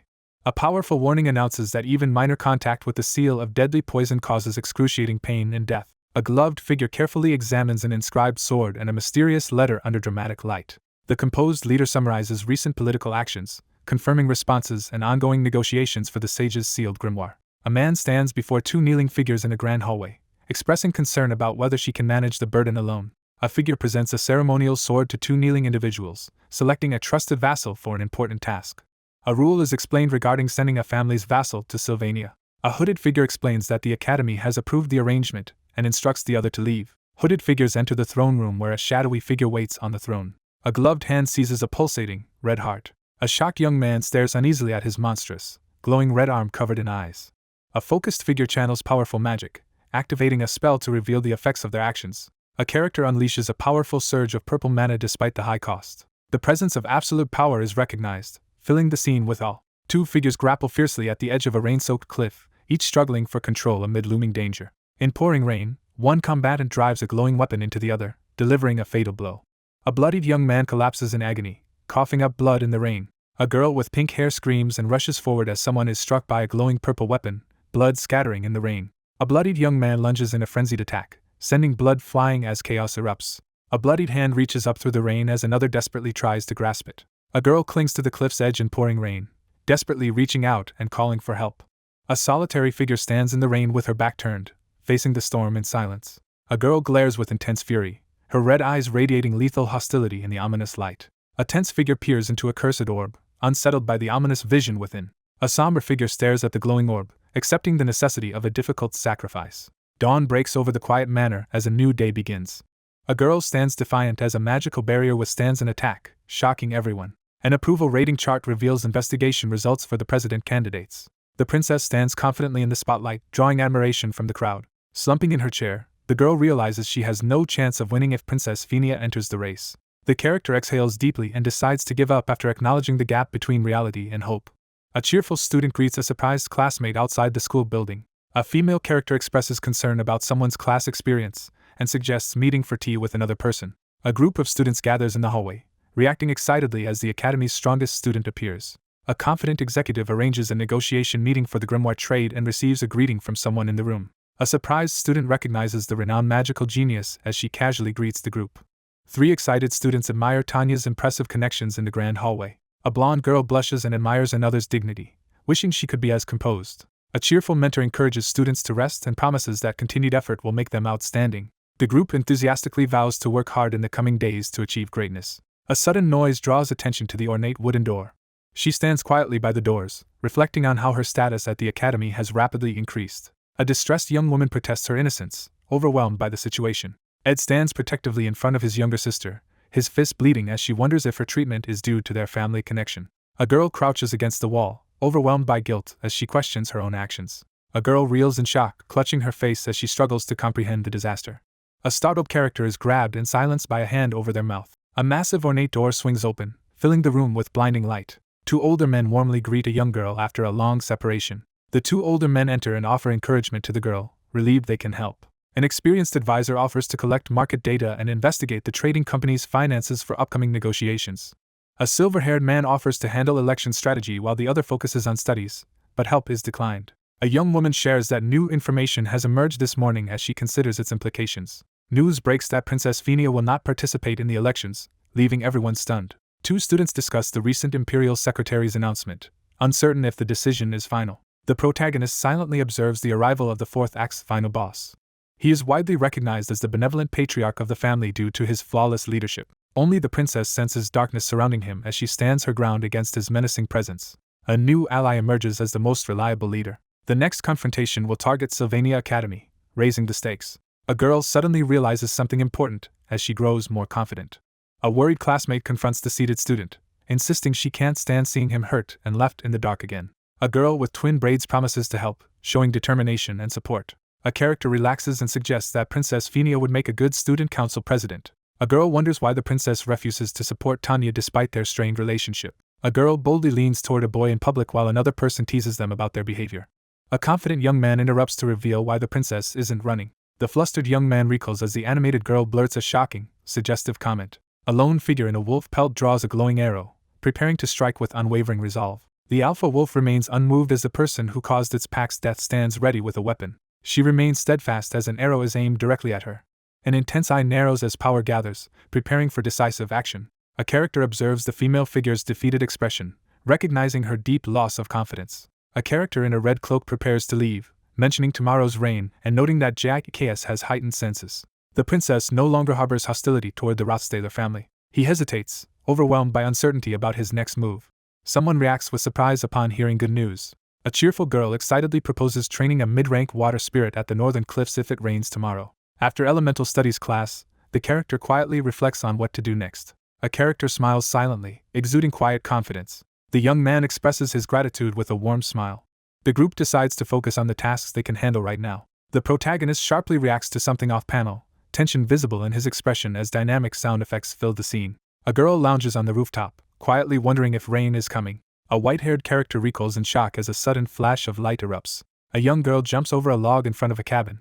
A woman in a wide-brimmed hat snaps her fingers to cast a spell. A campfire crackles in a peaceful forest clearing. Ed carefully observes a campfire from behind a tree, staying hidden in the forest. A character approaches the cabin while another relaxes by the campfire, marking the arrival of spring. He realizes that the rain will make it more difficult to leave. Rain falls as she lies curled on the bench, overcome with sadness. Rain begins to fall, threatening to extinguish the campfire. Rain puts out the campfire, leaving the area cold and dark. A hooded figure surveys the massive crater in the rain, carefully taking in the scene. A cloaked figure arrives at the remote northern coast, observing the wide, empty cliffs while rain falls and a glowing companion rests on his shoulder. Standing in the rain, the protagonist affirms that forming a contract with the mid-rank water spirit was an excellent decision for training the water spirit formula. In pouring rain, a hooded figure confronts an armed opponent, while ordering their companion to stay quiet. A hooded figure readies a glowing blue arrow as two strangers approach Ed in the rain. The next stage of the Krapen showdown, featuring middle bosses, is announced. Two men appear in the rain as the vassals responsible for darkness within the Rothtaler family are introduced.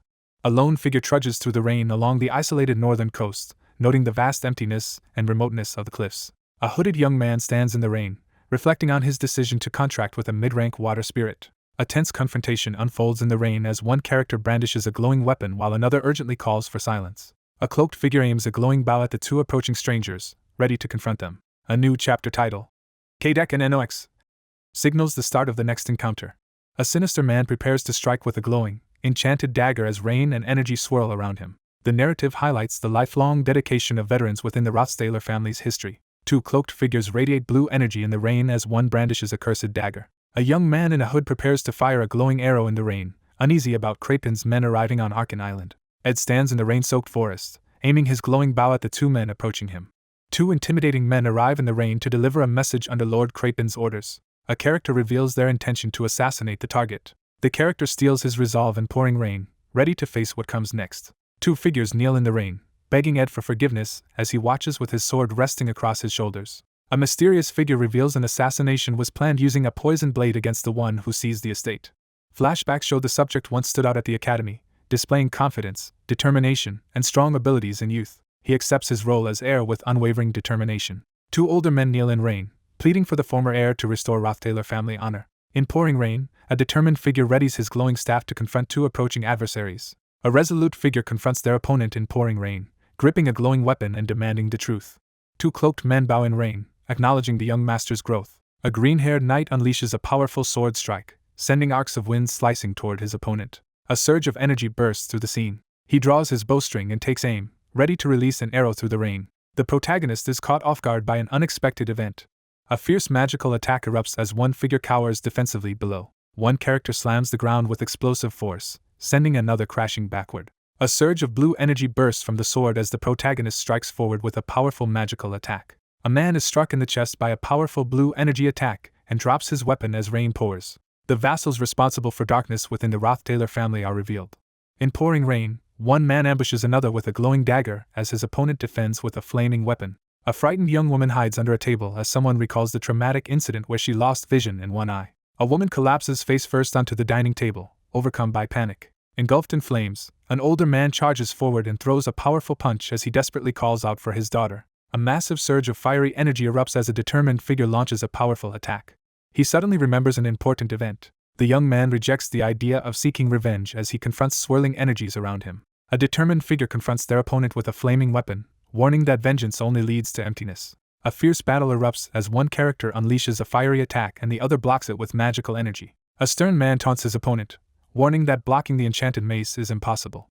A man dodges a flaming mace as his opponent warns that a single hit will be fatal. Amid pouring rain, two opponents clash with flaming weapons as one taunts the other about being slowed by a cumbersome bow. A figure steps forcefully through muddy rain, criticizing someone's lack of awareness. Ed braces himself, prepared to confront the shadowy opponent in rain.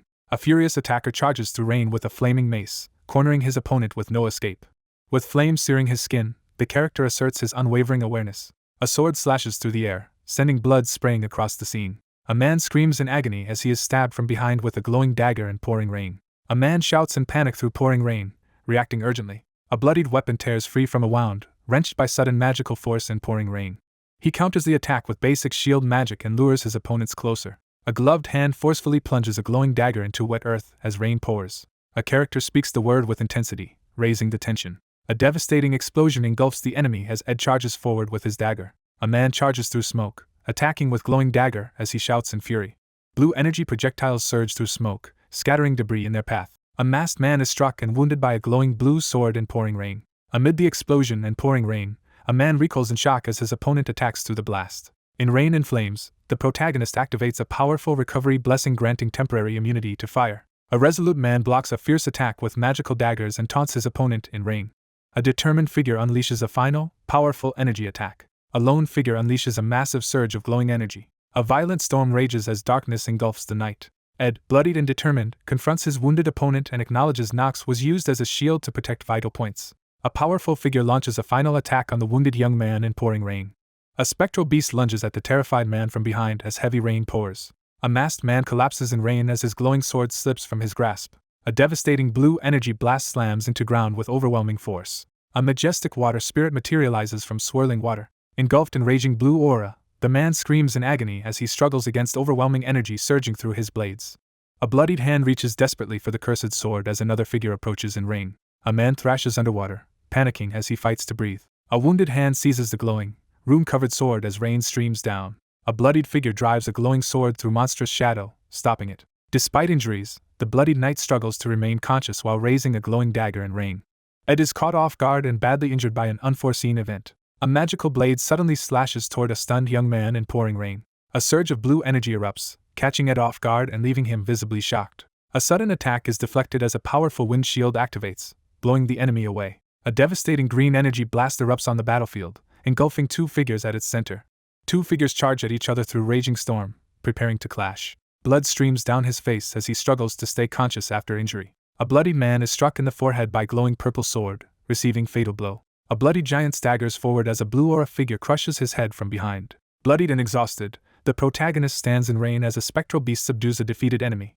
A man collapses on rain-soaked ground, overcome by pain. The wounded man struggles to stay conscious, trembling as he endures pain. The bloodied young man pauses in rain, catching his breath after a difficult fight. Kneeling and battered, the man pleads for suffering to end quickly. A man recoils in shock as rain and blood stream down his face. A bloodied man presses a glowing purple dagger to his opponent's abdomen as rain pours.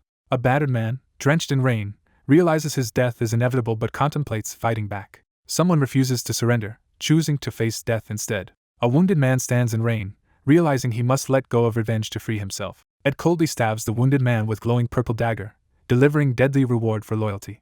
A bloodied figure desperately activates a cursed dagger glowing with ominous purple energy. In pouring rain, one character drives glowing purple blade into opponent as both reel from violent impact. Wounded and bleeding, the protagonist collapses in rain, struggling to breathe. A girl rushes through rain, arriving hurriedly and apologizing for being late. Ed's eyes widen in shock as he realizes something critical in pouring rain. A figure is struck and sent tumbling off the ledge by an attacker in pouring rain. A gravely injured character collapses in rain, blood streaming from their mouth after brutal defeat. A terrified girl rushes forward through rain as bloodied figure raises glowing purple weapon. Ed, bloodied but undeterred, lunges forward with desperation as a scream echoes nearby. Two hands slip apart in rain as one figure falls, unable to hold on. A girl with braids reaches out desperately over edge, shouting for someone as rain pours. A girl stands alone in rain, back turned as she faces empty street. A bloodied man collapses to knees in rain, overwhelmed by pain and frustration. Realizing he has been seen, wounded protagonist panics as weakened body threatens to give out. Blood and bubbles swirl as terrified eye widens in panic during life-threatening struggle.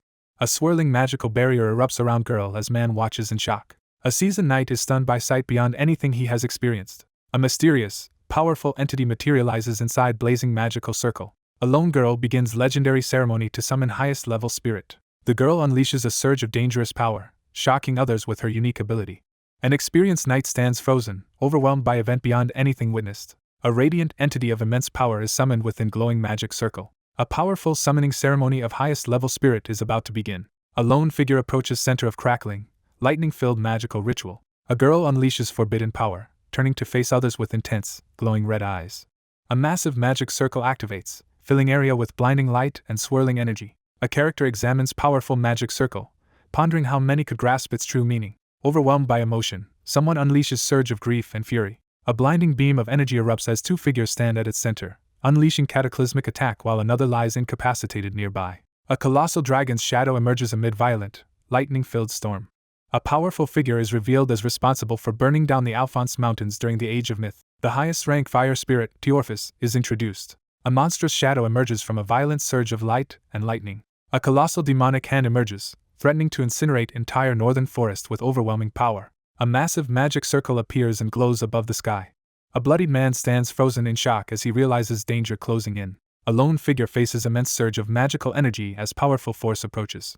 A girl unleashes deadly warning as energy crackles around her and debris shatters. A terrified, injured man gasps and chokes as smoke or energy swirls around him. A man writhes in agony as violent red aura engulfs him and dark energy overtakes his body. A wounded figure is suddenly engulfed by violent surge of green energy. A massive, glowing wolf lunges forward as someone recoils in terror and a scream urges everyone to run. A wounded man, surrounded by swirling energy, urges others to escape as he struggles to stay conscious. Despite injuries, the man urgently commands someone to report everything witnessed as spectral wolf looms overhead. A menacing spectral wolf materializes as someone demands to know what Marilda is doing.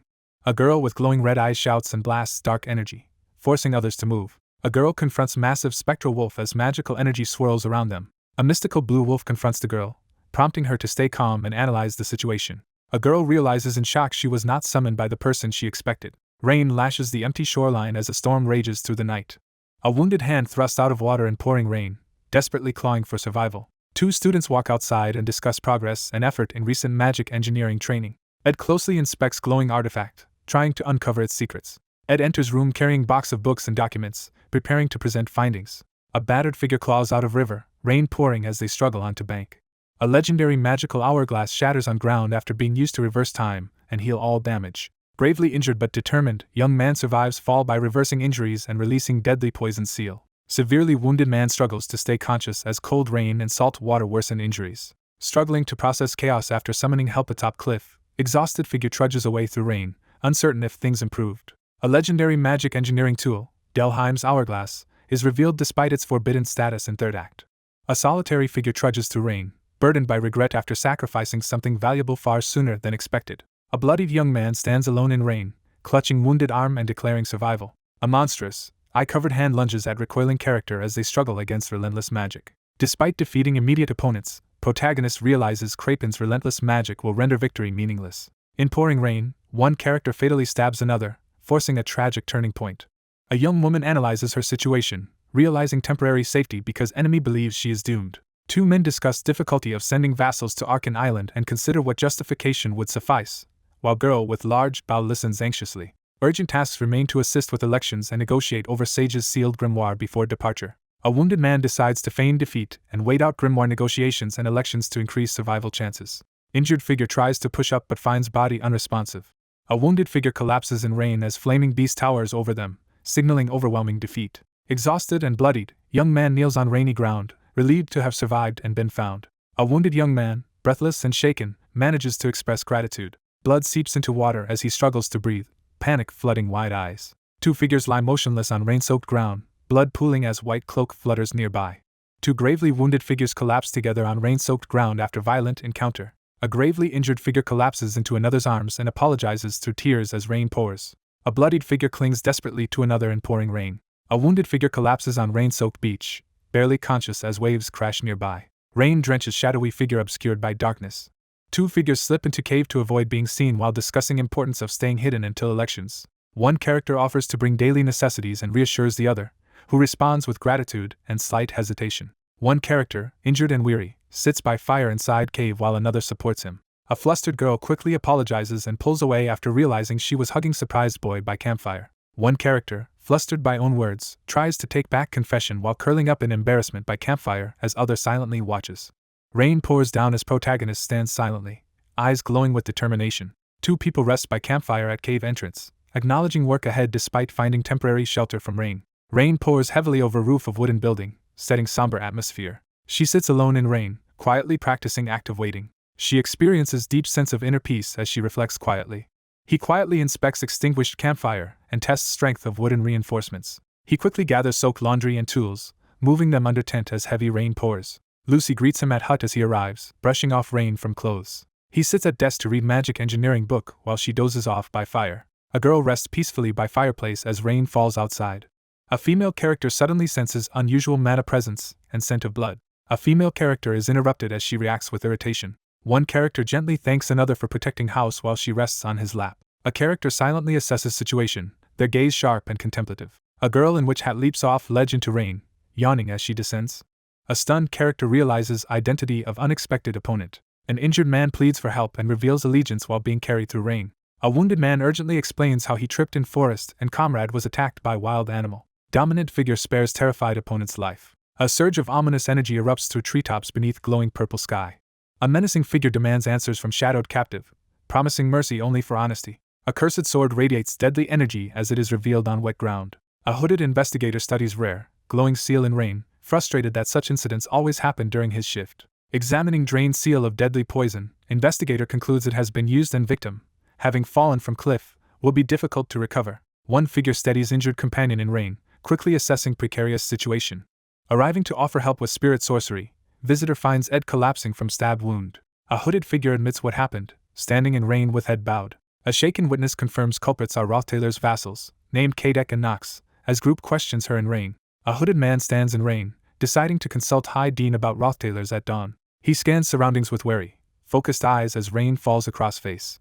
Two cloaked figures notice mysterious student approaching through rain. Two cloaked figures freeze as dark apparition suddenly appears in rain. One character urgently calls out in rain as group is caught off guard. A cloaked girl urgently reveals she has caught murderers and promises to explain everything at camp. Two vassals arrive and are identified as Kadek and Knox.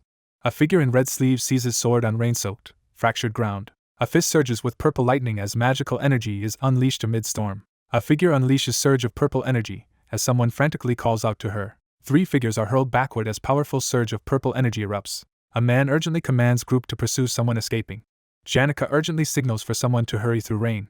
A calm man unleashes devastating attack, overwhelming screaming opponent with crackling energy. A cloaked figure aggressively confronts another, exposing allegiance to Roth Taylor family. A masked witch channels dangerous purple energy through staff as storm intensifies. A bloodied man urgently defends group's presence, insisting they have official permission to help. A blonde girl pauses and turns, reacting warily to unexpected presence. A fist crackling with purple energy crashes down in burst of power. A violent burst of purple energy explodes inside building, scattering debris in all directions. A witch releases surge of dark magic, causing debris to scatter around her. Surrounded by swirling dark energy, a menacing figure demands to know someone's location.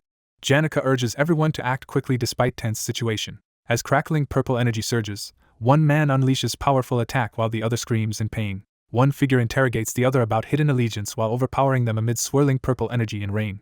A masked witch unleashes surge of dark magic, calling out a name into the storm. A bloodied man urgently insists that his group is assisting Tanya Roth-Taylor with official permission from Academy. A blonde girl with large bow pauses, looking back with hesitation. A fist surges with purple energy and slams down in powerful attack. A violent surge of purple energy explodes within building, tearing through everything nearby. A female witch unleashes surge of dark magic as debris and purple energy swirl around her. A furious figure radiates ominous energy while demanding to know someone's whereabouts. A female figure in witch hat unleashes surge of crackling purple energy, scattering debris around her. A girl radiating dark energy confronts someone and demands to know Tanya Roth-Taylor's whereabouts. A female character's eyes glow purple as she glares, unleashing surge of ominous energy. A group of cloaked figures confronts mysterious purple creature in rain, bewildered by situation. A glowing cube crackles with energy as it floats above outstretched hand, signaling activation of powerful artifact. 3 figures unleash powerful magic as they float in rain, surrounded by glowing blue circles and swirling purple energy. A hooded girl unleashes blue lightning from glowing chest as rain pours and others watch tensely behind her. A figure unleashes a surge of dark energy, eyes glowing intensely in pouring rain. A hand slams down on enchanted box, unleashing surge of purple energy. A girl recoils in shock as rain pours under eerie purple light. A powerful figure commands subordinate to bring target. A menacing figure radiates dark power and commands someone to bring Tanya. A massive explosion tears through Grand Hall, sending debris flying. 2 figures stand amid smoke and debris, acknowledging end of intense battle. A red-haired girl sits on ground surrounded by swirling debris, glaring upward and refusing to admit defeat after being taunted. A young man, confident after recent success, commends teammate but reminds everyone that his challenge against second years is not over. Ed delivers sharp observation while leaning against pillar, drawing other characters' attention. A young man in red outfit pauses in silence, exhaling with eyes closed. The boy stands victorious with sword as defeated top alchemy student kneels before him, surrounded by astonished onlookers. 2 rivals face off, each assessing other's strength as tension builds. A character jolts in shock, eyes wide as something unexpected happens. Debris crashes into hall as anxious soldiers panic and chaos erupts. A violent surge of dark energy erupts inside building. Someone steps forward onto wooden floor with determination, signaling dramatic entrance. 2 characters race down hallway as lead abruptly rejects original plan. He warns that it's already too late as situation escalates around him. A hooded woman quickly conjures magical barrier to shield herself in pouring rain. A powerful time spell activates, instantly freezing everyone in place as magical rings trap them under rain. A remarkable individual instantly copies complex magic after seeing it once. A commanding figure, surrounded by swirling purple energy, orders someone to bring Tanya Roth-Taylor. Surrounded by intense magical energy, he urgently calls for Lucy and Meryl. Amid swirling smoke, a maid urgently leads cloaked figure down hallway. 3 people hurry down hallway, alarmed by news that even head maid has fallen victim as uncertainty spreads about Lady Lucy's claims. A young man is stunned as he learns about reported death of a third-year magic student. A character steps forward, entering room with determination. 2 figures race down hallway as they realize assassin is linked to Roth-Taylor family, raising suspicion about possible connection to Tanya Roth-Taylor. A sudden threat emerges in hallway, prompting both to turn in alarm. He insists others move ahead without him as situation grows more dangerous. A man urgently yells at frightened woman, insisting she evacuate instead of seeking revenge. A determined young man urges others to evacuate first as he prepares to stay behind. Darkness spreads menacingly through hallway, signaling imminent threat. A young man bursts through debris with forceful kick, pressing forward. A character silently confirms suspicion with tense, alert expression. 5 minutes after first loud noise, collapsed wall was discovered, but no one had seen Tanya Roth-Taylor and door remained locked. He cautiously opens large container, searching for any sign of someone hiding inside. A terrified girl collapses to floor, panicking as shadowy figure looms over her. Despite evidence implicating Tanya, investigator struggles to make sense of situation. Several students react with surprise and excitement as Tanya's reputation and life at Academy improve. Tanya's involvement in assassination is questioned despite apparent dislike for Ed. A tense silence fills air as person remains unmoved, expression hidden in shadow. Someone demands honest answer from Tanya, heightening tension. A furious character demands to know if someone ordered Ed's assassination. A distressed character sobs and desperately insists on innocence. Realizing escalating threat, boy sees that if nothing changes, Tanya will die. Overwhelmed by grief, injured young man mourns Ed's death in silence. The wounded young man stands tall, refusing to yield after battle. He struggles to make sense of overwhelming confusion surrounding him. He hesitates, gripping garment as he considers whether to stay uninvolved. The young man instructs someone to remain inside while he prepares to handle situation. Someone warns that venturing into square could be fatal as gravely injured girl lies on ground, possibly dying. A hairband floats in swirling green energy as narrative hints that Lucy is about to commit violent act. A character gathers green energy and prepares to intervene to stop Lucy. The protagonist fiercely reprimands interruption, his eye glowing with intensity. The group decides to follow Lucy's plan instead of risking everything to protect Tanya. A young man firmly announces decision to send Tanya to Lucy. A young man firmly announces that he will trust his own judgment. A tearful girl recoils in shock as she glimpses something alarming through narrow opening. A tense atmosphere settles as someone firmly grips weapon's hilt, preparing for imminent conflict. The determined character announces he will take Tanya by force to achieve his goal. A magic bow gathers swirling orange energy, preparing to unleash its power. Fiery beams surge from colossal magic circle as three figures unleash devastating attack on city below. A massive explosion erupts, engulfing area in fire and debris. A female character lies petrified and lifeless on rain-soaked ground. A terrified character recoils as another narrowly dodges deadly attack in pouring rain. A female character collapses to ground in rain, completely exhausted. A third-year alchemy student is introduced as top performer in her faculty, standing confidently with arms crossed. A panicked student realizes even top performer has succumbed to crisis. A massive magical sigil forms overhead as Ed stands unfazed in rain, watching shadowy figure levitate within it. A female magic user unleashes surge of purple lightning, filling scene with intense energy. A masked figure runs away in terror as purple magical attack strikes someone in sky. A distressed character flees through pouring rain, cursing misfortune and lack of peace. Someone forcefully stomps onto wet stone pavement, breaking tense silence. A lone figure crashes onto rain-soaked stone path in front of pavilion. The lone figure desperately reaches upward toward glowing barrier, sword strapped to back. Collapsing in rain beside sword, exhausted figure curses in frustration over terrifying ordeal. Someone finds person collapsed face down on wet ground and confronts them angrily. Standing in rain, one character explains they used all reagents during sparring and needs to go to lab for more. Three top students form magical barrier as they prepare to confront monster. A girl urgently tells group they must survive for at least 30 minutes until help arrives. A girl urges injured companion to escape to faculty building once he regains strength as she stands protectively in rain. Someone urgently orders others to summon any academy workers nearby. A girl lifts hand and unleashes powerful spell as massive magical sigil glows overhead in rain. Caught off guard, character reels back in fear as rain pours down. He takes powerful punch, grimacing as rain pours down. A character collapses to rain-soaked ground, overcome by frustration and self-loathing. The figure kneels in rain, cursing himself in defeat. Rain pours heavily as sky turns dark. A girl rushes to warn injured man by campfire that academy workers and another threat are approaching as giant flaming beast appears nearby. One character anxiously tells other that Lucy discovered truth before explanation could be given, leaving them uncertain about what will happen next. Someone learns she went to Ophelis Hall to find Tanya, prompting tense reaction. A battered man collapses to knees in rain, struggling to breathe as fiery light surrounds him. A battered, rain-soaked young man lowers head and accepts challenge with determination. The battered young man pushes himself forward, determined to handle situation alone. Two injured and anxious characters discuss uncertain consequences of someone learning truth before they could explain. A battered hand clenches into fist as character reacts to news about someone heading to Ophelis Hall. A battered man collapses to one knee in rain, struggling to stay conscious. The wounded young man accepts challenge despite injuries. Ed pushes himself forward through flames, ignoring injuries. Someone decides to take action personally. A rainstorm engulfs cabin, drenching surrounding trees. An older man tends to sick girl who lies feverish and sweating in bed. An older man earnestly urges someone to remember feeling as he imparts important advice. A girl lies sick in bed as someone checks her forehead and reassures her that fever and injuries will gradually decrease. But something is missing. Grandfather says that the time when you collapse with a fever or the moment of injury will be very rare. And she will meet countless people who spend their entire lives striving for this. A powerful magical explosion engulfs several figures in heart of city. A character is shocked upon hearing that someone will not be brought. A shrouded figure, surrounded by swirling dark energy, prepares to unleash her power in defiance. A determined girl gathers her magic, resolved to track down her target. A lone figure unleashes a surge of violet magic beneath glowing magical circle. A lone figure unleashes massive surge of purple energy as others watch in awe. A figure steps forward onto rain-soaked ground, surrounded by glowing purple aura.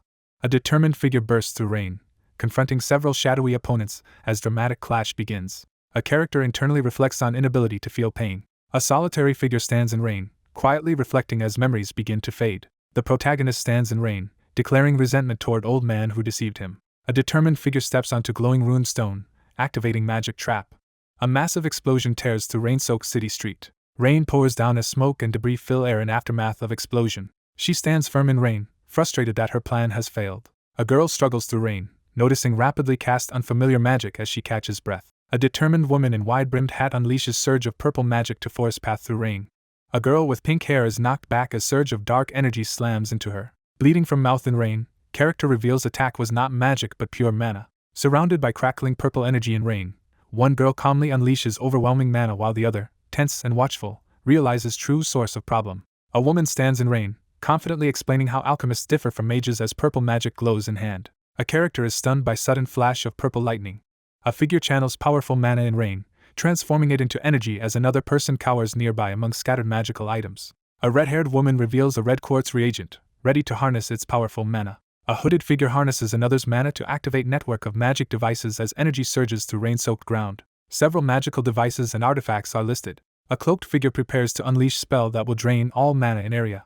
A woman breaks down in rain, overwhelmed by fear that everything she has created will soon be destroyed. A maid urgently guides students through smoke-filled chaos, ensuring everyone evacuates quickly. A defiant red-haired girl unleashes powerful magical barrier in pouring rain, challenging opponent to break through. A girl in witch hat unleashes surge of magical power, sending artifacts and energy swirling around her. A magical device crackles with red energy as it overloads from excess mana. A character freezes in panic, eyes wide with terror as they witness something shocking. A girl in pointed hat unleashes devastating magical attack, blasting through ranks of enemies. The process of determining how much mana is needed to overload all magic engineering items begins. A bloodied girl stands frozen in rain as she processes unsettling truth that her idea holds no academic value. A female mage unleashes overwhelming surge of mana, emphasizing that such power would make anyone unstoppable. Authorities apprehend head maid, several elite students, and high-ranking maids, while group stands outside in rain. An injured woman struggles to stay conscious in pouring rain as time slips away. A girl in witch hat walks away in rain while another girl struggles on ground behind her. In pouring rain, one person grabs another's wrist to stop them from leaving. A desperate girl clings to someone's leg in rain, surrounded by scattered magical objects as tension mounts. A character stands in rain, questioning if their actions align with Ed's wishes. One girl walks away in rain as another desperately clings to her leg, surrounded by scattered belongings. A hand unleashes surge of magical power, forming glowing purple seal in air. A determined girl summons powerful magic in rain, preparing to make crucial decision after meeting Tanya. A sudden magical blast crashes through rain, catching one character off guard and forcing desperate reaction.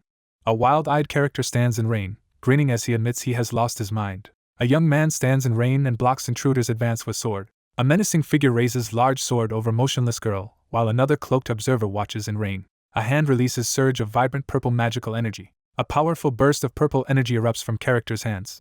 A girl in witch hat unleashes powerful wave of dark magic, sending debris flying through rain. The battered student staggers in rain, barely conscious after devastating defeat. A woman in witch hat gathers magical energy in hand, ready to cast spell as rain pours. He steels himself to pursue objective, ready to use force if necessary. A powerful figure demands release of frightened girl while confronting armed opponent. A figure steps forward assertively, drawing rapier as tension escalates. A masked attacker lunges with sword, forcing Ed to defend himself. A fighter dives from above and unleashes relentless barrage of sword strikes against defending opponent. A character jolts back, eyes wide with shock at sudden turn of events. Blindingly fast, a character unleashes powerful dual sword technique, surprising everyone. A fierce young man unleashes powerful, beast-inspired sword technique surrounded by red energy. He blocks powerful sword strike, sparks scattering from intense clash. A white-haired character blocks powerful attack with sword, sending sparks flying. Sparks fly as one character lunges with fierce sword strike while other blocks attack. He spots flaw in opponent's stance and prepares to exploit weakness. A shadowy figure brings down glowing weapon with explosive force, claiming victory. Ed barely dodges deadly attack as red energy bursts around him. A fierce wind-based attack erupts from protagonist's arm, slicing forward with intense force. A gloved fighter blocks glowing green sword strike in midair. Ed slams opponent into ground with overwhelming force. A character in red and black is violently knocked back amid flying debris and shockwaves. A battered figure struggles on ground as their opponent taunts them to continue. Kneeling in rubble with sword in hand, defeated man lets out mocking laugh as other watches from behind. A man, electrified by thrill of combat, declares eagerness to face powerful opponent. A frenzied attacker in red swings sword down at dark-haired figure from behind. A dark-haired young man mocks defeated opponent with look of contempt. Two opponents collide with swords, each pushing for dominance in fierce battle. Someone criticizes another for only being motivated to fight when they believe they can win. Two opponents clash swords in sudden, heated confrontation. Amid fierce sword clash, one fighter admits he isn't top magic student and points to someone stronger. A furious fighter blocks weapon strike with sparks flying, accusing opponent of being coward. Swords collide as two opponents engage in fierce, close-quarters fight. Caught off guard by sudden red light, protagonist recoils in shock. A raging figure charges forward, unleashing powerful attack with weapon crackling with energy. An exhausted armored figure is held at sword point, struggling to catch breath. Pinned against wall by glowing sword, injured young man desperately questions what he could have done against overwhelming foe. Amid swirling dust, one man recoils with hands up while another holds him at sword point. A voice declares firm warning, setting clear boundary. Young man steps forward and confronts opponent with sword raised. Rubble bursts through crumbling wall as shocked character watches chaos unfold. A cloaked figure watches as building collapses in pouring rain. Pride is revealed as downfall claiming more warriors than any other cause. A rain-soaked figure pauses in street, tense and wary after hearing warning. The narrator explains boldly advancing with unwavering confidence is considered virtue. A menacing figure with glowing red eyes emerges through smoke and rain, exuding threatening aura. A bloodied, armored figure grips sword in rain and prepares for confrontation. Clutching bleeding wound, man staggers through rain, struggling to remain standing. A grave warning interrupts scene, hinting at serious consequences ahead. A lone figure stands motionless in rain as blood pools at feet. A terrified girl stands frozen in rain, unable to escape as blood drips from mouth. A bloodied hand grips sword tightly, pushing onward despite pain and loss. A frenzied figure unleashes surge of dark energy, gripping cursed sword as red aura swirls around him. Engulfed in furious red aura, he unleashes overwhelming power as his eyes glow with rage. A powerful declaration of unwavering resolve dominates scene. Despite ability to escape quickly, hesitation lingers. A terrified girl stands frozen in rain, witnessing something horrifying. A character closely examines hand as it firmly grips sword. A bloodied hand grips cursed sword tightly as red energy swirls around, pushing forward despite pain. A shadowy figure unleashes surge of dark energy through sword, filling scene with ominous power. A bloodied figure radiates intense red energy as he unleashes dark, furious power. A powerful declaration of unwavering resolve fills scene. A male character unleashes torrent of dark energy while gripping massive, cursed sword. A bloodied figure glares forward, unleashing surge of dark power. A red-haired girl recoils in fear as she recognizes ominous presence of Clebius amid swirling red energy and rain. A young witch unleashes powerful fire spell despite pouring rain. A blazing pillar of fire erupts from bow, unleashed as powerful magical attack. A devastating magical attack engulfs area in massive fiery explosion. A massive explosion erupts as two figures escape from blast, driven by promise to avoid killing. A character stands in rain and asserts unwavering confidence. Character realizes attack is not enough to defeat monster looming above. Character reels in shock as her opponent suddenly accelerates in rain. A sudden enemy attack is repelled by blast of wind magic, forcing assailant back. A wounded character unleashes desperate, powerful attack as energy bursts around him. A monstrous creature hurls massive burst of energy at silhouetted figure wielding sword. A bloodied, red-eyed figure charges forward with explosive force through raging flames. A relentless fighter unleashes furious, bloody strike as more blood spills across already blood-stained body. Clebius's condition is critical as he could have fainted from blood loss at any moment. As injuries worsened and blood poured, wild surge of mana intensified around sword and body. A fierce battle erupts as one figure unleashes devastating surge of red and purple energy at other. Character recoils in alarm as powerful wave of ominous energy surges toward him. A massive sword surges with violent, dark energy as cursed power is unleashed. A young woman unleashes Nortondale family's forbidden power as menacing, red entity erupts behind her. A furious character unleashes powerful, red energy attack. A hand surges with crackling purple energy as powerful magic is unleashed. Amid pouring rain, two combatants clash as magical symbols flare and blood sprays from brutal hit. A fist surges with crackling purple energy, unleashing wave of magical power. A massive burst of purple magical energy engulfs character, knocking them back amid glowing arcane symbols. A character is suddenly stunned by unexpected and alarming sight. Engulfed in raging flames, character erupts with furious scream as power surges uncontrollably around him. A surge of purple energy erupts as determined figure unleashes powerful magical attack. A red glowing swordsman and purple clad witch collide in violent surge of magical energy as rain pours around them. A girl in witch's hat releases massive surge of purple magical energy into air. A devastating surge of purple energy erupts, ripping violently through area. A wounded figure collapses to ground in pouring rain, struggling to stay conscious. Blood surges violently around body as forbidden magic draws power from user's wounds. Surrounded by hostile onlookers, Ed endures barrage of angry accusations after being blamed for another death. After forbidden from inheriting by own family, young man receives reassurance and comfort. A young man confidently addresses Clebius, challenging him. A hand erupts with swirling dark energy and blood as sinister power is unleashed. Bathed in red energy, character's intense expression signals awakening of immense power. Surge of dark power courses through him as his eye glows ominously. A blood-soaked figure unleashes forbidden blood swordsmanship, radiating violent red energy. A powerful new enemy called the Sword Demon appears. Bloodied and defiant, he faces harsh truth even as ominous red energy surrounds him in rain. A hand crackling with magical energy is raised as powerful spell is unleashed. A bloodied figure staggers below as overwhelming force descends, unleashing true power. A surge of high-level lightning magic crashes down as spell divine punishment is cast. Two figures sprint down dark, debris-strewn hallway, pushing urgently toward their destination. Startled by unexpected instructions, he quickly reacts. A woman stands before ornate doors, telling someone they can escape through door at end of hallway. A mysterious woman with red hair appears dramatically, her confident gaze fixed forward. A hostile figure confronts group, remarking on blocked roads and hinting that Tanya owes safety to companions' help. Someone calls out to girl standing anxiously in shadowy hallway. A girl with sly smile speaks cryptically about Ed, hinting she knows more than she reveals. Two anxious figures hurry through smoky hallway as one demands to know what other would have done if only Tanya had been present. A tense silence fills moment as character holds back from speaking. A girl barely restrains herself from attacking as she turns back with menacing glare. A man threatens to torture cornered woman for information while protecting frightened girl behind him. A frightened girl desperately denies being responsible as shadowy figure tries to calm her. One character reluctantly admits defeat and challenges other to proceed. He freezes in shock, gripping sword tightly as fear paralyzes him. Ed stands protectively in front of frightened girl, preparing to defend her from approaching danger in shadowy corridor. Hostility from this girl signaled start of new conflict. A mysterious woman warns that something unknown may lurk behind closed door. Frozen with uncertainty, boy anxiously contemplates next move as storm rages outside. A bolt of lightning splits stormy sky as danger grows more intense. A girl breaks down in rain, unable to hold back tears as she begs for it to stop. A probing question interrupts silence, highlighting internal struggle. Battered and burned, injured figure kneels in rain, gripping sword as he endures relentless wave of high-level magic. A bloodied figure's red eye glows in rain as surge of dark power begins to awaken. An older boy reassures younger boy, placing hand on his shoulder and telling him not to blame himself. A boy anxiously looks up as someone reassures him that what he's experiencing is not a curse. A family member describes how ancestor used extraordinary power to defend family. As two people stand before fierce painting of legendary battle, someone is encouraged to use their power to become hero. A monstrous, bloodied hand surges with red energy as someone recoils in terror. Fueled by rage, Ed charges forward with sword, unleashing berserk attack. A legend spreads that Nortondale family harbors sword demon as lightning splits stormy night. Surrounded by fire and chaos, figure engulfed in red aura charges forward and strikes down shadowy enemies with powerful sword attack. Young man loses control and slaughters opponent in frenzy, drenching area in blood. A menacing figure unleashes surge of swirling red energy, casting aside notion of morality.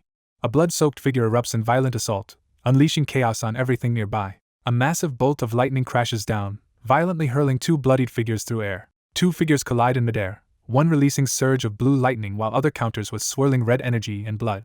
A bloody, demonic figure is blasted backward by powerful blue-white attack. A figure unleashes dramatic surge of blue lightning energy, filling scene with intense power. He glares ahead with unwavering resolve, ready to face coming challenge. He steels himself, determination burning in eyes as tension mounts. A girl freezes in shock as she sees something terrifying illuminated by red glow and rain. A figure charges through smoke and rain, unleashing lightning-infused attack against monstrous opponent. Crackling with lightning and resolve, wounded young man realizes he can use newfound power to become hero. Ed's rage erupts as he unleashes dark power, his blood-splattered face and glowing red eyes signaling violent transformation. Bloodied and struggling to stay conscious, protagonist coughs and kneels on ground after brutal fight. Two battered figures grapple desperately for control of blood-stained sword in dim, grimy room. Wounded character solemnly tells his killer that he can forgive them for what happened. A bloodied fist tightens as speaker struggles to hold back. The wounded young man collapses while uttering final words and clutching battered helmet. A traumatized boy stands alone, haunted by violence endured. Wounded and cornered, he curses in frustration as weapon presses against neck. A bloodied and exhausted young man collapses to knees in pouring rain, unable to continue. A wounded figure grips sword in rain, rejecting role of hero. A character quietly admits deep fear of becoming monster. Bloodied and wounded, he stands firm in rain, gripping glowing, cracking sword. In pouring rain, bloodied figure collapses while clutching key-shaped artifact as witch-like girl silently watches over him. Wounded character endures pain and refuses to give up. A weary group pushes forward through rain as one urges them on, declaring their part is done. A witch-like girl stands coldly over bloodied, fallen figure in rain. A blood-soaked fighter releases powerful surge of mana, growing stronger as wounds and flowing blood fuel technique. A pivotal truth is revealed: nearing death grants greater power. Even immense power seems meaningless before Lucy's unwavering resolve. A wounded woman lies in rain, barely surviving deadly attack. She stands alone in rain, struggling to accept newfound vulnerability. She feels overwhelming terror as threat of death closes in for first time. A female character unleashes lethal magical attack on defeated opponent, determined to eliminate those too weak to continue fighting. A foot crashes down, releasing surge of blue energy across ground. A stunned onlooker witnesses injured figure collapse on rain-soaked ground beside glowing blue runes. A wounded young man pushes himself up from ground, refusing to give in despite injuries. A cloaked figure stands over wounded opponent as blue magic crackles in rain-soaked air. A hooded figure confronts someone in pouring rain, furious to discover they are still alive. A solitary figure walks through pouring rain, lost in thought. A surge of purple energy crackles as character unleashes hidden power. A witch launches blinding magical attack at shadowy opponent, shaking battlefield. A foot crashes down, releasing surge of blue magical energy that rips through ground. A shocked figure in witch hat discovers bloodied, wounded person lying near glowing blue sigil on rain-soaked ground. Despite injuries, he stands firm in pouring rain, determined to press on. A cloaked figure aims bow at bloodied opponent, who struggles to rise as blue aura flickers around him. Someone furiously confronts another person who is presumed dead. A hooded young man stands resolutely in rain, gripping something tightly as he endures harsh weather. A figure stands guard with sword as shadowy presence advances down dark hallway. Lightning flashes outside as he anxiously scans stormy night, bracing for next crisis. Under intense pressure, character hesitates as they urgently try to make critical decision. A tense confrontation begins as one character calls out to another, gripping sword. A composed woman appears unexpectedly, startling someone in foreground. He recoils in shock as shards scatter around him. Shards of light or glass erupt around shocked girl as she witnesses unexpected event. A girl crashes through magical barrier while another figure watches in shock from below. A girl crashes to floor as shards of broken glass scatter around her. Two girls are discovered in shock, one supporting the other who is injured amid floating shards and glowing light. One character forcefully pins another to ground as shattered glass litters area. A girl with red bow points and announces discovery, startling boy and girl hiding in corridor. The group stands tensely in dimly lit room, bracing as unknown threat approaches. One girl grows suspicious as she notices others staying calm despite troubling news. A girl stares in shock, internally questioning whether someone has lost their sanity. One girl nervously questions situation while other stands beside her, looking surprised and slightly bruised. A spectral wolf materializes before two girls amid ruins, heightening tension. Rain pours down from dark sky, intensifying somber atmosphere. Someone acknowledges arrival of newcomer at just right moment. A furious confrontation erupts in rain as one character discovers unexpected survivor. A wounded figure struggles on rain-soaked ground as hooded opponent with drawn bow approaches. A battered character collapses in rain, acknowledging defeat and futility of struggle. A bloodied character collapses face down on rain-soaked ground, overcome by regret. Wounded and exhausted, character collapses in rain, questioning whether he is only one who made foolish mistake. Several cloaked figures rush through rain toward powerful magical barrier, determined to stop opponent despite knowing they stand little chance. Someone is dismissing another person's actions as unnecessary. A girl kneels in rain over bleeding, motionless figure, devastated by sacrifice made without hesitation. Instead of surrendering like others, he stubbornly held on and kept fighting, even as everything fell apart around him. Bloodied and exhausted, he clutches helmet and struggles with aftermath of battle. Kneeling in rain, a girl struggles to support severely injured boy as she desperately searches for way to escape. Battered and frustrated, he stands in rain, overwhelmed by sting of another defeat. A bloodied hand seizes jaw of wounded man as rain pours down, forcing brutal confrontation. A wounded figure kneels in rain, expressing gratitude to hooded person standing over them. Bloodied figure looks up in shock as someone assures struggle was worthwhile. Two battered girls brace themselves as they confront mysterious cloaked figure in rain. Kneeling in rain, bloodied figure collapses in anguish and self-loathing, overcome by despair. A determined young woman shouts at severely injured companion, urging him to stay conscious as rain pours around them. A hooded figure stands in rain, visibly stunned after receiving unexpected news. A hooded figure walks through rain, reflecting on knowledge of everyone in academy but surprised by unexpected development. After evacuation, protagonist arrives at devastated arena. He stood alone the entire time, unwavering. A tense showdown begins as final boss faces awakened opponent in rain. Lucy stands alone in rain, preparing for tense confrontation. Standing alone in rain, he admits he should have explained risky decisions sooner. Caught off guard by sudden realization, young man tenses up in rain. A witch's hat lies abandoned on wet ground amid scattered flower petals. A girl clings to hooded boy for comfort in rain, while witch hat lies abandoned on ground. A tearful figure bows head in rain, overwhelmed by shock of seeing someone they thought was dead. Despite severe injuries, character kneels in rain and refuses to give up. A hooded young man grabs girl's shoulder in rain and forces her to face him. A cloaked figure carries unconscious companion through rain as shadowy onlookers keep distance. Standing guard with sword drawn, protagonist faces unseen threat while anxious companion watches from behind. A spectral wolf suddenly appears beside silhouetted figure, radiating ominous glow. A spectral wolf head appears and confronts two girls, one protectively holding other amid shattered debris. Gripping sword, character reacts urgently to shocking news of Ed's death. A girl with eye patch urgently interrupts to reveal information about Ed. A fierce attack erupts as surge of energy blasts from sword. Amid thick smoke and chaos, one character coughs while another urges them to stay focused. One figure urgently instructs other on how to escape through ruined corridor. A weakened young woman anxiously asks what will happen to her next. A glowing magical barrier rises as one figure braces to defend, while another stands anxiously behind. A man releases surge of magic to shield frightened girl, urging her to escape while she questions his motives. A lone figure escapes through shattered stone wall and vanishes into darkness. He steadily exhales as blue energy gathers around him, preparing for next move. Ed channels surge of energy through sword, preparing to confront challenge ahead. Blue energy crackles around determined protagonist as he prepares for confrontation, attempting to reason with opponent. One girl confesses her love while other reacts in shock as green mist swirls around them in shadowy room. Overcome by rage and pain, young man charges forward with energy surging around him. One character passionately reveals that another has loved Ed more than anyone. A girl is stunned as someone confronts her about depth of her feelings for Ed. Ed unleashes surge of magical energy through sword, shouting fiercely. A young man is consumed by magical flames and screams in agony. A violent explosion rips through building, sending debris and flames into stormy night.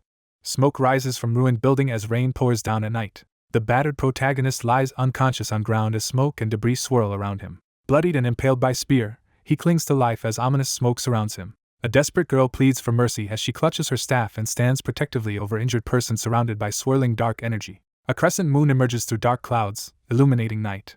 In rain, one figure embraces another, offering silent comfort amid distress. Rain washes flower petals and dark pool of blood along stone street. Rain falls and scenery shifts as seasons change. An older man gently checks forehead of sick girl lying in bed. An elderly man calmly explains that releasing emotions can transform even stable relationships. She realizes that her feelings for Glock differ from her feelings for Ed. Conflicting emotions surge as trembling hand reaches out in uncertainty. A cloaked figure and companion walk through moonlit courtyard while two hidden observers watch from shadows. A hooded figure suddenly stabs white-haired girl, leaving her bleeding and stunned. A pale-haired girl, exhausted and anxious, stands with hands up as she faces looming figure in darkness. A girl screams while red lightning crackles around her as she pushes forward with both hands. Lucy trembles, clutching herself as she struggles with overwhelming emotion. A moment of self-awareness marks realization of previously unrecognized emotion. A girl is suddenly overwhelmed by powerful, crackling energy that leaves her trembling in shock. A trembling hand reaches out hesitantly through rain. A cloaked figure walks forward under night sky, closely watched by silent figures hidden in shadows. A white-haired girl is suddenly stabbed through torso by cloaked attacker. A frightened girl, gasping for breath, backs away defensively as silent figure corners her under night sky. Red lightning erupts around girl as she struggles to contain sudden surge of power. A female character in red jacket stands trembling and sweating, struggling to calm herself.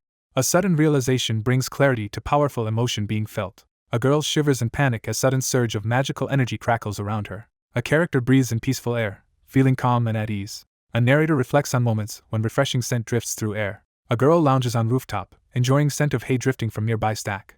Despite girl's reluctance, maids insistently try to dress her in sunlit bedroom. Narration explains that daily smokers carry strong cigarette odor on bodies. A girl reflects on childhood spent in peach garden, lost in somber memories. A hat lies abandoned on ground among scattered flower petals. A character detects distinctive grassy scent while closely observing someone. A hooded figure surrounded by green magical energy warns that academy staff will arrive soon and urges quick action. Weighing risks, character decides to confide in select few about situation.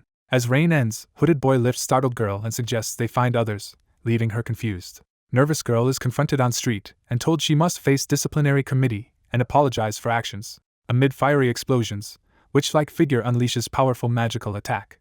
A girl stands over bloodied figure lying in rain after he cuts himself and loses blood, reflecting on harshness of her magic. A distressed girl is told to apologize as she tries to explain she worked hard to protect those who came for her. A young woman reels in shock at unexpected revelation.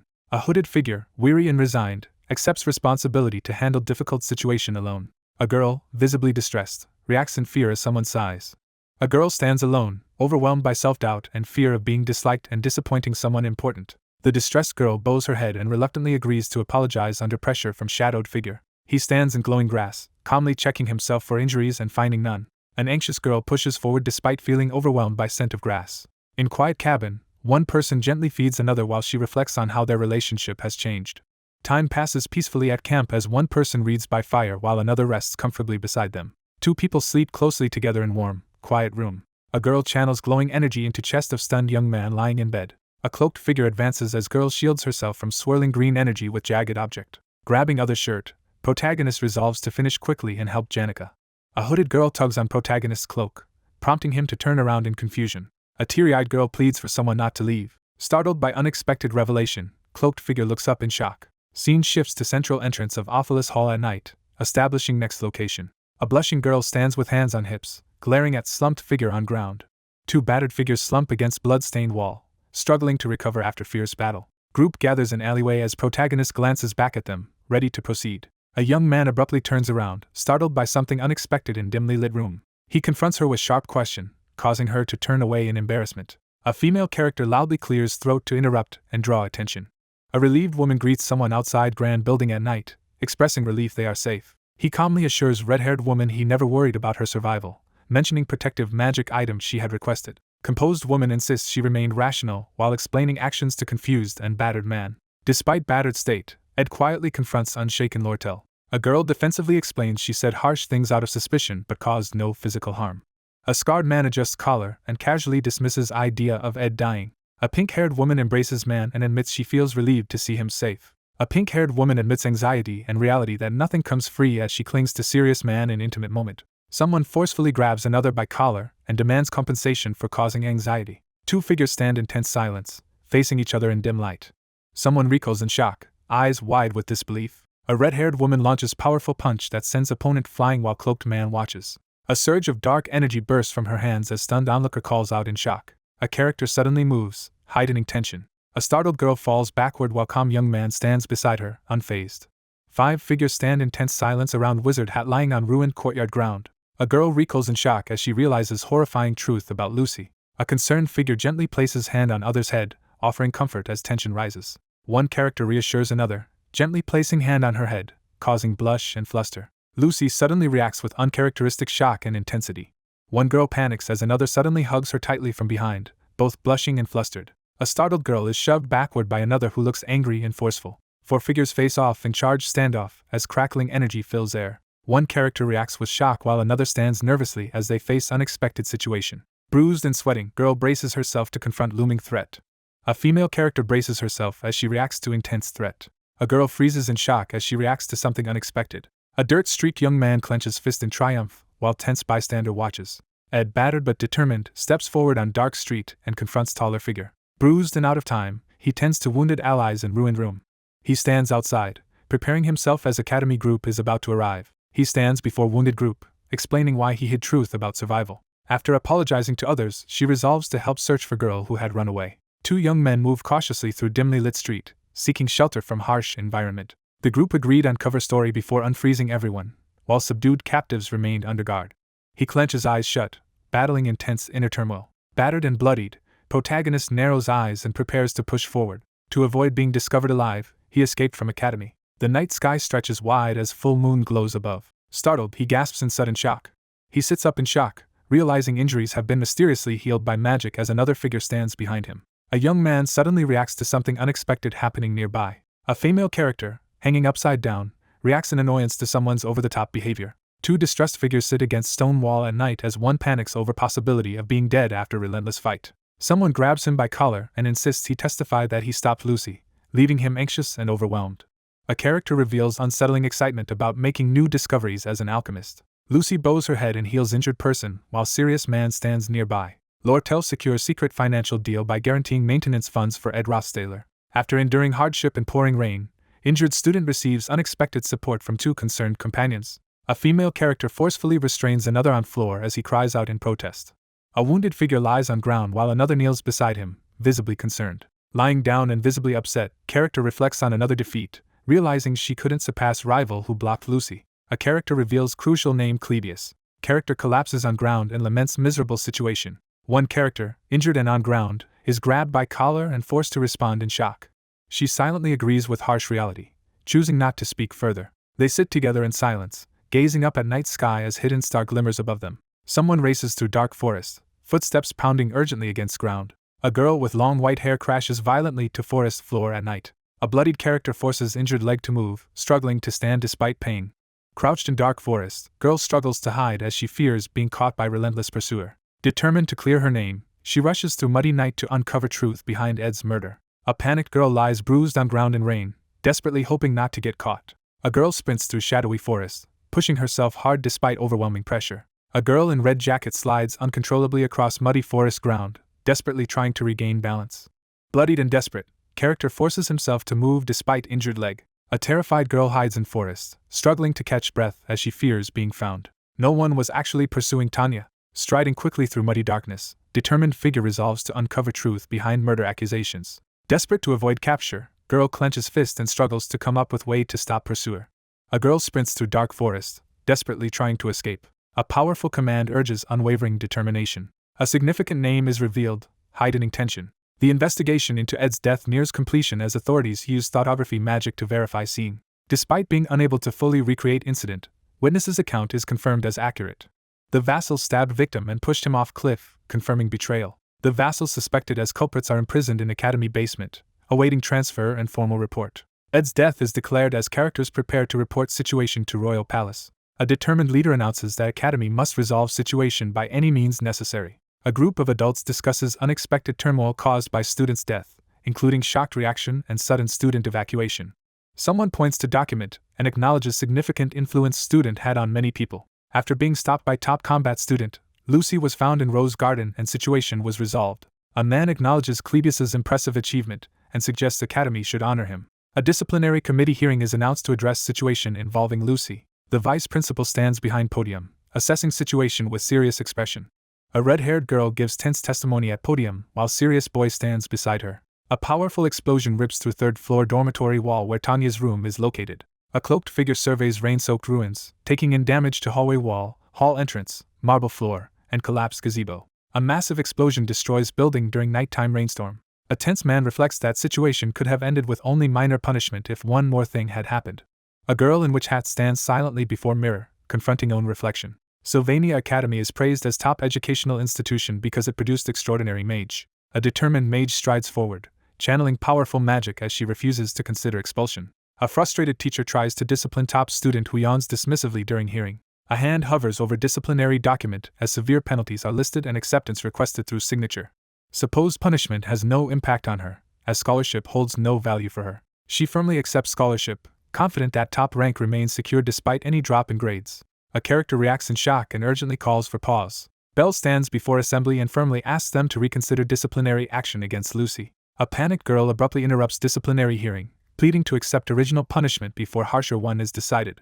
A decision is made to send girl in red jacket out of Ophilus Hall, declaring it a reward rather than punishment. A girl in witch hat struggles as another girl in uniform holds her back and enforces probationary restrictions. A group of determined maids restrain struggling girl and announce they will monitor her around the clock. The man announces 30-day probation with no disciplinary record remaining as he hands over official document. A character expresses gratitude for having opinion considered. A terrified girl throws hands up and desperately begs for mercy. Startled by sudden call, frightened girl recoils in distress, raising hands defensively. A menacing girl unleashes power to trap and intimidate another, making escape impossible. A group of maids watch as figure escorts girl down hallway after announcement of probation. A character reflects on unexpectedly light punishment as another sits by fire, visibly distressed. A cheerful girl proudly presents steaming pot of beef stew she made herself. He expresses amazement as girl insists on handling all chores and responsibilities by herself. A young man carefully considers three main issues troubling him as student council president elections approach. The princess sits in silence, having nearly abandoned ambition to become student council president. A girl with large bow runs desperately alone beneath full moon, her absence noted as she was meant to oppose princess. Two imprisoned men sit apart in cells as sunlight streams through high windows. A determined figure prepares to create spectacle by interacting with glowing magical orb. A violent struggle ends with one figure stabbing other, sending both tumbling from ledge into rain. Two battered men sit separately in prison cells, wrongfully accused and awaiting rescue as protagonist plans their escape. Two people eat silently by fire in dim cave, longing for isolated life to finally end. Sitting by fire, protagonist pauses to eat and reflects on overwhelming tasks ahead. Two characters share quiet meal by fire as one reveals humble background and other listens intently. One character admits he cannot offer real comfort and acknowledges that empty encouragement would be insincere. One character admits feeling grateful for support but asks other not to worry, calling his request selfish desire. One character gently expresses concern, wishing other would stop struggling so much. He stands in silence, lost in thought. They sit together by fire, enduring uncomfortable silence. One character thanks another for concern, feeling embarrassed after expressing gratitude. Determined to find Tanya, Janica urges companion to consider where she might have gone. The narrator is startled to realize Tanya is different from how they remembered her in story. The narrator witnesses girl's resolute courage firsthand as she stands firm amidst swirling energy. He expresses confidence that she is coping well and preparing for what lies ahead. A blonde girl collapses to floor, overcome by tears. Blonde girl insists she never ordered brother's assassination. A woman recalls hearing rumors that Ed Rothstaler had died before Tanya arrived. The narrator reflects on challenge of handling complicated relationship with Ed. She reorganizes workload and advances plans, determined to find opportunity for serious conversation. With only one day remaining, Ed collapses in darkness and dies. Overwhelmed with regret, he blames pride for not acting sooner. A furious girl in red blazer slams hands on table, frustrated that someone stopped her. The protagonist prepares campaign materials with unwavering determination to become student council president at Sylvania. A lone figure considers how gaining power in Sylvania, though less than royal families, would secure personal authority over territory. Surrounded by tense classmates, one student resolves not to rely on royal privilege while focusing on chessboard. A young woman formulates strategy to secure position of student council president at Sylvania Academy. Clutching stack of documents, protagonist resolves to confront corruption within both Rothtaler family and royal family using own authority. A girl in red jacket slams hands on desk, certain of realization. Overcome with guilt, girl collapses in shadows and admits she should never have power. A somber character quietly asks to enter and is granted permission.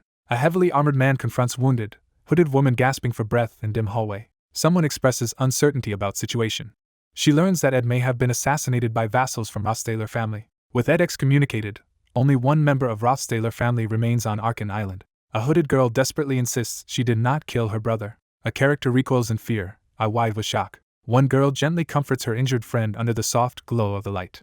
Someone recognizes the importance of learning from past mistakes. A girl sits clutching a blanket, asking someone to come in and explain everything that has happened so far. Judgments are made solely based on the reputation of the Rothtaler family name. One character promises to hide the frightened girl until the danger passes. A tearful woman expresses gratitude as she is reassured she can safely stay hidden for a while. A girl quietly reflects on her rival until she is informed that a guest has arrived in the reception room. He firmly agrees to proceed. A resolute woman realizes that her true opponent is someone else as another girl kneels in the background. A shadowed figure steps toward the doorway and initiates a tense conversation. A woman in a red blazer enters the dim room and insists they must continue with the Academy's plans despite Ed's death. A determined woman confronts the princess, demanding to know why she sought her out. In the midst of the Academy's political chaos, one person has fully analyzed and understood the situation. Lortel directly questions the reason for hiding Tanya. One character promises to help hide the tearful girl until the situation improves. A compassionate woman assures a distressed girl that she can safely stay hidden here for a while. A character silently reevaluates his political strategy after realizing he underestimated his opponent. A composed attendant informs the princess that a guest is waiting in the reception room. With resolve, the character agrees to join. A blonde woman in a red uniform strides forward with determination toward another woman who sits alone on the bed, her head lowered. A character declares the arrival of their true opponent. The truth is revealed that the real culprit is someone else. A shadowy figure steps forward, initiating a tense encounter. A young woman enters the dimly lit room and insists that, despite Ed's death, the Academy's plans must continue. A blonde woman directly questions the princess about her reason for seeking her out. A red-haired character calmly sips tea, lost in thought. A red-haired woman calmly asks why Tanya was being hidden. The panel reveals the true identity of the mysterious figure. A girl with light hair and purple eyes silently observes her surroundings, her expression unreadable. A girl lies on the bed, overcome with despair as she wishes for her suffering to end with 29 days left of probation. 3 hours earlier, events began to unfold before the meeting between Lortel and Princess Venia. A glowing blue spectral beast charges forward, its fangs bared in a fierce assault. A human blocks a vicious attack from a lunging, water-like beast. He unleashes a powerful attack with his glowing blue weapon, sending water and energy swirling around him. A powerful surge of water crashes into the area, shifting the momentum of the battle. A powerful mage unleashes a swarm of water beasts in a forceful magical assault. A hand grips an ornate dagger dripping with blue liquid, ready for action. The fire spirit expresses admiration for the young man's quick reflexes and ends the session as he catches his breath, sword in hand. The water spirit acknowledges the mage's impressive close combat abilities and deduces extensive training. Ed, catching his breath after the duel, gratefully acknowledges his opponent's skill. A status screen reveals detailed statistics for the spirit formula infusion crafting skill. A surge of determination flashes in his eye as he experiences a pivotal realization. The character reviews the contracted spirit's abilities and feels overwhelmed by the prospect of training with the high-rank wind spirit. Exhausted on the ground, the protagonist considers how high-rank spirits, like the blue one nearby, can change form and traverse the island with ease. The exhausted young man catches his breath, feeling a sense of relief. A stat screen appears, showing that most attributes have reached their limits, with only minor increases possible beyond level 15. The protagonist considers that advancing further requires completing hidden quests and meeting specific conditions. A profile screen displays information about the protagonist's age, grade, and notable achievements as their stats are evaluated. Exhausted from training, the protagonist considers his progress and starts planning his next move. While standing in the forest and reminding himself to stay vigilant, the protagonist suddenly senses something unusual. A hooded girl is caught off guard and blushes as she reacts to being noticed on the beach.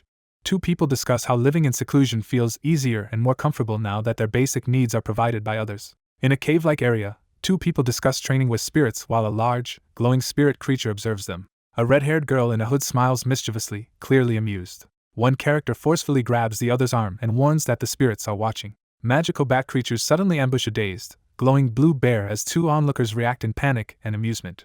One character discusses plans to finalize a profitable deal with Princess Phinia before the upcoming elections while another clings to his arm and questions his intentions. A character demands a deposit in exchange for arranging the release of the two imprisoned knights. The young man reacts with shock and anxiety when confronted by an unexpected demand for a deposit. A red-haired girl looks up at the boy and asks him for a hug. He freezes in shock, sweat running down his face as he reacts to something unexpected off-panel. He hesitates, closing his eyes and forcing a faint smile as the tension lingers in the air. A red-haired girl in a hooded cloak looks down with a playful, questioning expression. He gently pulls her into a warm embrace, catching her off guard as she blushes in surprise. A red-haired woman in a hood is suddenly grabbed and pulled close by another character, leaving her visibly shocked. Physical contact intensifies as one character reacts nervously to the other's assertive advance. A startled young man is seized by a girl who desperately clings to him, demanding to know what he is doing. He realizes that attack and defense are usually handled separately in situations like this. A red-haired girl on the beach is shocked and embarrassed after unexpectedly seeing someone without clothes. A girl, visibly flustered and overwhelmed, admits that she is already struggling with her emotions. He admits he only acted according to someone else's wishes, but hesitates as doubt creeps in. One character gently instructs the other to move slowly as they lean in close for comfort. Someone prepares to confess something important. He asks for an answer while embracing the hooded figure by the fire. The two sit quietly by the campfire, enjoying a peaceful moment together. One student asks the other to support him as they talk seriously by the campfire. A tense hand grips fabric as someone accuses another of scheming. A student, embraced for comfort, resolves to face the entire school as an enemy if necessary. One figure pleads for continued allegiance while they embrace before a campfire in the cave. A character stands outside the exclusive royal dorms at night and directly asks why someone came looking for him. A woman with red hair calmly asks why Tanya was being hidden. Two figures hurry through the ruined corridor, urgently searching for a safe place to seek help. Someone analyzes Tanya's likely location and notes that the Academy's ignorance confirms her presence. The princess confronts someone off-panel, questioning their motives for searching for Tanya. A hooded woman confidently plots her next move, convinced she holds the advantage. One woman candidly admits her opportunistic and petty nature while the other listens intently across the ornate table.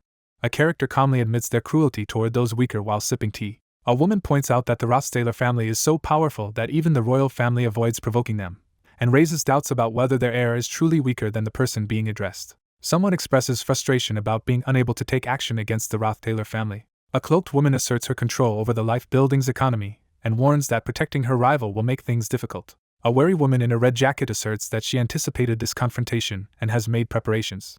Driven by obsession, a figure boldly announces a plan to run for student council president, convinced this will draw Tanya closer. She anxiously questions whether she truly holds any higher authority. A hooded figure informs the seated character that Rothstaler's allies have been captured and all exits from Arkan Island are under tight control. A sly woman confidently suggests that suspicion has fallen on you based on circumstantial evidence. Two girls sit together on the bed, exchanging tense words as troubling news is shared. A tense interrogation forces the anxious woman to reveal if she knows who planned the attack on Ed Rothstaler. A shocked woman in red recoils as someone abruptly confesses to being responsible. Two men reveal that their arrival at Sylvania was under the pretense of assisting the girl. The true mastermind behind the order is revealed to be the Rothtaler patriarch, who sits imposingly on his throne as a subordinate bows in fear. A gloved hand hovers a jagged dagger over a letter as the narrator realizes their words may have triggered a drastic decision. A tearful girl confesses that she was responsible for Ed's tragic fate but insists it was not a crime. Refusing to remain idle, the blonde girl urgently asks if there is a plan. Despite his struggles, he perseveres and proves that anyone can change. One woman resolves to survive and uncover the truth behind a murder, while the other sits beside her in distress. A character resolves to run in the student council president election. A young woman clutches her chest and cries out in fear. A character is confronted with the accusation of murdering a family member, intensifying the situation. A determined woman clenches her fists and resolves to overcome her fear, motivated by those who have supported her and the figure standing beside her. The blonde character declares that she will publicly offer her support. One girl, seeking answers, asks why the other went to such lengths, but receives only an uncertain response. One character gently grips another's hand, offering silent comfort. A character confesses to having an unpaid debt to Ed Rothstaler. A blonde-haired woman in a red uniform gently holds someone's hand, offering silent comfort. A sudden cry shatters the calm of the peaceful town. Stacks of election documents are organized as two women prepare for an upcoming campaign. A woman quietly reveals that Tanya plans to run. Rumors suggest Princess Fenia might back her, but suspicion of murder could limit support. A secretary voices concern about the overwhelming workload and questions whether it is sustainable for the leaders. A nervous girl apologizes and quickly prepares to submit the documents to the academy. The student council president elections at Sylvania Academy are announced as a red-haired girl prepares paperwork alone in her office. A red-haired woman writes a secretive letter, confident that her plan will soon be revealed. A sudden and urgent shift in the situation is underway. Each moment that passes remains under Lortel's control. A white-haired girl recoils in shock, her eyes wide with surprise. A girl kneels on the bed and raises her arms in triumph after finally accomplishing her goal. A young girl wakes up cheerfully, stretching on her bed in a bright, ornate bedroom. A girl kneels on her bed in silence as her pillow drops to the side. A girl with long, light hair anxiously asks how many days remain. The seated girl announces that there are 27 days left as the maid stands behind her. A cheerful girl announces that the Academy's disciplinary action plan was approved after a lengthy process. One girl calmly explains the need to restart the administrative count as another kneels on the floor, visibly overwhelmed. The countdown reached 29 days, but for some, time dragged on in anxious silence. A young woman kneels on her bed and triumphantly celebrates her success. A young girl kneels on her bed and stretches her arms joyfully toward the morning sunlight. A girl quietly awakens on her bed as morning light fills the room. A girl with long white hair anxiously asks how many days remain. A countdown is announced, and the seated girl reacts with curiosity and concern. A cheerful girl announces that the Academy's disciplinary action plan was approved yesterday after a lengthy process. One girl anxiously clings to a pillow while another calmly explains that they must restart the administrative process from yesterday. A cheerful maid announces that there are 29 days left, while a white-haired girl lies on the bed looking anxious. Time seemed to slow down for some as the days continued to pass. A dark prison corridor stretches ahead, illuminated only by a flickering lantern. Sitting in his prison cell, the man realizes that Duke Crapin's judgment was right. A sinister figure evaluates the fallen young man in the dark cell, recognizing the potential threat he could have posed to the Rothtaler family. After a tough fight, the battered man refuses to give up and pushes himself to endure. A spirit sorcerer summons a powerful spirit, fully prepared to exhaust all of her mana. A powerful mage, driven by revenge, unleashes her magic as evidence of the protagonist's ability to form strong bonds with exceptional individuals. The narration foreshadows that Ed Rothstaler's true abilities are far greater than anyone anticipated. Rumors of the delinquent heir's cruelty were well known, but his assassination order from the Patriarch left everyone questioning the true motive. Ed, battered and grim, advances with a glowing purple dagger, forcing his opponent to reconsider his true capabilities. He considers faking madness to escape his role as heir and defy the Patriarch. A battered man dismisses speculation about an enemy building forces, deciding it's no longer relevant. Someone outside the cell is startled after overhearing the prisoners discuss escaping and reporting to the Patriarch. A figure in armor quietly reassures two anxious prisoners, hinting that their escape could cause useful confusion for others. A character announces their identity as Dune. A young man confidently displays a ring of glowing keys with a sly smile. A scheme involving the Alt Trading Company is exposed. Two chibi heads float in the air as two objects fall rapidly beside them. A weary girl reclines and begins to address someone, signaling the start of a serious conversation. A maid informs the white-haired girl in bed that only 24 days and 3 hours remain. A young woman firmly refuses the plea for death. A girl pushes through the crowded construction site, quickly apologizing as she goes. A girl with long, light blue hair gazes in awe at the beautiful, sunlit structure before her. Someone silently admires the striking presence of a woman with radiant silver hair. A girl in a school uniform reacts in shock as someone suddenly vanishes in a burst of sparkles on the crowded campus street. A girl studies the unfamiliar student and wonders about her identity. A girl clenches a rolled-up paper and declares her determination to make the most of each day. A girl angrily crumples a piece of paper, struggling to contain her frustration. A tired girl studies a large paper, letting out a weary sigh. After searching for Tanya following the retaking of Ophelis Hall, the protagonist learns from the Academy newsletter that she is safe and running for Student Council President. News spreads that Ed, recently excommunicated, is reported dead, with suspicion falling on his former family's vassals. Inside the dim hut during the blizzard, the girl quietly reflects on how the boy's presence makes her reconsider the meaning of freedom. He vividly remembers a powerful experience from his past. While recalling joyful memories with a friend, the protagonist learns she is now accused of involvement in a murder. As rumors about the escaped vassals and accusations against Tanya circulate, Students whisper and cast suspicious glances as she walks by. The academy is shrouded in grief as two students mourn the loss of Ed together. A girl approaches two students in red uniforms as an ominous aura fills the atmosphere. A stern man assigns a professor to investigate the circumstances surrounding Ed Rothstahler's death. Two people discuss which professors might know Ed or Lucy, and one mentions there is an assistant professor with relevant connections. A weary woman sits at her cluttered desk, reflecting on how much she relied on Ed during busy times. Two characters struggle to manage an overwhelming pile of paperwork in the library. Her face looked tired. Anna sits in silence, her expression somber, as she holds a closed book. Overwhelmed by heartbreak, she breaks down in tears after the failed meeting. A character steels themselves while focusing on Ed's profile document, determined to endure despite lingering effects on their vision. Janica testified and exposed the real culprit behind Ed's murder case. She sits at her desk, realizing that Janica is enduring even greater hardship. A cheerful girl with pink hair excitedly announces that she is going to try curry today while holding a carrot. Two girls sit at a table sorting ingredients and discussing how to prepare a new dish together. A character slams their hands onto the table while questioning if they've only been eating hot food lately. A pink-haired girl is caught off guard when another girl suddenly hugs her while holding a carrot. A desperate woman pleads with someone to accept the death of a loved one. A distressed girl clings tightly to someone in fear. One girl anxiously seeks reassurance as the other gently hugs her and urges her to stay quiet. Ed sits in the cave, reflecting on Tanya's decision to return to the academy alone. She has been cooperating with the investigation from the royal dorms to prove her innocence. Political support shifts as one character happily washes clothes and remarks on the clean laundry, while another quietly does laundry nearby. The students rally enthusiastically, their support for Lortel overwhelming the atmosphere even before candidate registration ends. Someone anxiously asks what happened when Lortel arrived at the cave, while another person sits nearby, visibly worried. Ed kneels by the bath, tense as he helps wring out a soaked garment. A girl anxiously washes a shirt outside, worried about what might happen if things continue as they are. A girl gives a jacket to a seated boy as they both react to the news that Lortel will become the student council president.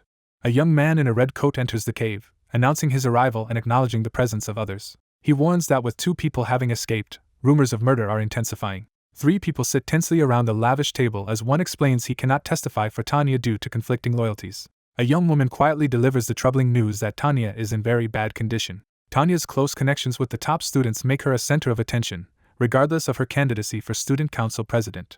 Under the weight of suspicion, the girl struggles to endure as whispers spread throughout the academy. A bandaged woman cuts off the conversation as she stands by the campfire, leaving the man beside her silent and heavy-hearted. The protagonist stands in the doorway, ready to reveal the relationships formed at the academy. One character remembers how she once supported the princess after helping drive out and save another student. The narration clarifies that he is not personally meeting and persuading every student.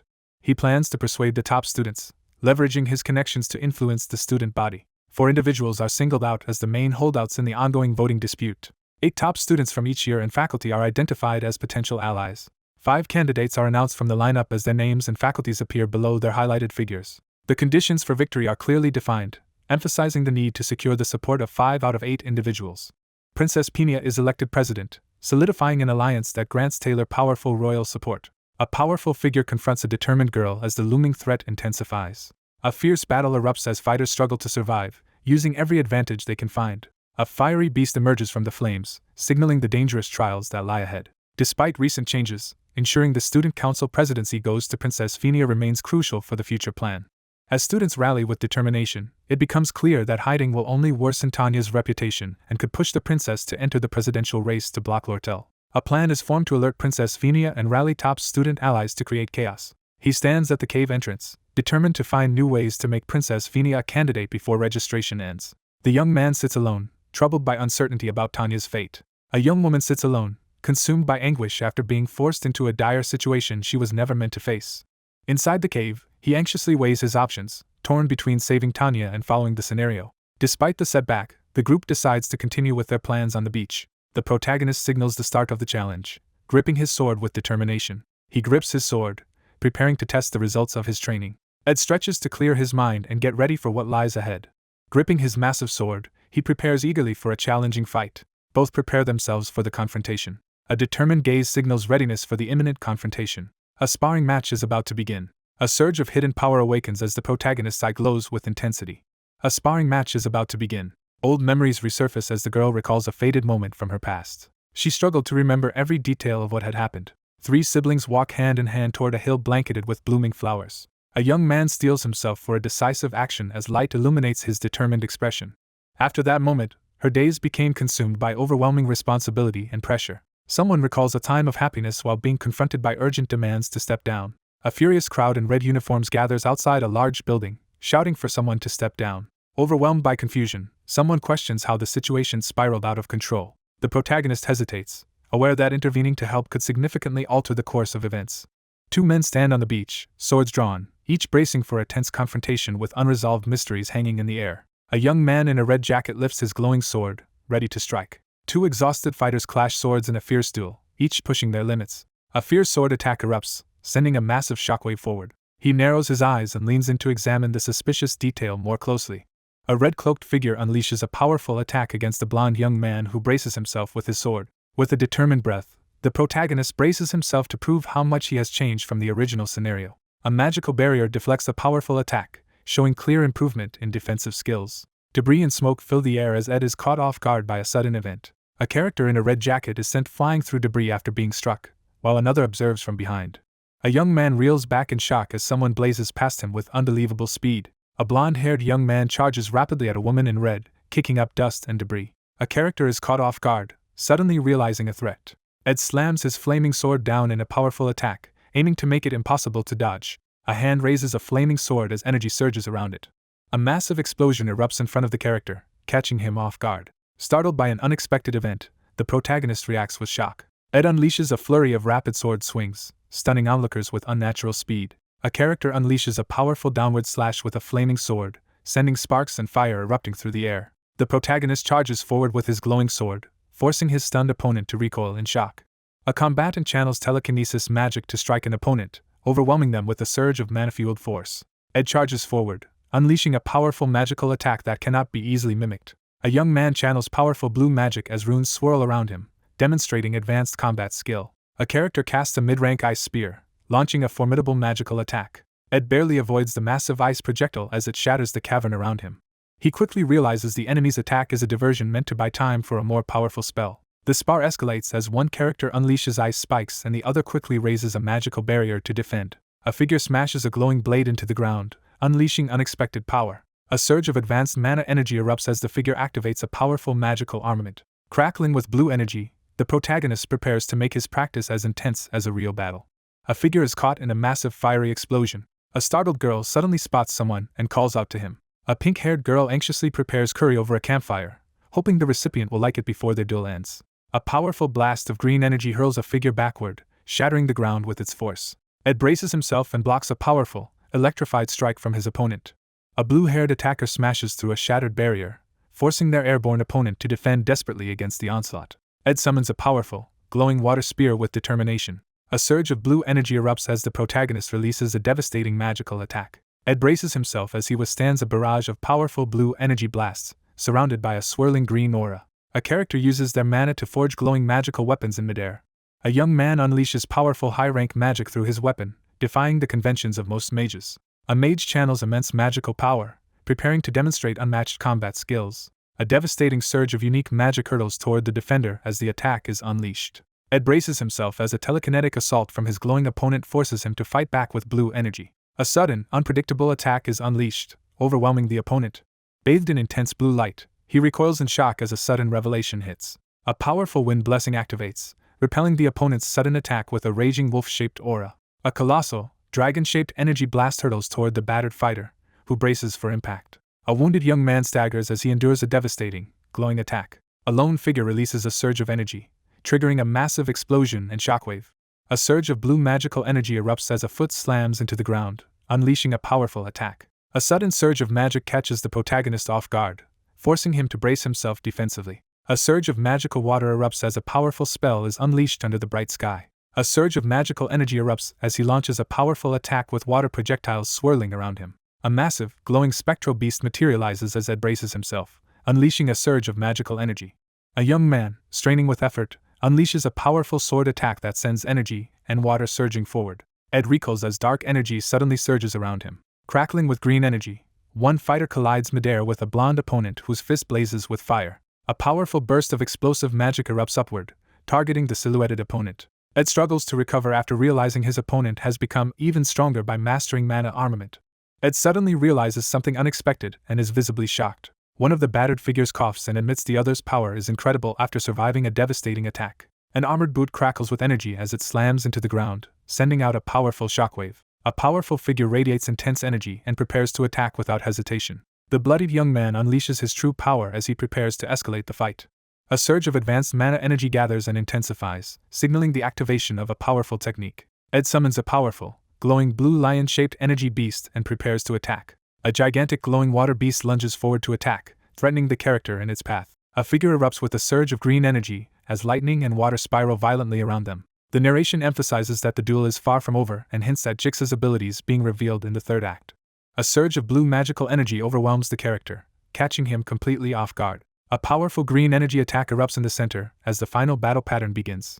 A figure unleashes a surge of magical lances, filling the air with swirling energy. A powerful opponent, surrounded by swirling energy and swords, prepares to crush Ed with overwhelming strength. A surge of green energy erupts as the attack overwhelms the opponent. Flames erupt as the young man forces himself to unleash a surge of power. Explosions tear through the area as a massive barrage engulfs the scene. Out of mana and bleeding, the young man unleashes a desperate, inefficient magical attack as his sword slips from his grasp. He grapples with a surge of distress as he recognizes a critical problem. A fierce combatant unleashes a powerful second attack, driving forward with a rapid flurry of sword strikes. A massive attack strikes the ground, causing an explosive burst of debris and light. A lone figure kneels behind a crackling blue barrier, fending off a relentless assault of swords. Battered and out of breath, he activates the impact-amplifying wave ball. Someone points out that using a magic engineering tool now reveals the opponent has no mana left. A surge of green energy erupts as the protagonist launches his final, decisive attack. A decisive fighter launches a powerful upward kick, energy swirling around him. A surge of overwhelming energy engulfs the stunned character. A wounded onlooker stares in disbelief as a burst of wind magic erupts from the exhausted fighter. He gathers a surge of energy in his hand, preparing to unleash his full power. A powerful ring glows in someone's grasp as they brace themselves to use its magic without risking their ability to wield mana. Ed carefully channels just enough mana into the ring, focusing intently to avoid wasting energy. Bruised and exhausted, the young man readies himself for a final confrontation. A bloodied young man freezes in shock as he is suddenly confronted. The injured young man looks up in awe as the ethereal figure reveals he has summoned her without the usual requirements. A young woman turns back with a proud smile, encouraging someone's impressive progress. Someone shouts a name in shock, breaking the tense silence. Battered and desperate, the protagonist activates the impact-amplifying wave ball to turn the tide. Someone points out that using a magic engineering tool reveals the opponent has run out of mana. A furious man unleashes a massive green energy attack, declaring the fight over. A surge of energy erupts upward as the protagonist releases a powerful attack. A sudden surge of powerful energy engulfs the protagonist, leaving him visibly shocked. A burst of wind magic erupts from the young man, catching his injured opponent completely off guard. Ed unleashes his full power, preparing a devastating energy attack. A legendary artifact, Glass's Golden Phoenix Ring, is unveiled, radiating intense energy. The character anxiously considers the risk of being unable to use mana for an extended time. He channels energy into the ring, forcing its power to appear as flames surge around him. Battered but resolute, he prepares to push forward despite his injuries. A bloodied young man confronts someone he recognizes, barely able to speak through his shock. A mysterious, glowing woman appears before Ed after he successfully performs a summoning without relying on any external aids. A woman turns and praises Ed for his progress. Someone suddenly shouts Marilda's name in shock. An announcement horn signals the end of the message in the courtyard. The students erupt in celebration, raising their fists and cheering loudly in the grand hall. A student questions the purpose of having 4 candidates, pointing out that the election's outcome is already obvious. The winner of the student council election is about to be announced. The crowd cheers as Lortel confidently addresses them from the podium, winning enthusiastic support for her leadership. Lortel stands outdoors, smiling confidently as she is recognized as the company leader. 2 students debate the consequences of a controversial candidate potentially winning the presidency at Sylvania Academy. Lortel steps confidently into the spotlight as the crowd cheers her on. A red-haired woman with an eye patch reacts in shock to something unexpected. A blonde girl receives unexpected praise for her nails and reacts nervously. One woman confronts the other about her visible nervousness. She hesitates, struggling to find the right words. A girl in a red blazer urgently denies killing elder brother Ed while another hooded figure watches. A red-haired girl in a hood notices something unexpected and reacts with a sly smile. A girl steps up to the podium as the crowd murmurs in anticipation. A character in a red outfit clears his throat and prepares to address the audience while holding a mysterious metallic device. A girl in a red uniform uses a megaphone to announce her campaign for student council president. A lone figure steps up to the podium and prepares to address the assembled students in the courtyard. 2 students in red uniforms step confidently onto the stage as one of them approaches the podium. A blonde girl in a red blazer pounds the podium and raises her fist, maintaining a composed facade despite the tension. A hooded girl carefully observes as the speech on stage stretches past 10 minutes, wondering about the speaker's true intentions. A lone figure stands at the podium, but the entire crowd remains silent and unresponsive. The girl announces the end of her statement, her voice trembling with emotion. A woman recoils in shock as someone accuses her of murder. A foot steps forward as crumpled notes are thrown and land forcefully nearby. A hostile crowd surrounds the silent character, demanding answers about the murder charges linked to the Roth-Taylor family. A girl in a red uniform is abruptly struck while delivering her speech at the podium.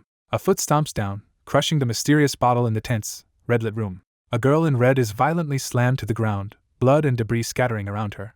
Overwhelmed by mocking laughter, the girl drops to her hands and knees, struggling not to join in. Kneeling in defeat, the character questions whether attempting to stand at the podium was a reckless mistake. Cornered by hostile figures in red suits, the terrified girl realizes she should have escaped sooner. Two figures with glowing eyes sprint through the rain, desperate to escape. A girl in a red uniform recoils in pain as a sudden force strikes her. Two young men are blasted into the air by a sudden burst of blue energy, both struggling helplessly against its force. A surge of green energy bursts from the character's intense gaze as a mysterious power activates. A mysterious blue rune suddenly appears on someone's face, radiating intense energy. A cloaked figure charges forward on a giant spectral wolf, launching a powerful magical attack at the fleeing girl. A girl braces herself and raises her arm as she defends against the swirling magical energy. A young man stands quietly, uncertain if his recollection is a memory or a dream. Unable to recall the past, the character decides to let go and stops trying to remember. Memories sometimes overwhelm the narrator with their intense realism. One figure gently takes the other's hand as they stand together, surrounded by sparkling light. Overwhelmed by emotion, the girl realizes that no one will ever be able to forget this moment. Ed firmly decides to address the immediate conflict before explaining further. Several days earlier, events began unfolding before the podium appearance. A mysterious, confident woman suddenly appears and addresses Ed, startling everyone. A man acknowledges the woman's improved magic power efficiency and notes that, despite some remaining limitations, her progress is sufficient. A new skill called Updraft is introduced, explaining its ability to lift objects and restrict movement. A powerful surge of green energy slams into the protagonist, forcing him to scream in agony as he struggles to withstand the attack. He senses that something is off. A blue-haired girl unleashes a massive surge of energy, demonstrating her overwhelming power. Despite using only a small amount of magic, the character completely drains their reserves while holding the glowing ring. Surrounded by swirling green energy, a woman acknowledges the effectiveness of the magic while expressing dissatisfaction with its current form.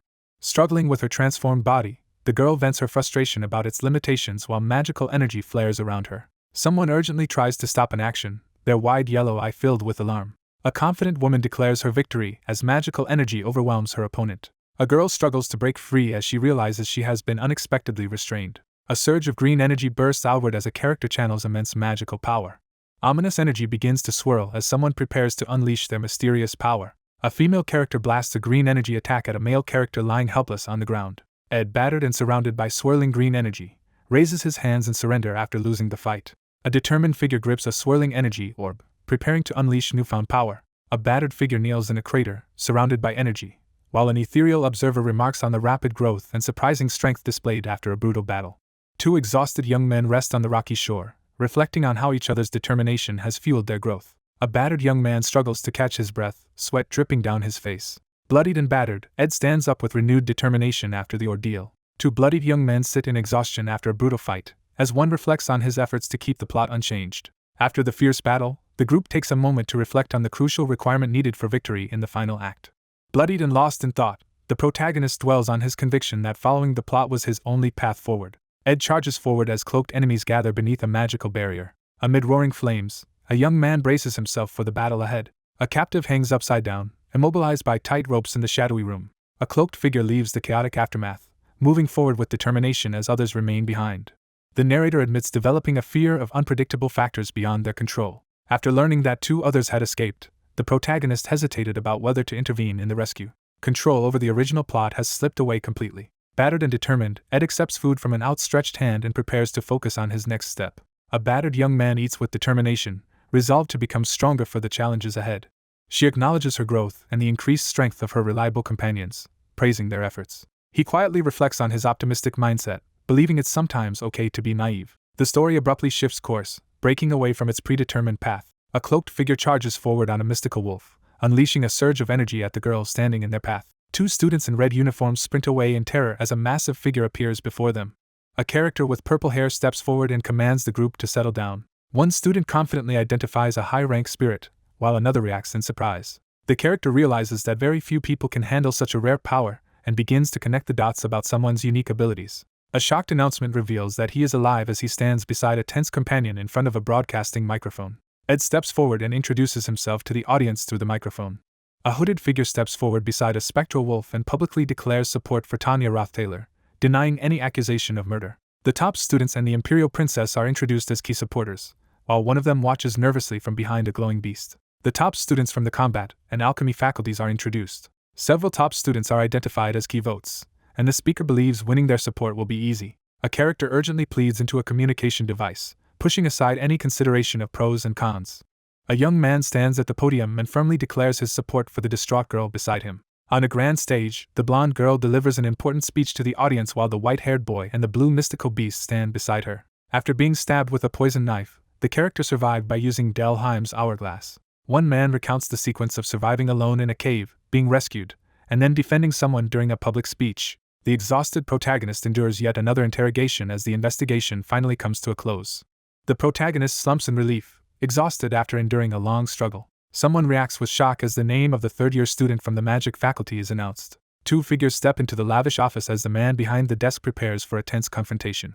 A stern man sitting behind a desk commands someone to enter the room. A young man publicly reassures the emotional girl by offering her support. Standing at the podium with a blue spectral wolf at his side, Ed declares his intention to convey her vision to the audience. A sense of relief settles over the scene. After being stabbed with a poison knife, the character survived by using Delheim's hourglass.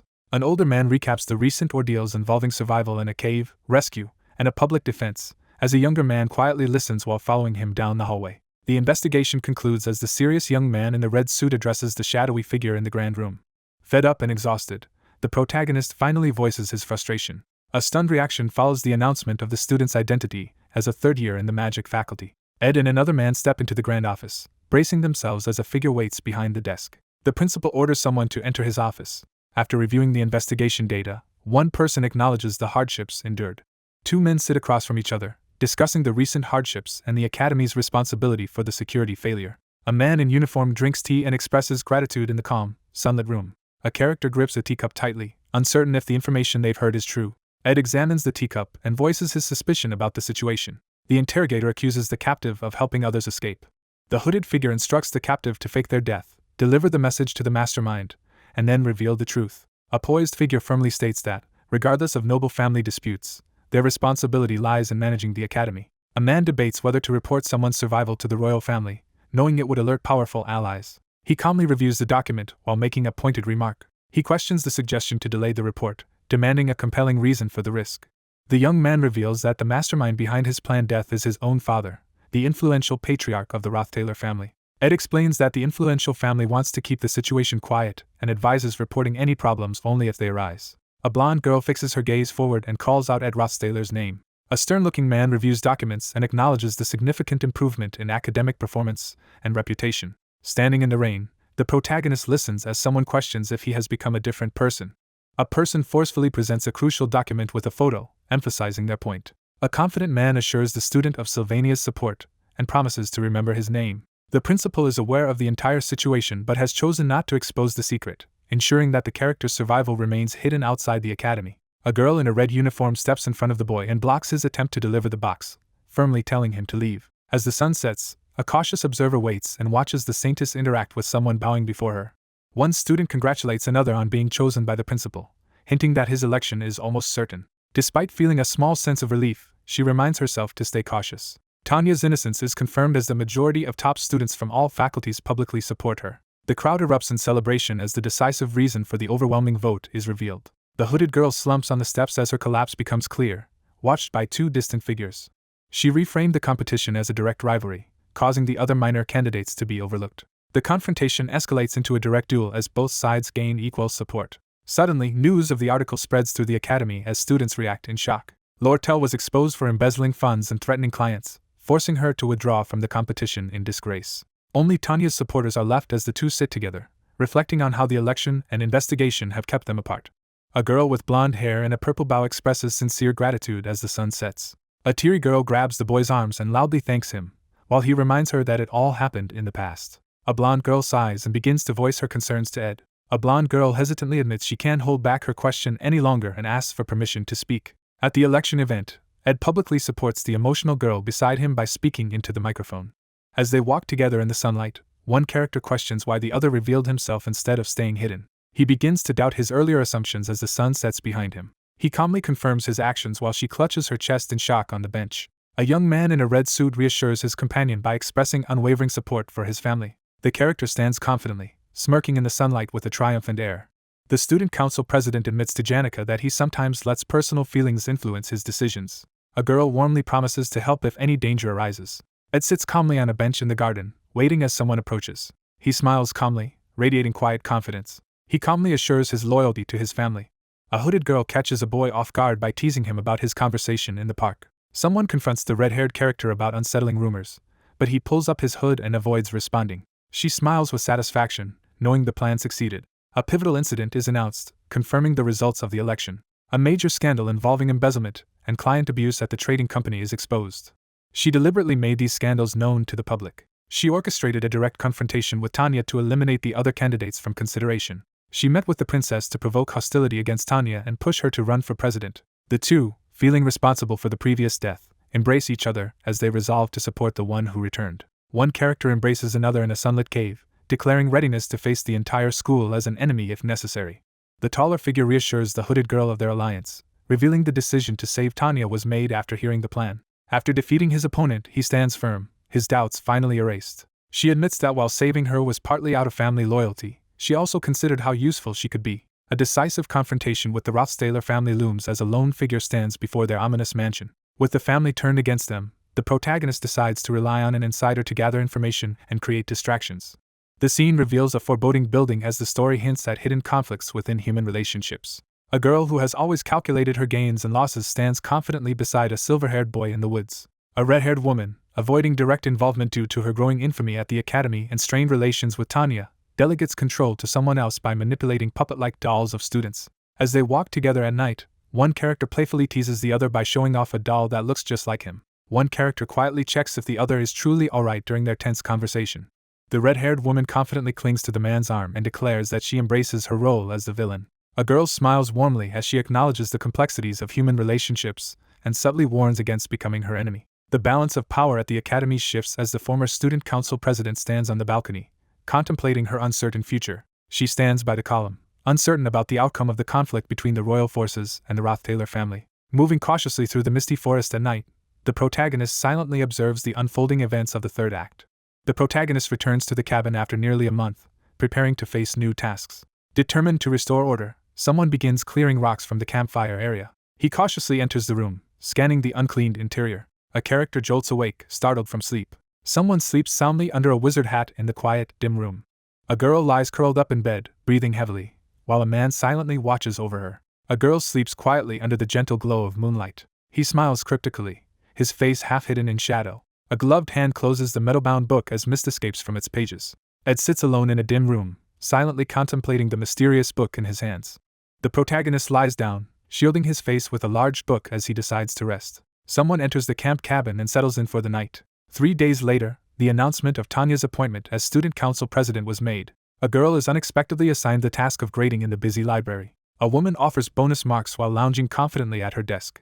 Someone acknowledges that, despite not matching a professor academically, the person being addressed can already control high-ranking spirits at a young age. A nervous girl questions why she was chosen despite being praised for her intuitive skills in spirit sorcery. 2 women discuss the upcoming joint combat training, with one urging the other to act with dignity while the other shows no interest in doing so. One woman lounges confidently and sarcastically comments on her peer's cheerful attitude despite being the academy's top student and greatest spirit sorcerer. Someone confronts another person about being overly infatuated with Ed.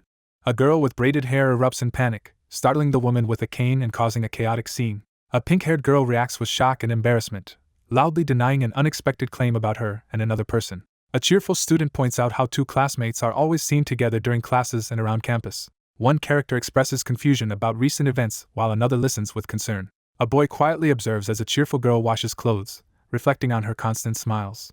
A girl sits at her desk, lost in a dreamy smile, while the boy beside her sighs and looks away in embarrassment.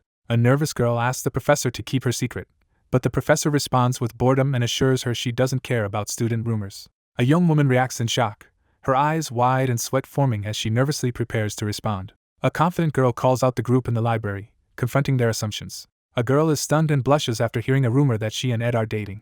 Two students are frequently seen together in classes and around campus, drawing attention to their constant companionship. A girl admits her confusion about recent events while a concerned young man listens beside her. One character observes another washing laundry and remarks on her constant cheerfulness. A boy teases the blushing girl for daydreaming and smiling to herself during class.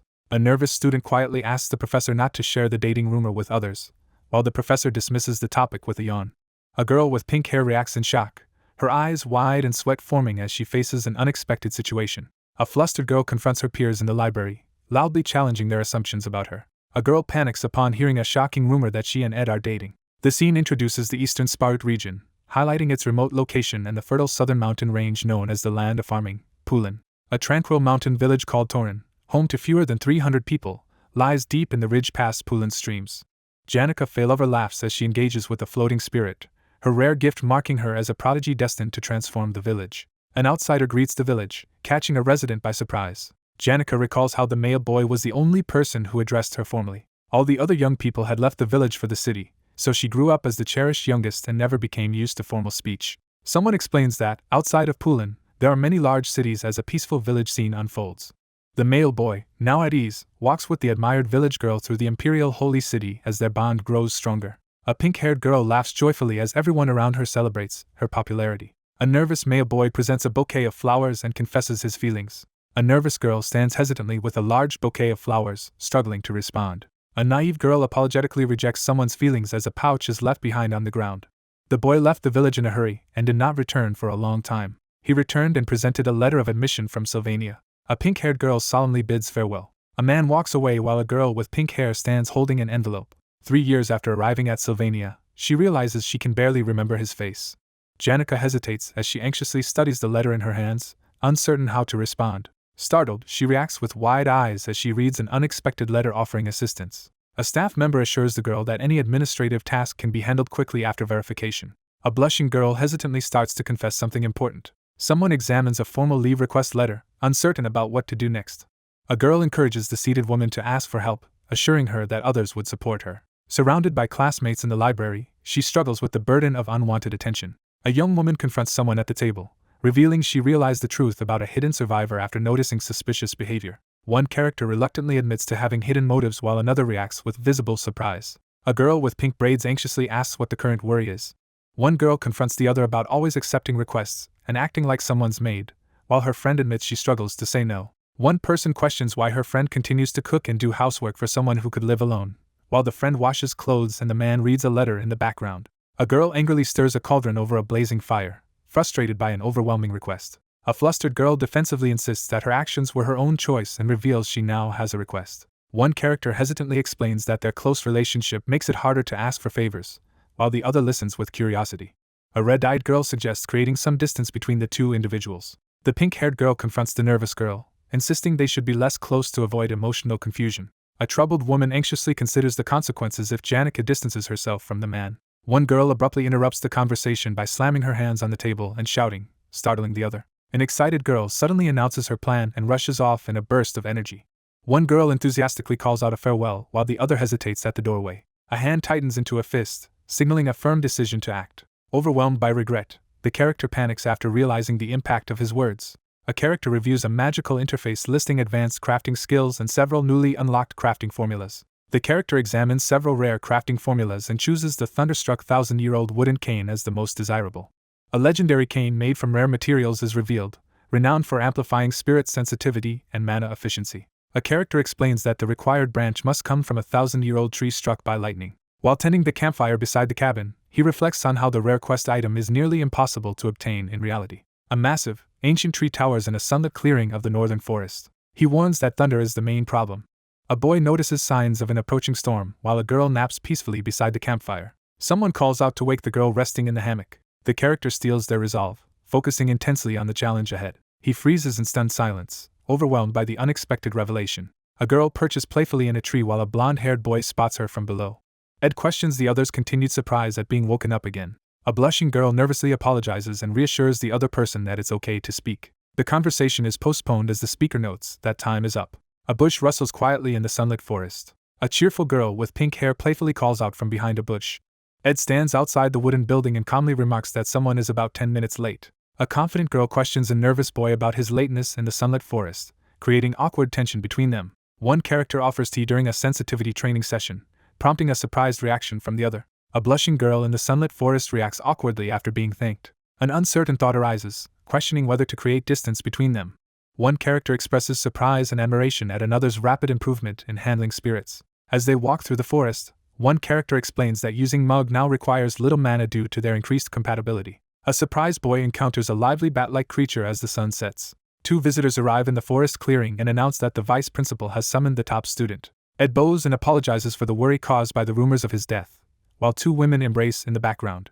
A sudden magical spark erupts between the three characters, leaving them tense and confused. Two characters discuss the expectations of humility for maids, with one firmly declining to speak informally. The two characters debate the importance of using formal speech as one prepares to leave. Belle glares with unexpected intensity, leaving the other girl shocked by the tension between her and Ed. She freezes in shock as something unexpected happens before her. A uniformed person crouches and carefully analyzes the situation as someone walks away, increasing the tension between them. After a tense separation, the two characters reunite in the forest and exchange reassurances about their safety. A person begins getting ready for the inspection. A woman hands the exhausted girl to someone else and prepares to leave. Two girls share a farewell hug while a young man and another girl wave goodbye as the sun sets. A girl in a red dress calls out, causing Ed to stop and look back at her in the autumn woods. A blushing girl nervously suggests they speak formally, while the other person questions why it's necessary. An energetic girl approaches a surprised boy and suggests they speak more casually to maintain courtesy while easing the awkwardness of their new acquaintance. A trembling hand seizes a shirt, revealing desperate anxiety. The blonde young man hesitantly allows the girl with pink hair to try the ornate staff. He reluctantly agrees, his expression conflicted as the sun sets behind him. Two students walk together outside at sunset, discussing curfew and planning to talk briefly before parting ways. A nervous girl greets a man from behind while gripping her staff in the sunlit forest. The character surveys the area uneasily, realizing that something about the place still feels wrong despite not being trapped in a time prison. Unable to speak, she grips her staff tightly as overwhelming emotion takes hold. A girl stands gripping her staff, her embarrassment so intense that it makes the atmosphere tense for everyone nearby. 3 minutes pass as the campfire continues to burn. One character hesitantly starts to speak, breaking the tense silence around the campfire. As dusk settles over the forest clearing, one character backs out of speaking while both sit quietly around the campfire. Both characters sit apart on the bench, each growing more nervous as the tense silence stretches between them. A young man realizes that his once familial relationship has become tense and awkward. She sits beside the campfire, unexpectedly flustered by the awkward atmosphere that followed her suggestion. She struggles to find the right words to break the awkward silence. The girl abruptly ends the conversation by making an excuse about her curfew and prepares to leave, leaving the boy surprised. A blushing girl bows nervously to a boy, quickly thanking him before hurrying away as another girl walks off in the background. A tense young man suddenly freezes by the fire, alert to an unexpected disturbance nearby. He gasps for breath, struggling to steady himself after a sudden shock. A crucial question arises about whether these actions will continue in the future. A blushing girl bows nervously to a boy, thanking him as another girl quietly leaves in the background. A blond boy sits silently by the fire, lost in thought. He staggers back, sweating and gasping for air after a brutal struggle. A firm decision is announced, setting the course for what comes next. A shocking revelation hints at a major event that will happen in the future. A solitary figure rests beneath the sunlit tree, quietly reading by the riverbank. While reading alone, he questions whether to keep up the formal dynamic with Janica. The young man leans against the rocky wall, exhausted, as he defensively responds to the questioning. A girl relaxes on a tree branch and asks if anything interesting happened in class. A nervous girl recoils with her staff as a boy greets her in the hallway, making the encounter feel awkward and uncomfortable. Ed stands by the tree, growing concerned as he reconsiders the unusual behavior he's noticed. A character steps forward onto the grass while beginning to speak. Janica questions Ed about his concern for someone, and Ed admits that he is worried. A confident woman dismisses the previous topic and moves the conversation forward. One character asks to take branches from the ancient tree to craft a cane, while the other teases about their constant inventiveness. Two characters sit quietly against a tree in the sunlit forest, sharing a reflective moment as one reassures the other. She clarifies that her duty is to protect the entire forest, not just the tree. A woman reflects on how an old friend carved her name into the tree without her consent. A character thoughtfully points out the first problem regarding past relationships. A spirit confidently explains that she has always had a human form, unlike other spirits that appear as animals. A spirit explains that they take animal forms because animals are the most familiar and easiest for them to imitate. A magical beast looms above as the character confronts the unsettling truth about the origin of their human form. A woman reveals to her companion that their contract allows her to read his thoughts, prompting him to ask what else it entails. A silver-haired woman confidently reveals that she has taken on an appearance matching someone's ideal type. Surprised by his own feelings, he realizes his attraction as she confidently leans in closer. She affirms with unwavering confidence. A cheerful girl admits she was lying while the boy silently listens beneath the glowing tree. One character firmly explains that reading minds is impossible and transformation magic is too difficult to easily imitate others. A woman reflects on her long life, recalling meeting someone before the academy was founded on the uninhabited island. Ed sits beneath the tree, recalling the unique and easygoing person who inspired his current appearance. A character explains how they use mana to power the guardian tree as an energy source. A hooded figure stands before the academy, reflecting on the school's founding and the protection of the forest.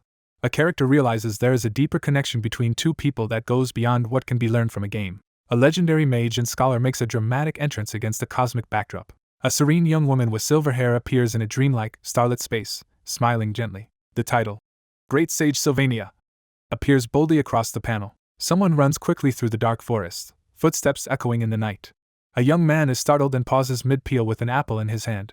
A nervous girl holding a staff greets the young man awkwardly in the forest clearing. A nervous hand offers a peeled apple tied with a ribbon, and the gesture is accepted with hesitation. Two figures sit in silence by the campfire as one quietly peels an apple and the other stares down, lost in thought. By the campfire, one person peels fruit while another nervously hands over a plate.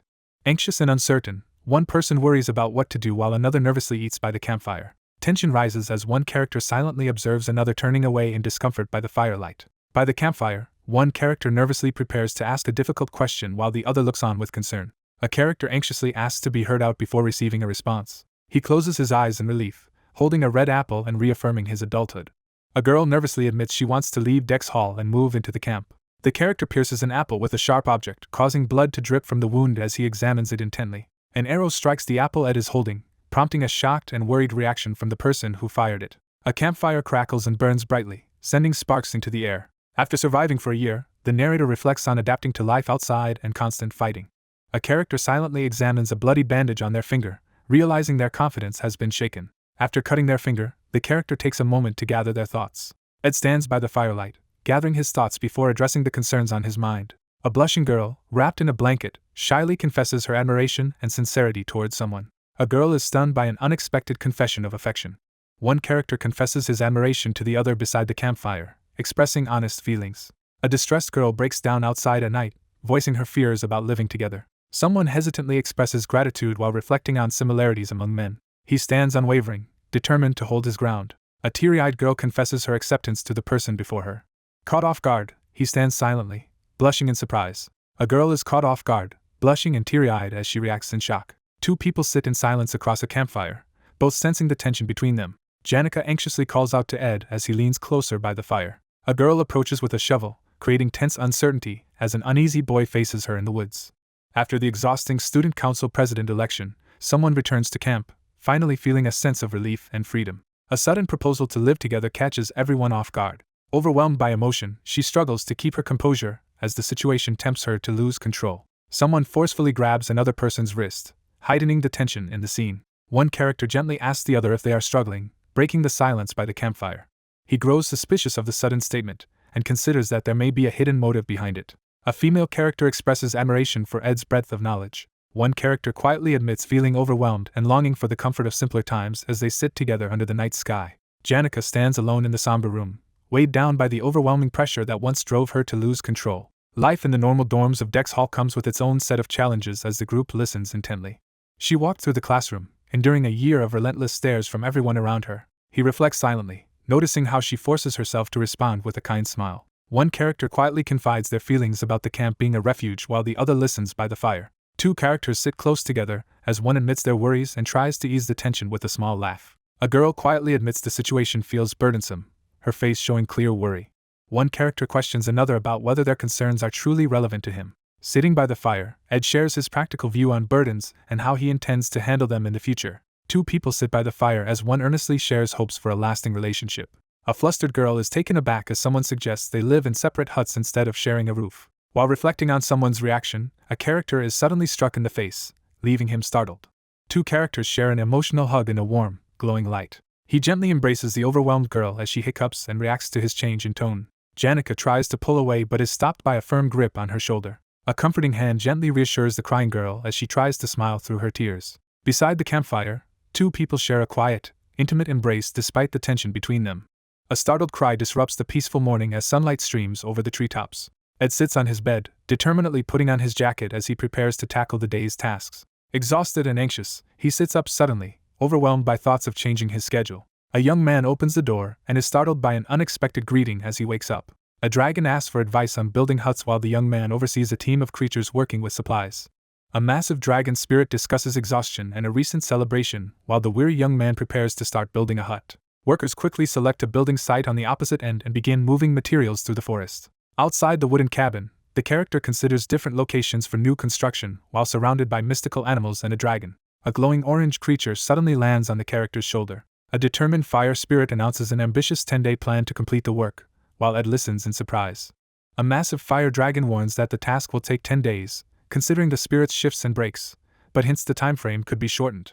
A massive fiery spirit berates the lone sorcerer for the modern generation's lack of toughness and slow progress. A small bat-like creature nervously commits to completing the task within 1 week, while the other person listens. A phoenix spirit soars into the sky to begin an important task as the protagonist observes from the forest. Stunned by the news, the protagonist reacts with disbelief at how quickly the task was completed compared to his own experience.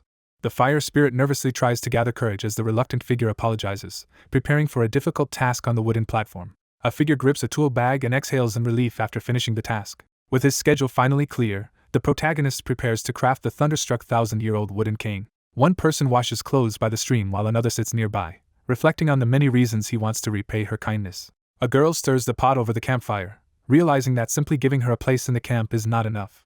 Someone carefully carves a wooden cane, unsure if it will be appreciated. Ed closely inspects the glowing sword, weighing its significance. Sitting by the cabin, Ed carefully carves a wooden stick, planning a gift for Janica. A massive fiery spirit harshly scolds the overwhelmed sorcerer for lacking discipline and ambition. The exhausted student reluctantly agrees to revise the plans and promises to finish them within a week. A fiery spirit launches into the sky to begin its work, leaving Ed alone in the clearing. A shocked character reacts with disbelief after learning someone accomplished in 5 days what took him several months. A remorseful figure urges the fire spirit to act, apologizing for forcing its hand. After finishing the task, someone pauses and grips a tool bag filled with hardware, feeling relieved. A massive log smashes into the cabin's wall as the protagonist stands nearby, gripping a bag. While one person washes laundry, another watches quietly, feeling a strong desire to repay her kindness. Someone realizes that simply letting her stay at the camp is not enough for her to truly belong. The narration notes that, although she has received many canes from friends and family, her situation is being reconsidered. A sword slices cleanly through a thick wooden plank, splintering it apart. The narrator hesitates about choosing a gift, uncertain if it will suit someone who uses an oak cane. A character studies the glowing magical sword with careful focus. Sitting outside the cabin in the sunlight, Ed calmly carves a large piece of wood. The attention shifts dramatically as the name Janica is announced. A dramatic statement interrupts the scene with bold emphasis. Unable to sleep, the exhausted girl sits up in bed, her eyes heavy with fatigue. A witch-like figure motivates the magical animals as they continue their busy construction work near the cottage. Clenching her fists in frustration, the girl struggles to contain her emotions as she recalls the real cause. A girl with pink hair sits casually on a log above as another character appears startled below her. Janica greets Lucy with a warm, enthusiastic wave. A character reacts in sudden shock, eyes wide with alarm. The two sides, having already clashed in a previous battle of wits, now prepare for another intense confrontation as tension fills the air. She faced the challenge with unwavering determination, refusing to accept defeat. A confident girl announces she will be living here, leaving a nearby onlooker stunned. A girl scowls in frustration and pulls up the hood of her cloak. A character exhales calmly while tasting a piece of meat. Carrying a large stack of elemental magic books, the protagonist heads across the eastern square of the faculty building to prepare for study. A battered young man unleashes a particle explosion spell, knowing its destructive power is limited. A surge of power crashes down on the battered protagonist, leaving him struggling to withstand the overwhelming force. He pauses mid-bite, turning his attention to the mention of firepower. A girl performs a song on her guitar in the sunlit plaza as students gather to watch. Adele Saris is introduced as a reliable companion who, despite her frequent appearances alongside Taylor early on, is rarely seen in the game. A blonde woman comments on how busy Ed is as he walks away carrying supplies. Caught off guard by unexpected attention, he turns around in confusion and anxiety. Two people discuss the complicated feelings others have toward one of them, with curiosity about Taylor hinted at. A determined boy channels energy from his glowing weapon, showcasing his rapid growth and readiness for the upcoming joint combat training. A blond young man in a red jacket carries a heavy stack of books outdoors while offering to play a song. Someone calls out, and the character in the red uniform turns in response. A blood-soaked throne stands revealed through open doors, hinting at the consequences of claiming the patriarch's seat. A chilling ultimatum is delivered, warning that hesitation in a deadly choice will result in death. Ed is stunned as he learns about the existence of a prophecy. The narration explains why Adele remains calm while playing the lute in any situation. He considers the prophecy, unconcerned since her predictions often fail to come true, as she walks away across the courtyard. A blonde girl walks toward a distant building, uneasy because she knows what will happen in the third act. A woman strides forward with determination as a dire fate is declared, while a young man watches her from afar. The young man bluntly refuses the request. Two ancient, thunderstruck wooden sticks and an axe lie on a tree stump, ready to be crafted into canes. The girl in the witch hat refuses to make more than one lightning spell for the boy. A visibly annoyed girl in a red outfit questions why the magic only needs to be used once. Frustrated by the situation, the witch decides to make something herself as the young man walks away through the sunlit forest. A girl in a red uniform clenches her fists and struggles beneath a dark cloak, determined to endure its overwhelming power. The young man accepts responsibility for both tasks with determination. One character firmly grabs the other's arm and declares that there is a condition, prompting a surprised question. A determined girl in a witch hat drags a surprised boy away as she urgently demands he go somewhere with her. A legendary figure known as the Archmage Glock is introduced. He achieved recognition for his research across multiple fields, including elements, monster ecology, herbology, mana management, sensitivity theory, and spirit studies.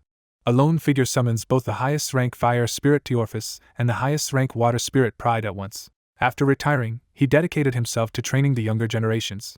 All of his life savings were devoted to education and academy research, leaving little spent on himself. Sylvania Academy became the world's leading educational institution thanks to Archmage Glock's advancements. Glock used all his money on the academy as Ed receives a comforting hug in the crowded courtyard. A young man recognizes that someone connected to Janica has secluded himself in the Ramelin Mountains. Lucy clings anxiously to someone's arm, drawing attention as she appears under her witch hat. Lucy's magical talent turns out to be far greater than anyone expected. A rare and extraordinary talent is described as a precious gem of humanity. The Archmage devoted his final years to guiding his talented apprentice. Reflecting on the man's life, the narrative shifts from legendary achievements to the quieter sadness of his final years. An elderly man sits alone at his desk, reflecting on the loss of his wife and all his former colleagues. Surrounded by opportunists and admirers, he withdrew from society and built a hut in the mountains to live in seclusion. A small hand interrupts an adult who is about to write at the desk. Someone prepares to carry on his legacy by taking up the quill. On a rainy day in a shabby hut, the old man passes away peacefully, content in his final moments. The protagonist reflects on the conclusion of one journey and the uncertain start of another. As they walk through the forest, Ed and Lucy discuss the old man's origins, recalling that his hometown is the lawless area of Cohelton. He suddenly discovers that the history books contain a major error about someone's past. The two arrive at his real hometown, standing together on the sunlit path. The two characters arrive at Arkin Island, taking in the breathtaking sunset as they reach the shore. A female character reflects on her late mentor's devotion to Arkin Island and the school, feeling both fondness and regret. They walk together at sunset as she quietly explains the journey she was forced to take. In the shabby hut, the young girl wrapped the old man's corpse in a blanket, secured it with leather ropes, and preserved it using ice magic. Lucy effortlessly maintains a massive ice block with her magic, demonstrating advanced control that surpasses typical mages. A mysterious figure carrying a glowing object moves through the forest as the chilling tale of Glock's hut in the Ramelin Mountains begins. She traveled south from that location. She traveled past Eureka Forest, Great Lake Ica, and the land of Alchemy Crete, pulling a glowing container behind her. The group travels through several regions and finally arrives at the borders of the Klol Empire. The route on the world map traces a long journey through multiple regions, showing the extensive distance traveled. A determined girl uses magic to drag a large box containing her master's corpse toward the guarded bridge to Arkin Island. She struggles to move her own body using magic despite her exhaustion. After months of searching and some wrong turns, he finally locates the object with her help. A character discovers the legendary site where the Archmage and the great sage once trained together. Two figures stand in silence at the grave, marking the end of a long journey. A mysterious book titled Introduction to Aspectual Magic is discovered amidst glowing debris. A rare and valuable magical book appears, surrounded by blue energy and marked with a high price. The uneasy young man reacts to the mention of a renowned posthumous book that analyzes aspectual magic. The younger figure politely declines the offered knowledge, explaining that he already remembers everything learned from his grandfather. A lone figure stands at the edge of the sea, contemplating the start of a new journey. One character reflects on the uncertainty of their future while standing with another at the cliff's edge during sunset. A determined girl vows to protect Sylvania if danger arises, honoring a promise she made. A somber character reflects on the unpleasantness of a difficult story and the trouble of being in this place. Someone suddenly begins to speak, creating a moment of suspense. A mysterious woman prepares to reveal something important to a serious young man in the dimly lit room. The narration marks the end of her first journey. After burying her master on Arkan Island, she remains unable to move on from the lingering influence of her master's legacy. She waits anxiously for the looming threat to finally reach Sylvania. As the sun sets over the water, two figures reflect in silence, knowing that once the promised trial ends, one of them will finally embark on a new journey. She is determined to take control of her own life. They sit quietly together at the cave entrance, taking a rare break to watch the sunset. Waves crash against the shore as a gentle breeze sweeps over the tranquil scene. A lone figure lifts their hat and silently contemplates the sunset. Two figures mourn quietly at a sunlit gravesite, one gently shielding the other from the light. A solitary figure stands by the water, contemplating the start of a new journey as the sun sets. One character sits on the cliff edge, reflecting on their unsatisfying life, while another quietly observes from behind. A determined girl stands by the cliff at sunset, vowing to protect Sylvania if danger arises. A character reluctantly reflects on the unpleasantness of the story and the inconvenience of being in this place. Someone hesitates before finishing their sentence. A mysterious woman presents something to the serious young man, hinting at an important reveal. A figure in a pointed hat stands in silence, gazing at a staff planted among glowing flowers and stones. At the cave entrance, the two sit in silence, each quietly processing their recent defeat. Two figures sit side by side in silence, watching the sun set over the ocean. Two characters sit side by side at the cave entrance, quietly watching the sun set over the ocean. Waves crash against the sunlit rocks in a calm, quiet moment. Someone quietly reflects at sunset, considering how their seat remained comfortable after a long time. Two figures sit silently by a fire, paying respects at a grave marked with a staff. A moment of hope breaks the silence as good fortune is announced. A girl stops in awe as she discovers a sparkling wooden cabin in a sunlit forest clearing. A girl expresses amazement at how quickly the new staff was made. A flustered caretaker scolds the exhausted spirits for overexerting themselves. Despite exhaustion, the creature gathers itself and prepares to ascend. Someone wishes for a happy camp life. Magical spirits begin to vanish as a girl expresses her gratitude and waves goodbye. A wooden staff scrapes forcefully across the dirt, carving a deep groove. A girl examines the ground, studying mysterious markings and a magical staff as she considers the meaning of cohabitation. A blushing girl clasps her hands in excitement as she reacts to the idea of cohabitation. A pink-haired girl freezes in shock as she notices something alarming near the ominous cabin. A shadowed figure enters the room as a cautious voice calls out. A sleepy girl enters the sunlit room, yawning as she wakes up. With a confident smirk, the character signals readiness for the challenge ahead. Startled, the pink-haired girl quickly turns around, gripping her staff as she spots someone unexpectedly. A person inspects mysterious markings carved into the ground. A white-haired character greets with a playful smile. A white-haired girl confidently adjusts her red jacket and draws attention with a proud smile. A new set of magical abilities is unlocked and displayed on the glowing system interface. A hand raises a swirling purple energy, revealing a powerful magical display. One character focuses intently on controlling a glowing magical object, while another expresses doubt, and a third dozes off beside them. A white-haired girl casually explains the basics of aspectual magic while demonstrating with a glowing hand. Enchanted woodworking tools, radiating ominous purple energy, begin to move around the tree stump. The group watches as magical energy swirls and objects levitate, demonstrating impressive progress from recent practice.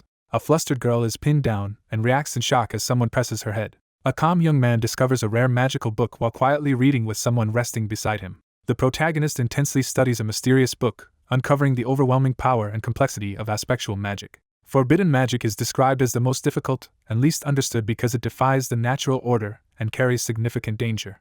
One character explains that Lucy's intuitive way of learning magic will make it hard for her to teach others. A young man stands within a glowing magical circle and unleashes a surge of powerful energy. A decisive agreement breaks the tension. A young man lies gravely wounded, barely conscious after suffering a critical injury. Overwhelmed by regret, the young man reflects on what could have been if the professor were still alive.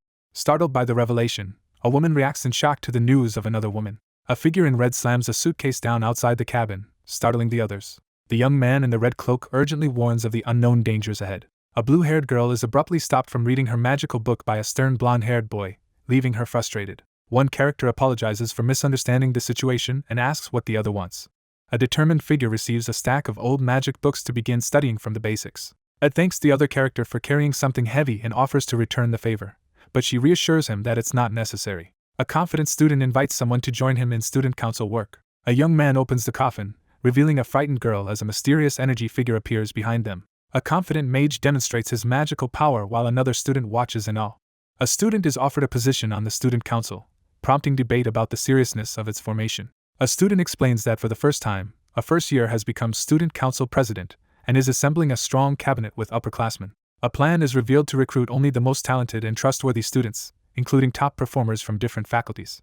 Three people sit around a campfire discussing how one of them is overwhelmed by numerous responsibilities and cannot accept an additional task. A student observes the construction of a new hut and predicts that the student council president will be disappointed. After saving Tanya, the unexpected turn of events makes any further predictions seem pointless. The student council is surprised by the unexpected membership and the list presented. A major joint combat training event is about to begin in the arena, marking the last challenge before the next act's climax. The top first-year alchemy student collapses in defeat after losing the final battle, his spilled flask and alchemical liquid scattered on the ground. A forbidden drug called Evil God's Blood is introduced. A character recalls a traumatic event marked by blood and a sense of dread. Control over the scenario has been lost. The group quietly contemplates the uncertain future, each lost in their own thoughts. A golden carriage arrives, its wheels rolling across the dusty ground. The carriage is so massive that it cannot move without the help of powerful magic cast throughout the night. A massive golden carriage, heavily guarded, rolls through the forest as citizens name it the Wheeled Palace. Two mysterious figures sit atop the palace near the Holy Imperial Capital. An older man reviews the saintess' situation after a long journey and feels relieved that they could assess her condition. The religious leader acknowledges the success of the visit, attributing it to the other person's effective planning. An authoritative man announces that they will arrive at Sylvania soon. The arrival of the Holy Pope is announced, prompting strict checks on all preparations. An official uniform is prepared as the next task approaches. News arrives that the Holy Pope and Archbishop are both visiting the city, raising questions about their purpose. One student urgently instructs others to deliver the meeting request document as the group busily manages paperwork in the grand office. As she reviews the documents, she learns that concerns about Saintess Clarice have prompted another meeting request. A character reviews a profile book and instructs an assistant to arrange a meeting with the Saintess. A golden circlet is prepared as everyone readies for the Holy Pope's visit from the Holy Imperial Capital. A young woman prepares to reveal herself as the Saintess to the students, while an attendant styles her hair. The joint combat training is disrupted by the Holy Pope's visit, disappointing one of the participants. A girl confides her reluctance to leave the academy, feeling her time there is incomplete without meeting someone important. A girl strums her lute, lost in thought as she is introduced as the wandering minstrel in charge of the holy fire. A girl nervously encounters a group of upperclassmen, while another smiles supportively beside her among cherry blossoms. A girl in a red uniform slips past the other students, barely noticed as she clutches a rolled-up paper. Driven by impatience, the character urgently longs to reunite with someone important. Two students recall enduring the challenges of an exam together, as one carries the other through a smoky aftermath. Battling harsh winds and snow, she pushes forward through the storm to reach the hut. For the first time, the girl realizes she has her own stories to share as she enjoys a peaceful night with her friend. He decides to keep important information from the Archbishop. The top student rampages through the dorms, unleashing destructive power and leaving chaos in her wake. A fallen noble becomes entangled in a murder case as tension rises in the ornate hallway. Fearing severe consequences, the character worries that news of the incidents will lead to immediate expulsion from the academy. The figure's unsettling presence makes resistance nearly impossible, despite the lack of any supernatural power. She remembers how her mentor's guidance has always made it difficult to turn him down. A dark-haired woman reassures the anxious white-haired woman, encouraging her to relax and eat. The character worries about being forced to abandon student life if their hidden identity is discovered. A character suddenly realizes something crucial and reacts with shock. A battered student is confronted by a stern figure who forcefully presents a mysterious, glowing ring while calling out his name. One woman anxiously considers the risk of her identity being exposed if a mind reader reveals her secret. A distressed woman refuses an offer of tea from her concerned companion. A blonde girl urgently asks for help getting ready to leave as someone assists her with her dress. A girl softly calls out Ed's name, her lips trembling with emotion. A nervous girl hopes that meeting Ed Roth-Taylor will help her calm down. A white-haired woman urgently insists on meeting someone immediately, startling the brown-haired woman. For girls remember painful moments, their eyes filled with tears. The female character responds skeptically, clearly uneasy about what she just heard. She actively tried to prevent Ed and the Saintess from meeting. A character struggles with overwhelming anxiety as she fixates on the consequences tied to her hidden identity. The protagonist realizes that being discovered by another student would force them to abandon their student life. Startled, the character suddenly realizes something critical. A battered student is confronted by a girl who forcefully hands him a magical ring. Startled, the black-haired woman recoils as the silver-haired girl's eyes suddenly glow red. A shocking revelation emerges as someone discovers that Ed Rothtaylor has uncovered their identity through mind reading. A woman offers to make tea for a distressed girl, but the girl quickly refuses her help. One character urgently asks for help getting ready to leave, emphasizing that time is short. A female character quietly calls out to Ed. A girl admits she believes meeting Ed will help her calm down. A white-haired woman urgently requests an immediate meeting while the dark-haired woman in red reacts in shock. A group of tearful girls struggles with overwhelming emotions, uncertain of the reason behind their feelings. A wary young woman reacts nervously as she questions the unexpected information. She refused to comply. An encounter between Ed and the Saintess is about to take place. Students crowd around the notice board to see the joint combat training match list. Two students discuss the possibility of finding challengers for the upcoming joint combat training session. Joint combat training begins, and students prepare to face each other as their performance will impact their grades. Lower grade students are set to face off against higher grade students in upcoming matchups. A duel request letter reveals that challengers can now officially request duels under new rules. Two figures silently survey the aftermath of the battle, realizing there are no first-year students left in Class A. With both years eager to prove themselves, the upcoming first-year versus second-year matches promise intense competition. The students gather around the table and discuss their dinner plans, considering cooking leftover meat with salt. She reflects that few third-year students, including herself and her companion, are truly strong. An unconscious girl is carried away on a stretcher as students watch in silence. The fourth years are expected to challenge anyone and win easily. One person focuses on reading an important book at the table while another sits nearby, smiling and making light conversation. The protagonist realizes that his lack of challengers means he is now considered strong. One character considers the difficulty of challenging someone due to another's reserved personality. He moves cautiously through the area, clutching a book to his chest and trying to avoid attention.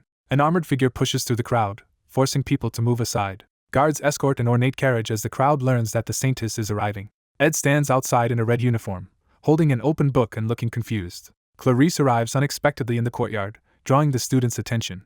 A character steps down from the carriage, absent from the joint combat training due to the Holy Pope's visit. One character anxiously wonders what significant event could have caused the Holy Pope's visit to be delayed. Both characters recoil in shock at the unexpected turn in their conversation. She arrives in person, eager to deliver her message and begin the meeting. A white-haired girl greets Ed with a warm smile. A dignified woman approaches two seated individuals, expressing her intention to have a brief conversation as armored guards watch from behind. A nervous girl bows deeply and introduces herself to the Saintess, blushing with excitement. A flustered girl clutches a companion's sleeve, anxiously seeking reassurance after her overwhelming reaction to meeting the Saintess. After intense training, she now stands before the building with calm poise and flawless composure. At a busy outdoor cafe, three people discuss the upcoming visit of the Holy Pope and Archbishop, noting with relief that the destination matches their current location. Ed quietly questions why someone specifically sought him out before the joint combat training match announcements. He considers that both the Holy Pope and the Archbishop are highly intelligent figures. She wonders aloud if he can read minds, impressed by his uncanny insight. A female character speculates about the Archbishop's rumored ability to read minds through holy magic. He realizes that mind reading allows him to see others' thoughts. With sudden clarity, he realizes the true reason behind her unexpected visit. A girl learns that Archbishop Verdio can read thoughts, leaving her visibly shocked. He anxiously accepts the ornate golden object, realizing she fears her secret will be exposed. The character expresses admiration for Archbishop Verdio's impressive abilities. One character voices insecurity about their low status while another responds hesitantly, as a third listens in silence at the cafe table. He explains that he will be occupied with joint combat training and unlikely to meet the other person. The girl firmly refuses, her expression resolute as she smiles with her eyes closed. A nervous character hesitates before addressing the Saintess. A pink-haired girl nervously admits that she came to the cafe just to see someone, while the blue-haired girl questions her intentions. The girl confronts her companion about secretly coming all this way just to see Ed, her demeanor growing intense and threatening. A white-haired woman laughs nervously as she admits her anxiety to the surrounding crowd. A white-haired girl surrounded by dark energy hesitantly attempts to activate a vision, thinking about someone she wants to see. A character suddenly realizes their nervousness, clutching their clothes with trembling fists. She hesitantly admits her longing to see him, her embarrassment clear as she clutches her dress. A flustered woman rushes through the plaza as the crowd reacts to her sudden departure. A grand carriage pulls up while several students in red uniforms stand watching in silence. An explosion suddenly erupts in the school courtyard, drawing shocked reactions from the crowd of students. Students in red uniforms glare at the seated pair, creating a tense atmosphere in the courtyard. A frustrated young man in a red suit clutches his head, struggling to cope with the difficulty of spending time with her. The crowd erupts with excitement as two contenders prepare to face each other in the arena. Rumors circulate among the new students about his strength, though some dismiss his abilities as only impressive compared to weaker third years. A character is stunned by an unbelievable revelation. A character grips their sword and prepares for a tougher battle as the rules for upper-grade matches allow more dangerous combat. A powerful upperclassman steps forward in the arena and aggressively announces his rank and name, making his presence known before the match begins. A group of anxious students quietly discuss the confusing weapon restrictions, relieved they don't have to face a dangerous opponent. A woman announces the start of a duel between two upper-year students in the arena. The battle begins with a sudden surge of energy across the floor. A monstrous figure unleashes its power as a shocked young man recoils. A relentless challenger issues a fierce warning, refusing to hold back in the mock duel. A character smirks defiantly in response to the situation. A young man in a suit unleashes a powerful blast of fire from his outstretched hand. A powerful magic attack erupts toward the axe-wielding opponent. A lone figure unleashes a massive fiery attack before a stunned crowd. Amidst swirling smoke and debris, someone struggles to recover after a powerful impact. The opponent is hurled backward in shock after being struck by the mage's swift attack. The wounded man realizes that third-year students have arrived, his fear intensifying. A lone figure confronts towering elemental beasts. As they clash violently, a sudden monster appears, forcing the young man to brace himself for an unexpected confrontation. A young man unleashes a massive fiery explosion with his outstretched hand. The students tense up and anxiously watch something unsettling unfold off-panel. A bloodied man lies unconscious on the ground as the attacker ensures he is not seriously harmed. The battle ends as the protagonist calmly acknowledges victory, flanked by his spectral companions. Amid loud cheers, the blonde boy struggles to focus, distracted by his thoughts. After the Saint's disruptive visit, one character leads the confused girl toward the stadium. Ed rushes down the hallway toward his upcoming fight at the other stadium. Someone steps into the light, signaling an unexpected arrival. A cheerful girl greets a boy as she plays a lute by the window. A smiling girl greets another student and remarks on their unexpected meeting in Glocked Hall. He notices her discomfort as they stand tensely with the instrument between them.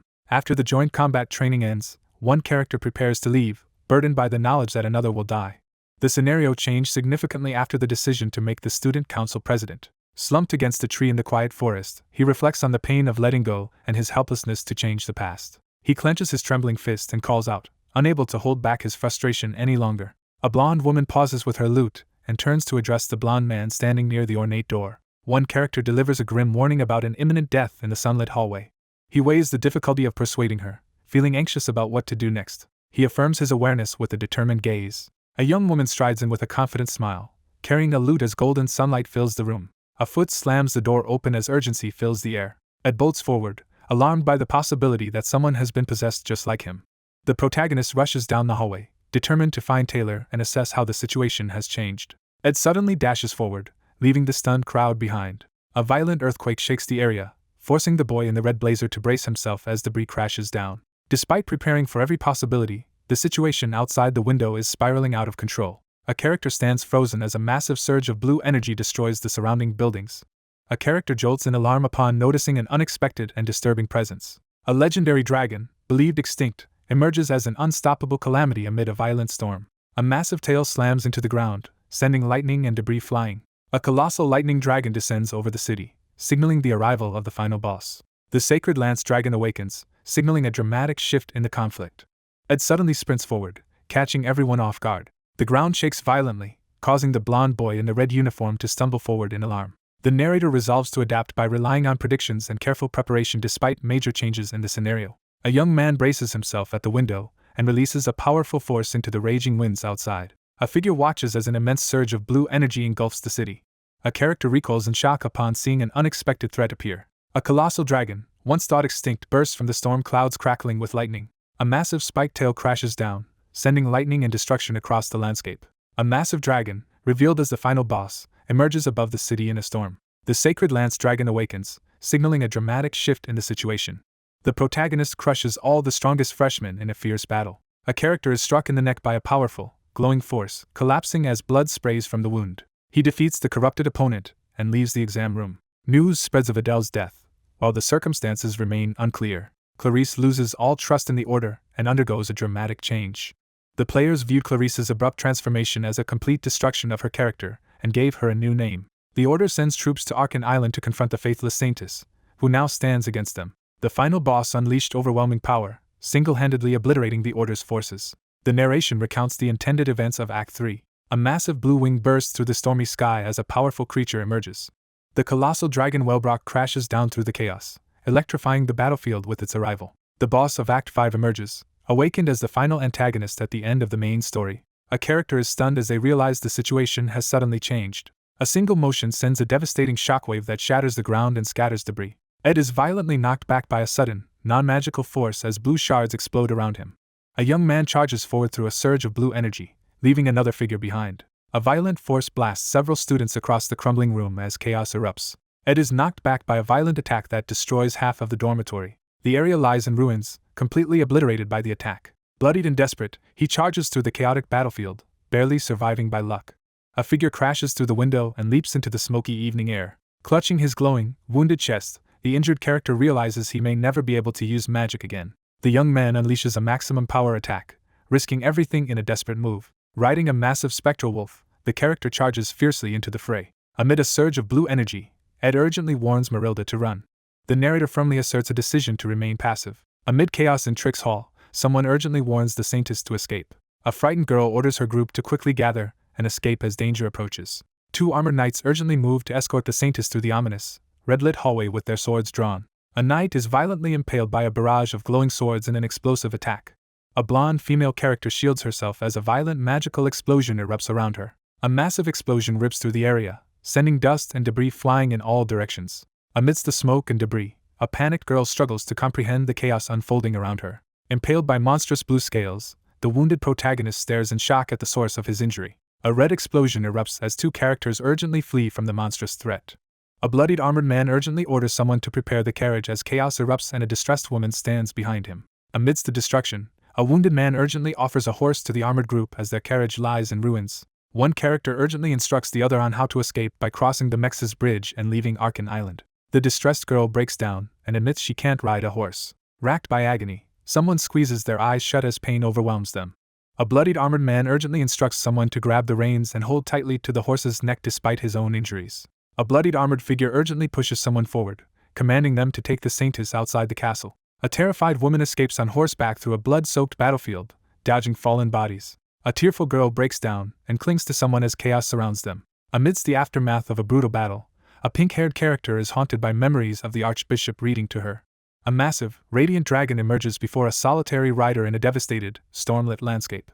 A devastating blast of radiant magic surges downward, obliterating everything below. A colossal blue dragon releases a devastating energy blast across the shattered land as one person flees on horseback and another struggles on the ground. A severe warning is issued that something will be completely erased. A terrified character screams as panic overwhelms them. A powerful magic nullification barrier is unleashed, enveloping the area in swirling energy. A tearful woman recoils in shock as a glowing green barrier suddenly appears behind her. A green-haired rider halts as a powerful magical barrier suddenly forms over the fortress. A mage struggles to block a devastating magical attack, realizing that even high-level spells are barely enough. A man bathed in golden light urgently warns the sacred lance dragon that it has awakened too soon. A massive dragon surges forward, crashing through water and energy. A lone figure channels a surge of magic through a glowing staff, unleashing a devastating attack on the monstrous enemy above. A furious man unleashes a surge of yellow energy, attacking before his opponent can react. Glowing magical chains surge across the scene as powerful telekinesis magic is unleashed. A female student unleashes crackling purple energy as she vows to act when the school faces a great threat.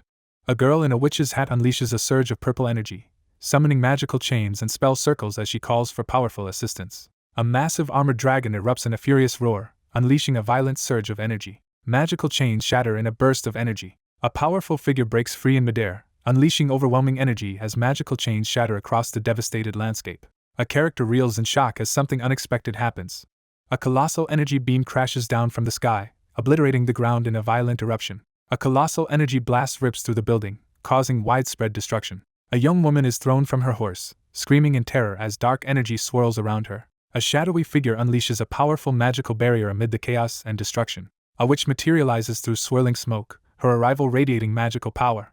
A cloaked figure advances past glowing barriers to launch a powerful magical attack against the armored opponent. A powerful defensive spell is activated, forming a glowing barrier against a surge of energy. A golden barrier erupts, blocking the devastating blue attack. 2 figures are engulfed in a violent surge of magical energy as the castle collapses around them. A terrified woman, covered in blood, recoils on the ground under a harsh red light. A wounded woman collapses amid debris, desperately trying to plan her escape from the devastated island. A panicked woman stares at her bloodied hands, overwhelmed by fear and uncertainty after a traumatic event. Someone realizes the Saintess is safe and expresses intense relief. A battered figure arrives just in time, radiating overwhelming power as a blue spirit beast forms behind him. A battered young man with a glowing, cracked arm urgently checks if someone is hurt. A glowing hand clamps down on an arm as one person anxiously demands to know how they were discovered, while the other calmly explains tracking them to the hall. A distressed woman admits she tried to escape on horseback, but the man urgently explains that leaving is pointless because the dragon's range makes escape impossible. A man urgently helps an injured woman onto a giant glowing wolf as destruction surrounds them. He realizes that ordinary human strength is not enough to defeat the enemy. Despite their combined efforts, the defenders can only manage to hold the powerful threat at bay. The character channels energy and prepares to reach the ultimate swordsman form. Bleeding and in pain, he forces himself up, refusing to surrender. A battered character rallies themselves to act as the main story spirals out of control. Determined to restore order, the protagonist urgently analyzes the plot's biggest deviation to find a way to subdue the sacred lance dragon. Two injured figures push forward through glowing energy, driven by determination despite their pain and regret.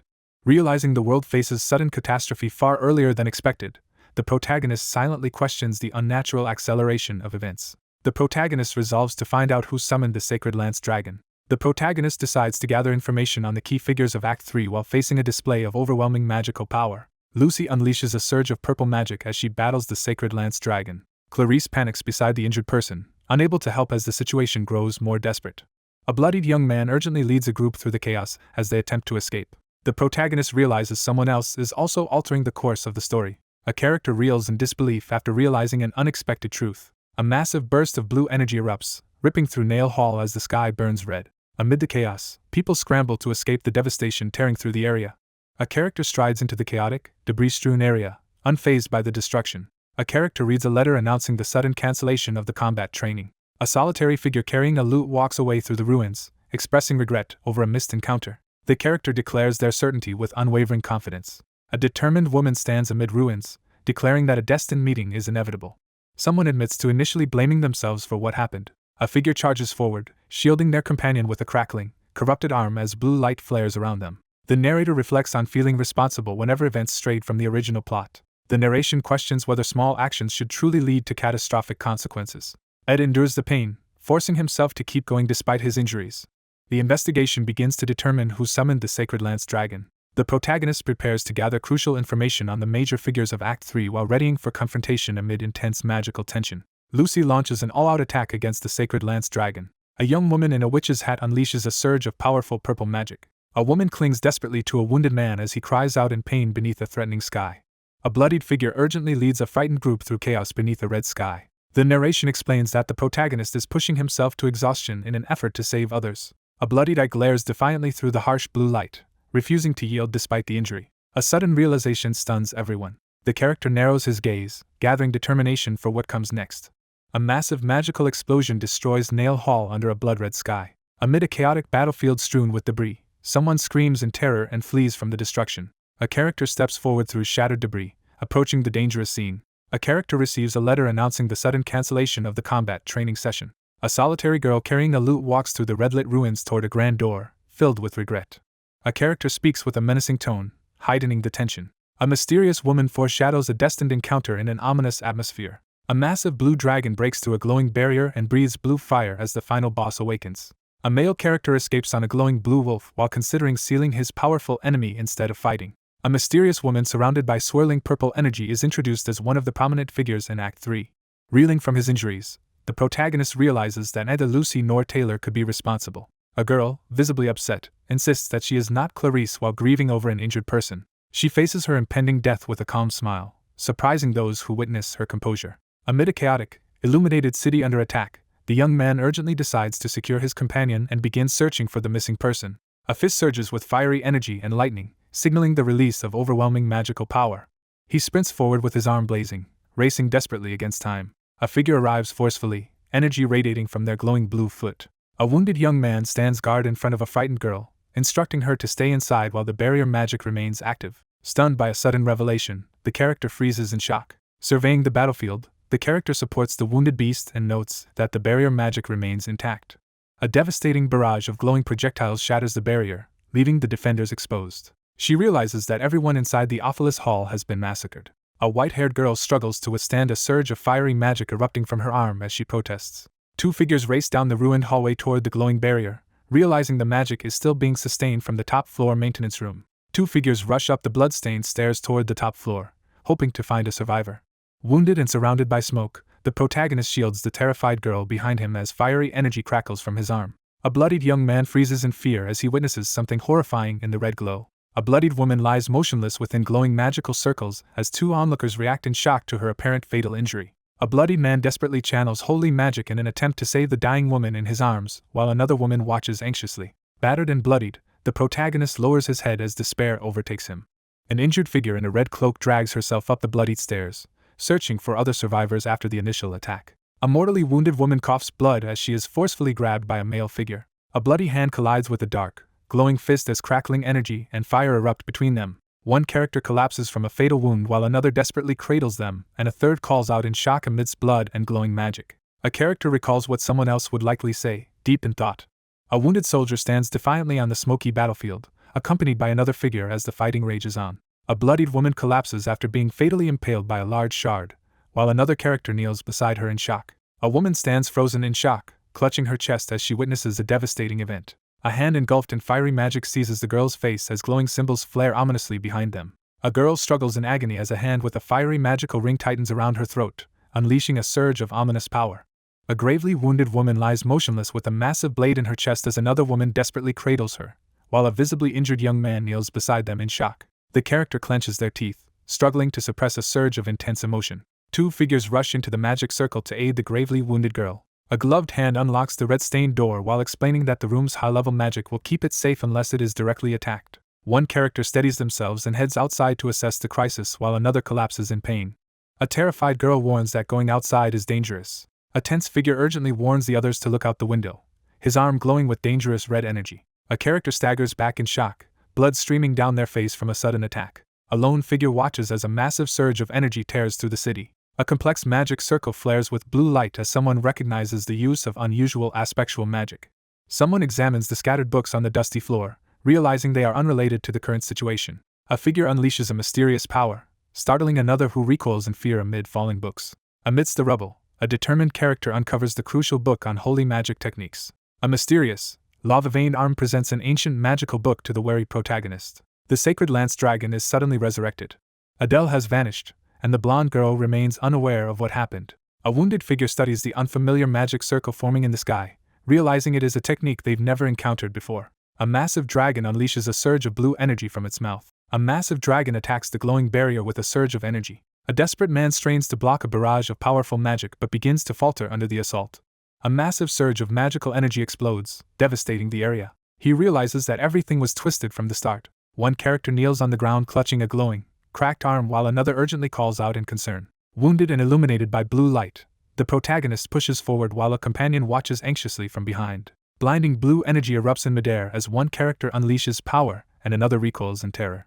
A woman recoils in agony as a glowing, lightning-charged hand with a yellow ring seizes her. A figure releases a massive surge of energy, triggering a dramatic transformation. A massive explosion of energy engulfs the entire scene in blinding light. A massive explosion of energy erupts, engulfing the entire area in chaos.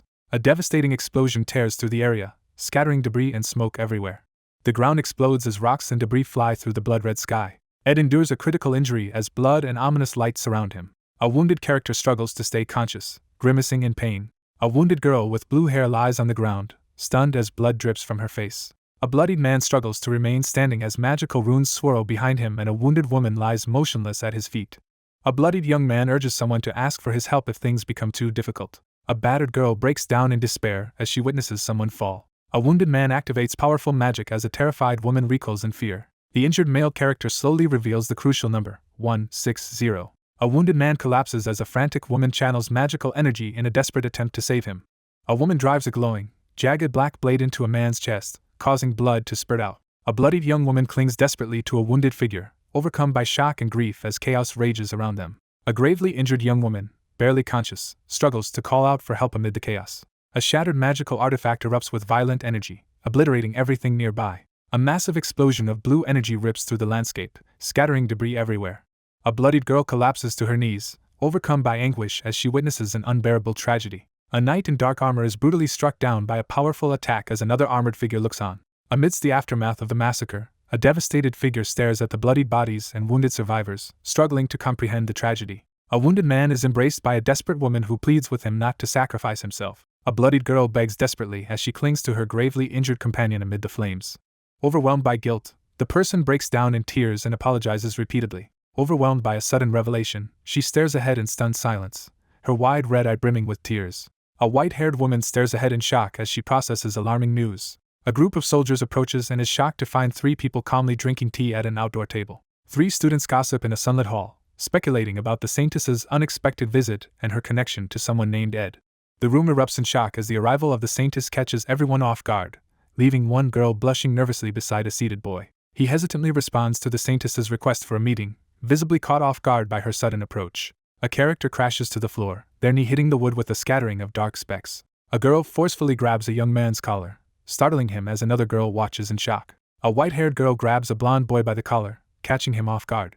A startled young man pulls aside his jacket and discovers that he is completely uninjured. A stunned group watches as a girl with long white hair confronts a blonde boy across the table. A distressed girl clings to a flustered boy in public, causing a scene that leaves both of them embarrassed. A girl with long white hair is startled when several students in red uniforms suddenly call out to her at the outdoor table. A distressed woman sits outside, gasping for breath as she struggles to process everything that has happened.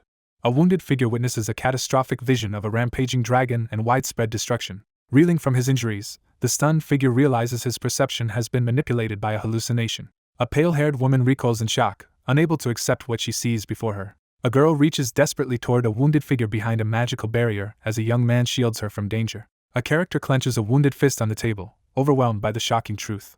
A young woman breaks down in tears, clenching her fist as despair overwhelms her. The protagonist declares that he has returned to the past. A white-haired girl stares in shock, unable to believe what she is witnessing. Two figures recoil in shock as a wounded person is surrounded by glowing magic runes and ice spikes.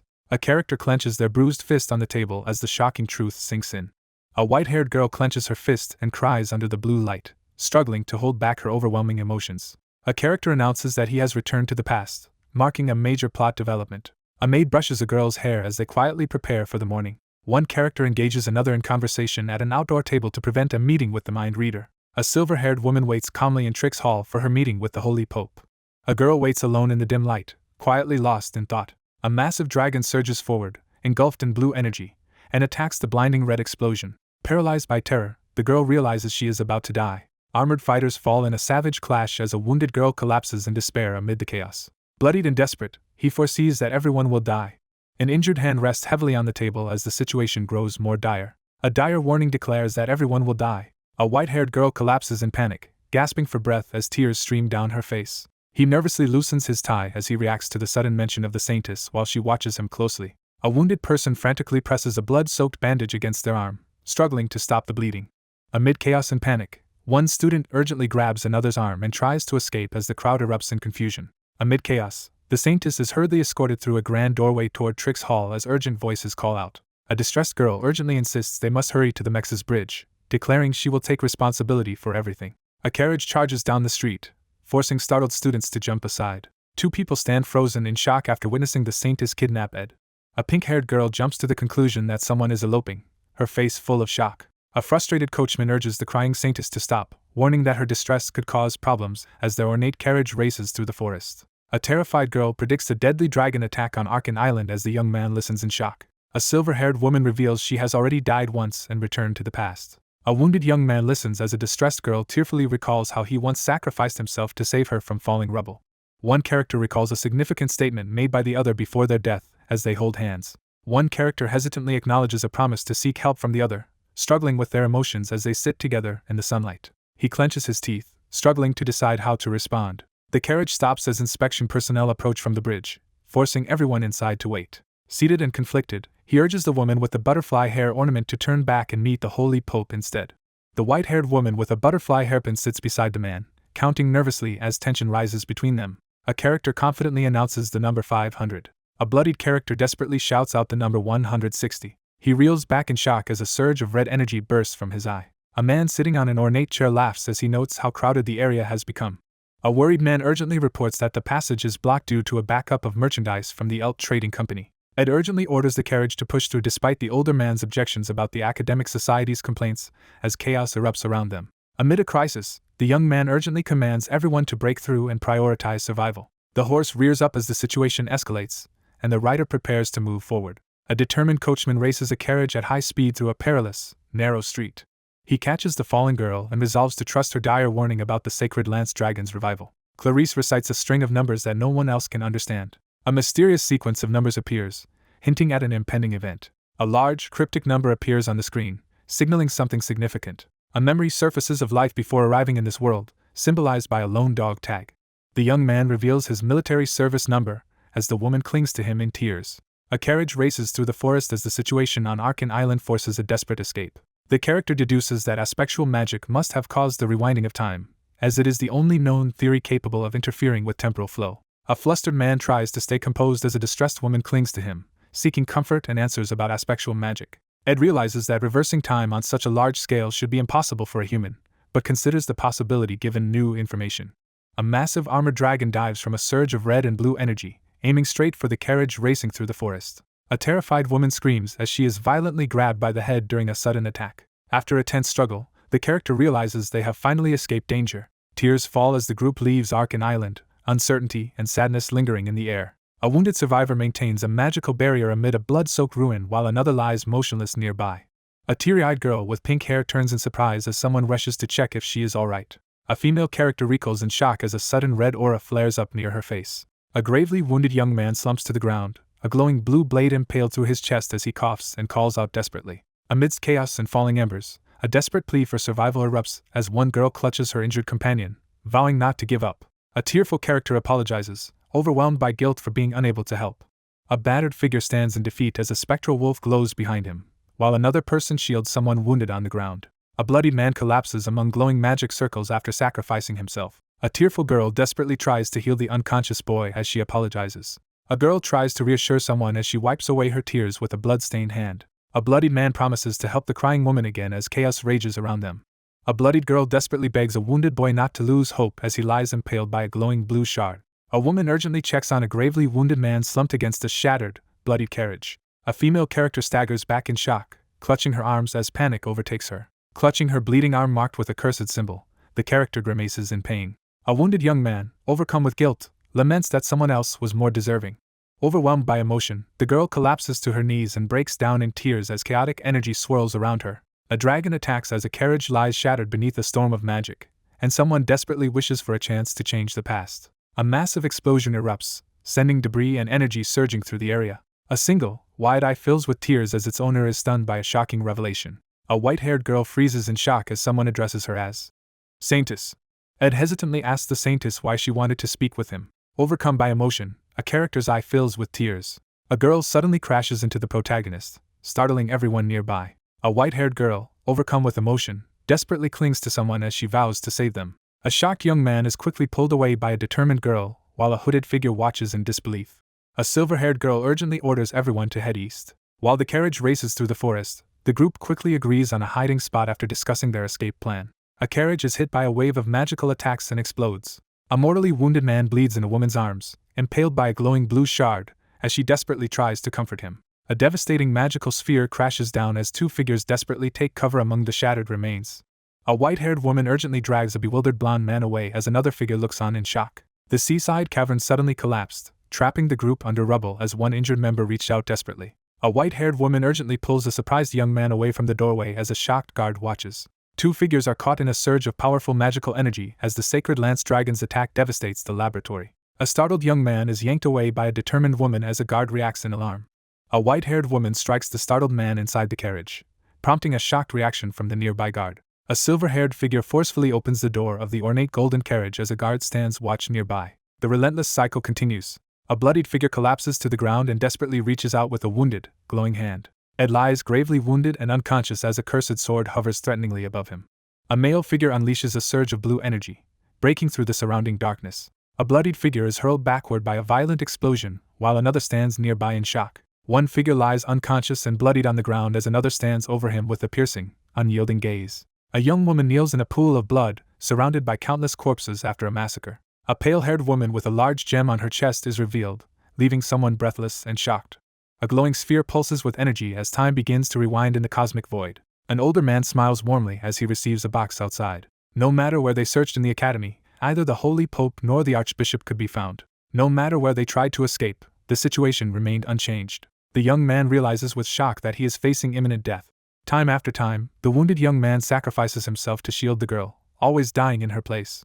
A woman in the sunlit room recites a cryptic sequence of numbers, heightening the tension. A character struggles to decide what to do next, gripped by uncertainty and emotional turmoil. Carriages are forced to stop near the city gate as inspection personnel emerge from the Mex's bridge, making the travelers wait. A character notices they have arrived at the Mex's bridge and is visibly moved. A tense moment unfolds as the group prepares to follow instructions and escape through the window. A tearful young woman desperately begs someone to stop. The protagonist steps out of the ornate carriage onto the sunlit street, ready to face what awaits. One person firmly tells the other to get off, prompting a startled reaction. One person leaves the carriage while another follows, looking worried. A white-haired character in red hesitates as someone stops them with a hand on their shoulder. A tearful young woman, clutching her chest and showing her bandaged arm, urges someone to rest. Someone questions the reason behind stopping the carriage during a dangerous moment. He decides to seek help from a few reliable people. A sudden shift signals a major turning point in the story. A wounded young man sacrifices himself again to save the girl from a fatal attack. A woman stands in the shadows by a window, reciting a series of cryptic numbers. A wounded figure clenches a fist in frustration, overwhelmed by uncertainty. Inspection personnel appear at the Mex's bridge, forcing the group to halt and wait with their carriage amid the busy street. Overwhelmed by emotion, the character realizes they have arrived at the Mex's bridge. A boy scans the area from the window, anticipating instructions to push past the obstacle ahead. A tearful young woman urgently begs someone to stop. Ed steps out of the ornate carriage onto the bright cobblestone street, ready to face what awaits. A man firmly tells the woman behind him to get off, leaving her startled. A blindfolded man steps out of a lavish carriage while a white-haired woman hesitates in the doorway. One character urgently stops another by grabbing their shoulder. A wounded woman clutches her collar and anxiously urges someone to rest. The protagonist decides to seek help from potential allies. A sudden and significant change occurs, altering the situation. A distressed girl urgently begs her companion to escape before the Mex's bridge is blocked after the impending incident. Bloodied and desperate, the wounded figure repeatedly fails to escape with the terrified girl despite every attempt. A woman desperately tries to heal a wounded man in her arms, but all her attempts fail. A pink-haired woman kneels in shock amid a pool of blood and countless fallen bodies. Two characters stand before a carriage as one reassures the other after a failed attempt. A hand opens a small round container, revealing something important inside. He inspects the persistent wounds on her arm, questioning why they remain even after time has reversed. A surge of holy magic erupts, forming a protective barrier that shields the figure from incoming attacks. A figure shrouded in dark energy gains complete resistance to holy magic. It is revealed that Archbishop Verdio's mind reading failed because of the protection offered by the glowing amulet. One character challenges the other with a critical question as an object is dropped and shatters on the ground, intensifying the confrontation. Time is being rewound through the use of holy magic. She realizes that aspectual magic is being used to rewind time. A magical phenomenon lights up the night sky as a critical revelation dawns on the observer. A wounded figure deduces that only a holy magic technique powered by a god can sustain such a large-scale spell, while a distressed companion looks on. A confident boy urges his companion to find hope in their situation. A young man is abruptly interrupted as a girl in red forcefully strikes him in the chest. The tearful girl breaks down and admits she lost count after 10 tries. A tearful young woman is comforted and encouraged to stay calm and not exhaust herself. Faced with overwhelming frustration, a character reaches a breaking point and yearns for escape. Ed steps forward with determination and tells the group to trust him with what comes next. The decision is made to confront the problem now that its cause has been discovered. A decisive plan is announced to eliminate the cause of the issue. Reflecting on past events, the narrator notes how Clarissa's personality shifted drastically after Adele's death. A woman openly defies the entire order, shocking everyone with her sudden rebellion. She stares ahead with a cold intensity, her personality transformed by everything she has endured. Clarisse suffers through unimaginable torment, reliving the same agony countless times. A girl kneels in shock amid the bodies, moments before learning the order was responsible. Her transformation from a saintly figure to the faithless saint is revealed, confirming suspicions about her dual nature. The narration asserts that everything remains unchanged from the original story. A grand hall stands beneath a clear blue sky. Faced with limited options, she resolves to confront the Holy Lance Dragon directly. A determined figure urgently declares the plan to stop the resurrection of the Holy Lance Dragon. She searches urgently for the Holy Pope and Archbishop, but no one knows their whereabouts. Amid the chaos, two figures push urgently through the crowd, questioning why such prominent individuals would go unnoticed. Two figures enter the hall together, immediately capturing the startled attention of everyone present. Two young men engage in a heated spar, their wooden swords clashing as onlookers realize a match is underway. He awakens his swordsman form and swiftly secures victory. Ed is struck hard on the head with a wooden staff and recoils in shock. Two students face off with wooden swords before a large crowd, while another struggles on the ground as the confrontation escalates. Someone gently places a red hood over the girl's head, urging her to move past troubling thoughts. Amid the chaos of the fleeing crowd, one person urgently pulls another to safety as the threat of the Holy Lance Dragon's resurrection looms. A carriage speeds toward the last known location of the missing church leaders at Mex's bridge. Someone approaches the ornate doorway, hinting at an imminent crucial reveal. A hooded woman strides into the grand hall and demands information from the two figures inside. A young woman with red hair greets someone enthusiastically and asks if they found a good opportunity.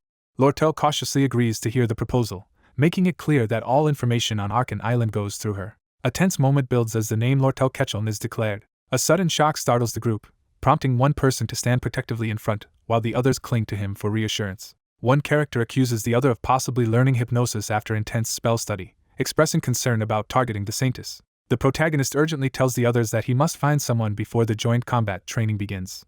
The young man urgently offers any amount of money in a desperate attempt to negotiate. A red-haired girl demands an explanation, her expression tense and determined. The group arrives at the carriage depot near the Mex's bridge. A red-haired woman delivers witness information to a man and begins negotiating her fee. One character explains that they left their sparring match and came because of the urgent request, while another listens and a third watches from inside the carriage.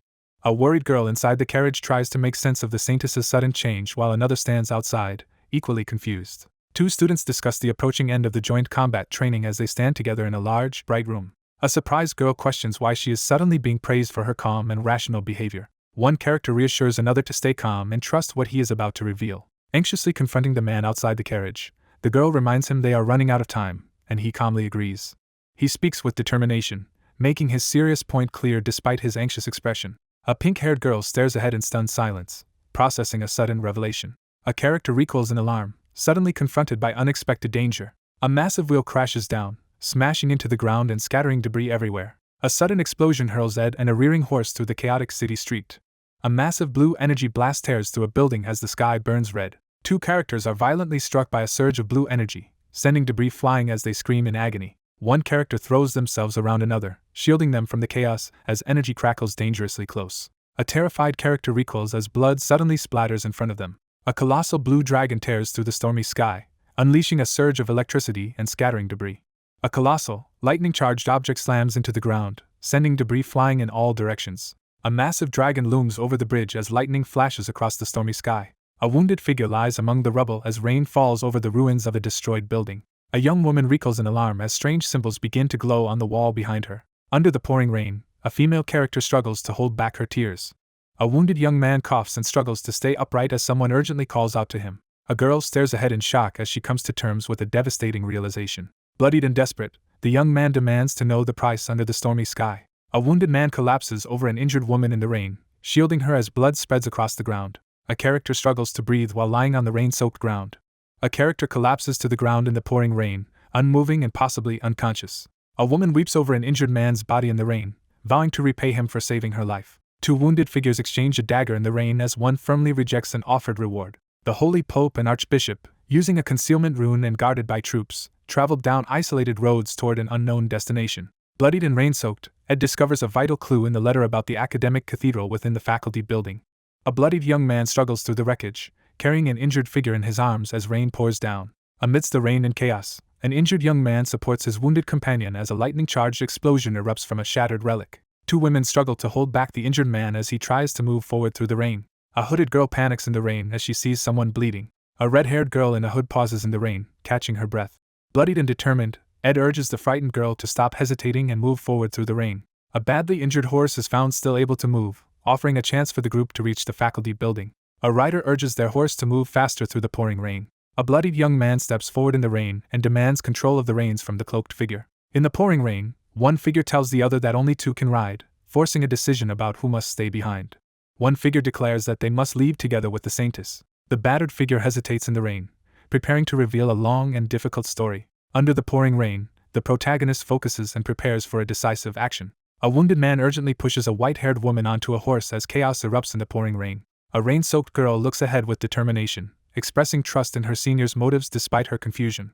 A red-haired woman kneels in the rain and offers reassurance with a gentle smile. In the pouring rain, one person clasps another's hand and vows to repay a debt. Two hands cling desperately in the rain as one person refuses to let the other slip away. One character forcefully lifts another off the ground in the pouring rain. A battered man seizes another by the collar in the pouring rain, demanding repayment.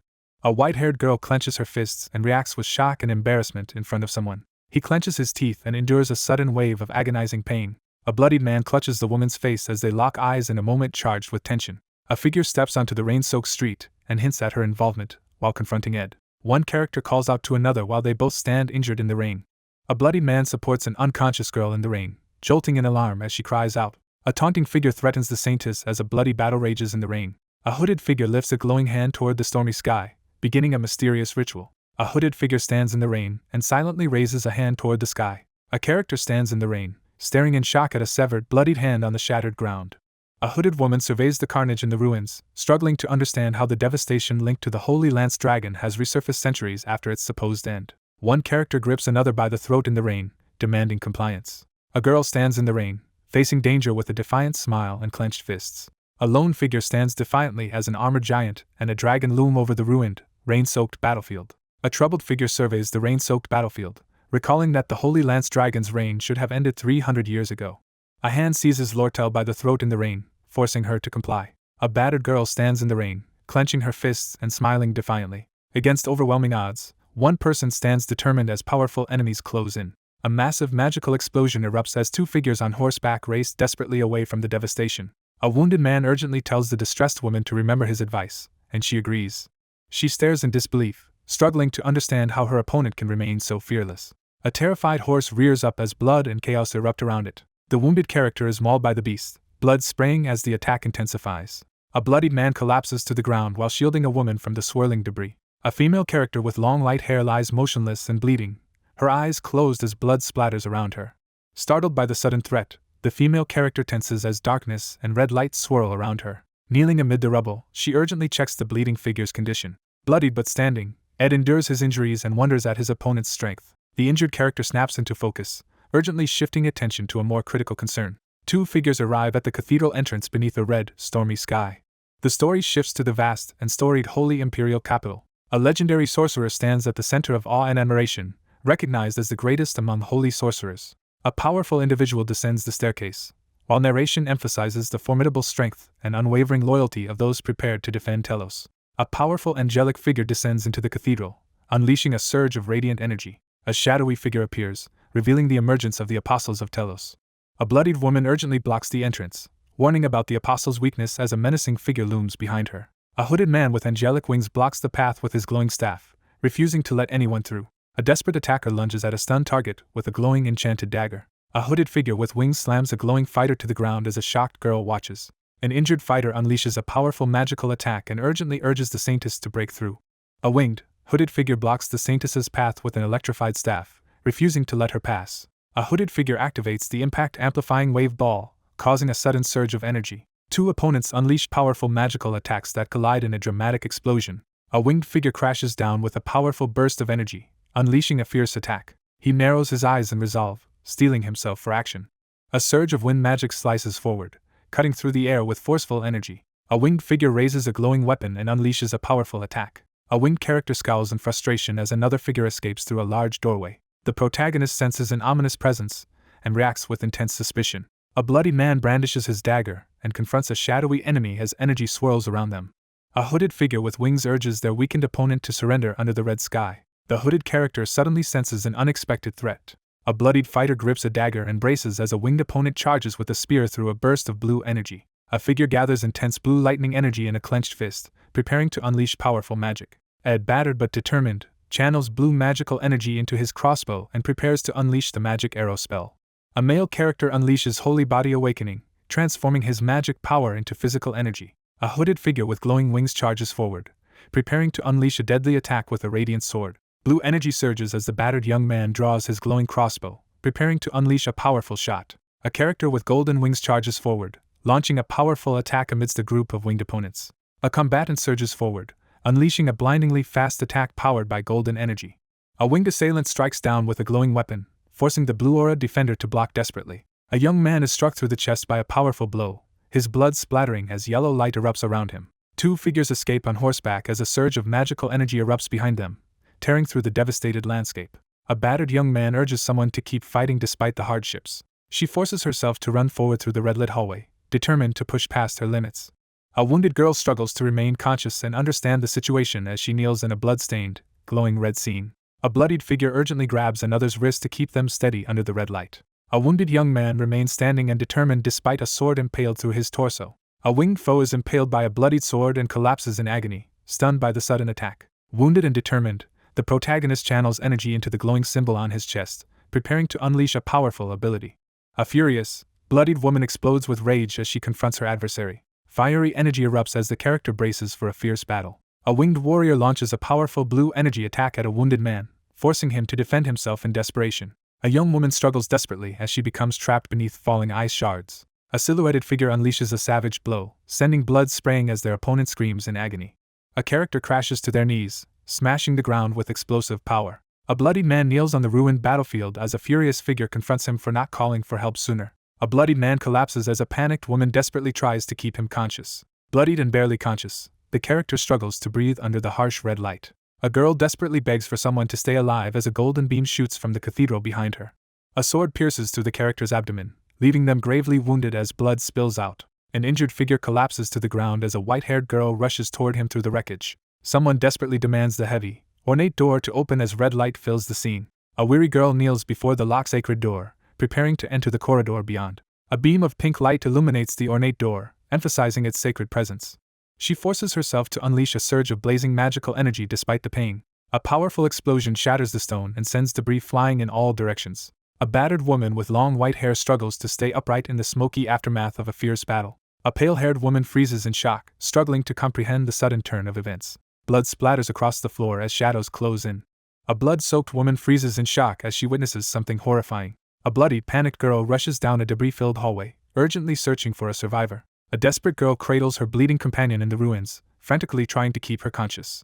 A distraught girl clutches a bloodied, unconscious woman, desperately demanding to know what happened. A bloodied man smirks and taunts the person who arrived earlier than expected. A wounded woman clings desperately to another, refusing to let go despite her injuries.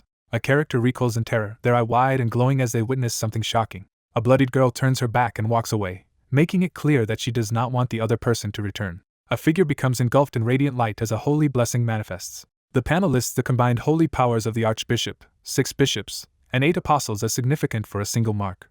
A secret sigil is revealed, hinting at a hidden organization. Only one person in existence can possess the holy blessing inscribed on their body. A female character is struck in the chest by a powerful magical attack, sending blood and energy flying as she collapses. A woman recoils in shock as a surge of divine magic erupts within the shattered cathedral. A wounded character urges someone to hold on as the end approaches. A distraught girl clutches her glowing, wounded arm and pleads desperately for answers. A character dives through a surge of energy, desperately trying to reach someone in danger. A female character is violently thrown backward by a sudden blast of blue energy. The protagonist is summoned for a private conversation and anxiously awaits the reason. A blue-haired woman suddenly collapses onto the platform in front of a startled blonde man. The silver-haired character, visibly bruised but determined, reluctantly agrees. A person slams their fists onto the table in frustration. A white-haired woman leans over the table and decisively prepares to reveal everything. A character slams both fists angrily onto the table. A white-haired woman leans over the table and prepares to reveal important information. A character recalls their earliest memory of watching seagulls soaring above the harbor. 2 boys race along the pier as one chases the other, calling out for him to stop. A boy urgently warns someone not to run, fearing they might get hurt. A concerned boy warns the girl sitting by the sea to watch her step. A young boy enjoys a quiet moment beneath the clear sky. Ships arrive at the trade city of Oldek as refugees seek safety from the war. After being used and scammed, the group stands defeated in a desolate alley surrounded by their luggage. A lone loaf of broken bread lies on the ground, marking a quiet turning point. They struggled each day to survive with barely enough money for a single piece of bread. A meal is set out on the table, ready to be eaten. A girl pauses mid-bite, startled as someone calls her name while she eats alone on a bench. A man reassures someone before leaving to take care of something important. Ed strides forward between 2 men, moving with determination through the sunlit area. In the midst of the bustling plaza, the protagonist pauses and glances back warily, sensing that something is wrong. As the crowd moves around him, Ed pauses and scans his surroundings with a tense, alert gaze. A distressed man clutches his head and stumbles away through the crowded plaza as onlookers watch. A character gratefully accepts and eats a luxurious sandwich they normally could not afford. A distressed man clutches his head in confusion, while people walk by a seated girl in the sunlit hall. A girl steps boldly toward the cliff edge as a worried boy shouts a warning from below. A girl strides forward as a boy cries out in pain while being pinned to the ground near the beach. The protagonist arrives at Deldaros orphanage after losing their family. Even the children are forced to perform exhausting chores in the hall. Children at the orphanage take a break from their duties by resting during chapel prayers. After finding a discarded lute at the dock, the child learned to play hymns and began spending more time at the church, easing the burden of hard labor. A church steeple stands tall under a clear sky as the story hints at an upcoming event. Desperate merchants plead with the archbishop, offering large sums of money in hopes of being allowed into the holy imperial capital. A man gratefully receives a wrapped gift in a sunlit room. A candle suddenly flares up, startling the character. Flames erupt unexpectedly in the church, causing panic as people rush to help the endangered authority figure. A powerful surge of water magic bursts forth, overtaking everything in its path. A man recoils in shock as steam billows around him after a sudden confrontation. Two people discover smoke and burn marks in the altar room, realizing a fire nearly caused disaster. Someone questions whether this situation was anticipated as buckets of water sit in the corridor. Someone hesitantly admits they learned something from a dream. A girl reflects on her recurring dreams, admitting she cannot foresee her own future. A blonde girl is startled as someone suddenly grabs her hands in a tense moment. An emotional man reverently praises the saintess, declaring her destined to lead the order. A mysterious light suddenly engulfs the city. A lavish banquet is presented to a group of solemn, high-ranking clergymen, highlighting the narrator's former wealth and influence. She endured strict routines of prayer, etiquette lessons, and late-night studying, which proved even more demanding than her former life in poverty. A woman kneels as a bishop pours holy water over her head in a grand cathedral. A female character reveals a glowing holy sigil on her shoulder, signifying she bears the sacred blessing. The protagonist reflects on completing all rituals except for the baptism of the stigmata, feeling his holy power has grown stronger. A masked woman is stunned as she witnesses a vision revealing her own future. A terrified character locks eyes with the monstrous beast reflected in their gaze. An older man confronts someone in the lavish room, demanding an explanation for the sudden decision to give up being the saintess. The kneeling woman expresses her gratitude and declares her intention to serve in a new way. She realizes she cannot persuade the other person and accepts defeat. A man explains that the woman's precognitive power is a form of magic tied to time and the reason she was chosen as the saintess. A man, radiating red energy, acknowledges his opponent's newfound ability to foresee his own future. Years went by as the tower remained unchanged. She had renounced her role as the saintess of the Telos Order. The holy flame continued to be safeguarded in the imperial capital. A girl sits alone on the rooftop at night, playing the lute as she struggles to stay awake. A massive dragon bursts forth amid lightning and fire, signaling its ominous return. A panicked man urgently declares that the saintess must be sacrificed to calm the rampaging dragon. A tearful girl begins revealing important information she learned in the holy imperial capital. The world entered an era of peace under the wise rule of Holy Emperor Clo. With peace prevailing, the influence of the Holy Pope diminished as people no longer sought divine guidance. Verdio brandishes a cursed dagger, fully aware of what the others need. A massive dragon unleashes a fiery attack on a glowing winged warrior amid a terrifying battle. A sinister plan is revealed to revive the Holy Lance Dragon on Arkan Island, using its terror to manipulate the people before dramatically defeating it. Archbishop Verdio sought a saintess to sacrifice in order to seal the Holy Lance Dragon from the start. A wounded woman stands amid swirling dark energy, confronting the consequences of her attempt to escape a tragic fate. Years later, a solitary figure plays guitar beneath the night sky. A young girl is recognized for her exceptional talent in holy magic, even if her aspectual magic skills are not as strong. She quietly wonders how to live a pure life while reflecting on the saintly qualities admired by others. A blonde woman firmly rejects something while playing her instrument on stage. A character prepares to confess a regretful truth while plucking the strings of an ornate instrument. A threatening message appears, declaring that one person's struggle to survive will result in another's death. A girl passionately urges someone to escape, while singing and playing her instrument. A telepathic warning urges immediate escape from the Denkin Swamp and the golden city of Kloilan as a serene woman stands amidst swirling mystical energy. Two figures stand beneath the night sky as one desperately wishes to escape the city, longing for anywhere else. A woman urgently tells another to escape as she plays music on the window ledge below. Each night, the character sings in hopes that Clarice will find the courage to escape. Guilt surged every time the protagonist saw the girl's innocent smile, knowing everything was built on deception. At dawn, the figure escapes once more, setting out as a wandering minstrel. The protagonist arrives at Sylvania Academy, marking the start of a new chapter. A severely injured figure drags himself forward, leaving a trail of blood behind. A severely injured girl staggers into the cathedral, drawing the worried attention of the onlookers. She now fully understands the timing and circumstances of the Holy Lance Dragon's revival. A stern figure bars entry to the chapel, forbidding outsiders from entering. A character rolls up his sleeve and reveals a glowing holy mark on his arm. A hooded figure moves into the chapel, immediately facing a defensive formation of robed apostles prepared for battle. A glowing chest opens, revealing a necklace with Welbrock's fawn needed to awaken the Holy Lance Dragon. A desperate young woman pleads with an unyielding authority in front of a glowing artifact, but her efforts are ignored. The true power of the Holy Lance Dragon is revealed as blue energy crackles around the weapon, defying the skeptic's assumptions. A colossal dragon bursts into the sky, crackling with blue lightning above the bridge and river. Desperate leaders decided to sacrifice a saintess to provide the Holy Lance Dragon with enough holy power to quell its hunger. A deadly sacrificial circle on the chapel floor is revealed to be designed to put Welbrock to sleep by sacrificing the saintess's life. A figure begins a dangerous ritual over the glowing summoning circle, signaling the imminent conclusion of their plan. A glowing dagger stabs into the swirling mass of dark energy, unleashing a surge of blue magic. Red energy tendrils lash out from the magic circle as one figure endures the painful effects of the ritual. Dark shards impale the wounded woman as she clings to life within a raging red aura. Despite the deception, the speaker recalls seeing genuine hope in her eyes. A surge of holy magic shields the character from the necklace's dark curse. A surge of uncontrolled magic bursts from within as the character struggles to contain its overwhelming power. Powerful aspectual magic fueled by holy energy envelopes the city, demonstrating control over the flow of time. 3 identical women, bloodied and exhausted, endure a relentless magical ritual beneath a radiant symbol. One girl struggles to heal her injured companion, realizing her holy power is almost depleted. A battered girl forces herself to keep going, determined to finish despite her exhaustion. A wounded figure staggers away from the church, fleeing in defeat. A wounded woman clutches her bloody shoulder, struggling to stay upright under the harsh light. A bloodied character staggers back, struggling to catch their breath after barely surviving a violent confrontation. A tense young man with wet hair spots someone unexpected nearby while holding a drink. A powerful magic circle activates, flooding the empty hall with an ominous red glow. A character slams their knee into the glowing red magic circle, triggering a surge of energy. A cursed dagger is unleashed, filling the fiery room with swirling dark energy. Ominous red energy engulfs the scene as one figure screams in agony, and another is overwhelmed by the surge of dark magic. Someone reflects that their efforts, while seemingly meaningless, were not entirely in vain. A young woman is overwhelmed by a surge of dark energy, blood and flower petals scattering as she clutches her hands in agony. Despite deception, the protagonist realizes Clarissa's sincerity. A magical crest flares to life on the character's chest, forming a barrier against the attacking dark tendrils. A girl struggles to withstand a surge of overpowering magical energy. Powerful aspectual magic fueled by holy energy engulfs the city, intertwining with the flow of time.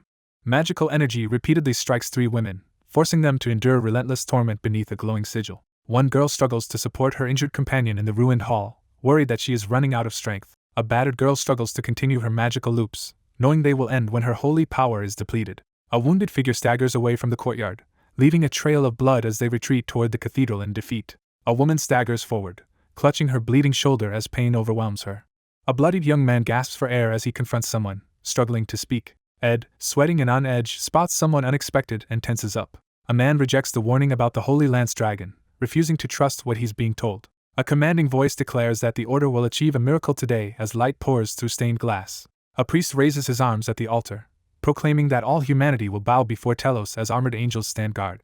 A massive dragon returns to life as lightning flashes above the city. A solemn saintess approaches the glowing rune, preparing to offer her life in a sacrificial ritual. Someone reflects intensely on the burdens and expectations of a saintess's life. A serene girl with long white hair smiles gently as her story is about to unfold. A masked woman is revealed as the saintess, radiating an aura of gentle authority.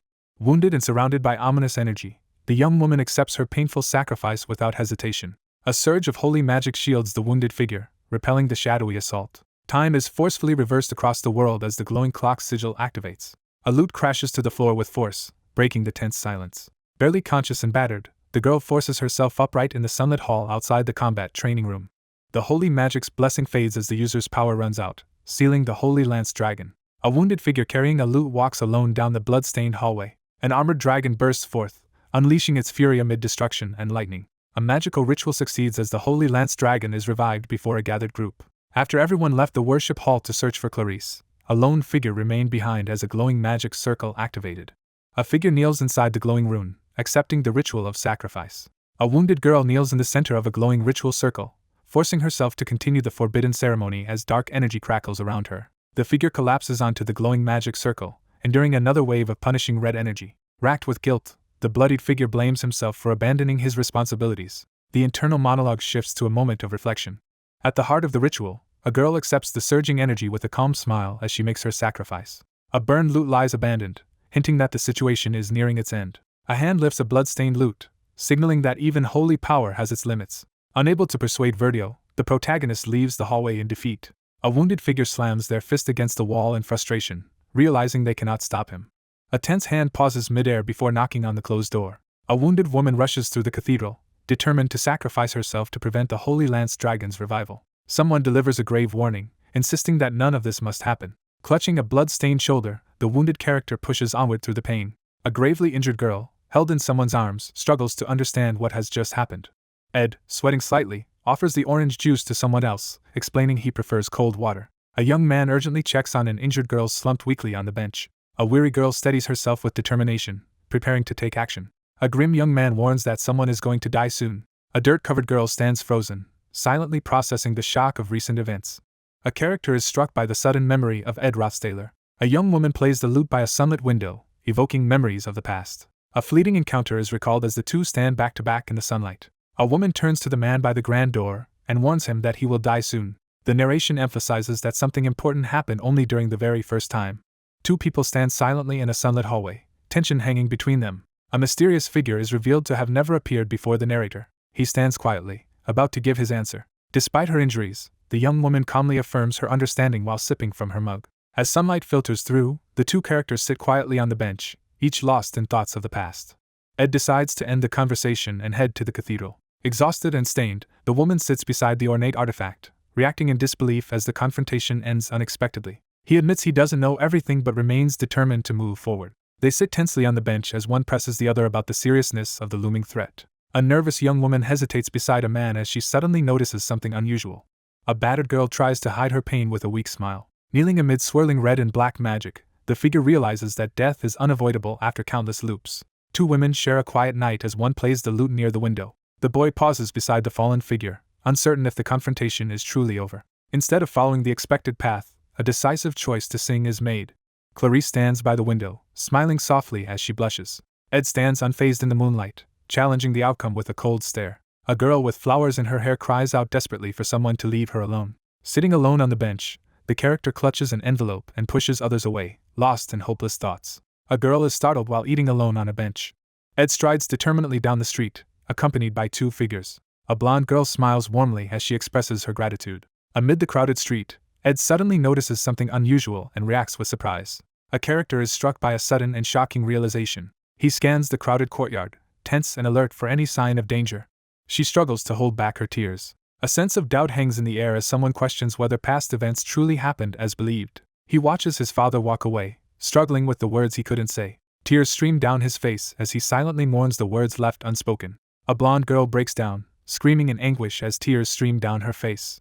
Overwhelmed by desperation, someone silently begs for him not to leave. A frightened character grips a mug, finally admitting their fear after many lies. A crying, injured girl clutches a scroll and pleads desperately for her life. A long-hidden truth is suddenly revealed, changing everything. Two people sit on a bench outside, one letting out a relieved sigh while the other remains tense. A young man quickly drinks a mysterious blue liquid from the bottle. The exhausted girl slumps on the bench to recover as someone reaches out to her. Ed approaches and bluntly points out the obvious, catching the surprised girl off guard as she sits with her teacup. A frightened girl is forced to reveal everything she knows. Someone announces the intention to finish the conflict. He clenches his fist with determination as sunlight streams behind him. A white-haired woman leans forward and announces she is about to reveal everything. One member leaves the group to search for someone named Adele, while the others watch. A white-haired young woman stares ahead with tense concern after hearing alarming news. A fierce battle breaks out as the group charges toward the cathedral, facing a winged warrior unleashing radiant power. A startled figure in white and gold confronts an unexpected arrival, demanding to know why she is here instead of at Trix Hall. A determined woman pushes past the armored figure, insisting she needs to focus. The protagonist steels himself, determined to uncover the full truth. A large wooden door swings open abruptly, revealing a brightly lit space and heightening the tension. A determined woman bursts into the room and orders everyone to stop immediately. Cloaked figures advance toward the glowing magic circle as a ritual gathering begins.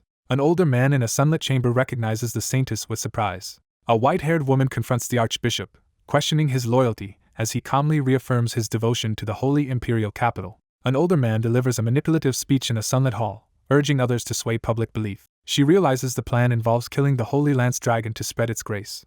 A worried woman urgently warns the group not to underestimate the Holy Lance Dragon and urges them to consider the possibility of failure. A character recoils in terror, eyes wide as she witnesses something horrifying. A shadowy figure confronts another about being used as insurance from the start. A terrified girl is pinned down as someone menacingly reaches toward her in the harsh red light. A shadowy figure looms menacingly over someone, warning that disaster will follow if events take a wrong turn. Ed drags a bloodied companion through chaos, acknowledging the harsh reality of their situation. The Holy Lance Dragon is revived to address the Order's worsening financial crisis. Angelic figures descend and defeat a dragon beneath a glowing cross to display their power and reinforce the Order's authority. A battered girl struggles to catch her breath as she recalls how the Archbishop's relentless drive for growth and wealth began even before his rise to power. A blond young man admits he can no longer influence the Archbishop after fleeing the Holy Imperial capital.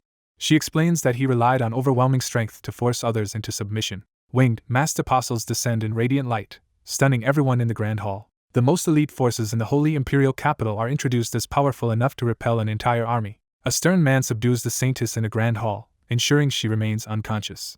A battered young woman, bloodied and defeated, lowers her head as she admits there is nothing they can do against such overwhelming strength.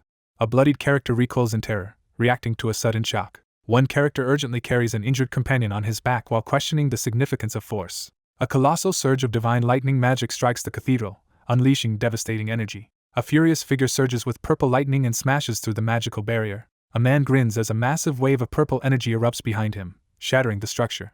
Startled by a sudden magical presence, the girl and the older man react with shock as he demands to know who is confronting them. The man glares intensely and firmly rejects the demand. A powerful magical blow sends the character flying as crackling purple energy erupts from a large staff. A hooded figure with wings convulses in agony as purple energy surges violently around him. A violent surge of purple magic crashes into two armored figures as a witch-like attacker stands in command. A hooded woman, crackling with purple energy, declares her atheism with fierce intensity. He refuses the demand with unwavering defiance. A powerful purple blast strikes the character, hurling him backward through the chaotic surge of energy. A hooded figure with wings collapses, writhing in pain as purple energy crackles violently around them. A surge of purple magic blasts through the area, hurling two armored figures away as the spellcaster stands unfazed in the center of the chaos. A hooded woman stands surrounded by dark energy, as she reveals she is an atheist.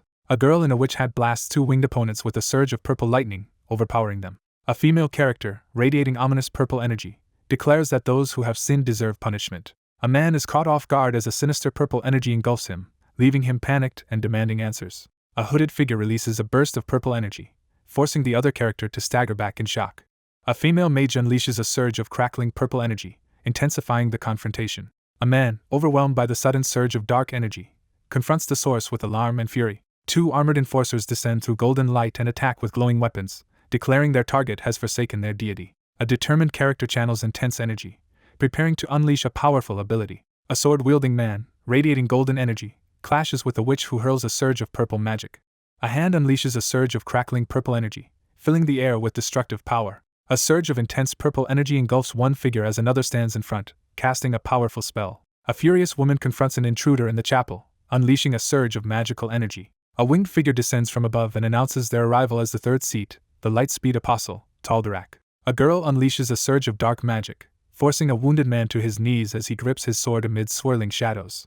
A hooded, winged figure descends with a glowing sword, vowing to bring a decisive end. A cloaked figure raises a glowing golden weapon to confront a levitating, powerful opponent radiating dark energy. A caped figure braces as a radiant golden weapon collides with a surge of purple energy. A powerful spell is unleashed as one figure casts high-rank spatial magic while another watches intently from below. A hand surges with purple energy as it traces a glowing magical sigil in the air.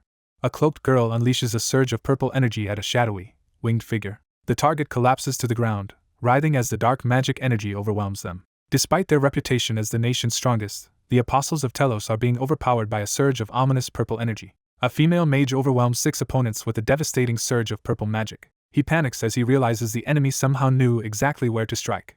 A plan is revealed to raise the Order's authority by reviving the Holy Lance Dragon and defeating it on Arkan Island, where the students are located. A shadowed figure, desperate to keep the plan secret, prepares to destroy the evidence. A cleric urgently commands the group to secure an escape route and prioritize the Pope's safety as a glowing apparition appears and stained glass shatters above. A witch confronts her opponent and prepares to attack with a powerful magic spell. A girl levitates within a glowing magical barrier as she casts a powerful time-based spell. A female character recoils in terror as glowing purple restraints trap her. A surge of destructive energy explodes outward, shattering the ground and filling the scene with chaos. A fervent devotee calls out as a dark, winged entity surrounded by magical symbols descends with overwhelming power. A panicked man urgently commands his ally to seize the saintess.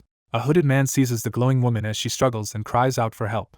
A powerful group prepares to secure the necklace and the witness, planning to use their authority to override any opposition at the academy. A female mage unleashes a surge of high-rank electric magic. Purple lightning crashes down as 2 winged figures face the overwhelming force. A massive golden energy blast erupts, shattering the ground with explosive force. A character writhes in agony within a surge of dark magic, desperately urging everyone else to escape.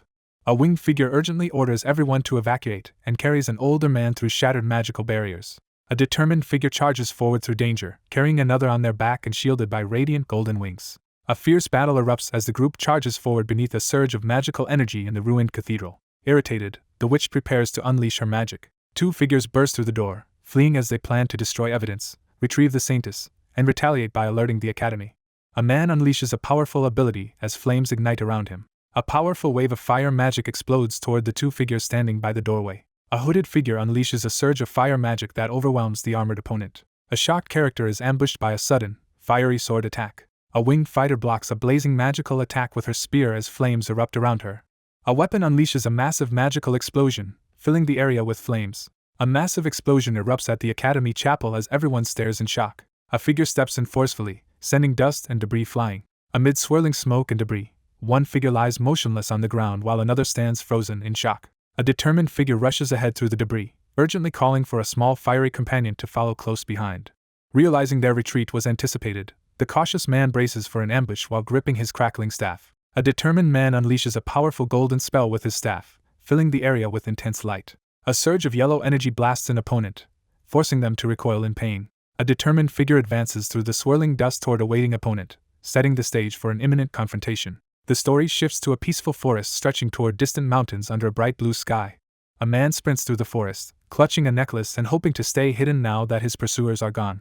A desperate man escapes deeper into the dense forest, hoping to avoid being found. Two figures race urgently through the dense forest, fleeing from unseen danger. Ed demands the necklace with urgency. A clenched fist tightens around a bloodied weapon, ready for action.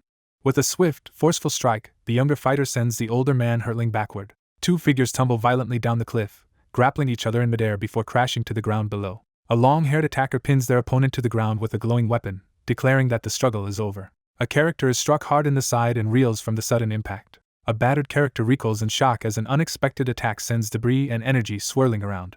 A fierce clash erupts as one combatant lands a powerful, glowing sword strike, causing blood to splatter. A character is brutally struck in the shoulder, screaming in agony as blood bursts from the wound. A bloodied figure clutches their chest, struggling in agony from a severe wound. Bathed in red light, the desperate figure demands the item, acknowledging the Archbishop's strength. A bloodied girl clings to a calm young man as he carries her forward at speed, both determined to press on despite the danger ahead. Two figures urgently discuss the need to act before the Holy Lance Dragon's revival, aware that their enemy has been preparing for this moment. He worries that even with help, their plan will likely fail unless they can somehow gain more information. Breathing heavily, he tries to calm himself but is suddenly startled by something unexpected. A girl reassures the boy that even if he fails, she can still turn back time a few more times. He clenches his teeth in frustration and calls out the lie. A warning is given that the woman's strength is almost gone, and she could collapse at any moment. A wounded figure lies motionless in a pool of blood as urgency fills the moment. A furious attacker pins a woman to the blood-soaked ground as she cries out in pain.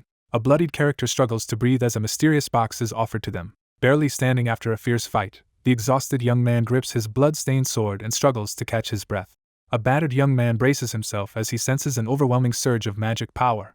A hand reaches for the electrified dagger, revealing that its power is still active. A wounded figure warns that the Holy Lance Dragon will soon be resurrected and only the Saintess can stop it now. A bloodied man laughs maniacally as he declares the greatness of Lord Telos. The exhausted fighter stands over a defeated opponent, sword crackling with blue energy.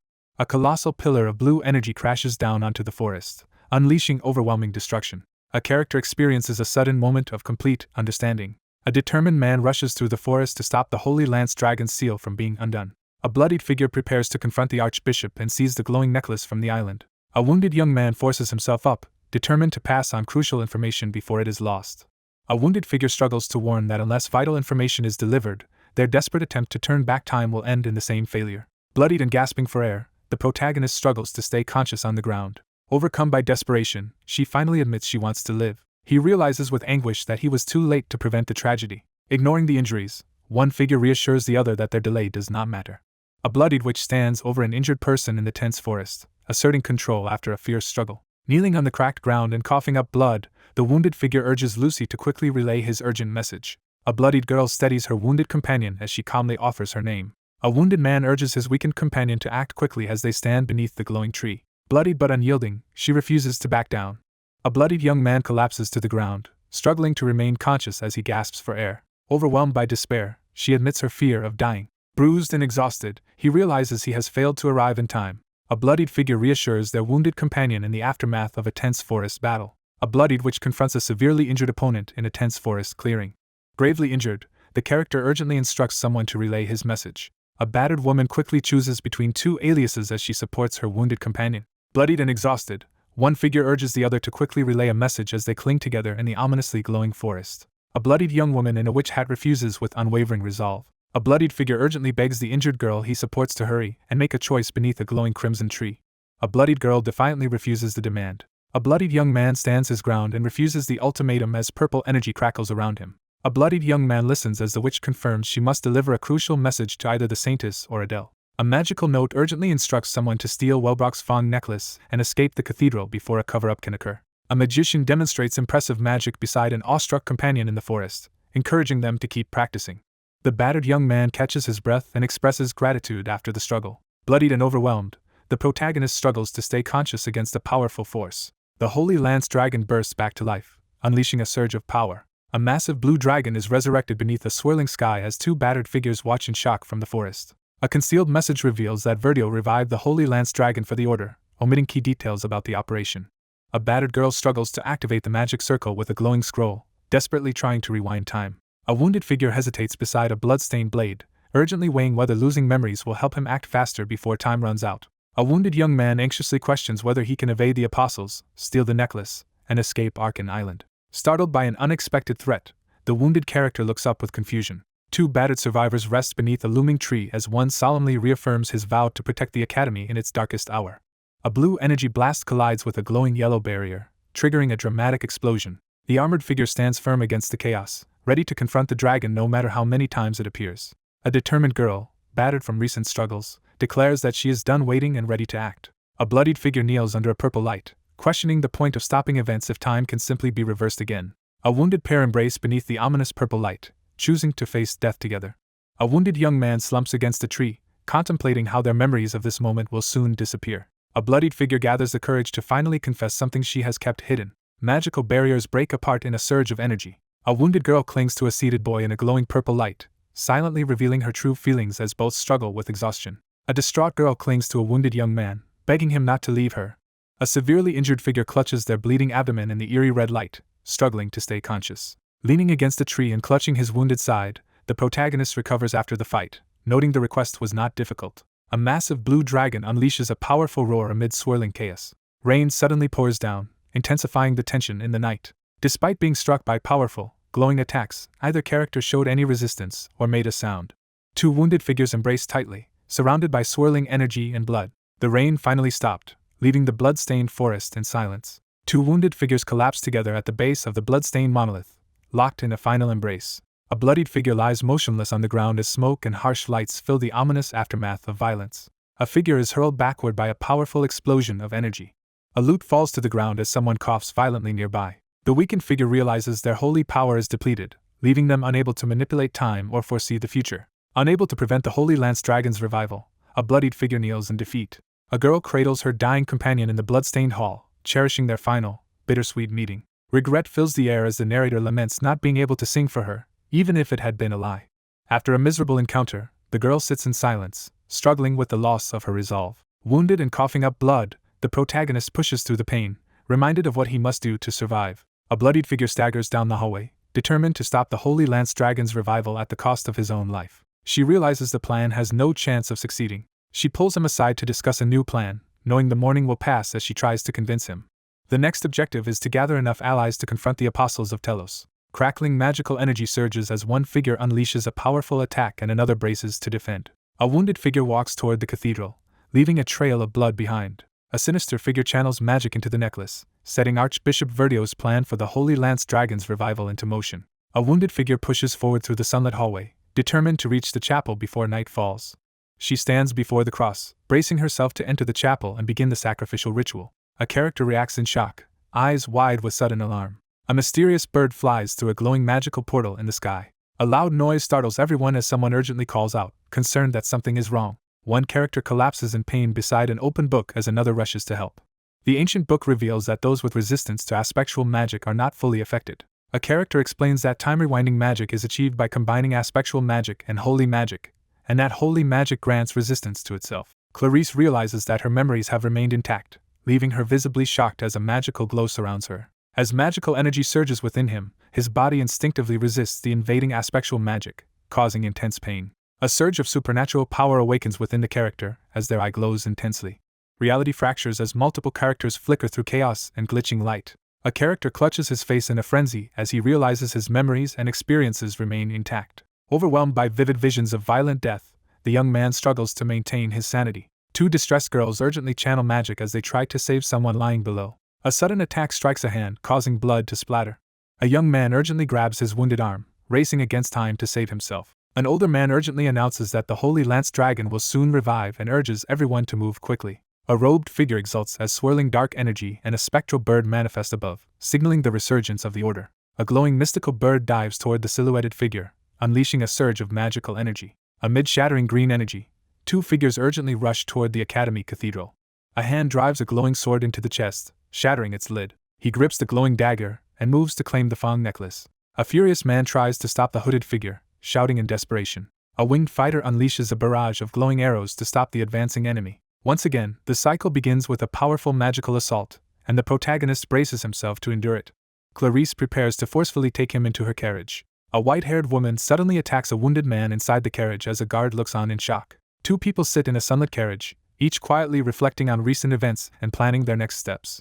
A man steps from the shadows and confronts someone with a cold, menacing glare. A golden figure unleashes a devastating attack from above as the young man braces himself amid the chaos.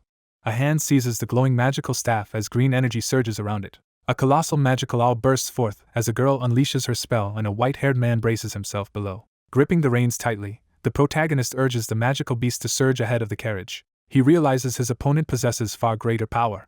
A spectral owl bursts forth in a flash of magic, summoned to assist the desperate characters in their predicament. A determined girl, energized by magic, rallies her companion and prepares to advance. The narrator anticipates being forcibly taken into the carriage by the Saintess. A white-haired woman blasts a shocked man in the chest with magical energy while a nearby knight reacts in alarm. Inside the sunlit carriage, one person sits calmly while the other looks distressed as they both try to process recent events. A man with a sinister grin confronts an unknown presence, declaring his uncertainty about their identity.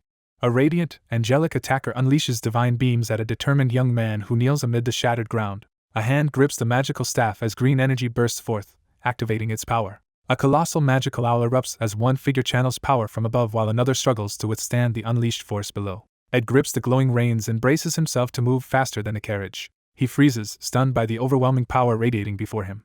A powerful magical entity is summoned as a mage confronts her opponent in a tense standoff. The panel underscores that the outcome was inevitable. A firm declaration of loyalty is made with bold, commanding words. A determined girl with braided hair charges ahead, rallying her companion to follow as she wields a glowing magical weapon. A magical owl erupts into the air as a female mage casts a powerful spell, forcing the man below to cower in fear. A determined girl urges her ally forward as she prepares her glowing weapon, surrounded by swirling energy. He urgently reaches for the magical spear as time runs out. The magic within the necklace activates, setting in motion the awakening of the Holy Lance Dragon. A colossal dragon reawakens as the necklace resonates, shattering crystals and unleashing crackling energy beneath Arkan Island. Launching into action, the protagonist races toward the bird to seize the necklace and escape before the dragon can be revived. A terrified character recoils and shouts in panic at someone's unexpected action. A man recoils in shock as a glowing staff smashes into the ground, scattering shards and energy. A devastating fire attack erupts, sending flames and debris flying through the area. A powerful assault devastates the building, sending debris and explosions flying. A small figure clings tightly to a glowing magical bird as it ascends swiftly into the sky. A powerful magical bird descends, crackling with energy as two figures brace themselves for its arrival. A large, glowing bird soars upward into the sky as someone urgently calls out. As they fall through the air, one character insists they had a plan to escape alone, while the other refuses to abandon them. A worried young man explains that if this incident is not resolved, he will be expelled and considered a fugitive who attacked the order, recalling his homeland as the conversation grows tense. One character rushes through a glowing landscape while urgently discussing possible hiding places with the other. The character interrupts the conversation with a decisive gesture, preparing to emphasize their next point. A girl in a red cape confronts the blonde young man, leaving him shocked as she reveals his hidden pain. A worried girl realizes the truth about the injured boy's condition as she leans over him. The pink-haired girl declares her determination to face expulsion together with her companion, refusing to let either of them bear the consequences alone. A pink-haired girl firmly declares that she will not let the other person face hardship alone. He urgently calls out to Janica, his face filled with worry as he reacts to something off-panel. Startled, Ed quickly turns toward the unexpected presence off-panel. Golden angelic beings known as the Apostles of Telos descend rapidly from the sky as two figures brace together behind a shield of green energy. All 6 angelic warriors charge after the group in a burst of golden energy. 2 characters speed away urgently on a fast-moving mount, determined to escape without wasting any time. A lone figure strides through the dust and debris of a shattered cathedral, emerging from the destruction. An elderly man urgently pushes through the smoky, damaged hall, demanding others move aside. Clarice appears through the smoke, injured but determined, shocking everyone inside the cathedral. An exhausted girl staggers into the grand hall, desperately calling out for the saintess. Someone urgently grabs another's arm and insists that only she can help. Overwhelmed by the realization that only he can act, the protagonist struggles to process the full extent of his unique knowledge about past and future events. She steels herself to do whatever it takes to prevent the Holy Lance Dragon's revival. A wounded woman urgently commands the shocked man to stop Archbishop Verdio as they stand before the damaged altar. A white-haired woman kicks a heavy chandelier down from the ceiling in a tense action. A wary man warns that the archbishop will manipulate the order to hide recent events. A white-haired woman urgently demands the saintess take action to stop him. A wounded woman kneels before a cleric, urgently receiving orders to win over the Holy Pope. A furious woman with piercing red eyes demands the immediate excommunication of Archbishop Verdio. Two students discuss the upcoming match, expressing doubt about Taylor's chances against Wade. Two figures cling tightly to each other as they escape on a glowing mystical bird soaring past a grand building. Two students cling to each other as they plunge through the sky on the back of a glowing, wolf-like creature. A surge of green energy slices through the air as a wind blade spell is unleashed. A character recoils in terror as they realize the incoming threat cannot be avoided. Two figures plummet helplessly through the sky after a violent magical explosion. A young man hurtles downward, desperately shouting for help as he falls. Two figures plunge rapidly through the clouds, one desperately reaching for the other as they fall. One figure dives through the swirling clouds, urgently reaching for the other who is falling helplessly. A massive explosion erupts in the sky, shaking the clouds. A hand crushes the sword's blade with such force that it begins to crack. A determined hand snaps the glowing blue cord, breaking free against the open sky. He lunges through the swirling energy and catches her before she hits the ground.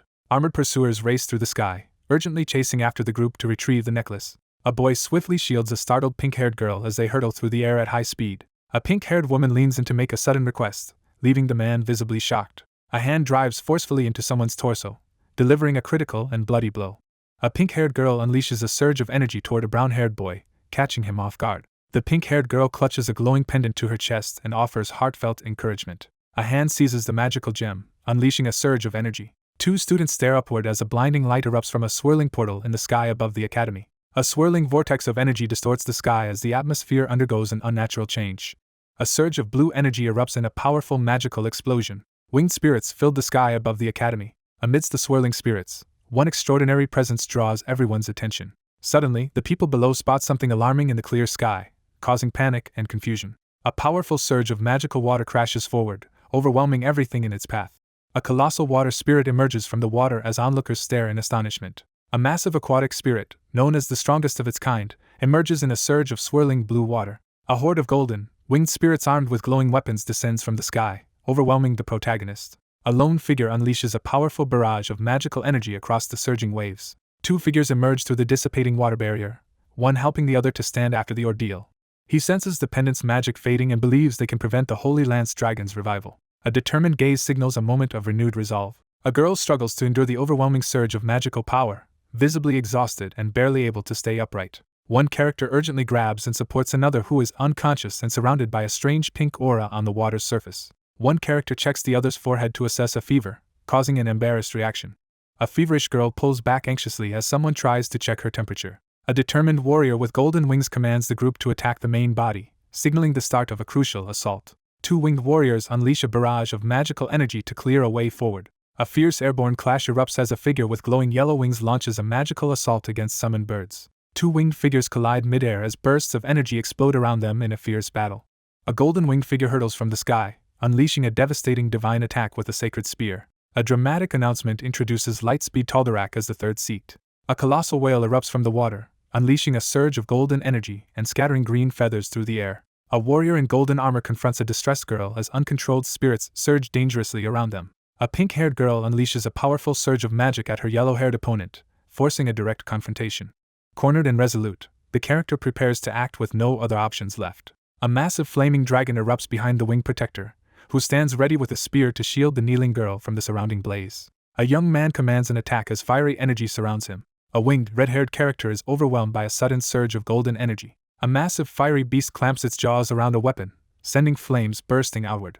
A winged attacker drives a blazing spear into a man, sending him hurtling through the air as a pink-haired girl looks on in shock. One character violently restrains another amidst a bloody and intense struggle. A furious character unleashes a powerful surge of energy with a scream. A powerful beast drives its spear through the knightly figure, unleashing a burst of fiery energy. A girl struggles to withstand the magical pressure and desperately pleads for help. A gigantic blue disc releases a powerful surge of yellow energy that slams into the ground with explosive force. Smoke and dust fill the air after a powerful impact, leaving the scene in chaos. A shadowy, winged figure bursts through the smoke and debris, radiating menace. A red-haired woman with an eye patch acknowledges that summoning the highest-ranked spirit has not resolved the situation. A fiery beast-like spirit materializes as a red-haired figure watches in awe, realizing the opponent's overwhelming power. A radiant figure unleashes divine power, declaring the apostle's overwhelming strength. A bloodied figure clutches a glowing necklace while facing a deadly ultimatum. A glowing figure firmly rejects the demand as another struggles to rise from a smoking crater. A battered figure stands firm, declaring he can no longer regress. The protagonist reflects on losing Delheim's hourglass and the lingering memories of repeated deaths. A bloodied man braces himself, determined to prevent further casualties. A determined man summons a massive fire dragon, engulfed in intense flames. Ed, bloodied but resolute, stands amidst swirling flames and channels his power through his wounded hand. Bloodied but unyielding, the protagonist rejects the accusation with a defiant glare. A bloodied hand seizes the glowing crystal as flames rage in the background. Bloodied and determined, he kneels amid flames and debris, vowing to prevent further deaths. A man stands firm as he summons a massive, fiery dragon spirit behind him. Bloodied but determined, Ed summons fiery energy and prepares to fight through the pain. A character monitors the diminishing magic from the artifact, realizing the threat of the Holy Lance Dragon remains unless they get farther from Arkan Island. The bloodied young man clenches his fist as flames swirl around him, preparing to unleash a powerful attack against his relentless opponent. A powerful figure surges forward, unleashing divine energy as his status as the third seat of the Apostles of Telos is revealed. A powerful figure unleashes high-rank holy magic, activating holy body awakening and converting all magic power into physical energy. An explosion erupts from the ground, sending debris flying in all directions. A golden-winged figure accelerates past the speed of sound, overwhelming the others with unmatched speed. A blonde-haired figure unleashes a massive burst of yellow energy, triggering a violent explosion. Ed studies his opponent's movements, preparing to evade their next attack. Ed stares up in disbelief as a blazing, powerful warrior descends with a weapon wreathed in flames and energy. With determination in his eyes, the injured protagonist braces himself for the challenge ahead. A glowing, winged figure bursts forward in a surge of yellow energy and lightning, unleashing a powerful transformation. A powerful energy beam slams into Ed's shoulder, catching him off guard. A sudden wind barrier surges forth, repelling the fiery beast's attack. Ed struggles to withstand the overwhelming surge of green energy. A determined young man unleashes a powerful, fiery attack, seizing his only chance. A massive mid-rank magic explosion detonates at close range as a character unleashes a powerful attack. A winged character with red hair crashes to the ground, slamming down a glowing spear. A bloodied character defiantly refuses to surrender, provoking his furious opponent. Bloodied and exhausted, the protagonist realizes he lacks decisive firepower after a tough struggle. A wounded figure summons a massive fire dragon spirit, preparing to unleash overwhelming power. A towering, fiery beast unleashes a relentless torrent of flames at the lone figure who stands firm amidst the inferno. A colossal wave of fire sweeps across the battlefield, engulfing everything in its path. A massive dragon unleashes a torrent of fire at a lone figure struggling to evade the attack in midair. A radiant, armored figure with golden wings descends, unleashing a surge of divine power. A winged figure engulfs the area in blazing golden flames as they slam their staff into the ground, triggering a massive explosion of energy. An explosive surge of energy crashes into the ground as the swift, combat-focused opponent gains the upper hand. A powerful attack erupts as a flaming sword crashes to the ground, overwhelming the onlookers. Surrounded by raging flames, a desperate figure clings to a radiant sword plunged into the ground, facing overwhelming danger. A figure readies a glowing blue bow, preparing to confront a winged adversary as flames engulf the background. Ed unleashes a powerful burst of blue energy forward. A battered, muscular man braces himself against a surge of energy and flames, gripping his weapon tightly. A surge of blue energy explodes across the ground as a powerful attack is unleashed. A surge of magical energy sweeps through the chaos, unleashing a powerful attack. Amid swirling steam, the figure surveys the aftermath of combining water and fire magic. A figure interrupts the tense moment with a determined declaration. A golden-winged figure charges through the chaos and drives a spear toward their exposed enemy. A battered man is struck through the chest by a devastating blow, confirming the overwhelming power of his opponent. Injured and desperate, the character resolves to do whatever it takes to win. A name is revealed with dramatic emphasis, signaling a pivotal moment. A winged assailant crashes down with overwhelming force as the protagonist braces for impact, energy crackling between them. The narrator recalls that in the previous loop, Marilda resolved everything at the end. Janica concentrates as she channels energy through the golden phoenix ring, preparing for a powerful summoning. A wounded young man struggles to rise, clenching his fist as blue hexagonal light surrounds him. A fierce figure surges forward, unleashing a devastating attack amid bursts of yellow energy. A massive sword slams into the ground, scattering debris in all directions. A winged figure crashes through the flames and launches a fierce attack against the defender. Cornered and bleeding, the young man agonizes over his dwindling options as he endures a brutal blow. A destructive force smashes into the forest floor, blasting debris in all directions. A bloodied young man staggers through the smoke, struggling to stay conscious after a brutal fight. A massive, fiery energy attack hurtles toward the wounded figure as the confrontation reaches its climax. Energy surges around the protagonist as he pushes through a powerful mental struggle. A monstrous eye opens as a deadly power is unleashed. Shards of glass rain down as the wounded character collapses beneath the rubble. Haunted by memories of repeated deaths, the protagonist's spirit connection suddenly levels up.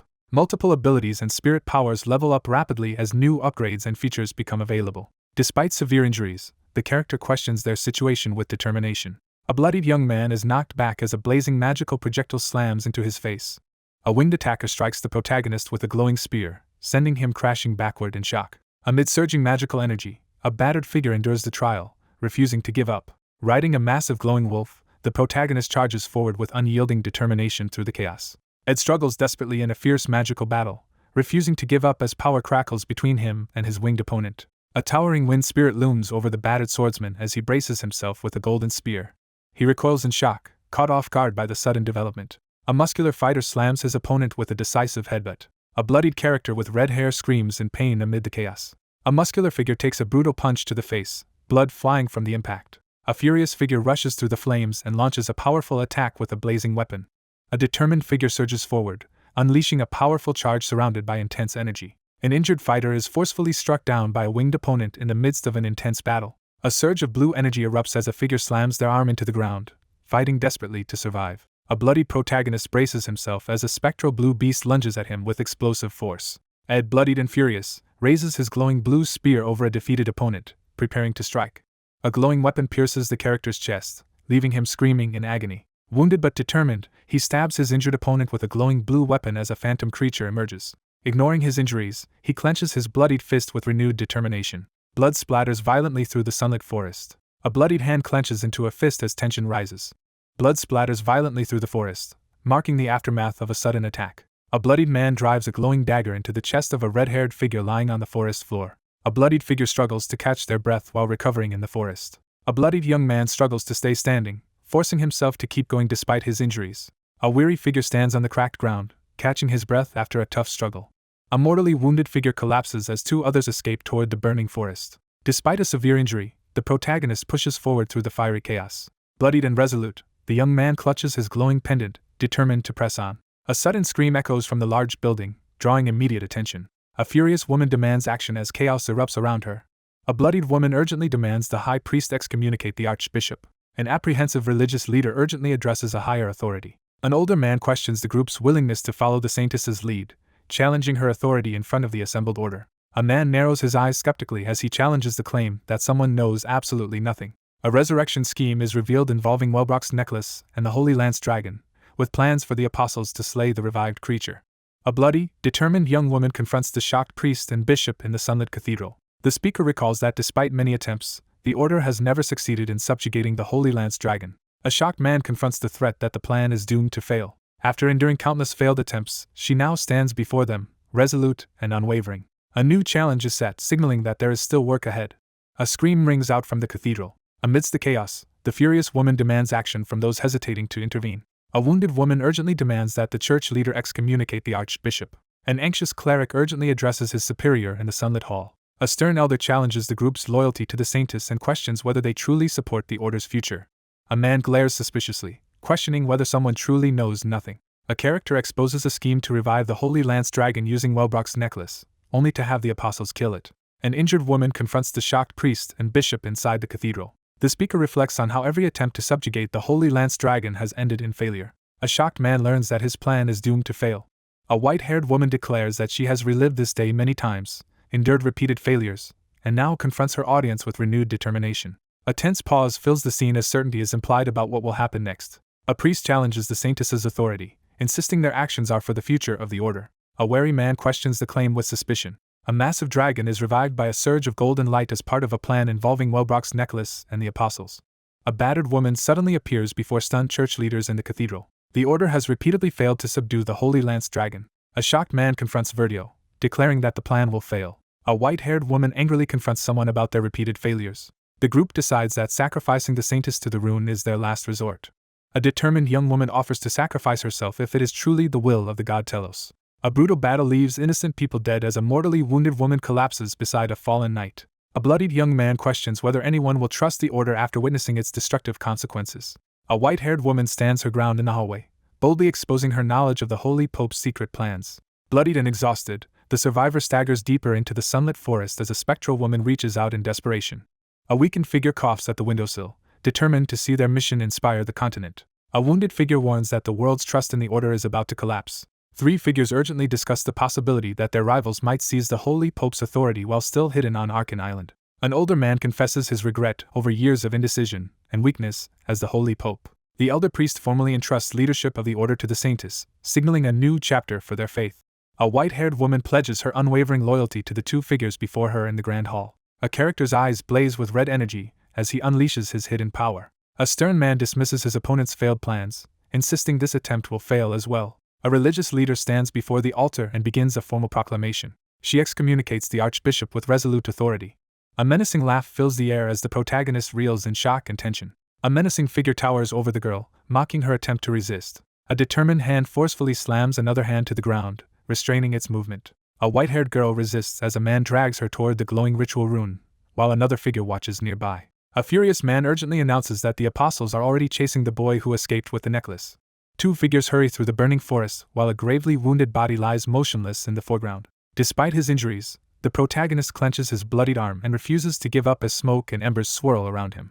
A bloodied young man clutches his pendant tightly as chaos rages around him. The pendant pulses with energy as an ominous prophecy warns of the dragon's imminent revival. A character firmly refuses a request. An older man angrily grabs the white-haired girl's arm, forcefully blocking her next move. The startled man suddenly recalls that someone had grabbed his arm and run with him. A powerful surge of yellow energy blasts a female character backward as her opponent demonstrates overwhelming magical strength. Radiating powerful energy, the character confronts their adversary with unwavering defiance. A massive surge of golden energy erupts from the character's hands, unleashing a divine attack that nullifies magic and strikes physically at the opponent. An injured figure forces his way up through smoke and debris, refusing to stay down. A battered woman kneels in the ruins, questioning her faith as a bloody man collapses beside her. Amidst the rubble, a battered woman with white hair and butterfly-like wings reveals that she is the saintess. A surprised girl opens a glowing envelope and makes a discovery. A beam of white light passes through a crystal prism and separates into distinct colors.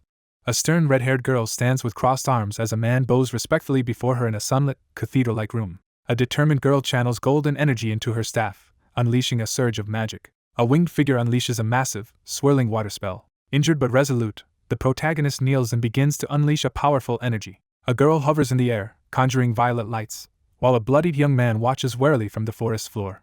An injured hand seizes the glowing dagger mid-strike, halting the attack in a moment of desperate resistance. A figure engulfed in purple energy crashes down from the sky, causing a massive explosion. A massive surge of purple energy explodes outward, ripping through the terrain. A figure surges forward with a curved dagger, radiating intense purple energy as the light turns pure white. A hand seizes the sword's hilt in a sudden, decisive motion. A blood-stained dagger pulses with dark energy as the plot hints at a crucial gathering. An upperclassman launches a powerful magical attack from above while a first-year counters with a strong defense. 2 students clash swords as competitors aim to defeat their senior and secure better grades. A figure bursts onto the scene atop a spectral wolf, drawing attention from bystanders near the carriage. A massive blue energy wave blasts across the arena, sending one person flying as 3 others watch in shock. A battered young man kneels amid the rubble, preparing to push forward as the scenario unfolds. Claude struggles to rise, refusing to accept defeat after being bested in the match. A desperate figure reaches for the forbidden potion and drinks the evil god's blood. The mid-boss unleashes a wave of sinister magic as magical artifacts swirl around him. Empowered by the evil god's magic, he unleashes a furious surge of black magic against his opponent. A figure unleashes a massive green energy blast, causing a violent explosion that shakes the surroundings. In the aftermath of a brutal ordeal, the wounded protagonist struggles to recover amid the rubble. A spectral beast charges between 2 tense students as the confrontation escalates outside the academy. One student is blasted backward by a surge of blue energy and can barely stand. A bloodied young man pushes himself up through the rubble, refusing to give in. A battered young man summons golden energy and channels it into his marked sword for a final attack. The scenario moves forward as the next phase is announced. A fierce surge of energy explodes from the protagonist as he launches a devastating attack against the mechanical enemy. Energy crackles around the young man as his eyes glow green and he undergoes a sudden supernatural transformation. A fierce elemental slash tears through the monstrous foe as a surge of energy fills the scene. The empowered character unleashes an upgraded elemental slash capable of cutting through all elements, including darkness. A wounded student staggers past the stunned crowd as a golden energy beam crashes into the academy building. A bloodied young man staggers forward, barely conscious after a brutal defeat outside a grand building. The joint combat training concludes as one fighter stands victorious while his opponent collapses in defeat. The academy students erupt in applause as a once mock swordsman gains full recognition as a powerhouse. Students, faculty, and comrades applaud together in a brightly lit hall. The bloodied young man raises his glowing sword in victory, drawing the attention of everyone in the grand hall. The atmosphere shifts as the character leaves the testing arena, watched closely by others. He stares downward, stunned as he processes a sudden realization. He learns that a comrade has died as a loot crashes to the floor. A lone figure stands in the ruined cathedral, facing a glowing red summoning circle amid the aftermath of violence. A mortally wounded woman stands in the orange glow as her death is announced. The circumstances surrounding the death remain unclear as a blood-stained leg stands near a glowing magic circle. Adele collapses, bleeding and defeated, as the ritual completes and her intended fate in the story is fulfilled. A furious fighter lands a bloodied, brutal punch in a burst of fiery light. A surge of fierce energy bursts from the character as their eye glows intensely. A forceful punch slams into the character's midsection, sending them reeling from the impact. Bloodied and exhausted, the character struggles to remain conscious after a traumatic ordeal. A severely injured young man struggles to catch his breath amidst the flames, realizing the original storyline has already changed. A boy stares ahead in shock, reacting to an unexpected event. The group moves cautiously down the blood-stained hallway, tense after hearing there was no news of anyone's death. A furious man charges forward through the wrecked hall as chaos erupts around him. A spiked gauntlet crashes into a person's face, sending blood flying. In the aftermath of the confrontation, the group stands in the grand hall while a battered person looks up from the ground. The priest announces that the recent conflict has been resolved internally as the others watch in silence. The legend of the Saintess of Distrust was erased before it could begin. The Holy Lance Dragon remained dormant, not reviving sooner than anticipated. A glowing blue pendant sinks deeper into the water, leaving a trail of bubbles behind. With the Saintess of Distrust gone, the Order never invades Arkan Island and the Episode 3 boss never appears. A solitary figure silently contemplates the absence of the awakened Lucy as the sun sets. A bloodied man and a distressed woman cling to each other in anguish as events spiral further from the original scenario. A lone figure pauses at the edge of the scene, silently watching the sun dip below the horizon. A blushing girl in a witch hat admits she wants meat jerky. A foreboding statement hints at looming trouble for the academy. A group of students approaches the academy as the sun sets and leaves swirl around them. The armored group stands over their defeated opponent as one of them exhales in relief. A blood-stained priest bows before a standing figure as another person lies motionless on the ground. A silver-haired woman surveys the sunlit hall in calm silence. An unexpected event occurs sooner than anticipated. A blue crystal pendant sinks deeper into the water as bubbles rise to the surface. The Order's army is erased from history and never invades Arkan Island. A lone figure stands at the cliff's edge, surveying the vast forest below as the sun sets. A foreboding message declares that the awakened Lucy never appears. A lone figure with white hair and a wide-brimmed hat stands silently, contemplating the sunset. A bloodied man stands silently while a crying girl clings to him, both reeling from events that have diverged even further from the original scenario. A solitary figure stands in silence, watching the sun set with a contemplative gaze. A girl in a witch hat openly admits her craving for meat jerky. A looming challenge at the academy is foreshadowed. A group of students approaches the academy building as others watch them from nearby. 2 days pass as the scene shifts to a clear sky. Someone knocks gently on the cabin door to check if Janica is feeling better. Someone warns the person outside not to enter the cabin because they are still washing up and their vision is unclear. Janica suffers the severe consequences of using future mana, now unable to access her magic or foresee events. The highest-ranking water spirit crashes into the forest outside Arkan Island after blocking the 5 apostles. After losing consciousness and being surrounded by dark energy, she later woke up inside the cottage. A witch-like figure channels purple energy over the unconscious girl in the forest, silently grateful for the mysterious turn of events. He insists that any problems should be brought to him first. A maid thanks a visitor and reflects on how her responsibilities as head maid reduce her actual housework. Her determined gaze reveals a strong desire to help with the housework. A young woman checks if the older boy is alright, and he replies that he is fine but worried about someone who still cannot see. Ed quietly asks if there is anything causing concern. The young man gives a firm answer, standing resolute by the wooden post. She firmly states that helping Janica is the top priority. One person stands at the doorway and explains that he will be changing the woman's clothes and wiping her sweat as part of his caretaking duties. A woman confidently enters the room, expressing certainty that the young master would never make such a mistake. A tense silence fills the hallway as the closed door remains untouched. A woman leans through the doorway and urges someone to take advantage of the current chaos by listening in on events inside. A man forcefully slams his hand against the wooden wall of the cabin porch. The young man impatiently urges someone to stop wasting time and go inside to help Janica. Ed expresses disappointment as he comments on the situation. Someone acknowledges the arrival of the young master. A girl leans into the doorway and calls out someone for using informal speech. The two stand in tense silence outside the cabin, each waiting for the other to act. A determined man walks toward the log cabin as a hidden woman watches him from the shadows.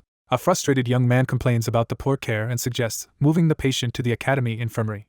A determined young man announces his plan to ventilate the building by opening the door wide. Someone is interrupted while changing clothes and reacts with frustration outdoors. Someone quickly realizes that the protagonist has been feeling troubled. As the campfire burns in the forest clearing, the passing hours offer no time for reflection. Sitting by the campfire at sunset, the protagonist chops wood and realizes how quickly chores have piled up during his short absence. A blond young man greets someone with a serious expression as the sun sets, initiating a conversation.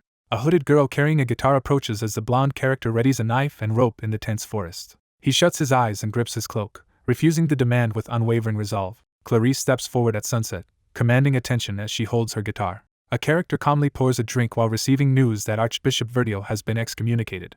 A shackled prisoner is forcefully escorted by guards to the Holy Capitol for judgment.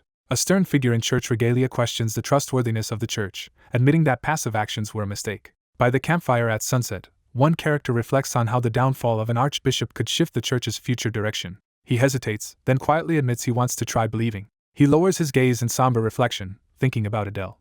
A serious young woman reveals that despite using her position as the saintess, she has found no trace of the missing person. They sit outside the cabin at sunset as one quietly begins to share his experiences after leaving the Holy Capitol. Two figures sit quietly by the campfire as the day ends. She gathers her courage to express her gratitude. A hand sets a lute by the campfire, leaving it behind in hopes that someone special might find it. Two students walk away from the campfire, quietly discussing their plans to stay at camp during summer vacation. The young man hesitantly asks for a small favor as the sun sets behind him. A girl hesitantly asks a boy if he can start treating her as his junior. As the sun sets, Ed hands a burning torch to the girl in the red hooded cloak, strengthening their trust. The character in the red hood pauses to clarify his perspective as the sun sets.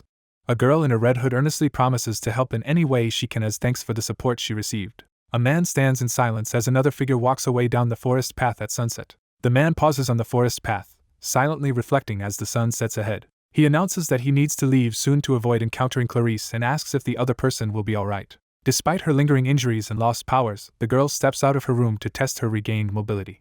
Two people sit by the campfire at night, quietly confronting their unresolved feelings about leaving without saying goodbye to someone important. A wounded girl sits in silence as she admits the truth was a lie from the start. A young girl plays a stringed instrument before robed figures, filling the air with songs that honor Telos and tales of distant journeys. A young woman leans out the window, listening as another plays a lute below. A character confesses by the campfire that every song played on the lute was a lie. By the firelight, a hand gently strums the lute. Startled, he recoils as something rushes toward him. A girl with bandages burns a lute in the fire, her expression tense as she looks down. Determined to make amends, the bandaged girl decides to visit every place she once lied about. A character watches a cherished string instrument burn, determined to start a new journey without the burdens of the past. Two students sit by the campfire at sunset, quietly sharing their thoughts. A character quietly expresses hope about having a place to return to. He promises to return within 3 years, hoping to come back after his travels and share new songs with her. A young man promises to craft an instrument when someone returns, hinting at their reunion in 2 years. The character prepares to deliver a final, decisive statement.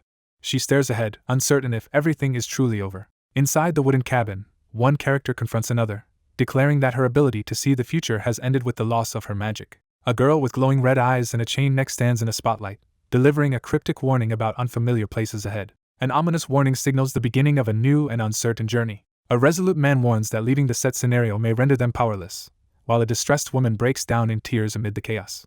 A character warns ominously of terrifying events looming in the future as disturbing scenes flash across the background. A young man confronts someone about their fear of an uncertain future. Two figures stand silently by the campfire as tension lingers in the fading light. He admits that he is scared. Clenching her bag strap, she gathers her resolve for what lies ahead. A cheerful girl with an eye patch smiles confidently as she looks forward to the adventure ahead. After a supernatural encounter, the protagonist reflects on how much has changed. A musical instrument burns in the campfire, marking a crucial turning point. Two figures race through the burning forest, torn between escaping Arkan Island to prevent the dragon's revival or returning to save someone left behind. A wounded young man grips a glowing pendant and decides to prevent the dragon's revival. A character confesses to sacrificing Adele, revealing the weight of a painful decision. The protagonist realizes how easily everything could have gone wrong if vital factors had changed. A figure admits they were willing to betray someone to survive, while a charred body smolders in the center of cracked stones. A heavily armed soldier storms through a blood-stained doorway, advancing over fallen enemies without hesitation. A character in a gas mask freezes as danger approaches through the smoky, red-lit haze. A bloodied woman collapses to the ground, struggling to survive her injuries. Blood streams from the injured person's mouth as they struggle to endure the pain. Amidst the chaos of gunfire and flames, a figure dashes for safety. A determined character declares the willingness to abandon everything. He sits alone by the dying campfire, lost in quiet reflection. The young man stands in silence, lost in deep thought. He steps forward cautiously on the dimly lit grass, small glowing orbs floating around his foot. Night falls as one figure sits in thought by a smoldering campfire while another silently approaches, marking the start of summer vacation. The once outsider now stands at the academy's top, with a former adversary loyally by his side. The boss of the third act has disappeared as a hand stirs a campfire at night. Two people sit together by the campfire, quietly sharing a moment in the forest as fireflies drift around them. A character weighs the consequences of changing fate or ignoring a sacrifice, preparing to make a critical decision. Two figures sit close by the fire, quietly sharing a moment of rest and comfort. Ed Rossdaler, once considered an outcast, has unexpectedly risen to become a top student at the academy. One character, exhausted, leans against another for support in a quiet moment. A hand stokes the campfire with a stick under the night sky. Two figures sit closely together on a log, quietly sharing a peaceful moment by the campfire as fireflies drift through the night. A narrator contemplates the consequences of changing fate or ignoring sacrifices. A surge of fiery power awakens within as his eye glows intensely. A boy sits by the fire as a girl rests her head on his shoulder in silence.